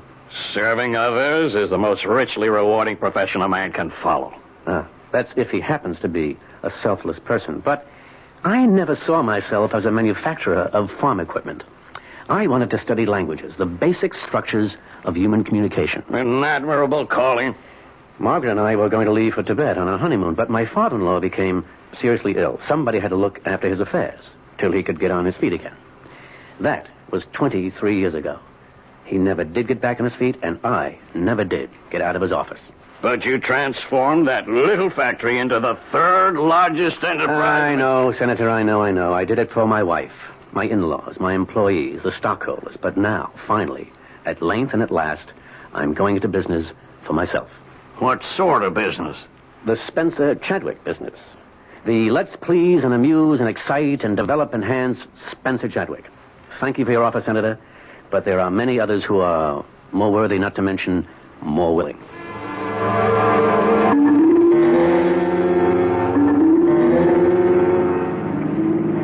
Spencer, when did you decide you were no longer interested in public service? Oh, it's been building for a while. We'll have to talk. Oh, about what? About what? I don't know if this is a pose or... Margaret, I'm sure I can explain. Now, let's drop in somewhere for a nightcap. No, let's get home. Now, do you remember what you said to me this morning? No. You insist you don't recall our little scene at breakfast? No, I'm very sorry. You looked at me this morning. You said, "Who are you?" You said it with sincerity and conviction. You meant it. Look, I may have been... You may have been what? Daydreaming. No, it was not daydreaming. It was wishful thinking. Oh, Margaret, what are you saying? Spencer, you're having an affair. What? Please don't deny it. But I'm not. It fits in with what Dr. Berger told me. About what? When you say to me, "Who are you?" it means you no longer want to know me. You're trying to wish me out of your life. Oh, Margaret, I can tell you... Now listen, Spencer, don't try to insult my intelligence or yours. And then, what just happened at Senator Satterfield's? What just happened? Well, suddenly you're no longer interested in public service. Why? If you heard me talking to him, you'd know that finally I want to do things for me. But he as much as offered you a post that you dreamed about. A sensitive post. And you could become an important man nationally. You've spoken about it a dozen times. Margaret, I no longer care about it. Well, of course not. Because you become controversial, make enemies, and then they try to get something on you. And now that you're having an affair, you're vulnerable to scandal. But I am not having... Oh, don't lie to me. That just makes it worse.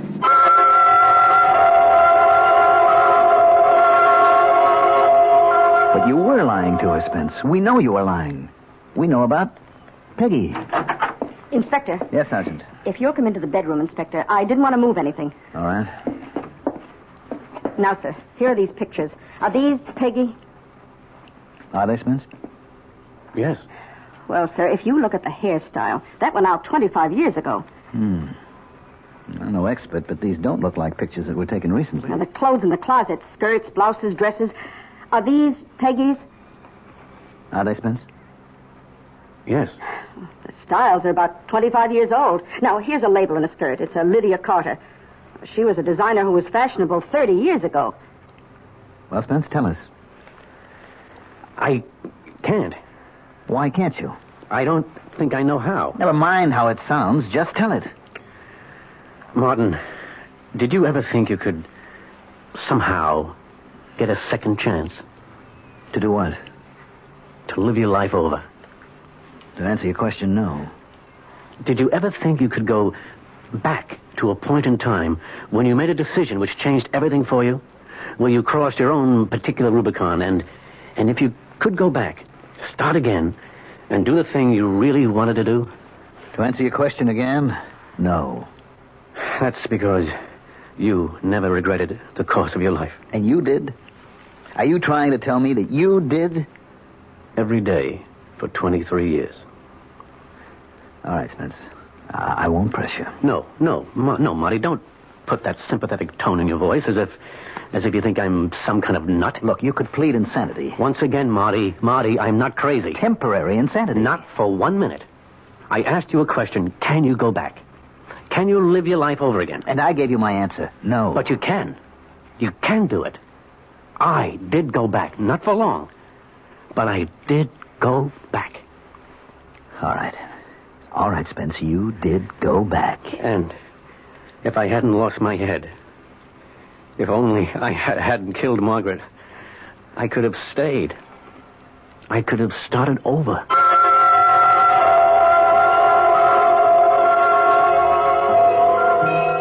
Peggy, want to go to a movie? No. I missed the news broadcast. Anything happening? They think a war just started. Oh, come on, Peggy. Come on. There aren't going to be any more wars. Everybody knows that. People may be crazy, but they're not insane. Where? I think the man said Korea. Someplace like that. But maybe I didn't hear it right. Hey, if you don't want to go to the movies, what do you want to do? Sit home and just listen to you. Tell me about the trip you're planning.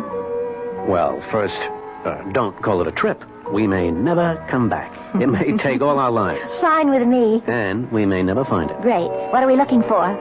The origin of language. For instance, we say brother in English. German, Dutch, Scandinavian, so on, say a form of Bruder. Same basic word. Latin, Greek, frater. The BR becomes FR. Russian, obrat. The differences are all in pronunciation. Okay.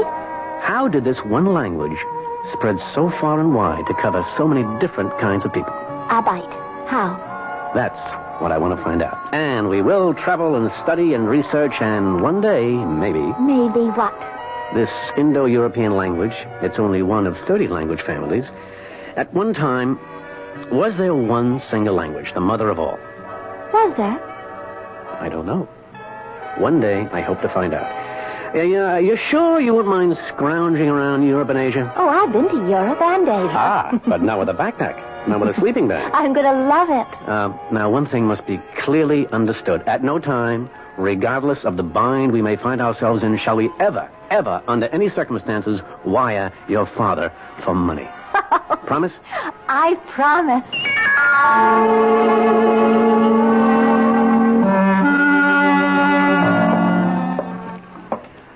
Hello, Margaret. Where have you been, Spencer? Oh, excuse me. I hope that doesn't sound shrewish. Well, no, it doesn't. Or as if I'm trying to run your life. Please, Margaret, cut it out. The reason I ask is because I had prepared dinner. I know. Didn't you get my message? Yes, I did. I got it at 8. Meanwhile, at 7, the Millers, the Brownsteins, and the Gladwells arrived. No, the Gladwells were here at 6:30. But why? You had asked me to invite them to dinner. And these are your friends, Spencer. I'm sorry, Margaret. I'm sorry. Yes. Well, if they were people I like, I would have been humiliated. This way, I was merely embarrassed. Well, I got through the evening. Somehow. Spencer, tell me. Who is she? Margaret, believe me, there is no... I start with the premise that it's my fault. Somewhere I must have failed you. I've gone wrong. But I don't know where, and I don't know how. Tell me, Spence. Tell me. Margaret, please, Margaret. Please, Margaret, what? Oh, Spencer, I've been happy. You've been happy. Our marriage, it's been the envy of so many of our friends. Oh, darling, has it been a lie? Have we been living a lie all these years? Do you want the answer? I demand an answer. The answer is yes, it's been a lie. Who is she, Spence? Who is she?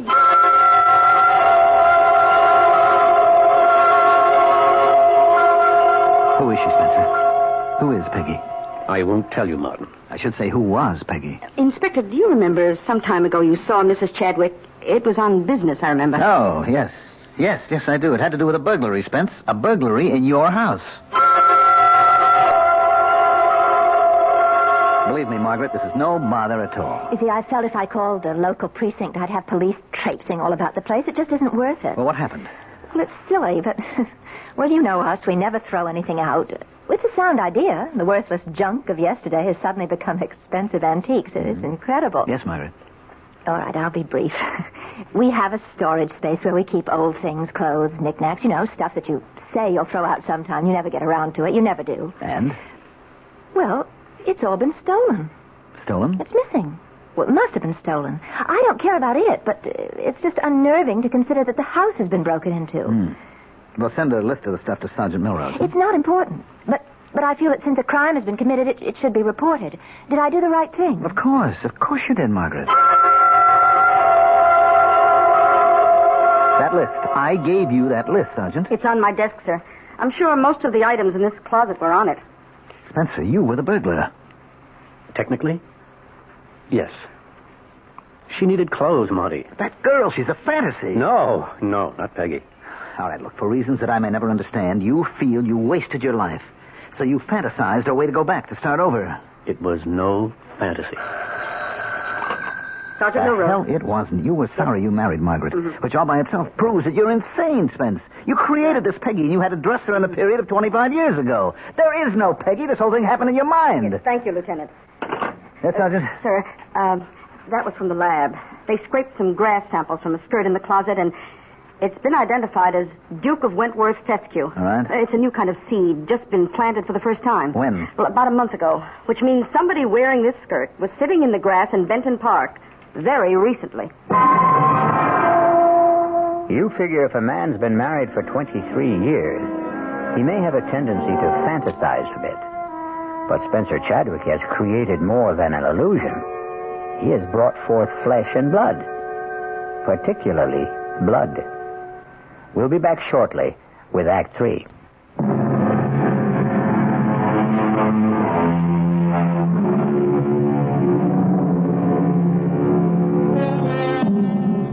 It was all right while Peggy was only an illusion. She was Spencer Chadwick's private affair. But a living Peggy, or even a dead Peggy, is a serious matter for Police Chief Inspector Faraday. Spence, make it easy for all of us. Tell me, who is Peggy? Or who was Peggy? We can find out, Spence. We can check with the neighbors, the janitor, circulate your picture in the neighborhood, ask people if they've seen you around with a girl. You'll never find her. Don't say that. It's virtually impossible for a person to disappear without a trace. I still say you'll never find her. Damn it, Spence, I can't get used to it. You and Margaret, and then you and this Peggy. How could you live with both of them? Didn't things get rough at home? Yes. Well, what brought on the showdown? Well, after a while, we couldn't go anywhere without Margaret seeing her. Come on, Rockabye! Spencer. What? Is that the girl? What? Who? That girl. She's been looking at you all afternoon. Oh, Margaret, believe me. Why don't you invite her down here? She'll have a better view from our box. Oh, Margaret. No reason we shouldn't all behave in a civilized manner. Introduce us. Margaret, I never saw that girl before in my life.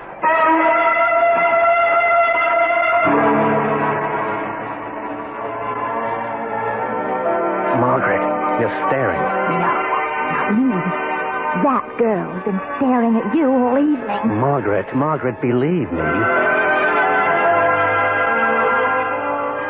Wherever we'd go, there'd be no peace. She always suspected somebody. Last week, it even happened when we were playing golf with you and Henrietta. You're up, Margaret. I'd use a 3-wood on this hole, Margaret. All right. Oh, too bad. Well, you go up there and show me how, Marty. You rushed the shot. You lifted your head. I really don't care about golf. You made the date with Marty and Henrietta. Well, we simply can't drop out of circulation. Spencer, that girl in the foursome behind us. Margaret, she's not the one. Spencer, where were you? I had a meeting. Oh, well, we progressed. Used to be you didn't know, you couldn't remember. And now at least you're courteous enough to lie to me. You've been drinking, Margaret. Yes, that's true. I have been drinking. Margaret, it's not good for you. Oh, I don't know. Let's consider that. Drinking is not good for me. I won't fight that. However, what you are doing, that's good for me, Although I must say you're treating me nicer these days. You started off by asking, who are you? As if you didn't know me, and now at least you don't ask. The phone rang today, and I answered it, and the line was dead.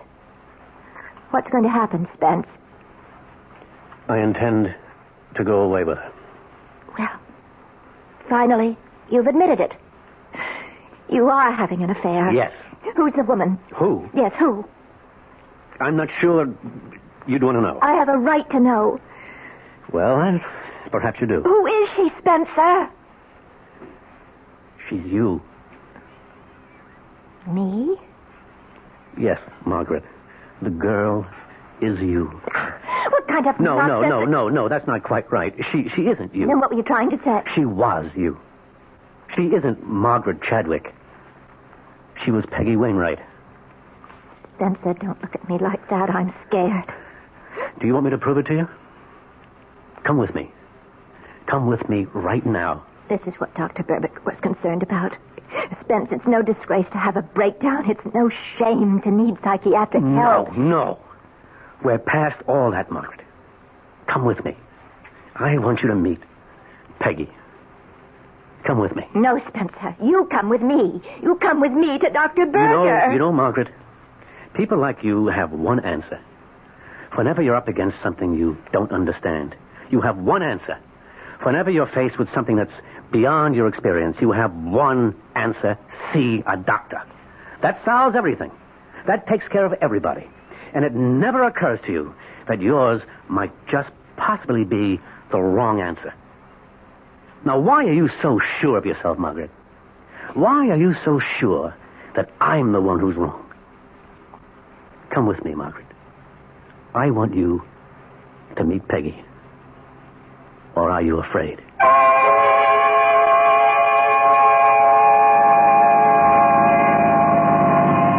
Does it look familiar, Margaret?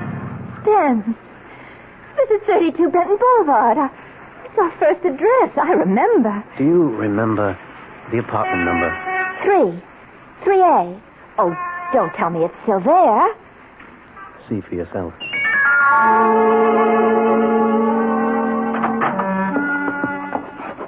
Spence.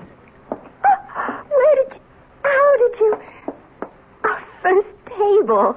And this bronze candlestick, our very first wedding present from my brother. These clothes. My clothes. How did they get there? They're here because they're Peggy's clothes. Oh, look, Spence, the Lydia Carter skirt. Oh, you love me in that. Do you know that style's come back? I want to put it on.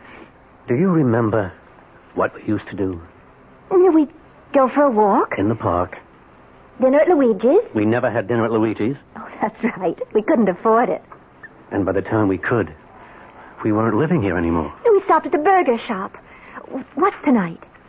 Thursday. That means there's a free concert in the park. And then free dancing. Oh, let's go, Spence. Let's do it all again.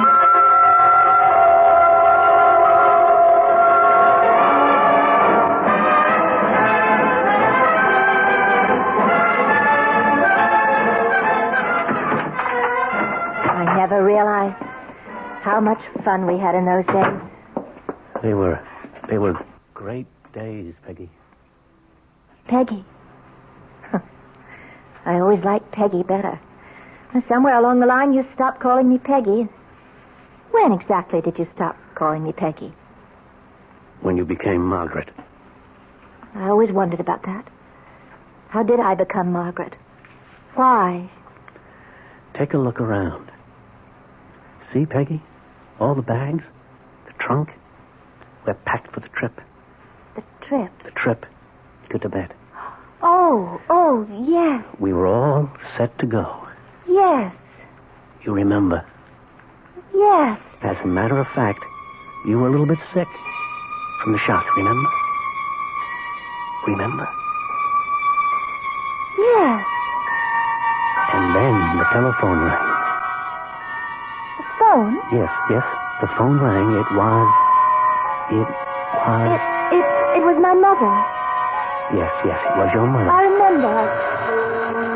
Answer the phone. Go ahead, answer it. You answered it that night. Hello? Yes. Yes, Mother? Oh, no. Yeah, all right. All right, we'll go there. Right away. What is it, Peggy? My dad. He's had a stroke. How bad? Well, they don't know yet. Oh, Spence, I don't think we can... I can't leave Mother alone right now. No, we won't. Oh, Spence. I knew you'd understand. That's when you became Margaret. That's when you were no longer my wife, but your father's daughter. Take off the skirt. Leave it here. Go home. It belongs to Peggy. Spence, what's the matter with you? I'm Peggy. That night was the start of it. The start of what? The start of a campaign to mold me into the kind of man you had in mind. The man who would enjoy the kind of existence you always had and always wanted. Safe, comfortable, secure. All you were asked to do was to help my father, who was deathly ill. Who else could have done it? My brother? It was supposed to just be a temporary arrangement. But it suited you, Spence. It suited you. I started making the kind of money your folks never dreamed of. I built an empire. I never wanted it. You wanted it. You wanted it so badly you stopped being Peggy. You went somewhere else. You became lost. But not me. I'm not lost. I found my way back. And when I got there, I found Peggy again. Now, take off that skirt and give it back to Peggy. Spencer, I listened to you. Now you listen to me. I've been listening to you for 23 years.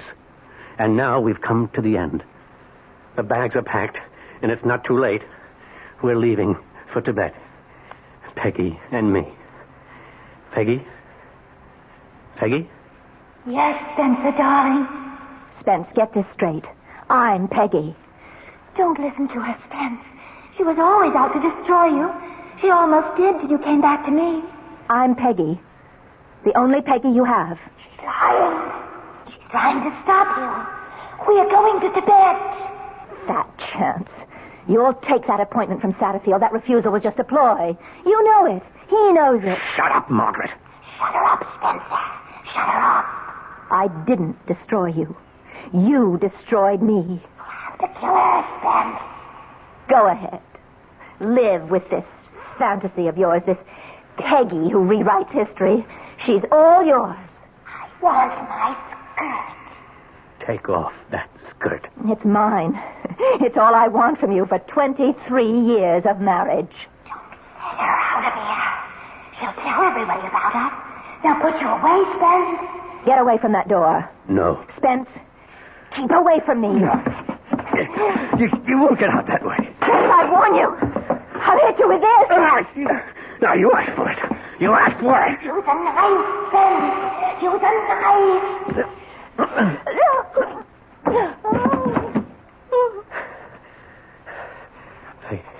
Peggy? Peggy? Where are you? Peggy? You killed us both, Spence. Oh. Margaret. Margaret.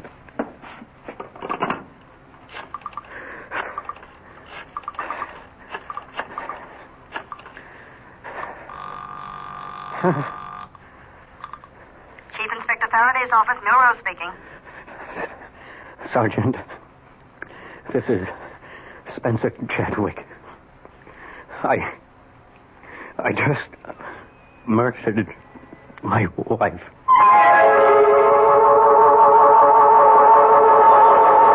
Well, as they say, all of us are two people. One is the person we think we are, and the other is the person we really are. And the secret of a long, happy life is to make sure the twain never meet. I'll be back shortly. This is WOR New York, your station for Mystery Theater.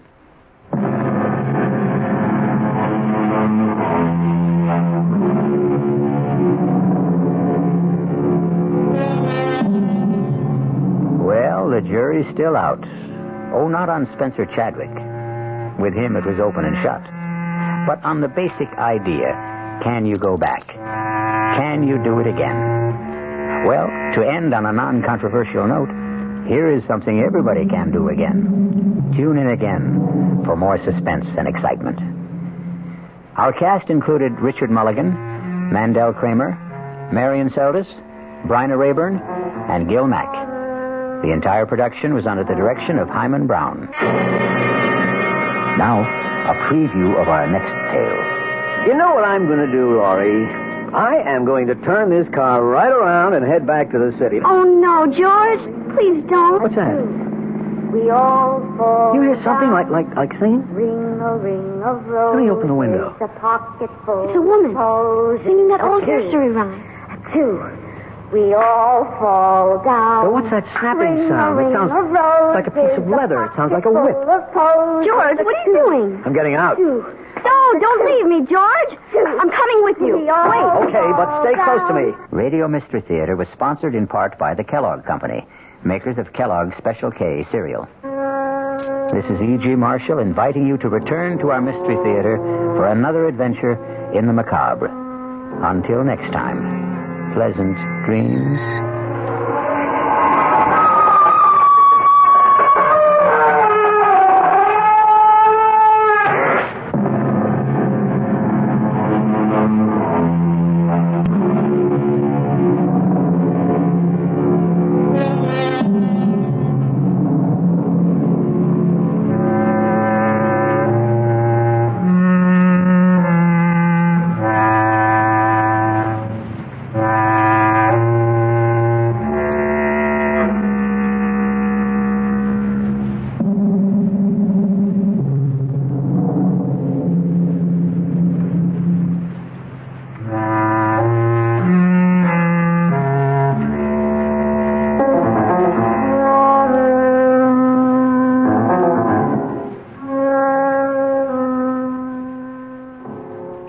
The preceding Mystery Theater program was furnished by the CBS Radio Network.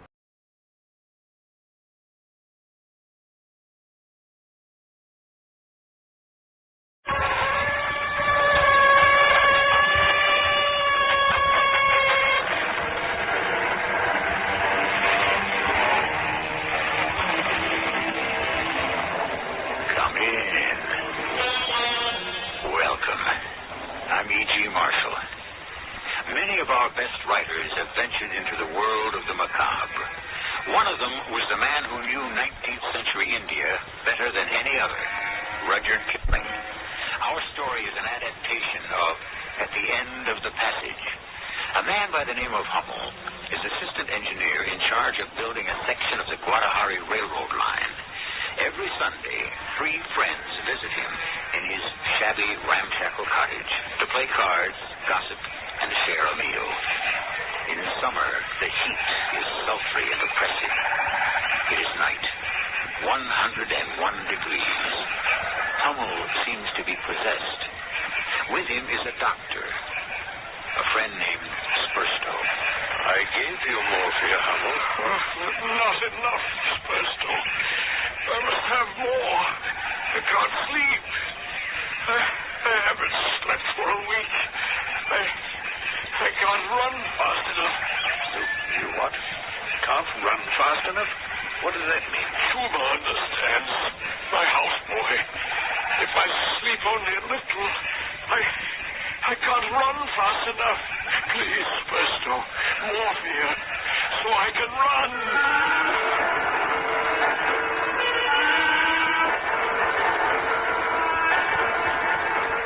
Our mystery story, At the End of the Passage, by Rudyard Kipling, was adapted especially for Mystery Theater by Roy Windsor. It stars John Beale. It is sponsored in part by Contact, the 12-hour cold capsule. I'll be back shortly with that.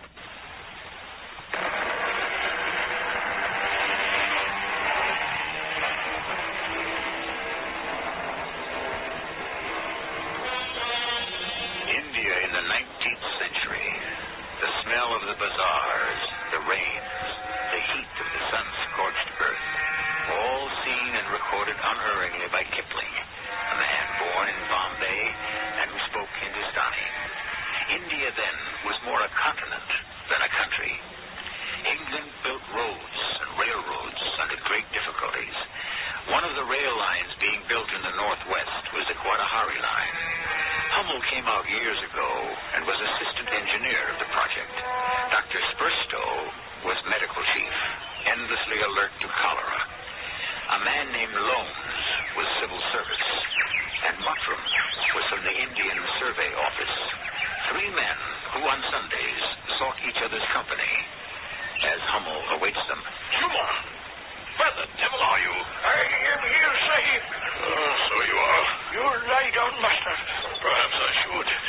Bring me a soda water, Juma. Dr. Spurstow will make you well. I am well. There's nothing wrong with me. It's the heat. I just can't sleep. No civilized man can sleep when it's 104. I bring you the soda water. No, it does me no good. Fan's hardly moving. You need much rest. There's no time for rest. Work. Heat. Too bad about Sahib Jivans. I'll sit on the veranda and wait for them to ride up. Go about your business. Make certain the dinner's good, or I'll skin you alive. Yes, master.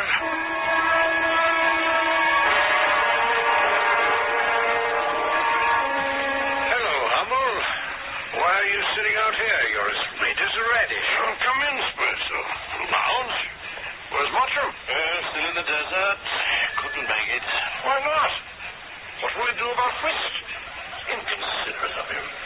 Can't the Indian Survey Office spare him one day? Well, he does have to come 100 miles by rail and 30 more by horse. Well, come in. Don't be hard on Mottram. Don't forget that I left a cholera-stricken camp of coolies to look after themselves for 48 hours. I'm overwhelmed by your sacrifice, Doctor. Have you got a bad in your trousers? What is the matter with you? Never mind his bad manners, Lounge. Glass of beer will cool us all off. Maybe it would. I have none. Oh, dear. Beer ran out. I've written and wired, but the trains don't come through regularly yet. Soda water. It's got any fresh reading material? Last week's Gazette of India. My brother sent it out. It's rather amusing. Listen to this, Lounge. An MP's speech to his constituents. I assert that the civil service in India is the preserve of the aristocracy of England. The aristocracy takes good care to maintain their lavish scale of income. Oh, that'll do. Yes, I'll give 3 months' pay to have that gentleman spend a month with me and see how one fares with the independent native king. The aristocracy? What rubbish. Old Timbersides, the king I've in mind, has 3 millions in jewels and coins under his palace, and the state of the people is enough to make you sick. Yes, and what can I do? Nothing. Suited me with you, Doctor. Oh, would you? I don't think so. About 15 deaths a day, and the poor devils look at you as though you ought to save them. Lord knows I've tried everything. How do the cases run, generally? Very simply indeed. Chlorodyne, opium pill, chlorodyne, collapse, niter, bricks to the feet, and then the burning cat. Aye. The level of space at the head of the stairs leading to the river, where the bodies are cremated. And here we are, the aristocracy of England. It's too bad about Mottram. We need a fourth for Whist. Now, Hummel here is the lucky man. He has an actual roof over his head. He sees one train a day. He has books, pictures, and the society of the excellent subcontractor Jevons. Besides the pleasure of receiving us weekly. Jevons! There's an idea. Can't we dig him up, Hummel? Oh, yes, but he wouldn't be much good to us. And it would be awkward. He passed on last Monday. Oh, I didn't know. But it would be awkward to dig him up. You have a nasty sense of humor, Hummel. How did he die? By his own hand. Cholera and fever give a man a week's grace, as you know. Any explanation? I judge no man in this weather. He had a touch of the sun, I imagine. After you fellows had left, he came over and sat with me on the veranda. He told me he was going home to see his wife. He rambled on tediously. And I got the apothecary in to look at him, and we tried to make him lie down. After an hour or two, he rubbed his eyes and said he believed he'd had a fit. Why this unusual interest, Burstow? I like the man. Go on. He went to his bungalow and began cleaning a rifle. He told the servant he was going to shoot buck in the morning.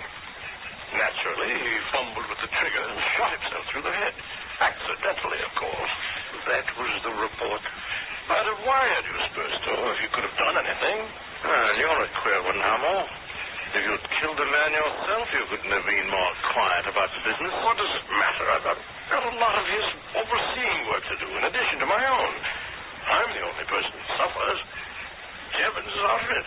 By pure accident, of course, but out of it. Why didn't you let it go as suicide? Well, there was no direct proof. A man hasn't many privileges in this country, but he might at least be allowed to mishandle his own rifle. That's an odd way of putting it. Well, someday I may need a man to smother up an accident to myself. Live and let live. Die and let die. Look here, you take a pill. You're white in the face. Liver out of order. I can't sleep. That's worse. What do you take for it? Nothing. I haven't had 10 minutes sleep since Friday. Well, I'll patch him up later on. Is he too hot for a ride, do you think? Where to? We shall have to leave by 8. What is there to do? Hamill? Hey, what's that in the corner? You see that? Under those papers and that remnant of cloth. Why, have you a musical turn? Look. That's a big pipe. I wonder if it plays. Oh, it's a wretched instrument. How did you come by it? I can't remember. Humor found it. I should have discarded it long ago.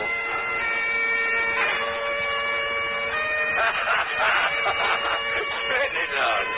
A touch of hope. Can you play Glory to Thee, my God, this night for all the blessings of the light? That shows we really feel our blessings. What an old hypocrite you are, Hummel. Leave that hymn alone. It's associated in my mind with the most sacred recollections. Summer evenings in the country, stained glass windows, light going down, and you and she jamming your heads together over one hymn. Now, that'll do, Hummel. You'll see it when you're 7 fathoms deep in hell. It's an insult to the deity to pretend we're anything but tortured rebels. Take 2 pills, Hummel. You're in a vile temper. I'll go see to the dinner.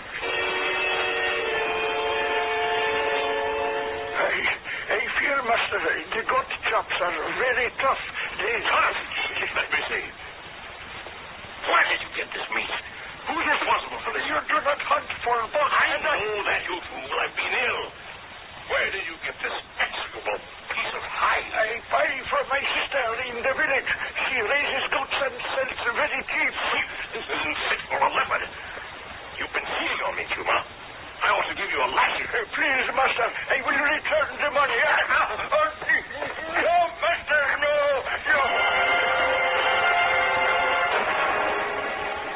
Why, he's mad, Doctor. Stay out of this, Lance. I'm leaving. Control yourself. No, he's been nasty and insulting since we arrived. Well, he's not well. You can see that. He's feverish. There is no excuse to abuse a servant. We're still supposed to be civilized men, fever or not. None of us has the right to treat the natives inhumanely. And Tuma's an exceptionally devoted houseboy. Yes, Hummel. Well, what did you do to Tuma? Not that it concerns you, Lowndes, but I slapped him. He's been cheating me. I can't offer you dinner. Well, it's just as well. I'm leaving. I'll ride with you. You're both riding off? Oh, no, please stay. I can find food. Thank you, no. Hamill, I don't know what's the matter with you. Heretofore, I've enjoyed my Sunday visits, but not this one. You've been disagreeable and insulting ever since we arrived. Oh, you're too touchy, and you're rude and scant of courtesy. I thank you for your past hospitality. Come along, Spurstow. Spurstow, please. Don't leave me. I'm not well. All right. Oh, thank you. I'll see you out, Lance. I feel faint. It's the heat. Come right back, Doctor. I'll certify Hummel for permanent leave. He can't stay here. As you please. Perhaps he'll have an accident. You are angry. Yes, very. You watch yourself. Spurstow, we couldn't from now? I don't know. I doubt it. Oh, he'll be different once he's well. I hope you'll reconsider. Well, I may. If I were you, Spursto, I'd dismantle his gardens. Cheerio. It's very good of you to stay on, Spursto. Oh. I'll have Tuma make up a bed for you. How do you feel? I feel ill. I can't sleep. Head hot? Throat feeling bulgy? Oh, it's pretty bad. For pity's sake, give me something to put me to sleep. Sound sleep. If it's only for 6 hours. I haven't been able to sleep for days. I can't stand it. Poor chap. I'm nearly mad. For a week, I've had to think and spell out every word that's come through my lips. Isn't that enough to drive a man mad? I can't see correctly. I've lost my sense of touch. My skin aches. Make me sleep. All right. Now, look here. Wait a minute, man. You're pinching my arm. Please, I saw that. If you don't give me something. What? No, I didn't mean that. Don't be angry, Spursto. Oh, what's that? A silver case. Yes. Containing a needle. It's a thing I hate to use. All right, hold out your arm. Now, in a few minutes, the morphine will begin to work. Lie down, men, and wait. I think I'm beginning to go off now. Oh, it's positively heavenly. Spursto, you must give me that case to keep. You must. You must.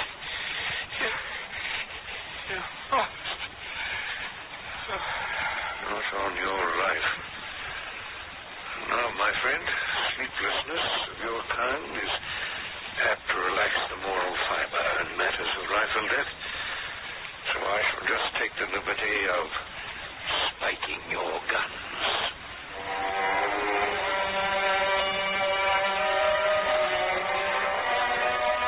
For the British in India who lived and worked in outposts of civilization, life was arduous. The unrelenting heat was debilitating. The Indians, far from Bombay and Calcutta, were primitive. Life was temporary and cheap. To the credit of the British, they worked hard to improve the life of the natives, all the while trying hard to cling to their own more civilized ways. And sometimes they cracked up. I'll return shortly with that.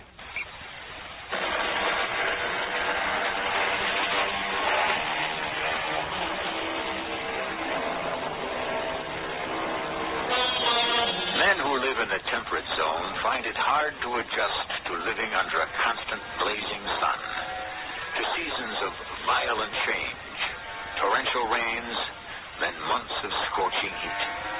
In time, it weakens a man and muddles his mind. His moral fiber weakens. He resents his isolation and may rebel against it by being abusive to those he came out to help. That undoubtedly is what happened to Hummel, whom the jungle seems to have driven near mad. Doctor? Spursto? Where is the man? Oh. Spursto?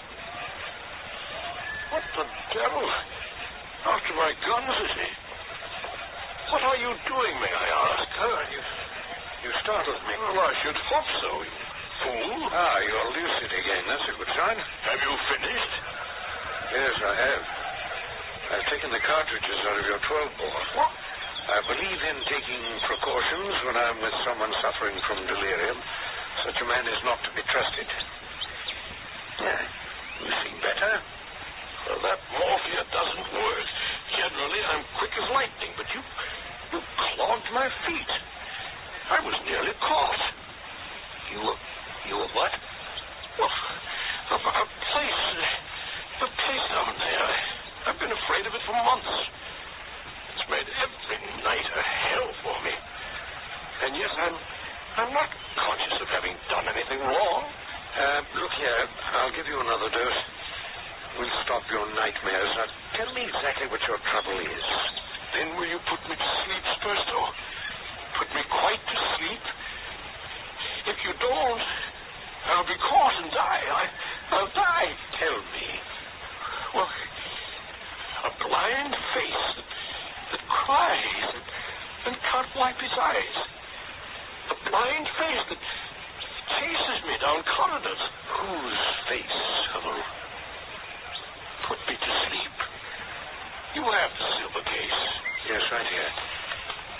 You must go on leave, Hummel, as soon as possible. There we are. It occurs to me that unless I drink something, I shall go out before my time. Hot tea, 3 or 4 cups. Excellent remedy against heat apoplexy. Dr. Sahib. Oh, Chuma. Yes, master. Well, it's late. I thought you'd left or gone to bed. Did he hurt you? He said he would lash me. I did not cheat him. My sister, I lash her for selling such old goat meat. No fresh meat. Master does not hunt for many days. Will you prepare some tea for me, Chuma? Yes, I make tea. Thank you. Are you staying on? You go in big room. I bring the tea. Well, he's asleep in there. Oh, first time in long time, Doctor. Yes. Perhaps I should have my tea on the veranda. No. Do not go on the veranda. Jackals. Oh. Jackals, eh? Yes. They come around? Oh, yes, master. Many jackals will come. Why do you say that? Because those from dark places are in cottage here. Yes. Well, perhaps you're right. But I shall have my tea in here, if I may. Yes. Water will soon boil.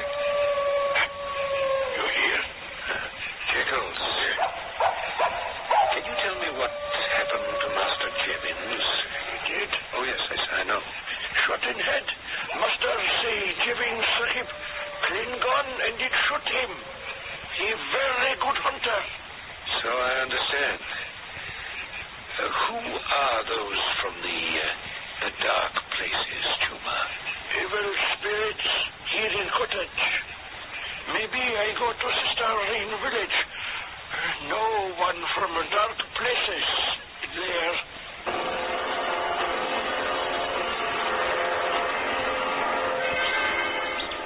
Oh. Good heavens, it's almost noon. Chuma? Yes, master. Yes, it's almost midday. Why didn't you awaken me? Doctor, say you sleep.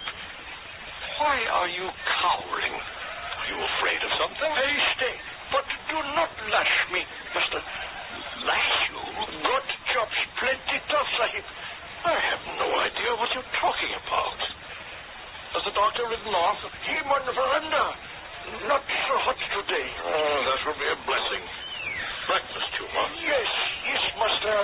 How are you, Hummel? Oh, good morning, Doctor. Chuma asked me not to lash him. What's that about? Do you know? Yes. You were off the rail last night. Oh, I don't remember. You must have had a touch of the sun. You behaved very badly. Lowndes was unforgiving when he rode off. Oh, I'll apologize when he's here next Sunday. Look here. If I write you a medical certificate, will you apply for leave on the spot? No. Why not? You want it? Oh, it won't be so bad now that you've shown me the way. Morphia is an extreme measure. I can't prescribe it as a regular measure. Oh, I can always wire you if I become desperate. Besides, now that I've got into the way of sleeping, it'll be all right. You wouldn't trust me with your silver case, would you? No. I feel a new man now, thanks to you, Spurster. You're returning to camp now? Well, I must, but I'll try to look you up every other day. Just what did I do last night, Spurster? It's best forgotten. No, I'd rather know. Well, you were quarrelsome and insulting to us. Including Chuma? The chops were tough when you lost your temper with him and slapped him. You're fortunate he didn't leave. I am not a cruel man, Spurster. Well, any man can be provoked into cruelty, and you were. By that nightmare of yours. You must remember that. I'd much rather forget it. You should. Daylight is an antidote, and so is morphia. And so is sleep. Rely on a good night's sleep. Here's your horse. Come on now. Well, goodbye, Hummel. And do stay indoors. The heat's beginning to build up. Heat. This insufferable heat. What in heaven's name is that? Again. I saw it once before when I was suffering from overwork. Chuma? Yes, master. Yes. Oh, master, you come out of sun. See it? Look there. Huh? On the veranda. Is nothing there, Sahib? Of course there is. It's a figure of myself. You are on the veranda, Sahib? If the thing slides away from me, all in one piece, like a ghost, I'll know it's only my eyes and stomach that are out of order, but if it walks, then my head is going. I make hot tea pretty quick, master. Help me, Chuma. Yes, we go inside, yes. Yes, it keeps moving away from me. You sit down, master. I make hot tea. It's dissolving like swimming specks in my eyes. The thing walked away. My mind is going.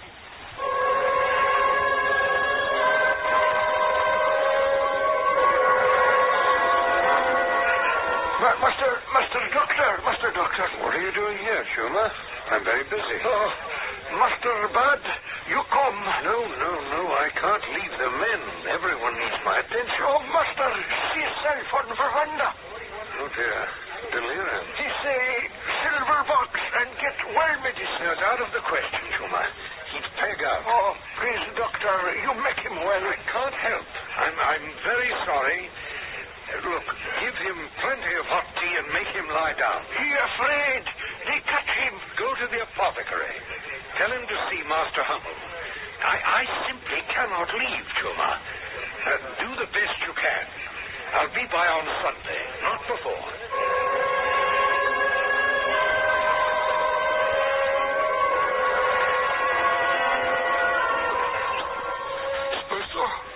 Only Chuma, Master. Oh, where's the doctor? No, he not come.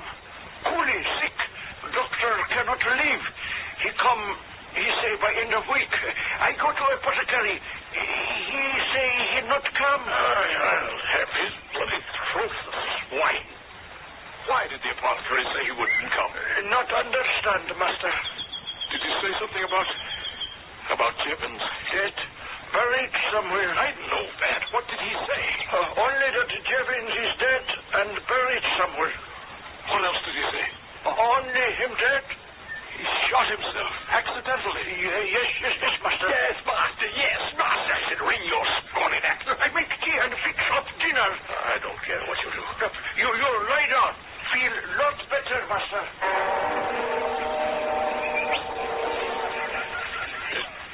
It's walking through the room.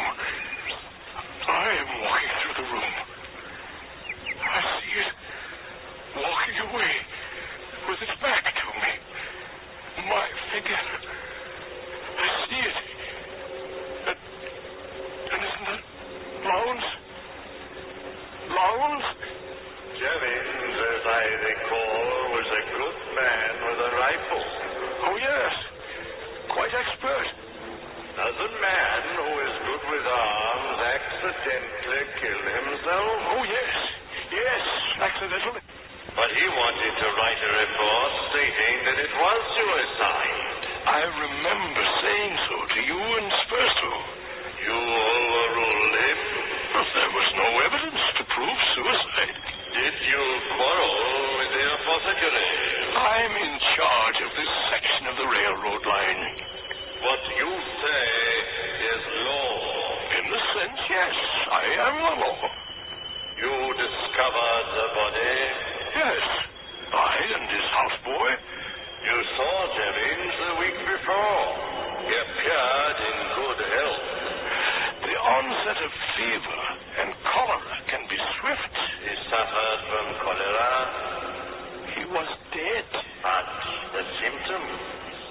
determination was made. The apothecary must have had an opinion. You'll have to ask him. There was no autopsy. Out here, that's rare. Men go out like flies. Why are you asking me all these questions, Lowndes? Last Sunday, you acted very strange. I haven't slept for a long time. Yes. That could explain it. It walked through this room. The figure of me. As if I'd stepped out of my body. It walked past me. And then it walked out. Oh, my eyes. Spots darting around in my eyes. Oh, I can't bear it much longer. Spurstor, I need you. Chuma! Gee, Master, I'm frightened. No, Master, you stay out of shot. I can't run fast enough. Mr. Lowndes is chasing me. Tell him not to chase me. Tell him. Yes, Master, yes. I can't run any faster. My feet are heavy. I'm afraid, Chuma. Please, you lay down, Master. You sleep. I can't sleep. When I try, it runs after me. Master Lowndes, not here. Not Lowndes. Not Lowndes. It's some thing that chases me. Don't you understand? Yes, Master. Yes. Who is it? Do you know? Those from dark places, Master.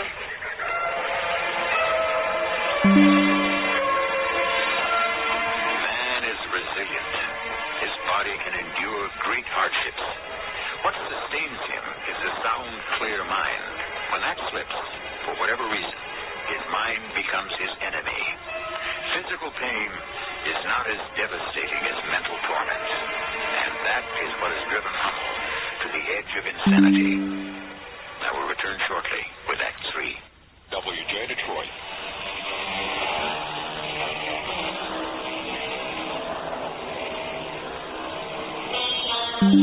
Rudyard Kipling was born in Bombay in 1865. When he returned from school in England, he was 17, and his father, then curator of the museum in Lahore, got him a job as assistant editor of the Civil and Military Gazette.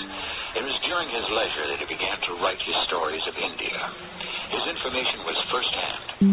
Often at night, he said, he would wander till dawn in all manner of odd places, in and about the narrow gullies under the mosque of Wazir Khan. And he met the soldiery. His stories ring true. He knew his subjects. He knew Hummel. The following Sunday, Spurstow reins in his horse and... Oh, Lord! Pull up. No, Bottom. He was, and he's still stuck out in the desert. Let's pull up for a few minutes, eh? I'd like a cigarette. Well, any word about Hummel? No, I was unable to visit him. The coolies were too sick. I didn't think I'd see you today. As I decided the last minute.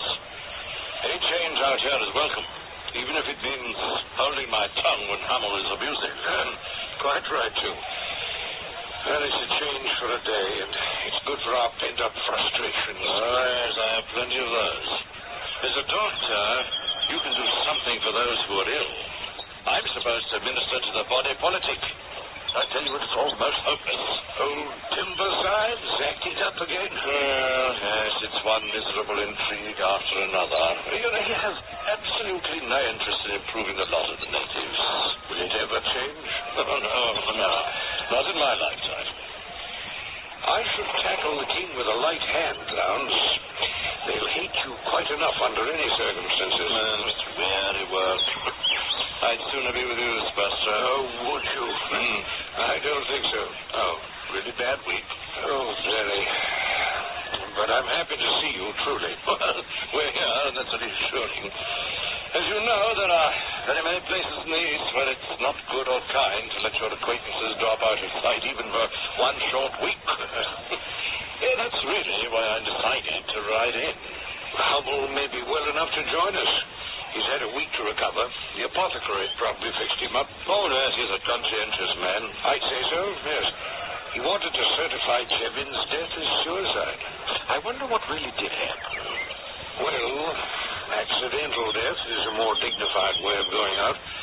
I'm inclined to believe it's the truth. Chevin's wasn't suicidal. No. But of course, there's another alternative. No, that's imagining. And couldn't be true.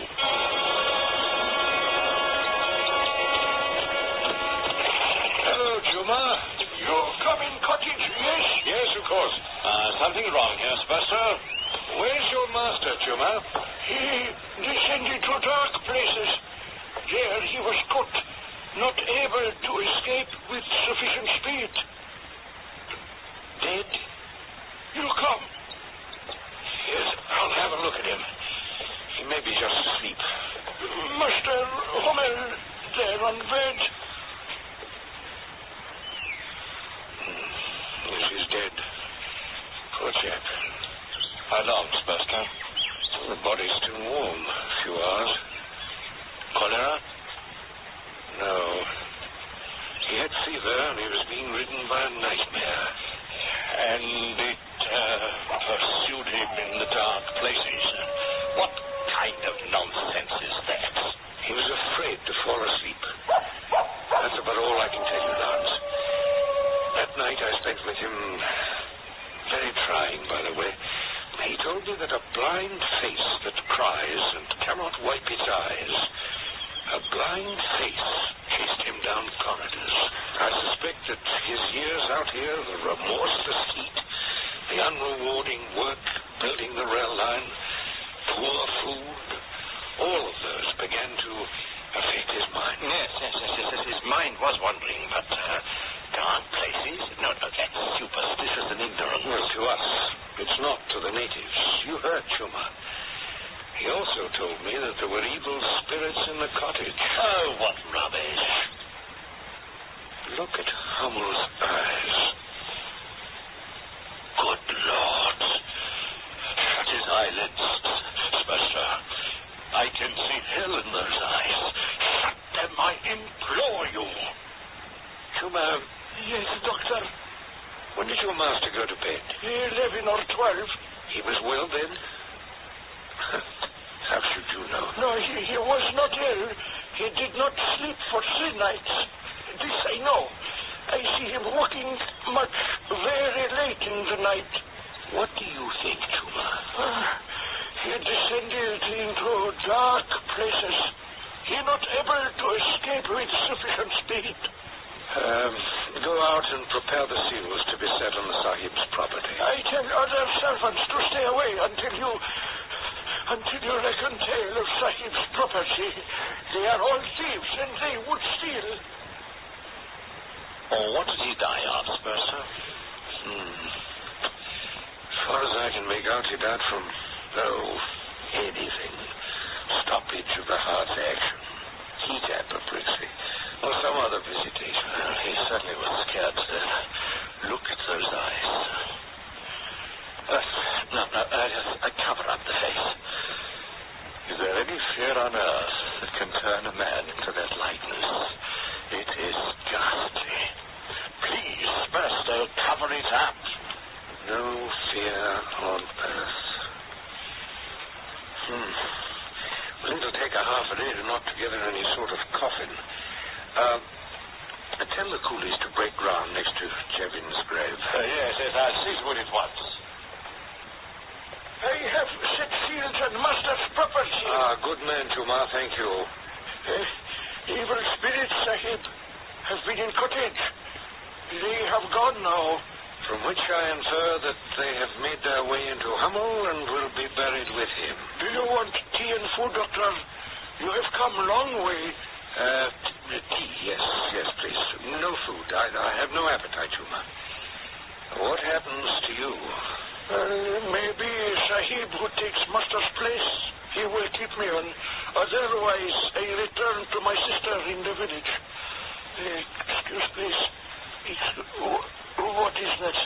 Hey? Oh, this, a camera. It is black box. Yes, it takes pictures. I go to boil water for tea. I think you should wonder. I serve you there.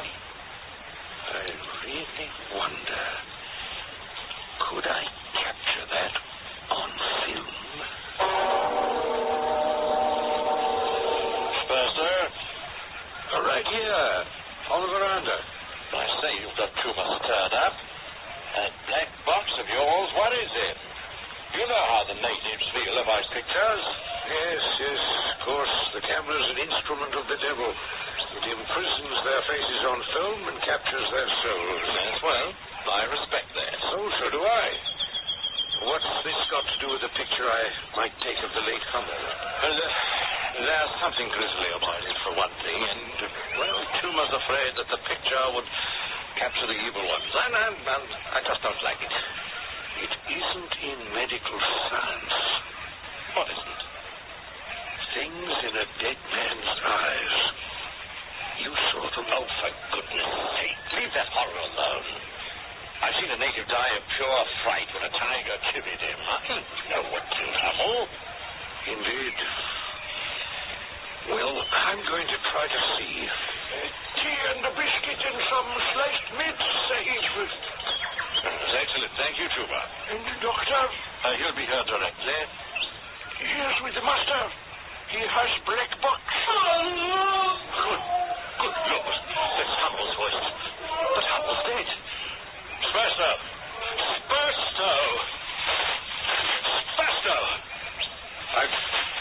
I'm all right. I heard. Yes.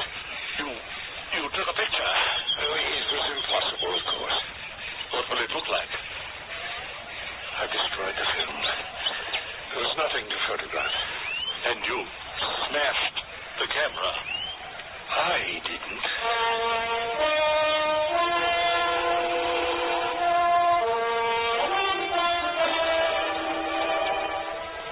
We'd better leave, Franz. Go back to work. I've written the death certificate. Yes, I have my horse. Yes, and we can pick them up when we come back for the burial. We'll leave them at the station. Did you take a picture? I told you it was impossible. That's a lie. Just what did happen? I distinctly heard Hummel shriek as if he were being burned in hell. I really don't remember any part of it. I don't believe you. My dear fellow, let's forget it, shall we? We're in such a state now that we'd believe anything. Was it Jevons? I beg your pardon. Do you believe that Jevons died accidentally? Or was it suicide? Well, we have Hummel's report about that. Jevons fumbled the trigger on his gun. There is an alternative, isn't there? I never realized that you have such a vivid imagination. I'm just trying to be rational. Well, without evidence, I haven't the vaguest idea. What do you infer? Let me answer it this way, Lance. And I'm not being facetious. There may be heaven, there must be hell. Meanwhile, there is our life here.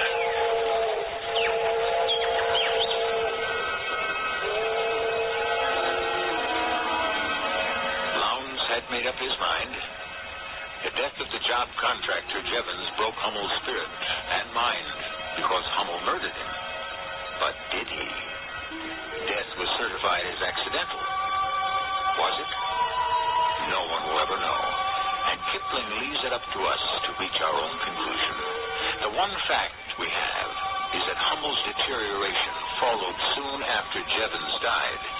That preyed on Hummel's mind. He couldn't sleep. He was pursued by a thing with a blind face, and it caught up with him. I'll be back shortly.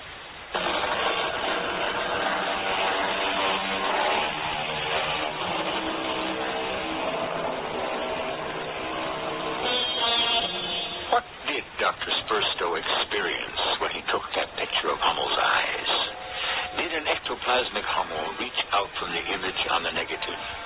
Is that why there was that thrashing about noise? Your guess is as good as mine. Is it all improbable? The painter Matisse once showed a picture to a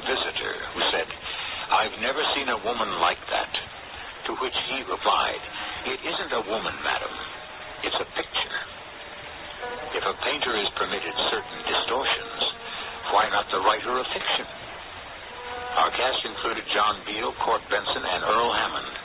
The entire production was under the direction of Hyman Brown. And now, a preview of our next tale. This must have been made by one of the master carvers. And the age of it. 19th dynasty, am I right? Well, the original probably was.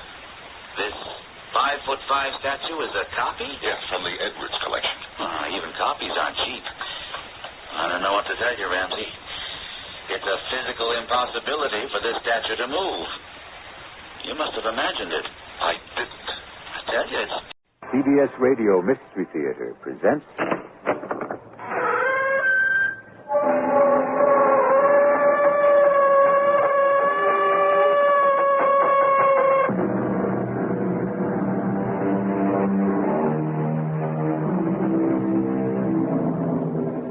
Come in. Welcome. I'm E.G. Marshall. There's a certain kind of real estate which is special and unique. It can be at once the best or the worst place of all to be. If you want to hide from the world, shut away everyone else, and have perfect solitude, it's the place for you. But if you love your fellow man and value human contact, as most of us do, this paradise can be the very worst kind of hell. The piece of real estate is an island. And this is the story of a very special island. While you've been sick, Captain, Neb and me have been over pretty near most of this island. And we ain't seen hide nor hair of any other human being. Yet someone or something left us the stores. You're not suggesting some supernatural influence hovers around this island, Penn? All I'm saying, Mr. Gideon, is what I see. And what I know in my bones.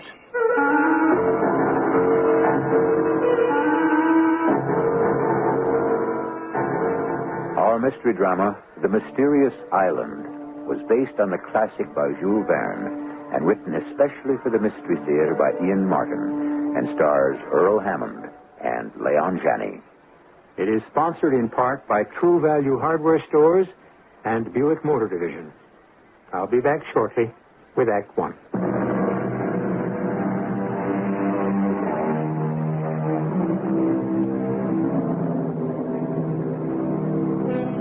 In March of 1865, the Union Army of General Grant had the town of Richmond, Virginia, sewed up in siege. And a curious situation developed. Within the town were many Northern prisoners, Union officers and others whose burning desire was to escape and rejoin the North. But while allowed certain liberties, the town was so strictly guarded that escape seemed impossible. However, just as their prisoners could not escape, the Southern secessionists themselves were also trapped. That is how Forster's balloon came to be manufactured and inflated in the great square of Richmond, waiting on north wind, which arrived on March 18th with a vengeance. What brings you out in such weather, Captain Harding? What else, Mr. Spillett? Escape? Whenever the weather is bad is the time. The worse it gets, the better our chances. Have you a new plan? I've been approached by someone with a new idea. Who? His name is Pencroft, a sea captain and a navigator. Well, we can hardly hope to escape by sea, so we have little need of a navigator. Don't be too sure. Suppose we were to escape by air. By air? How? We're looking at the means right now. Foster's balloon. Are you mad? We're not aeronauts. I am an engineer. Pencroft is a sea captain. We have some qualifications. And what about me? You, Mr. Spillett, will have a front-page story for the New York Herald. And what a newspaper story for a war correspondent to write. As if I'm alive to put pen to paper. No, it's impossible. The craft is too well guarded, and besides, Jonathan Forster is scheduled to leave today. With 5 heavily armed men. The gondola is packed with $2,000 in gold, ammunition, and stores. But if Pencroft is right, he will delay his takeoff. What? He reads this wind as the leading edge of a hurricane. Forster won't risk it. And you propose we should? It's a chance that may never come again. How many are we? Myself, yourself, Pencroft, and his son. How old? A boy, but full grown. We can't very well leave Pencroft behind. It was his idea, and he won't go without his son. Very well. When? Tonight, after dark, at 10 o'clock. Keep your fingers crossed that the wind does not die down before then. And so began an incredible adventure. As a writer, it naturally fell to me to keep the record of it. And weird and unbelievable as it may seem, I have tried to keep it faithfully. The hurricane that Pencroft had forecast became a reality. And when the soldiers guarding the balloon had run for cover, that was when we made our break. Captain Harding, do you think we'd dare try to take off? It's our only chance. What do you say, Pencroft? Neb and me was ready to set out alone. Though I know nothing of sailing a lighter than aircraft. With you along, Captain, your knowledge of balloons, we're doubly ready. Well, Gideon, are you with us? If you think I'm going to miss out on the best story of the war, you're crazy. I am with you. All right, now listen. Luckily, the wind's blown out the gas maps, so we've got the dark as well as the mist to shield us. But we'll take no chances, since none of us are armed. We'll split up now and each sneak up to the balloon from a different side. We meet there in 5 minutes. Hurry, Gideon, we're ready to cast off. Where's the boy? He was supposed to come from the east. I'll have to go look for him. Give him a chance. Meantime, all of you, help me get rid of the ballast bags. I won't go without my boy. Here he comes now. I'm sorry, I didn't mean to keep you waiting. What happened to you? It was Top. He must have broken his chain. Who's Top? My dog. I told him he couldn't come, but what are they doing to him? Oh, he's roused the guard. Pencroft, grab the boy. I've got to go to him. I've Looks got like to go he's to coming him. to us. Cast off the cable on your side, Gideon, while I get mine. The dog jumped aboard. Top wants to go. Get him overboard. It's too late. We're 20 feet off the ground already. Thank heaven we're rising fast enough to get away from their bullets. We've made it. We've escaped. We're on our way home.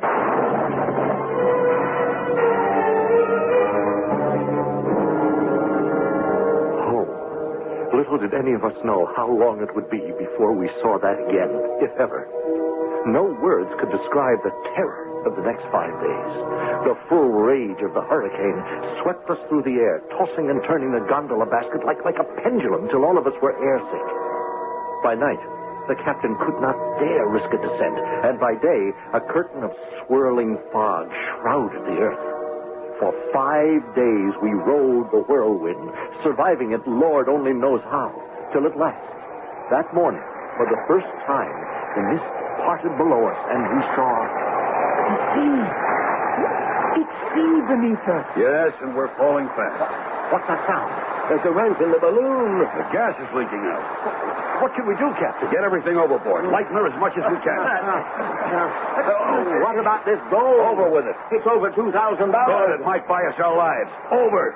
Come on. The food, Captain. Everything, even the gun. It isn't doing any good. We're still falling. Land, Captain, land! Top floor first, land! Where? Neb, you're right, boy.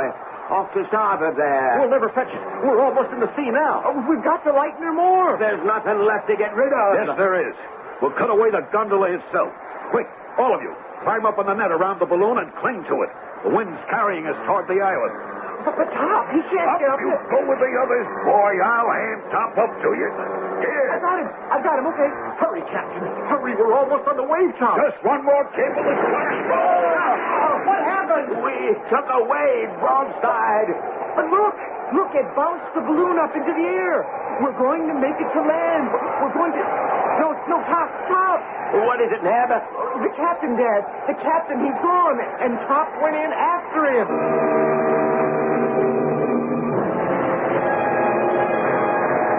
It was true. A wave struck the balloon and carried away Captain Harding and the dog. And the loss of their weight had been just enough to let the collapsing balloon rise and the wind to carry it towards the land. Now, just before we came to the shore, the balloon, half inflated, fell again to the sea. And with the wind driving it and us clinging to the mesh, we were rushed to the shore, battered by the surf, fighting our way to shore, exhausted and half dead. Easy, lad. Easy. We'll find him. Never in a sea like that. Any sign of him, Gideon? I didn't have much hope, and I was too exhausted to go far. What happened to the balloon? Soon as we cut ourselves free, the wind took it. It's gone, too. It's Top. It's Top. Here, boy. Come on, boy. Oh, Top, you're alive. You made it. Dog looks in good condition. Strange. Something stranger. His coat's near as dry as a bone. How could that be if he come out of the sea? Well, he didn't. He came along the beach and... Hush, boy, hush. Oh, then that means the captain may have made it ashore, too. I don't see a sign of him. If only Top could tell us. Oh, but he is, Mr. Gideon. He is. Look. He's got my sleeve, and he's trying to pull me back the way he came. He's trying to take us to the captain. We followed the excited dog. He was leading us into the tropical jungle. Now, after fighting our way for nearly a mile, we came out in a clearing off which opened a cave. And in it, we found... It's the captain. Down, Top, down. Well, I only hope he's still alive. Captain, can you hear me? Neb, here, take my hat. Get some water from that stream. Yes, Father. How is he? Well, he's unconscious. Oh, that's a bad gash in his head. But otherwise, he seems unhurt. How in the name of all that's holy could he have got out of that sea, cross all them rocks, and dragged himself here?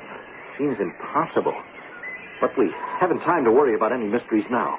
We have to try to bring him to.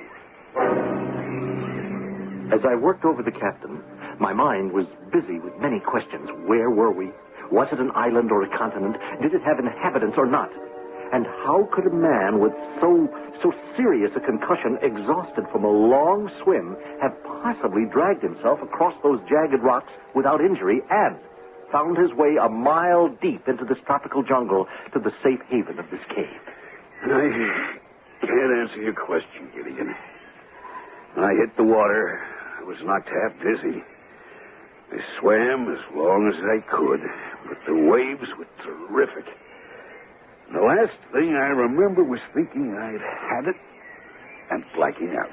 You don't remember anything about getting to the beach or finding your way here? Not a blessed thing. And Top? Oh, I remember his swimming beside me when I blacked out. Yes, but he could hardly have dragged you ashore. Hardly. You'd better rest. Gideon, where are we? Well, that's what I've been hoping to ask you. I've been thinking about that since I regained consciousness. Now, traveling southeast from a starting point in Richmond at an average of 90 miles an hour ahead of the wind, my guess would be some 7,000 miles away and somewhere in the Pacific. 7,000 miles? Well, the distance is less important, perhaps, than the direction. The question is where we are here. Is it the South American continent, the Asian, the Australian, or is it an island? I can answer that. We seem to be marooned on a desert island. A desert island? How's the captain? Well, much better, as you'll see, Neb. What luck? All kinds of luck. Unbelievable. Washed up on the shore, lashed to two barrels which kept it afloat, a great sea chest full of all sorts of tools and weapons and clothes. Maybe more important, 2 wooden crates. One full of tinned goods, the other ship's staples. Coffee, flour, dried beef, and the like. It's incredible. Washed ashore from some shipwreck? Well, maybe, only... Well, you tell them, Father. All I could say is them rope lashings hadn't been in the seawater long. Someone or something, we think, left those stores for us. And I know for sure I couldn't have saved myself. I had to have help. Divine or... Now, just a minute. If anyone's saying that some supernatural influence hovers around the island... All I'm saying is what I see and what I know.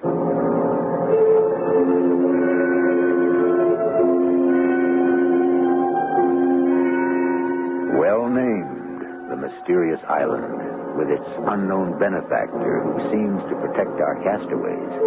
Is he real or imagined? And can he still protect them from all the dangers yet to come? If he exists, will they ever meet him face to face? I shall return shortly with Act 2.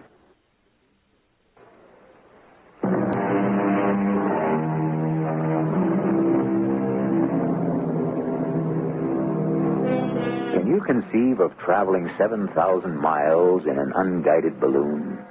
Of being swept from one hemisphere to the other?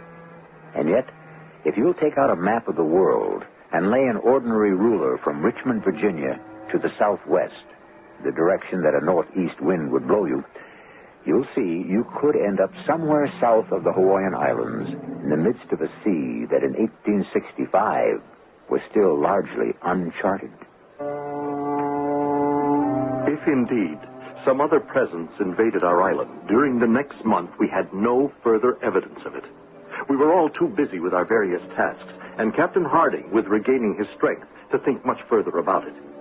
One morning, Neb and Pencroft set out to hunt shelter, water. Oh, I know the insects are bad at night.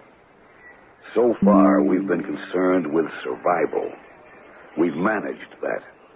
Now we have to consider escape. Escape? To where? Another island, then another, till at last the mainland or civilization. But how? We must build a boat. And to do that, we must be near the sea where it can be launched. Tomorrow, I start looking for our new home. 3 weeks later, Captain Harding had found what we came to call Granite House, which became our permanent home. I will never forget the day he first led us to it. A great granite cliff suddenly reared straight up from the beach, a sheer wall facing the sea. To the side of it, we climbed a tortuous path, past a waterfall, till we came to a small plateau with a small lake cupped in it. Around the lake, we followed him to an opening in the granite wall, and then through a continuously downward path till... Seems like we're on our way back down to the beach again, except inside. Exactly, Mr. Pencroft. Oh, we must have come a couple of 100 feet through this narrow cave, Captain. Not much further. This is a fascinating formation. At one time, I believe the lake above and the sea itself were one, filling these caverns. It won't come back and drown us now, will it? No, no chance. You'll see why in a moment. Now, welcome to your new home. Why, it's huge. And all those windows opening onto the sea. That's why the sea no longer boils up into the lake. It broke through the granite eventually. Oh, it must be 60 feet down to the beach. A little less. But if we lived here, we'd have to have all that climb up and then hundreds of feet back down again. Not at all, Mr. Pencroft. We would build a stout door to protect our rear. Rope ladders from our windows to come and go, which could be drawn up if need be.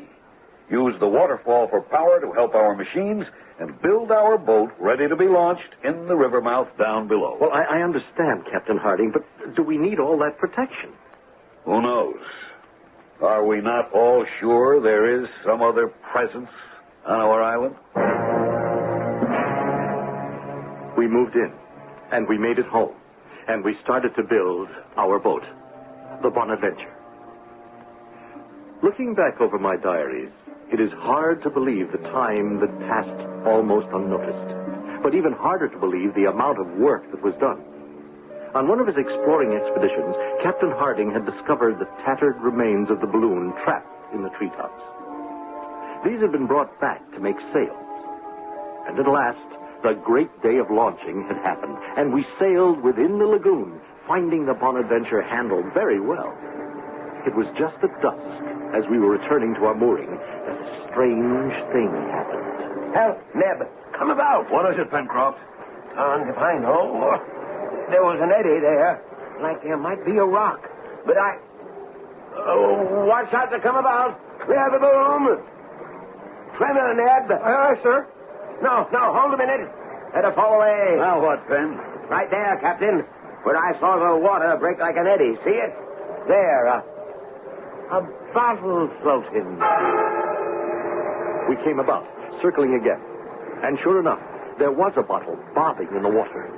Penn sent Neb over the side for it, and in a few minutes, we hauled him in. Wet, but triumphant. What have you got, lad? It's just like Father said. A bottle. Give it here. Here you are, sir. Let's see if we can get this cork out. Yeah. There's a message inside, or at least a paper. Can you get it, Captain? What does it say? Just these words. Help. Please. Castaway. Tabor Island. 153 degrees west longitude. 37 degrees, 11 minutes south latitude. Why, that's not over 70 miles. Just over the horizon. We could make it in this craft easily as sailing downwind. But not all of us. It's near dusk. Head for the mooring. We'll set all our courses for tomorrow. I won't go into the discussion that night at any length. It's enough to say that since the boat could not handle more than 3 people, only 2 of us could go. At first, the captain and Pencroft seemed the logical pair, but Pencroft proved to be stubborn. He didn't want to be parted from Neb, and I had to agree that he was right. Everything we attempted was full of danger, and our boat was at best very frail. Obviously, it could be best handled by a seaman and his son. So, uneasily, we bid them goodbye the next morning. During the day, we kept busy, but with nightfall, the captain and I returned to worry and the helplessness of waiting. I don't like the weather. Yes, looks as if there's a squall on the way, but it should blow over long before they get back. Should I have let them go is the real question. Another human being in trouble? What choice was there? If he's still there. Paper looked quite fresh. I don't think that bottle could have been long in the sea. Thinking back, that's what worries me. Well, nothing we can do but wait. With the fury of a demon, a tropical storm broke, and huge waves lashed at the shore below us. It was the night of the 3rd day, and we had expected the Bonadventure back this night. Could we live in such a storm? Where have you been, Captain? I climbed down the rope ladder. The tides washed all the way to the cliff. I can't get to the bonfires to light them. Well, perhaps they haven't started back yet. I told them to spend no more than 1 day and if they found no one to return. Maybe they saw the storm making up and delayed. Perhaps. Or perhaps the note in the bottle was some kind of a trick. The island may be inhabited. They may have been taken prisoner by some hostile tribe. Oh, I should never have let them. Oh, no, you can't blame yourself. But I do. Particularly for not being able to get to the signal fires. In the dark, or a wind like this, they miss the island, they may be lost forever. They may... Look! Look, Kitty. The bonfires. They're lit. They're burning. Impossible. How could any man in this tide reach the point except by sea? And no mortal could live in such a sea. Look out beyond the bonfires. Can you see it winking on the sea? The riding light of the Bonaventure. And the fires will lead it straight to home. It was the bonfires that saved Pencroft and Ned. And who or what hand had lit them was a question lost the following morning in the excitement of their news. For they had found a castaway on Tabor Island. A new member had joined our society. He was tall, a mass of hair and beard, half clad in animal skins, filthy, more beast than man, and his arms were tightly bound behind his back. When we first reached the island, we thought there was no one there, although we did find an old broken-down shack, but that looked as though nobody lived there anymore either. Then we found him, running on all fours like an animal. When we tried to come nearer, he attacked us. And I don't think we could have handled him if I hadn't had a pistol to bring him to his senses. Oh, he gave me a whopper of a black eye, and we had to tie him up. He didn't want to come with us at first, and, well, he won't talk. You can't get a word out of him. Then you don't know his name or who he is or what he was doing there? that's enough. I'm British. What's your name? That's as may be. You ashamed of it? Who are you, Governor? Captain Cyrus Harding. Military man, eh? Union Army. Never heard of it. You're American? I am. What are you doing on this here island? We're castaways, just like you. Captain Pencroft, sea captain that is, his son Neb, and Mr. Gideon Spilett of the New York Herald. Now you tell me, what were you doing on that island? Oh, now that's a long story. Captain Harding!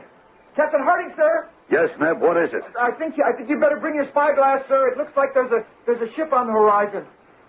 A what? Here's the glass, Captain. Where's my... Oh, thank you, Pencroft. Where away, boy? East by northeast, sir. About 60 points. By Tophet, you're right, Neb. There is a sail. Can you make her, Captain?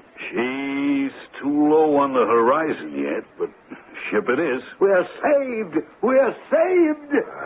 I wouldn't be too sure on that yet, sir. Not if I was you.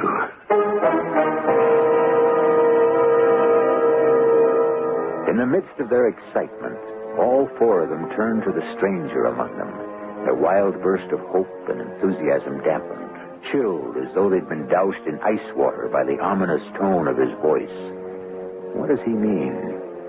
What enemy could the approaching ship turn out to be? I'll return shortly with Act 3.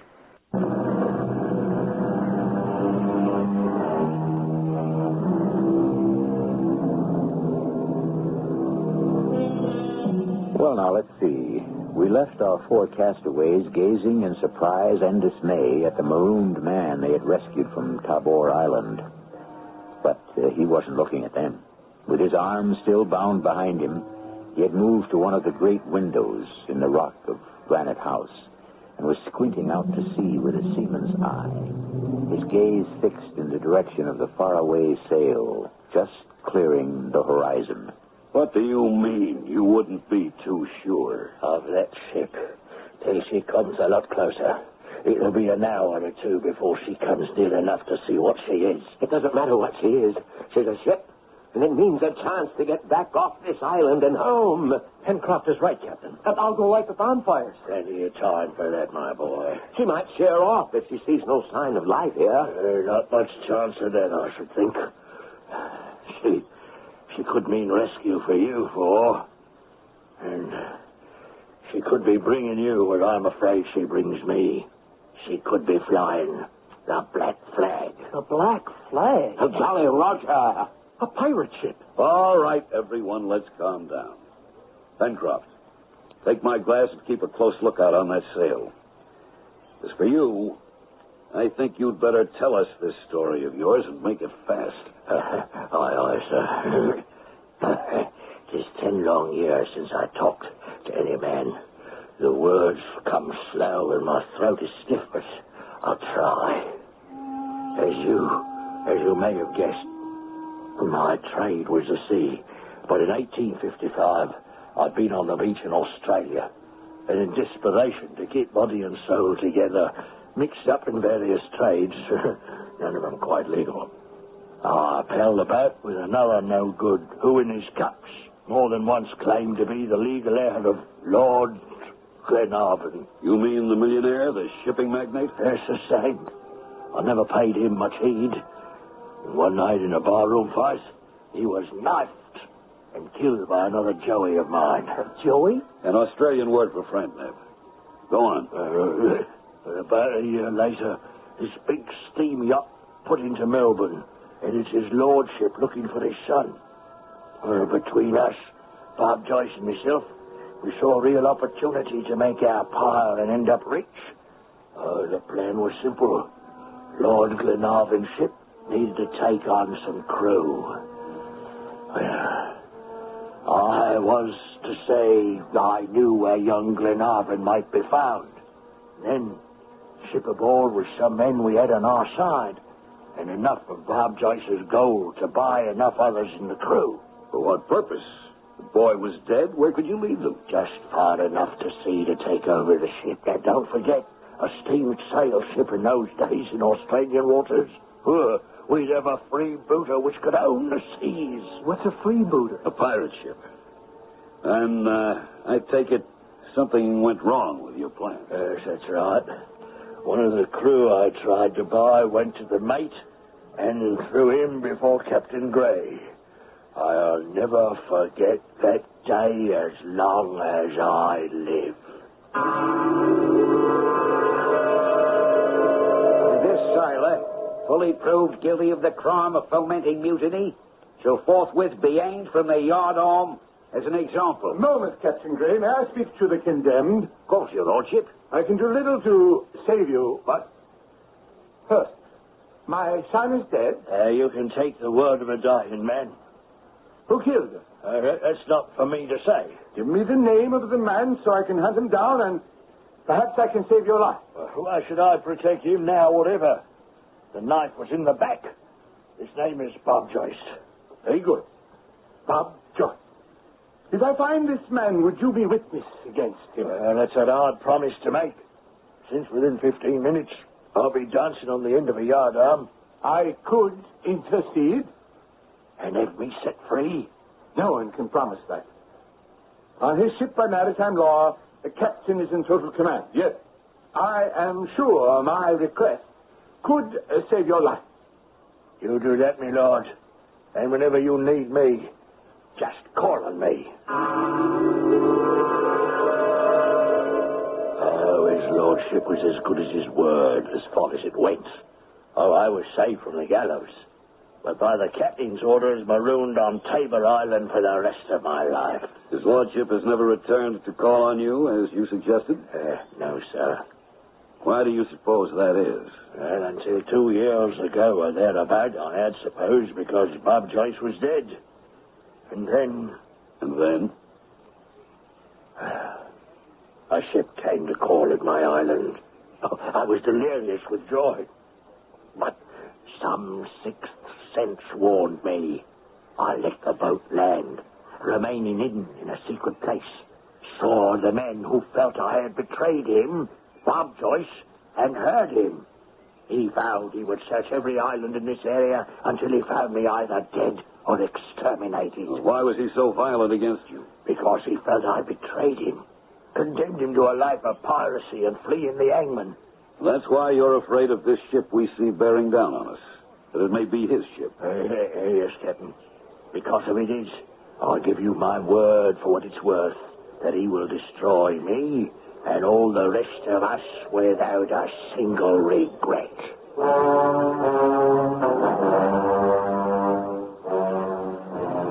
I don't think there was one of us who wasn't deeply affected by the story Ayrton told, or not convinced of his honest repentance after the punishment he had suffered.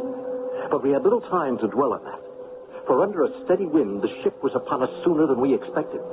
Less than a mile offshore, she came about, and after breaking out by Roger... Hold your fire. She fired on The us. advantage of cannon, she's beyond our range. You're right, Captain. Don't answer her fire. It's what she's looking for. You mean to see if the island is inhabited? That's right. Then if we don't answer, she won't anchor and beat off again? No. We won't be that lucky. Put some boats ashore. Some boats? Aye, lad. There's 40 to 50 men aboard her. Far more than we can handle, except one way. Which way is that? You'd have to trust me. To do what? I see a spit of land going out there. It can't be more than half a mile to the ship from there. It's coming on to nightfall. Free my arms, take me out there, and I'll guarantee to swim to the ship and set off the powder magazine and blow them all to hell where they belong. And if I fail, what have you lost? Under cover of darkness, Neb and I sneaked down with him to the point, leaving the captain and Pencroft to hold the fort. Neb and I were armed with guns to protect him if he had to make a run for it. At exactly midnight, he slipped into the water for the long swim, and Neb and I settled down to wait and pray for his safe return. In less than an hour, all hell broke loose across the water in the dark. got him. He was discovered. Now, that much is obvious. Can we help him to escape? Mostly by keeping quiet and praying. The trouble is, we never should have risked this. Well, why? Because obviously now they know there's someone on the island. And it won't take long to discover how few of us there are. Well, why should they bother us? I mean, maybe they'll just sail away. No, I wouldn't count on it. They'll have to come to shore for water.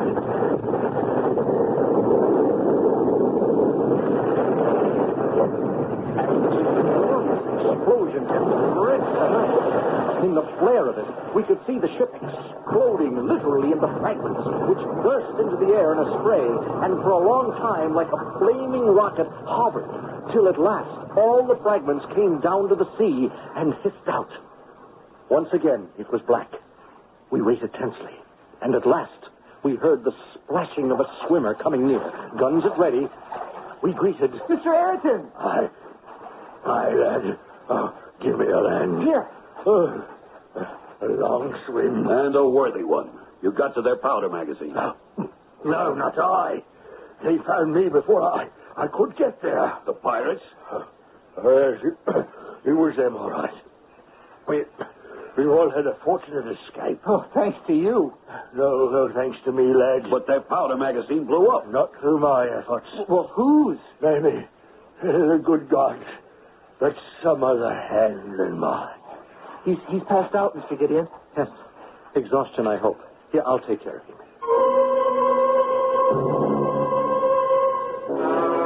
How is he? Not hurt. Just sheer exhaustion. Neb tell you about the... Yes, and as you can see, now it's getting light. There's no trace of the ship, and... Well, what is it? Look, maybe that's our answer. To what? To the blowing up of the ship. The chest with the supplies, the bottle with the message. Everything that's been happening to us since we landed on this mysterious island. I looked, and rising from the sea was a sight I had never seen.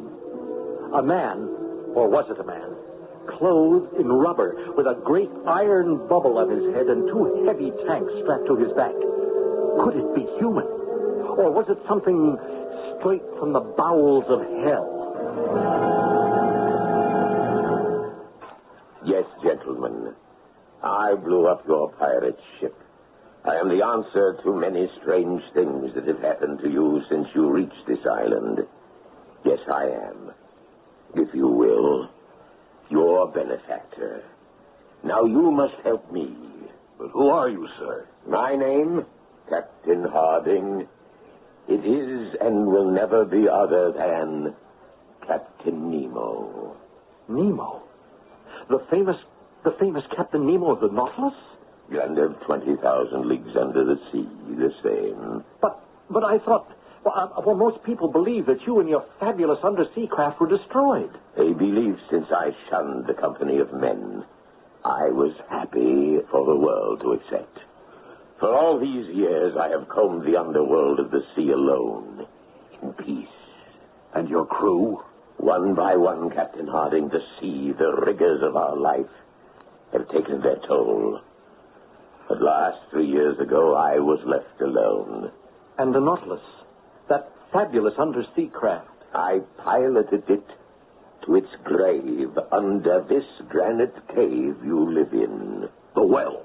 You used to come up it in your diving apparatus and occupy this chamber for your own. Right. When you came to the island, I wanted to help. I did it the best I could. The chest of supplies and tools. The bonfires that were lighted to bring us home. My rescue from the sea and tops. The bottle with the message that Ayrton was marooned on Tabor's Island. But why? Why didn't you reveal yourself? My history is my flight from my fellow man. And now you choose to reveal yourself? Why? Because I am dying. I have made my last effort in your behalf by blowing up the pirate ship. Now I ask a return from you. What? Buried in a subterranean chamber below this granite house of yours lies the Nautilus. I am going to it to die. I ask you to make it my coffin.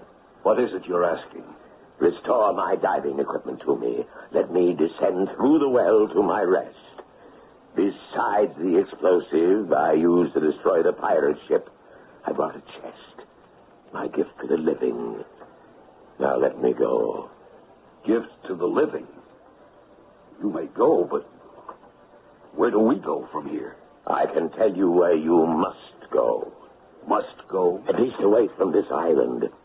The forces that trapped the Nautilus are again burbling.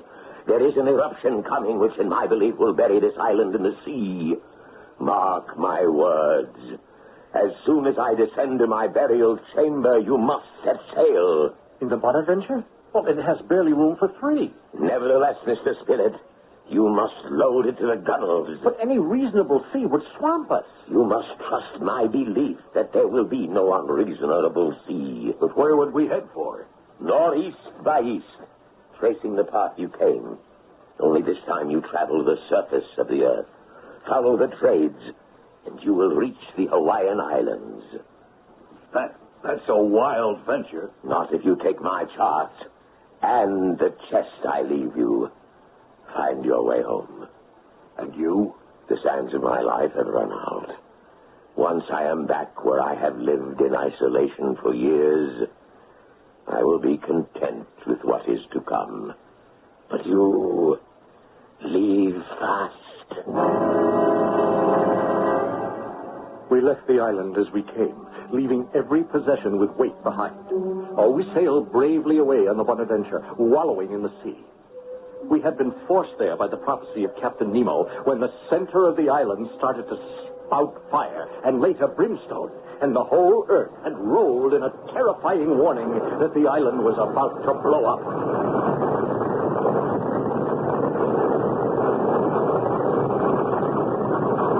We watched while it did, and within all of us, a thankful thrill.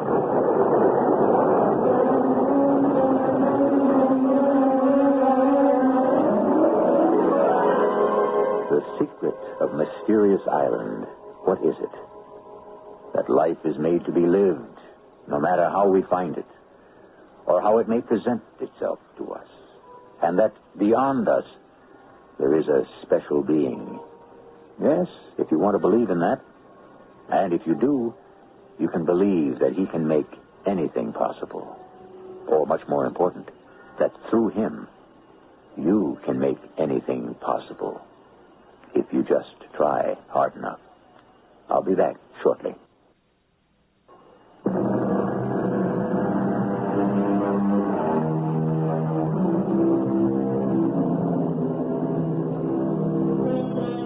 A unique and fascinating man, Jules Verne.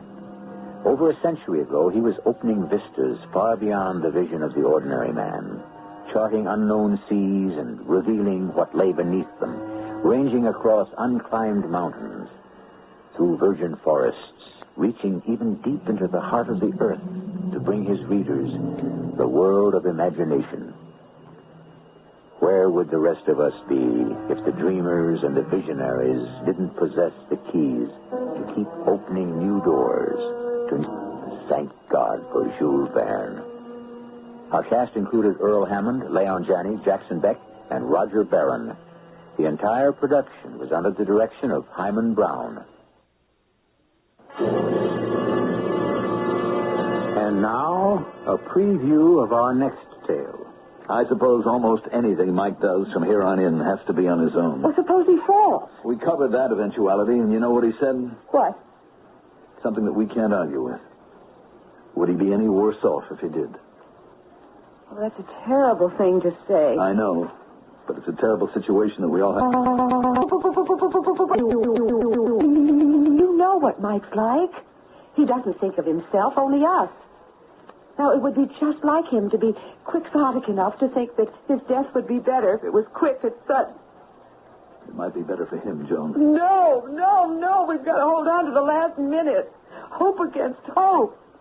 Oh, Jack, why did you let him go up that mountain? What's going to happen to him now? Radio Mystery Theater was sponsored in part by True Value Hardware Stores and Buick Motor Division. This is E.G. Marshall inviting you to return to our Mystery Theater for another adventure in the macabre. Until next time, pleasant dreams.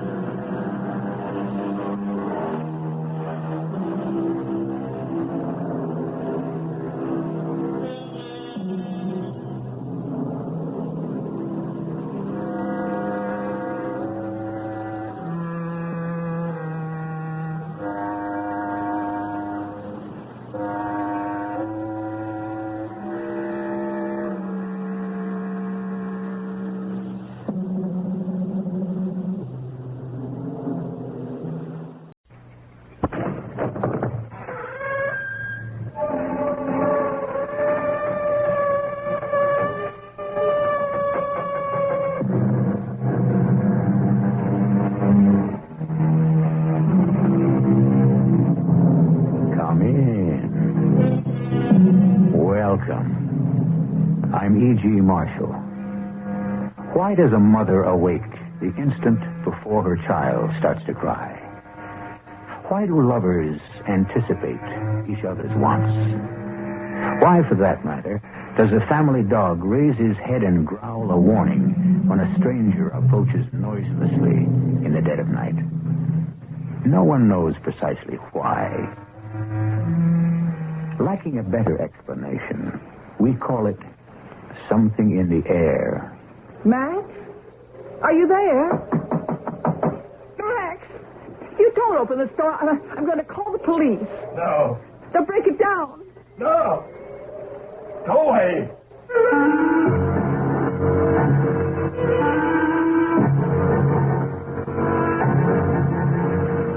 Our mystery drama, Something in the Air, was written especially for the Mystery Theater by Elspeth Eric and stars Gordon Heath. It is sponsored in part by Buick Motor Division. I'll be back shortly with Act One.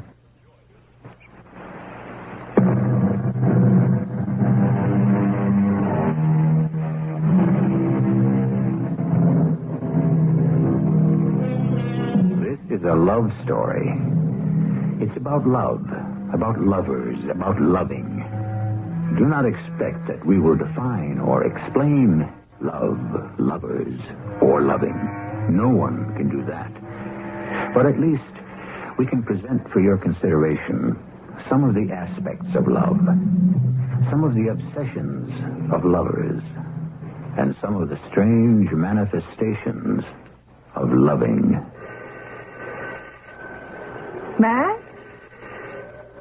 Max, are you there? It's Hester. Max, I haven't seen you for a whole month, and neither has anyone else, or heard from you. Well, we've all called, and you won't answer the phone. Then do you think that's right? To worry your friends that way? And me? I'm a little bit more than a friend, wouldn't you say? Well, do you think it's right to upset me like this? Max, please. I love you, Max. Doesn't that mean anything to you? Max, damn it, answer me! Max, if you don't open the store, I'll get the police and have them break it down. You hear me? I'll get the police. No. No. I will. I swear I will. Don't do that, Hester. Well, then let me in. Open the store and let me in. Go away, Hester. How can I go away when I love you? How can I go away until I know you're all right? Go away, Hester. All right, Max. I'll go away. But first I want to tell you something. I've sent a cable to your daughter. Did you hear me, Max? I cabled Nina yesterday. You had no right to do that. I had to do it, Max. I sent a cable to Barbados. The cruise ship stops there for 2 days. She's probably on her way back right now. You have no right. She'll get in sometime today. No. And when she gets here, Max, she'll come right to the house. No. And when she does, you let her in. You hear me? You let her in. I'm leaving now, Max. I won't bother you again. But when your daughter shows up at this store, you let her in.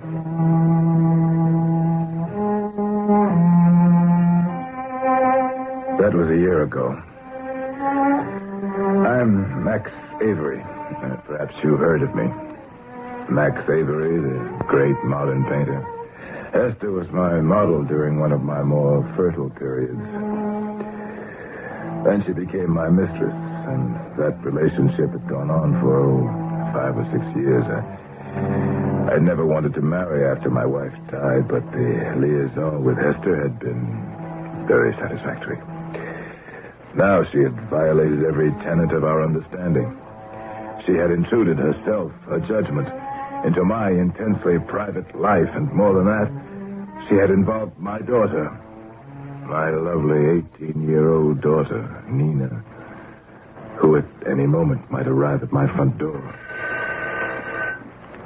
Nina. Is that you, darling? Forgive me, sweetheart, if I don't come to the door. I've not been well, you see. Darling, perhaps in a day or two, next week. I'm so sorry Hester sent you that cable.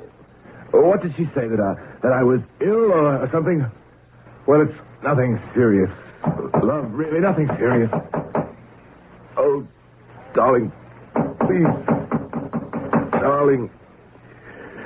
Oh, Nina, wait, sweetheart. I'll open it. Just wait. Nina, what? Max. Who? Nina? No, it's not Nina, Max. Were you expecting Nina? Yes. Max, what's wrong? Don't you recognize me? Dan Fogarty. Dan? That's right. From the old days in the village? Dan Fogarty. Max, let me in, will you? Please, I wish you would. I thought you were Nina. Max, what have you been doing to yourself? Doing? Nothing. Oh, don't tell me nothing. Granted, I haven't seen you for a year or more, but, well, nobody could change so much in a year. I've changed. Have you looked at yourself lately? Not for a while. Not since when? Since about a month ago. Well, don't you care how you look? How do I look? Like a ghost. That bad. Look, would you care for a drink, Daniel? Well, for old time's sake, sure. If you'll have one with me. For old time's sake. A glass of old Madeira wine.